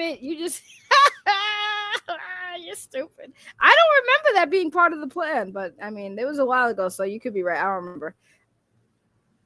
What happened now? What did Tony do now? Oh, I made fun of Meth when I said the wrong person died in the fire. That was funny. Wait, what happened? The wrong person died in that fire, and he's tweeting at Edwin about Edwin's father-in-law. Tony! He came at me. I'm gonna do the Matt Bahr defense. He's come at me, so I thought it's funny. So family's on the table for you. No, it's not on the table. This is not about his fucking family. That guy's dead. I didn't say, hey, it's great that guy died. I said that guy should be alive. You should be dead. You're missing the point. You're using somebody's family to get at somebody else. Tony, come on. Why are we like this? Do better. God damn it. Do better. That's not funny. I don't see it as using someone's family. I see that as saying this guy's dead and that's a tragedy, but it should have been you, which would have been not a tragedy. No, because you know exactly that bringing that up is probably painful for the guy, or at least his wife, who is also on these social medias. I did not know she was on the social media, so that's on me. Oh man, come on! Like that's crazy. Is that what you said, Edwin? Right? Is that Edwin Boyette? Edwin Boyette, yeah. I know. I've heard of that name before. I've heard Edwin Boyette's name around. I've heard mixed reviews, obviously, but I'm not invested. But like, yeah, that's really mean. The fuck's wrong with you, bro? Like, why? Why are you like this? Why are you guys? Because just the way, like Nick or anybody turning around and saying that's not your real kid, that's not technically a diss on your kid. That's a diss on you. Yes, and I took it personally. Right, because it pertained to your daughter, correct? No, because it pertained to me, so I took it personally. It pertained to the relationship you had with your daughter. Questioning your child's legitimacy. Yeah. Yeah. No, it's not even questioning my child's legitimacy. He's basically saying you're like a fucking cuck. Look at you, you're a fucking cuck because that's someone else's kid. So right. That person. Fuck is a brown boy. Yeah. And you don't think that's going to be taken personally? Using someone's father-in-law? I hope Methwin takes it personally. I hope he gets really upset about it. Jesus that was the Christ, point. Jesus Christ. That's mean. I will say here now, I definitely delete that tweet. No. He ain't gonna delete it. But that's mean, Tony. Why you gotta? Where is Katie Did? We Brown Boys are coming back. The old Brown Boys of America. Okay, so a long time ago, we used to on Thursdays we used to watch Tomorrow's Teachings, right? And there's this video where this white lady is harassing her Indian stepson, and she's like, "I own you now, brown boy," right? And so then someone took that clip and put Katie's face on the lady. And so we used to play that. And then someone created this account to be like, we're the owned brown boys. We're Katie's brown boys. Oh my God. Y'all be on some crazy, like trolling has definitely changed since my days. It wasn't trolling. We're all in on it. Everyone's like, this is funny. And everyone's in on it. Katie was in on it. We were in on it. Y'all on some weird shit. Why y'all weird? About fucking comic books, mostly. Man. Listen, that's how I feel about the fucking movie talk shit. Like it's not all comic book. Like, look, I'm a person, right? At the end of the day, I'm a person that does streams, and so what's your everything I do is going to be comic books. I'm going to do other shit too. I have to have a life. What did Edwin say to you that prompted that comment? I just need to know. I don't know. He said some shit like a long time ago. I just don't like Edwin.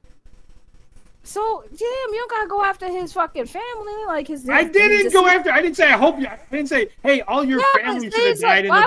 Why would you bring up his deceased dad though? That's kind of crazy. I know it's gonna be hard for you to understand this when I say these words, but You're because so mean, bro. I thought it's funny. It's not funny. It's mean. Did somebody say it's very mean? I wouldn't do. Listen, if somebody's the parent died. I would never do that. That's crazy. Like my mom died. I know the pain, dude. It's like that just sucks. I would not. I don't even people I hate. I would never mention their fucking deceased parents. Rules for D, not for me, Ray. No, I said, see, here's where you guys are missing the point. If Edwin gets mad, I accept that Edwin gets mad because I said something that was fucked up to Edwin. I'm not going to be upset that Edwin gets upset. I'm like, yeah, you're justified in your anger, Edwin. Yeah, but it's so fucked up. Not registered to people. Like, I'm being mean. I'm like, I am owning to the fact that I'm being mean. And if someone gets mad because I'm being mean, I accept that. There's no hypocrisy. I'm just being mean. Yeah, but like, there's a hypocrisy would be like, no, you can't. Where is your line? Where is your line? Let me just ask you, where the fuck is your line? I need to know. Where is your line?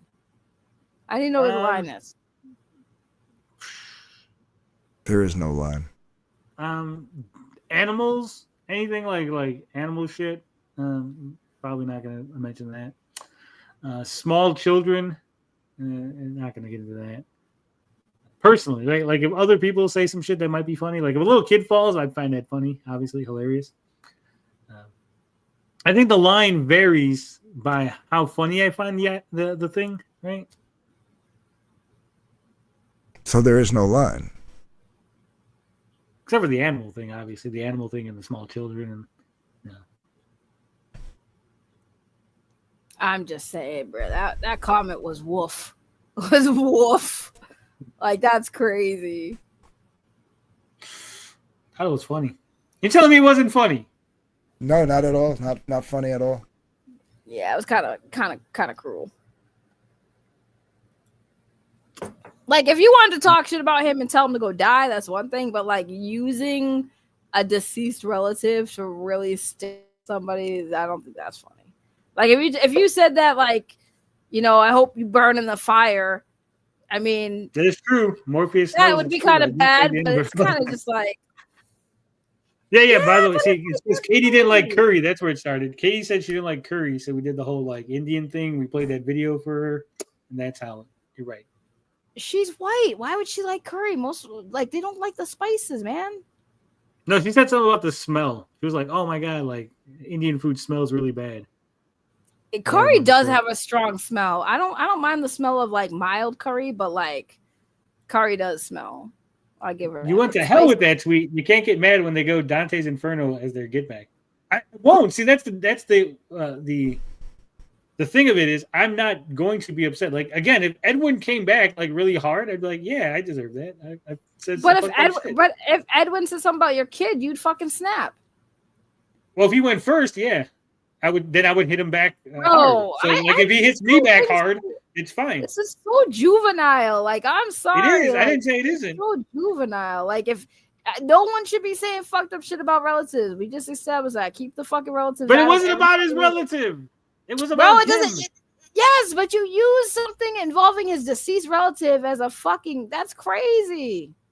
Check your Venmo, Ray. I will second. I'm in the middle of killing people in Marvel Rivals right now. I'm playing Squirrel Girl. Never heard about this bitch. I never ever heard about this bitch ever before in comic books or anything, and yet she is a really OP character. What do you mean she's fucking awesome to play? The character is terrible. Like because that's her whole gimmick. Her whole gimmick is like, oh, she can control squirrels and beat everybody because she's so quirky and cool. She's like Reddit's favorite fucking superhero. I hate that bitch. Anyway. I mean, she's a good. Okay. You see how Ray's playing Marvel Rivals Dark Gift? Mm-hmm. Okay, and how we're having conversations while she's playing Marvel Rivals, right? Mm-hmm. Like that's essentially what was going on in that voice chat. Like people were over there doing their thing, and we're just over here having a conversation. Yeah, well, my point is, you just never watch porn. We weren't watching like people are saying like we weren't watching pornography. We were here in a voice chat. Okay. Pornography was over there. Like Riley would go, "Hold on, guys," and he'd go like move a camera or something, and then he'd come back into the conversation. There wasn't like pornography on the screen in the voice chat. Oh, so wait. Okay, so you guys weren't like streaming it. You guys were just in voice chat, and they happened to start making content. Oh, but eventually you were in the chat of the stream, no? Yeah, eventually, because they're like, "Hey, come to the chat." And I was like, "Okay," and I just went into the chat. Did anybody else? That was after the voice chat. That wasn't simultaneously with the voice chat. Oh, I'm just saying, grown men should not be like sitting in the same room while porn is somewhere. That's all I'm saying. Porn is somewhere. I'm not sitting in the living room with porn up on the TV while we play poker. You know what I mean? Like it's just not happening. Okay, but again, like to the strip club example, right? You go to the strip club, there's other dudes there, like they're all watching. It's not porn, man. It's not porn. Okay, like if they're grinding on the poles and stuff, that's not really porn. So my thing is, right, if I'm in a voice chat with people, right, and I'm feeling like freaking horny, I'm gonna go watch the porn. I mean, I won't leave the Discord. I'll just mute my mic and go away and handle my business and then come back. Well, I mean, that's still a little weird. Why is it weird? Because of my mic is muted. Nobody's hearing shit. So when Ray's whenever your mic gets muted, I'm leaving. If I'm in a voice call with you and your mic just goes mute for a second, I'm fucking out of here, Ray. So Ray just admitted that playing Marvel video games is really code for something else. Okay, got it. No, I'm teasing. I'm teasing. That's Jesus, crazy. All right, but what if, okay, Gift, what if I said, hey, we're down in Mexico. I said, hey, there's a donkey show. I ain't watching a donkey show. Okay, that's a bad example. Like, don't worry, Ray, it was a joke. It's a bad joke. What the fuck's the donkey show? Wait. Go watch Clerks 2. I want to just. Why can't y'all tell me what a donkey show is? Just go watch Clerks 2, because I don't want to give the fucking visual to the chat. It's exactly what you think it sounds like. Is an actual donkey involved? Yeah. I guess. I don't know. It's one of those urban legends that I don't even think is true. I think it's just a thing that people always talk about that exists. I just wanted to know what a donkey show is. I feel like y'all are judging me because I don't know. Oh, sorry, Kitty. Okay, yeah, my game's over. Yeah. Be right back, kiddo. And getting into some trouble and other. I don't know. That sounds kind of sus. DDH. Okay, I see it now, Katie. There we go. Thank you, Katie. Appreciate you. So she sent me a super chat via Venmo. Yes. Oh, so did Crane Style. Thank you for the food, fun, and all the fun, Ray. Thank you so much. And Katie sent me one that says, I missed the last hour of your stream, but I will state that I hate doxing. My family and I have been doxed, and I never want anyone to go through that experience. I don't care who they are. It's stupid, and no one should do it. That was from Katie. I agree with her. It's dumb. And anyone who does it or threatens it, Frog Tony, is a devil. The devil. I just hope Katie didn't try to super chat and it took her money out of her account. I hope that shit went right back into her account because that'd be crazy. Yeah, when you said there was a problem, I thought maybe your stream got demonetized or something, and that's why she couldn't super chat. I was like, oh fuck. Yeah, it's like we don't have a problem. She's got a problem. Thank you, Jilly Kims, for the GoFundMe donation. I appreciate you. Damn it, Beefy's doxing. But Beefy's a bitch. I mean, bro. this is it's just and again. No, Lorenzo, I didn't block you over criticism. I blocked you because you're part of War Campaign. Like, I'm. Anyone that got WC in their fucking thing, that you guys were all sending me Riley's fucking nudes, and I think that's really weird. And so anyone that gets WC in their fucting Twitter bio, they just get instantly blocked. Okay. So that's why I was saying like with these guys too. Like I'm not just like, you know, I don't just point my fucking balls and strikes over at Comicsgate. I point them over there too because these guys want to play moral faggotry police, and then they're doing shit like that. And it's like these guys built their reputation on dildo memes. Like it's like, come on, man. Like everybody just needs to stop. Tony, there are some people who have WC in their names not because they're War Campaign, but because they're memeing them. And Lorenzo's not War Campaign. I could confirm for fact. I've known Lorenzo for a while. Lorenzo's not War Campaign. Lorenzo's kind of buddies with them now, though. Yeah. Oh my God, Lorenzo! Why are you guys doing this? How have you changed so much in the last few years? Wiggles losing his mind. Nobody's cool with Wiggles anymore. People cool with Wiggles. Fucking what is going on with y'all? It's why I can't be. I have to like just pull away from all this stuff. I'm like what you call it? And like Tony's an example because he's here, but he's not the only example. Like I'd like to make that, what do I do that's so terrible, Dark Gift? I put on a show, I entertain people. You just made a joke about somebody's family member. No, you admit that it was a joke. So we've agreed that it doesn't matter if it was a joke or not, dude. Like shit like that should be off limits. Shit like that should be off limits. Just like Katie's husband should be off limits. Yeah, 100%. Like, why are we even going at Katie's husband? What did Katie's husband do except for be married to her? Like, that's crazy. I know that's punishment enough. Hasn't that man suffered enough being married to Katie? I don't know why. Listen, I don't know why Katie going after Ethan's wife, horrible. Going after Edwin's father-in-law, horrible. Going after. But I didn't go after his father-in-law. Going at using them is going after them. I guess. Using them to hurt the other person. Using them to hurt the other person is going after them. I don't care. You're not going to change my mind on that. All right? Fucking going after Matt Bahr's kids is horrible. Doxing somebody is horrible. Whether it be some fucking psycho lunatic like Crimcell who threatens to dox people, which is also horrible, and spreads false things about them. Like, none of this shit should be, like, accepted. Going at using Pan's wife to get at Pan is fucking stupid, and Mike should know better.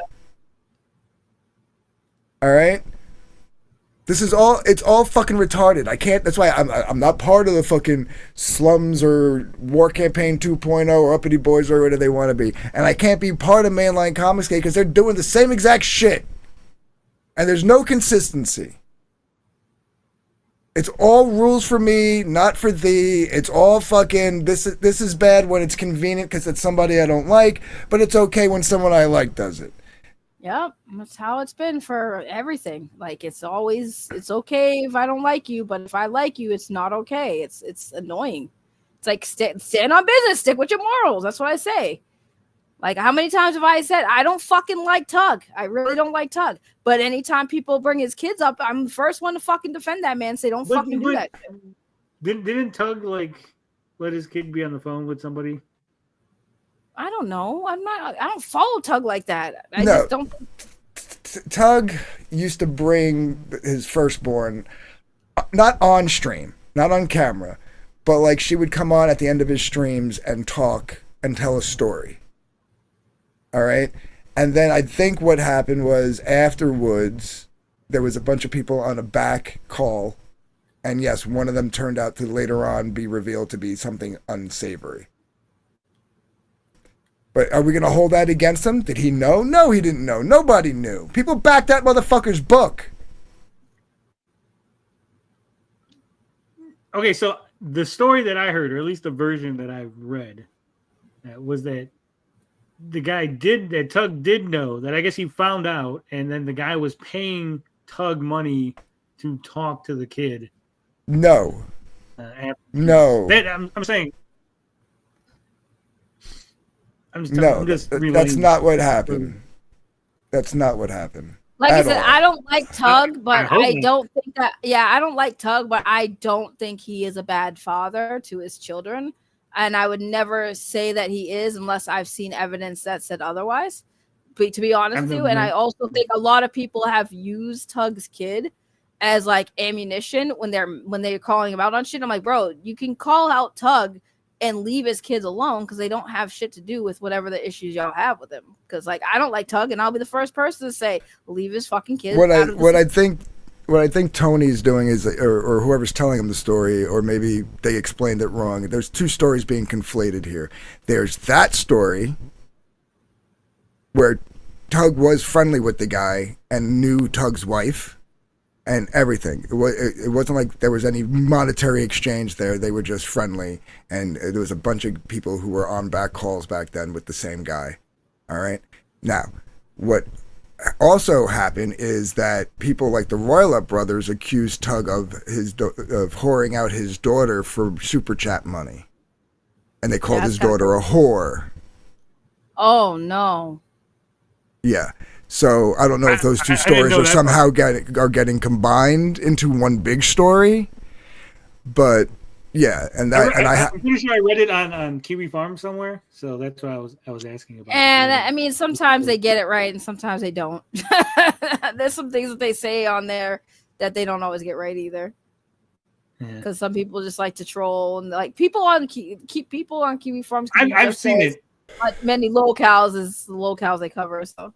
Well, I've seen it on Kiwi Farms where they make something up. Like someone will say something that's clearly false, like "Oh, dark gift eats toenails," and then like 3 pages later, now it becomes fact, right? Like it went from a joke 3 pages ago to like now it's like part of the lore. Yeah, the website's gotten a little especially with the Comicsgate section. I haven't read anything off there in a very long time, but the last time I checked it out was like maybe a few months ago. And like it's like bad. That's why my biggest viewed video I think is or stream is my Kiwi Farms locals laughing at locals because it's got people. Sure Dong's left the fucking thread. Pretty sure. Who, Mr. Dongs? Yeah. Yeah, he was there for a while, but it's gone. Dongs is gone. Yeah. Yeah, it's so saturated with so much bullshit and misinformation, just bunch of just stupid shit that's just not even true. Well, I don't even know, like I said, about Kiwi Farms because I don't go on Kiwi Farms, but Dongs is just gone. He's not even in the chats anymore. Yeah, he's just gone. Yeah, I think some of them kind of moved on with their damn lives. Realize there's more to life than being a fucking troll on the internet. Oh, Lorenzo said no. Lorenzo Ray said that you were trolling War Campaign with the WC, but I said, well, you're kind of friendly with them now. It wasn't like a diss. I was just kind of stating a fact. That's all. Damn, I've been streaming for 7 hours. This is almost a record breaking. I might stay on for another few. Nah, I can't actually. You should stay on for at least another 24 minutes to make a full. Yeah, I'll stay on for another 24 minutes just to make it a solid 8 because I think 8 would be my record. It's crazy. Well, I understand what like they were saying, but they literally called her a whore. And then I don't have the original clip. I don't have the original clip of them actually saying it.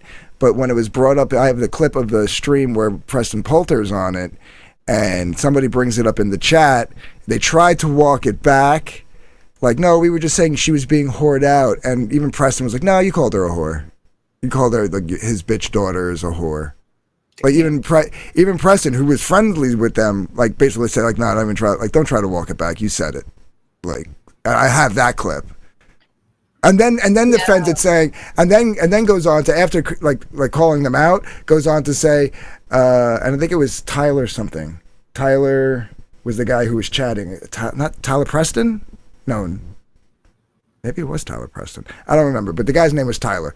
And he goes, and Tyler, if you that was a joke, and if you don't like the joke, then I don't know what to tell you. Go fuck off. Let's talk about Daddy can't rape us all. Blah blah blah. And he tried to collate calling a 5-year-old who she was 5 at the time a whore, a bitch whore. Yeah, that's crazy. As a joke, correlate that into a drunken song Ethan and Cecil did. Like it was the stupidest comparison I've ever seen in my life.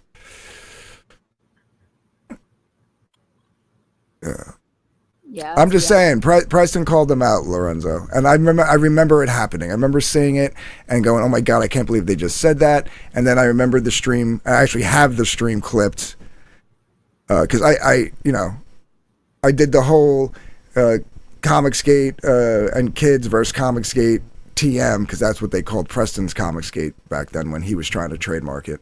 Comicsgate TM and kids, and it was like Mandy talking about how she came up with Wart, telling her kid bedtime stories. There was that guy Sean something who had Pillow Man and Blanket Boy, where the kid wrote the story and the father drew it, and then they got funded, and he had a video of showing his kid that like, hey, you're a professional comic book writer now, and all that stuff. And then like I had a clip of one of Tug's story times. Like he would take the stories that she would tell and then clip them out and make little independent videos with like imagery and stuff like that floating around. And he gave me one of those. I put that in there, and then it's just the clip of them talking about Tug's daughter, and it's just like, dude, I know you like the Royal Ups, Lorenzo, but I'm not. You can't change my mind. What they did was heinous. Sorry. I'm sorry. Thomas Royal used to come in my chats when I first showed up around these parts, their parts. It's like, huh? I was gonna ask Dark Gift about the whole the Dungeoneer files. You said it was a big nothing burger. It is a big nothing burger. So you don't think Anna? So Anna was crying over a nothing burger. No, I was crying over Kelsey having said some mean shit personally about her and John, which he didn't really say their names, but obviously she knew that he was talking about them. But again, it was just personal beefs. The whole thing, it was painted to be like some kind of weird uprising. Now, granted, was Biggins probably trying to start a coup? Absolutely. I believe that 100%. Did anybody bite? No, nobody bit. It was just a bunch of people who don't like. It's like you and your buddies talking about me, shit talking me in like Discord, right? I wish we did, but you're not. I'm just saying, if that was the case, would I think that you were trying to like take me down because you guys were talking shit? No, you guys were just talking shit. That's it. You know, that's all that was happening in there. Like literally. Like you could see Biggins trying to push for something a little bit bigger, but I mean, you don't think all the shit talking while simultaneously being promoted by the people that are shit talking is a big deal? But they weren't being promoted by them anymore. That ship had already sailed. But at the time when the files were being actually written, not when they were read, but when they were. And then you look back, go, man, this fucker, I was promoting him, and he was talking shit about. I didn't even realize this. Like, you don't think that's gonna like upset people? The people that like were still being promoted weren't doing any shit talking. Again, I'm not talking about the people that were still being. I'm talking about the shit talking people who were at the time being promoted while they were shit talking. They weren't. So no one was shit talking while they were being promoted. They had never. There was no PTP had already had the falling out. Biggins isn't even a creator. Vaughn hadn't been on any streams, and all he was doing was defending Reenie because he was like simping for her a little bit at the time. Yeah. Crane says the whole notion of a coup in Comicsgate is hilarious to me, but some folks tend to take fantasy too far. Yeah, like you literally, it's like maybe 5 pages of people just talking shit about people they don't like out of 500. Maybe more. I mean, I could be off by like a page or two, but yeah. It's nothing. It's really nothing. It was painted out because Biggins was like seemed like he was trying to pull a coup, that's why I'd love for EBS to release that phone call, the one that he says was recorded. So Ethan and John and them saying that this whole thing was a something burger, are they being disingenuous? Mm-hmm. Are they lying? Or are they just wrong? Good question. I would say... I mean, if they honestly believe that, if they read every fucking page and honestly believe some coup was taking place, then they're 100% wrong. I don't think they're that dumb. So you're saying they're lying about the situation to get sympathy or drive a narrative or... Yeah, I think listen, I think that there's things that happen in the back rooms between these people that we'll never know unless somebody recorded it or screenshot it or something and release it. And yeah, I think they just didn't like these people anymore and decided that this was a perfect opportunity to part ways and not make it about whatever it really was about. So I'm clear. We're not. There's no like fence riding. You're saying that Ethan and John are lying about the actual contents and the implications in the Dungeoneer files, and they're using that as a cover to disassociate from people that they wanted to push away anyway. Yeah, and I'm sure that those people probably did something stupid and said something stupid. I mean, fucking Phil, for Christ's sake, fucking recorded a fucking private phone call. I mean, I like Phil. Regardless, he knew it was being recorded. Don't tell me she did it without him knowing. Like, I think she did it with him telling her. I think he was like, "Hey, babe, go grab your phone." Yeah, all I'm saying is I like Phil. I think it's stupid. I think it was a stupid move. I think it was a shitty move. So, that's why, like Vicky said, like, it's like you've like known this whole time, but you kept your mouth shut. And I was like, yeah, I keep my mouth shut because these things are personal grievances between these people. I don't need to know about it. But when it became that big of a deal, I don't think Ethan, John, and Shane knew the severity of what was going to happen by doing something like that. No, I don't think they did. Let's rewind real quick. Back to the phone tap Phil. Since he recorded, right? So Phil's recording the phone call, and we all heard the phone call, right? Doesn't that call into question everything that Phil said on the phone call and the whole contents and the whole angle of the call, right? Like, if I know I'm being recorded, like I'm going to talk to you and I know I'm being recorded, then wouldn't I be trying to say things a certain way to get like to implicate you to be the bad guy in this call, right? So like, yeah, even if let's say that like that would be the first thought that crosses my mind, and let's say that's not true, you just fucked yourself. Because anything that out, like, why any point that you were trying to make, like even if you were being honest with everything you were saying on that phone call, the fact you recorded it negates all of that. Does that make sense? Yeah, I'm just trying to figure out, like, he's like, oh, we got to have this call, and he's like, I should record this, and I'm like, but why? Like, what was he expecting to be said on this call that needed to be recorded, right? Like, it feels like I'm gonna set this up, so like I'm gonna say this thing so that it seemed like they had personal beef with Mandy, and they were trying to get. Again, it's so stupid. Like, why involve somebody else in your problem with Mandy? Like, why involve the whole community in your problems with Kelsey Biggins and PTP? Like, it's all stupid.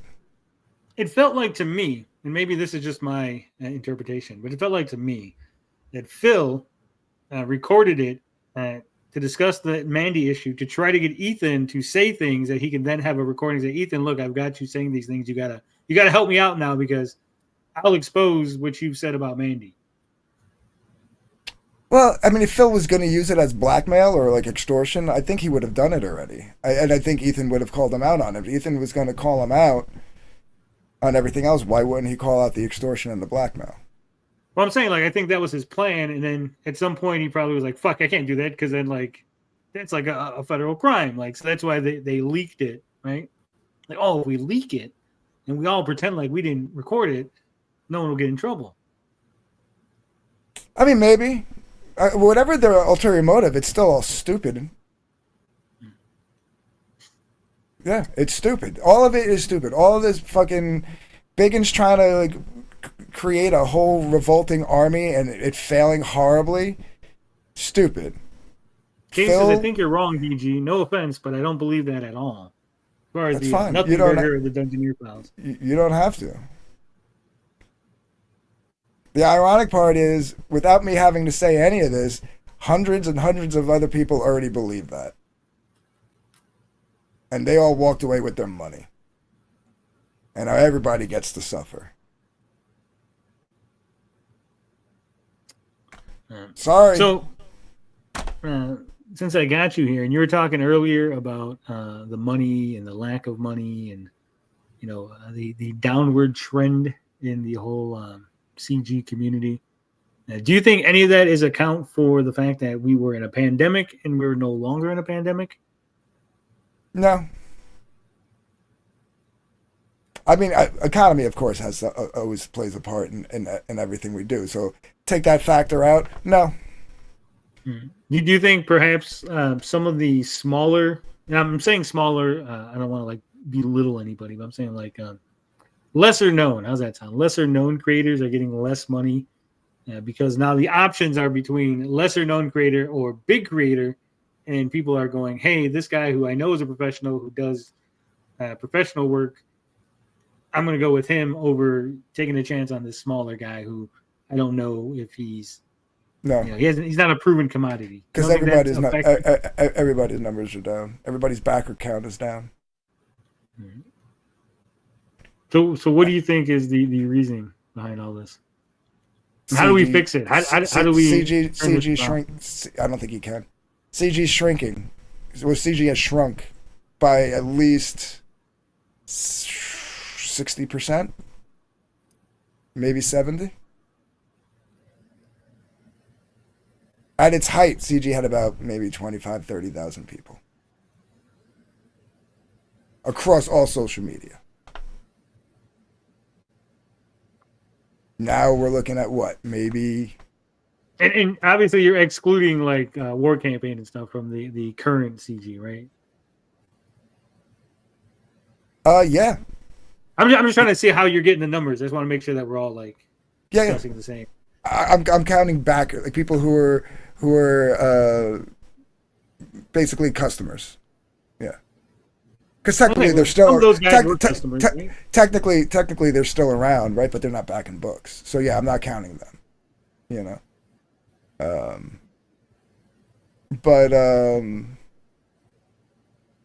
So you don't think there's any way to turn it around? Gotta be. Whew, I mean, maybe,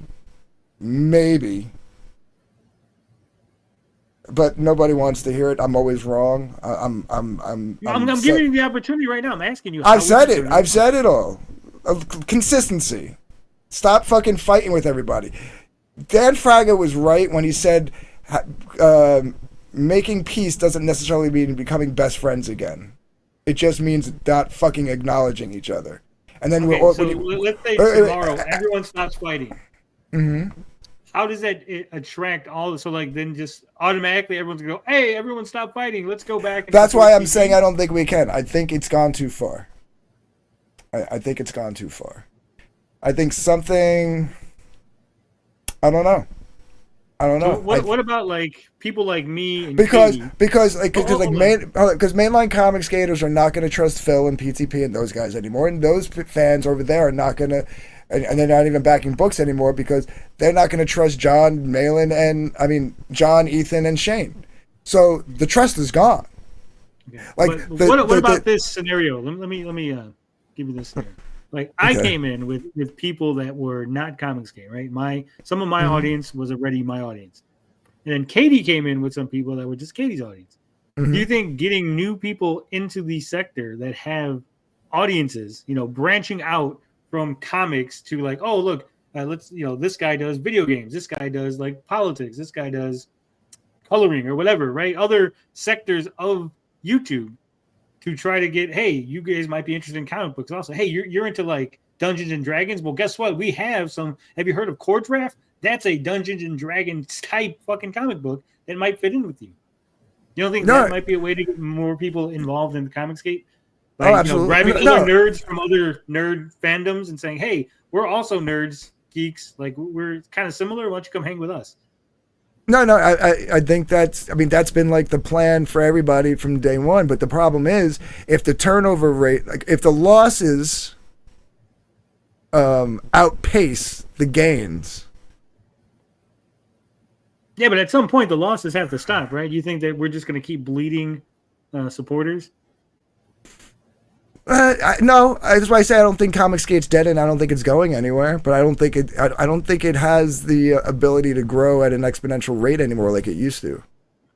Right. Ink Cowboy brings up a good point. CG is kind of nebulous and probably less pressing right now because people feel like woke is on the run. True or not?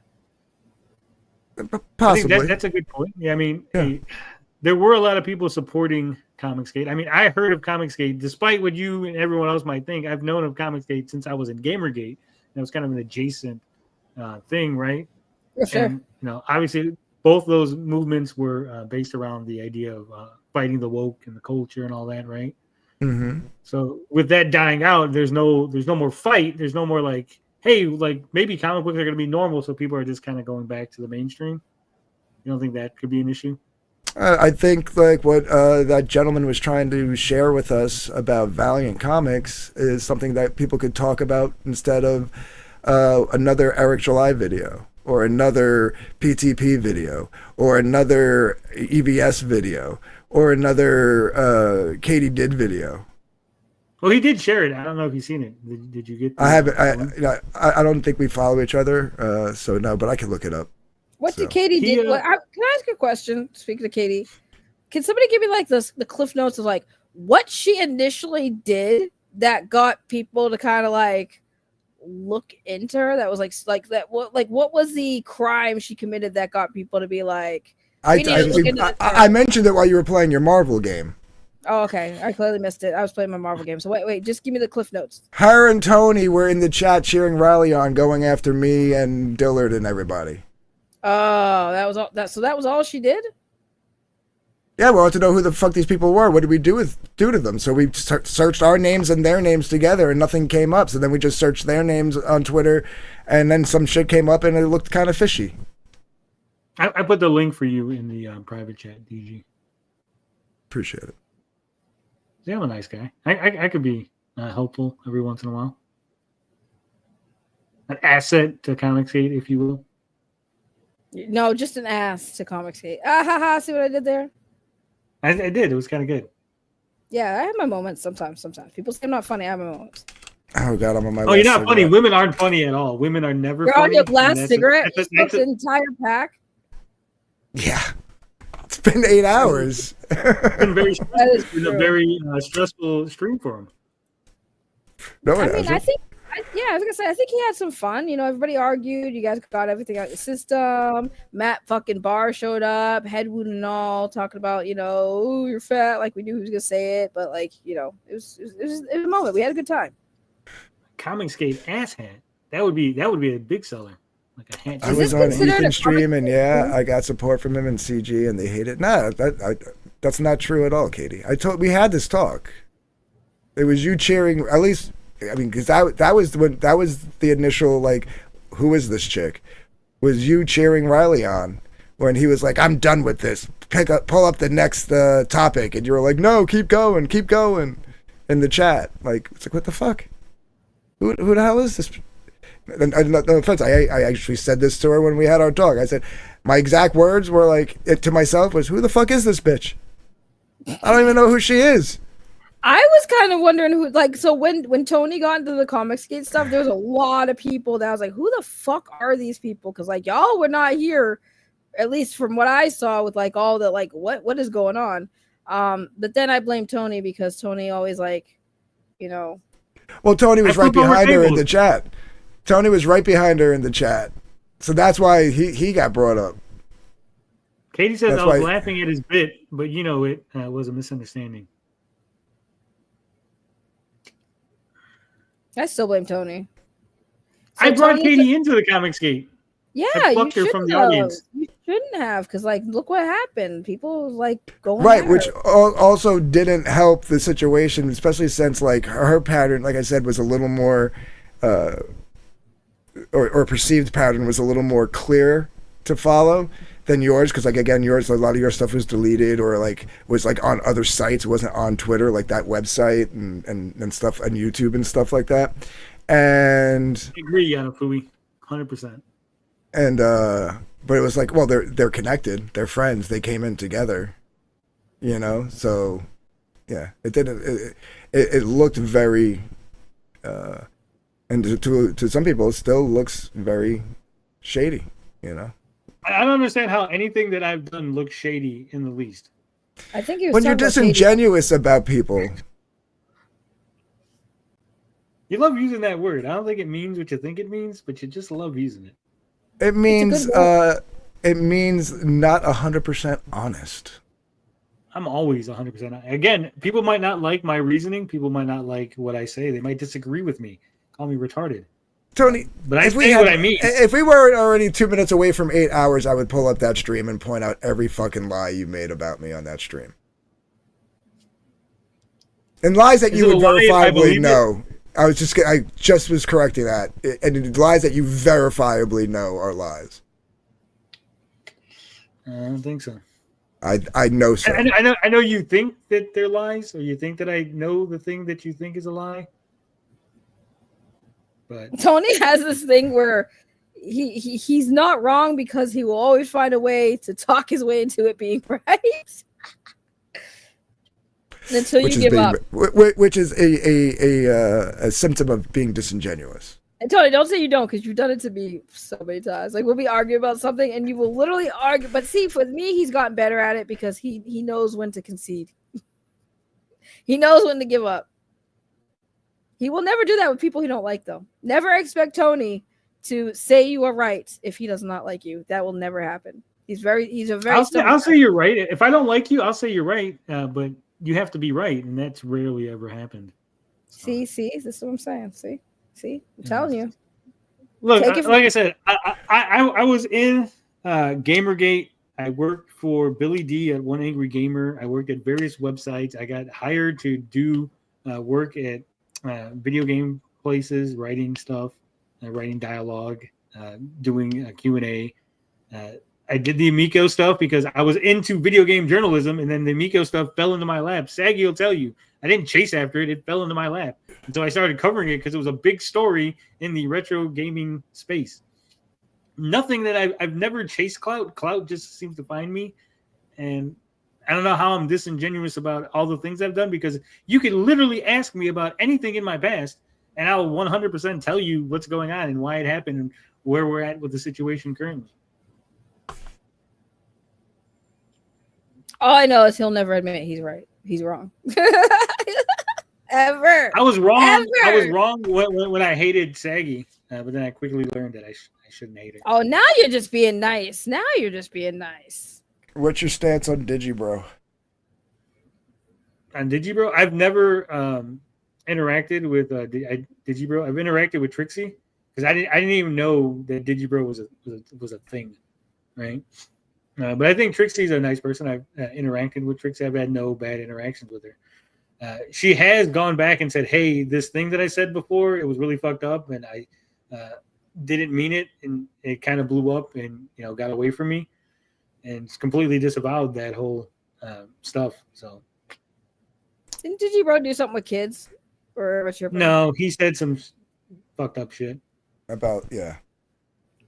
Oh, he said fucked up shit about kids. I think the exact words were that they liked cartoons or drawings of little girls being fucked. Yeah. Oh, so I was halfway there, just not real kids. Gotcha. And you think that person just got rid of those feelings? Like I said, that person has said that they were saying that they didn't mean it. I've never got any interactions with the person where it would indicate that. I also don't hang around with Trixie. I've talked to Trixie a couple of times. I mean, listen, I'm not saying that you would get. I mean, dude, I knew Vic King for six years, and I never Who's feeding you information, Dark Gift? An inkling of who's DMing anything. you? Who's DMing you? I know somebody's feeding you information to bring up. On Nobody. I'll share my screen right now. No, I'm messing with you. I just like Digibro. I've not heard that name in a long ass time. I've heard the name. We're not going into like blood sports here, but like these are things that people want to know.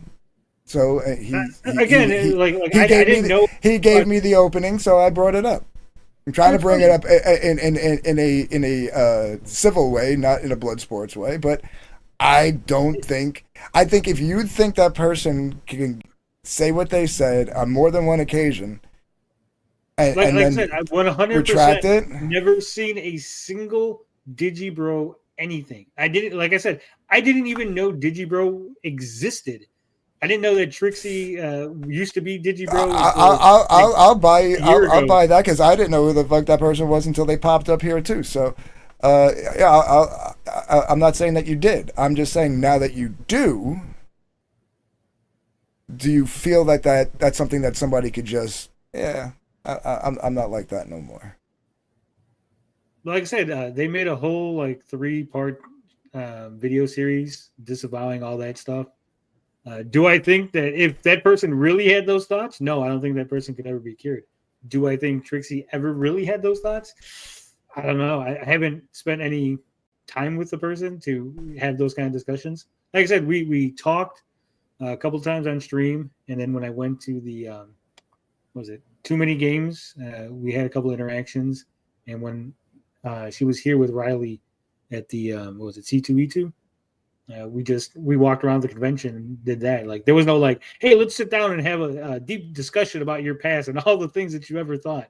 Like it was just like that's fair. I'm just curious because I saw parts of this three-part series. House, if I went to Trixie's house and there was like fucking lolly sitting around, I'd be like, yeah, we're done. I don't think I could.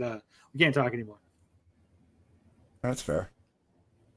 Because, I mean, I saw it seemed like not that they were just disavowing that, they were disavowing their entire male existence. Like that's kind of what that three-part series kind of came. I didn't watch the whole thing, so maybe I'm wrong. So, but I'm just saying. Digibro's transgender now, right? Mm-hmm. Yeah, Trixie. So we're talking about the same person. Okay. It took me a minute. I was like, wait. It took me a minute. I was like, Digibro, I haven't you heard couldn't that follow the conversation. She's like, what? No, I really couldn't. I was like, I'm confused. And then I was like, oh, it just hit me like, oh, Digibro is transgender now, and they go by Trixie, and that's who we're talking about. So you were saying how you didn't know them when they were Digibro, you only knew them as the I didn't even know Digibro was a thing. Like, because I'm not in the like anime YouTube. I don't watch YouTube. And when I was married, like YouTube was like the last thing I was worried about, right? And Digibro is also a brony. Yeah, that's just weird. I mean, listen, I don't hate bronies. I think they're weird, but I don't hate bronies. Come on, that's like borderline. Is that the one? No, it's like, not. What are grown men doing LARPing as little girl cartoon characters? Come on, Ray. I think that this is the one that Katie wants me to bring up. Now has it been up and down and shit happened to me, but I look to move forward and focus the goal in CG. I think that's what Katie wanted me to share. Oh, here it is. I'm happy to be here, Ray. Being promoted king and helping people and supporting people is a great feeling to have. I've been blessed here, so I pass that blessing on to others that deserve it. There you go. Well, I appreciate you, Katie, but I will also say, sorry, Katie, I want to talk about how awesome you are, but give me a second. Because, like, bronies are just the new furries, bro. That's all they basically were, the new furries. That's what I took it as, and I never thought it was like, I mean, I think furries, when it comes to the sex stuff, is weird, but furries were never supposed to be just about sex, and then it became a sex thing, and then people like made it seem like it was creepy. Like furries is a culture or whatever. They're not all sexual. I don't know. It sounds like you might be a furry, and this is like a preamble. I have friends who are you furry. have a fox mask. No, here's the thing, and I'm not defending furries in the slightest, but if you had to put them on a scale, furries are a little bit more understandable. It's a fetish of some kind. No, it's not understandable. But 40-year-old men fantasizing that they're fucking My Little fucking Pony, and not even like the old school 80s toy My Little Pony, this fucking like anime little girl shit. He's like, why are you watching the new My Little Ponies? You gotta be old school like me. OG brony, right? No. What I'm just saying, like, at least those looked like horses, not like little girls with like hooves. Like it. Well, okay. So to be fair, what you're thinking of is there. Okay, so there's My Little Pony, and then there's like My Little Pony, it's like Horse Girl or something. They do look like girls with hooves. So there's like two different shows, and I know this because I have a daughter who used to watch that shit. It would drive me fucking nuts. Okay, so in fairness, some of the My Little Pony stuff wasn't too bad. I watched the one where it was the one where the Equestria, they were ponies, but humanoid ponies. It was actually a pretty good Equestrian movie. Girls, that's what it is. Yeah. Yes, the Equestrian Girls, that's what it was. The Equestrian Girls. It was basically a I like the episode where the ponies are like Hitler and they start like marching and they like do the Nazi salute. That's a good episode. Listen, I'm just saying y'all be going off the My Little Ponies like it wasn't bad. It wasn't that bad. Like I'm not a brony, but like I watched the Equestrian ones. That one had a good story. I don't think you could be a brony. You're a woman. Right. You're a girl. Whatever. I ain't mad at it. I mean, I will say bronies. Like, what he's saying, it's like me. I'm still into Power Rangers. You're like, oh, that's a boys thing. So it's like, it's bad, but it's not as bad. If I was like, oh, I'm into this girls thing. Like Cider is still like a huge Power Ranger guy. I never got the appeal of Power Rangers. I was too old for it. like when it You became didn't like popular. Power Rangers? I was You're I'm like 49. Yeah. So I was like I was like 19, 20, 21 when my friends' kids were watching it. You know what I mean? Like, so yeah, I never got into it. Like me, you want to talk about like I was like Batman the Animated Series, He-Man, G.I. Joe, like that kind of stuff. Like that was like my era, Transformers.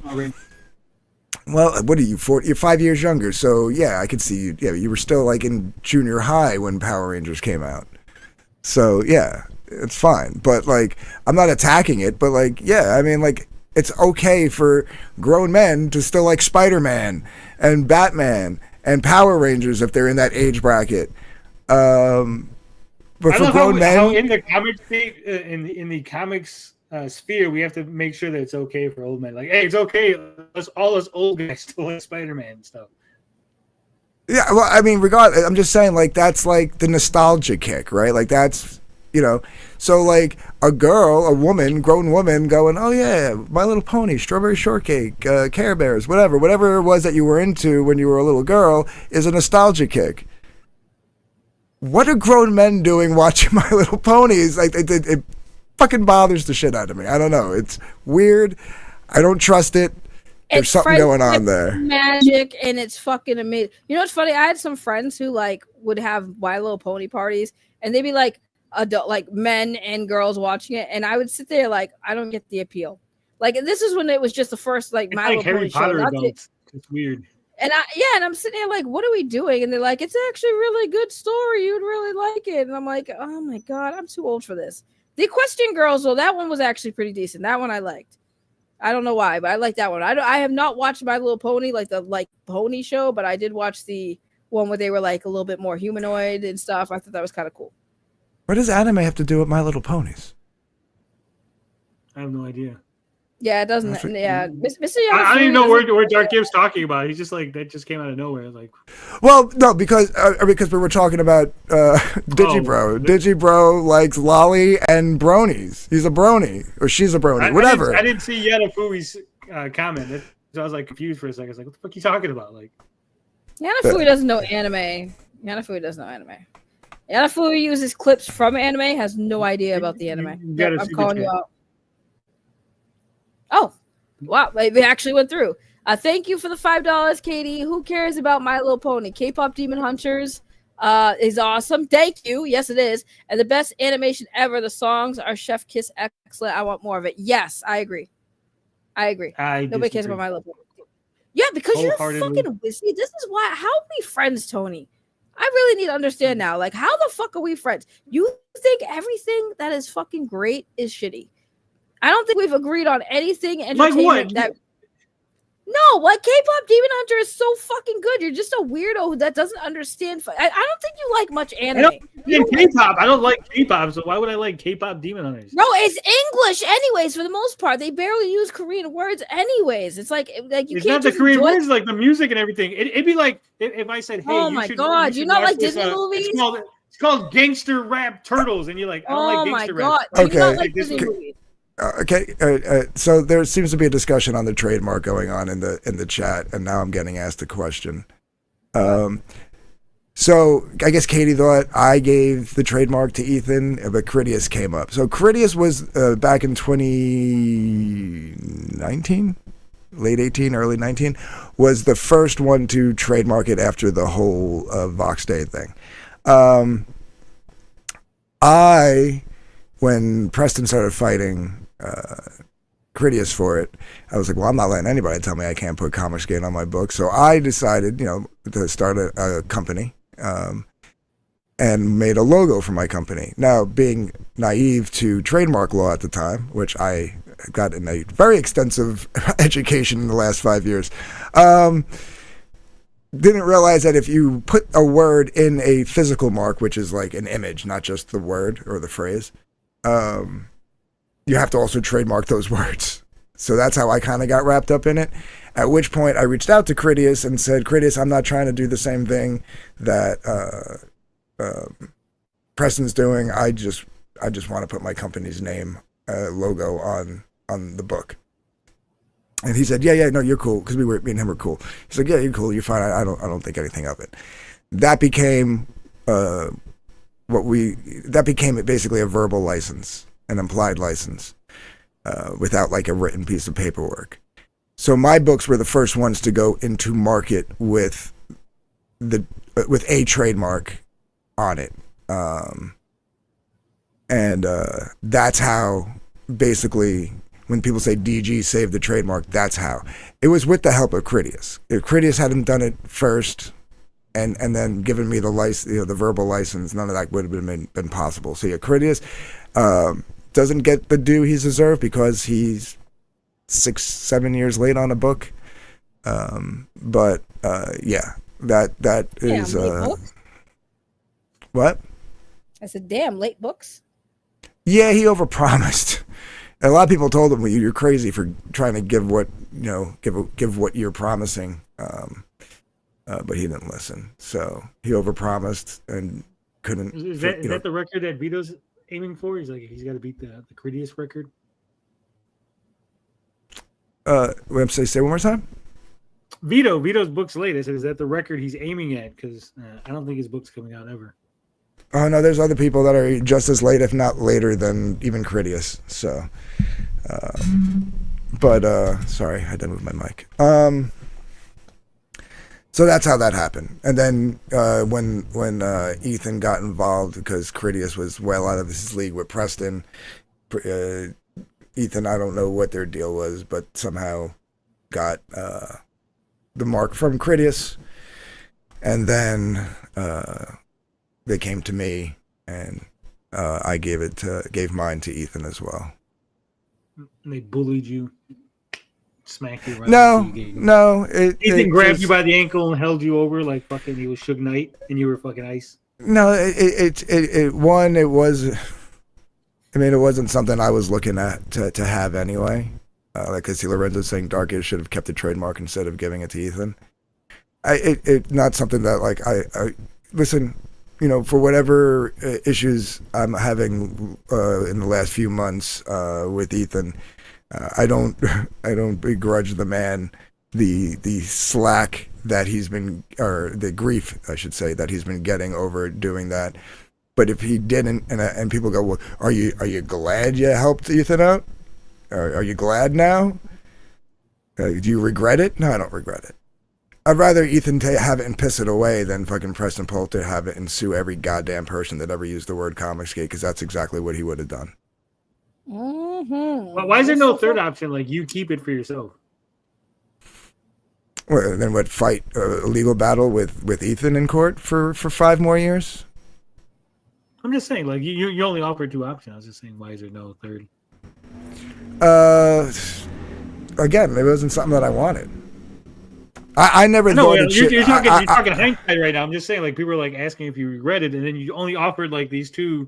Like, I know I don't regret it because these are the only 2 options. Thinking about it, like, just say like there was a third option. Thinking about it.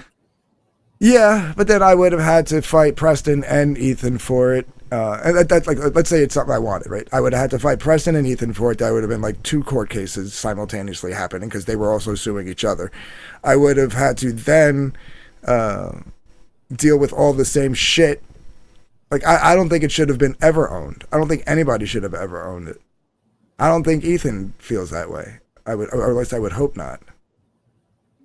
Well, he's expressed that. Ethan says that he doesn't think anyone should have owned it, but because of the circumstances, someone had to, lest Preston would have got it, right?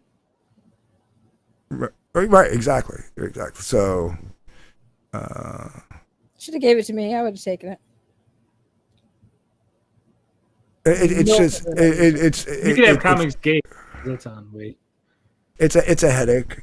It's clearly a headache. It's a headache for people who don't even own it, that like have to hear like about like their distaste for it being trademarked and all that stuff. And it's like, some of these people don't realize that like they would have got sued too. Maybe they do. Ian Cowboy's right. He says the people that complain that Ethan got it would complain if anyone else in CG got it.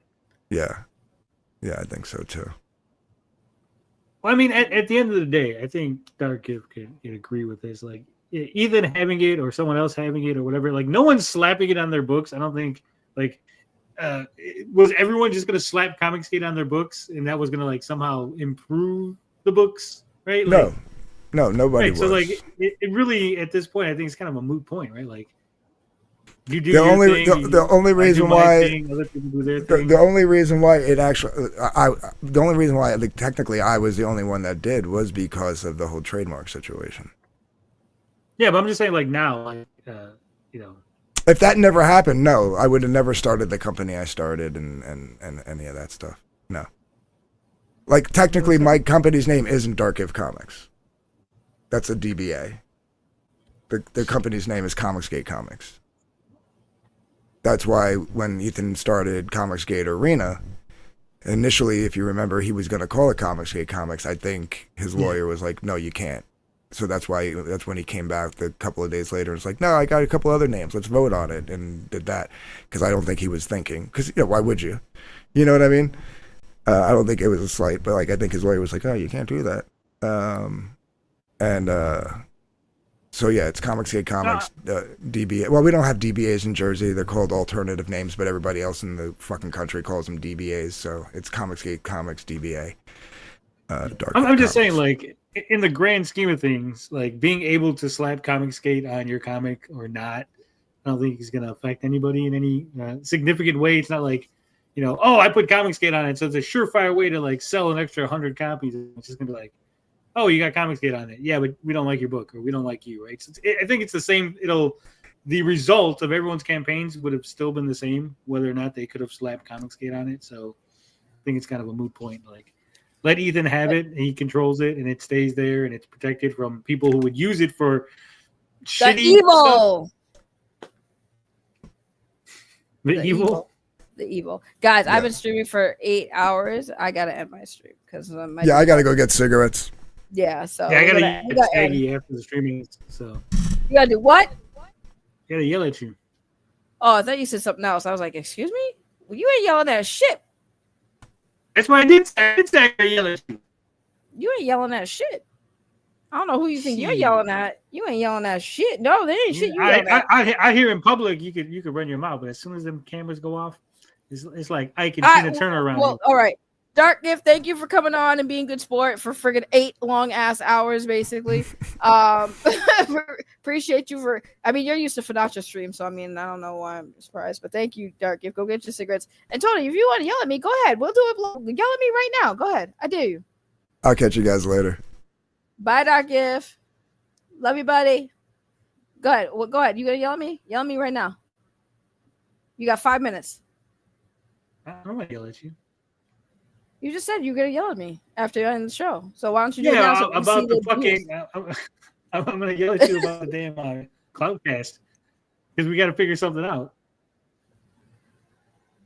Oh, I thought you were gonna yell at me about something else. Okay, that's fair. Well, everyone always says you're abusive to me, so I'm like, well, no. Let's show them the abuse, Tony. If anything, I yell at you. Yeah, I know. They don't want the cameras off. I love Dark Gift. I'm glad. Dark Gift, I'm coming to your channel next time. So that way, Matt Bahr can come on and try to talk shit to me and I can clown him on your channel. That way I've clowned him on Finatra's and then Dark Gift's channel. Right. I'm out of here, guys. Go check out Fark Tony when he talks about Comicsgate stuff, because if you don't care about Comicsgate, then stay here. If you do, then go back over there because that's where he talks about Comicsgate. You want to promote anything, Tony, while you're here?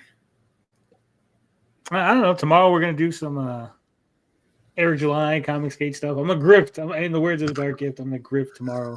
Hardcore. Now we're gonna go in hard in the paint.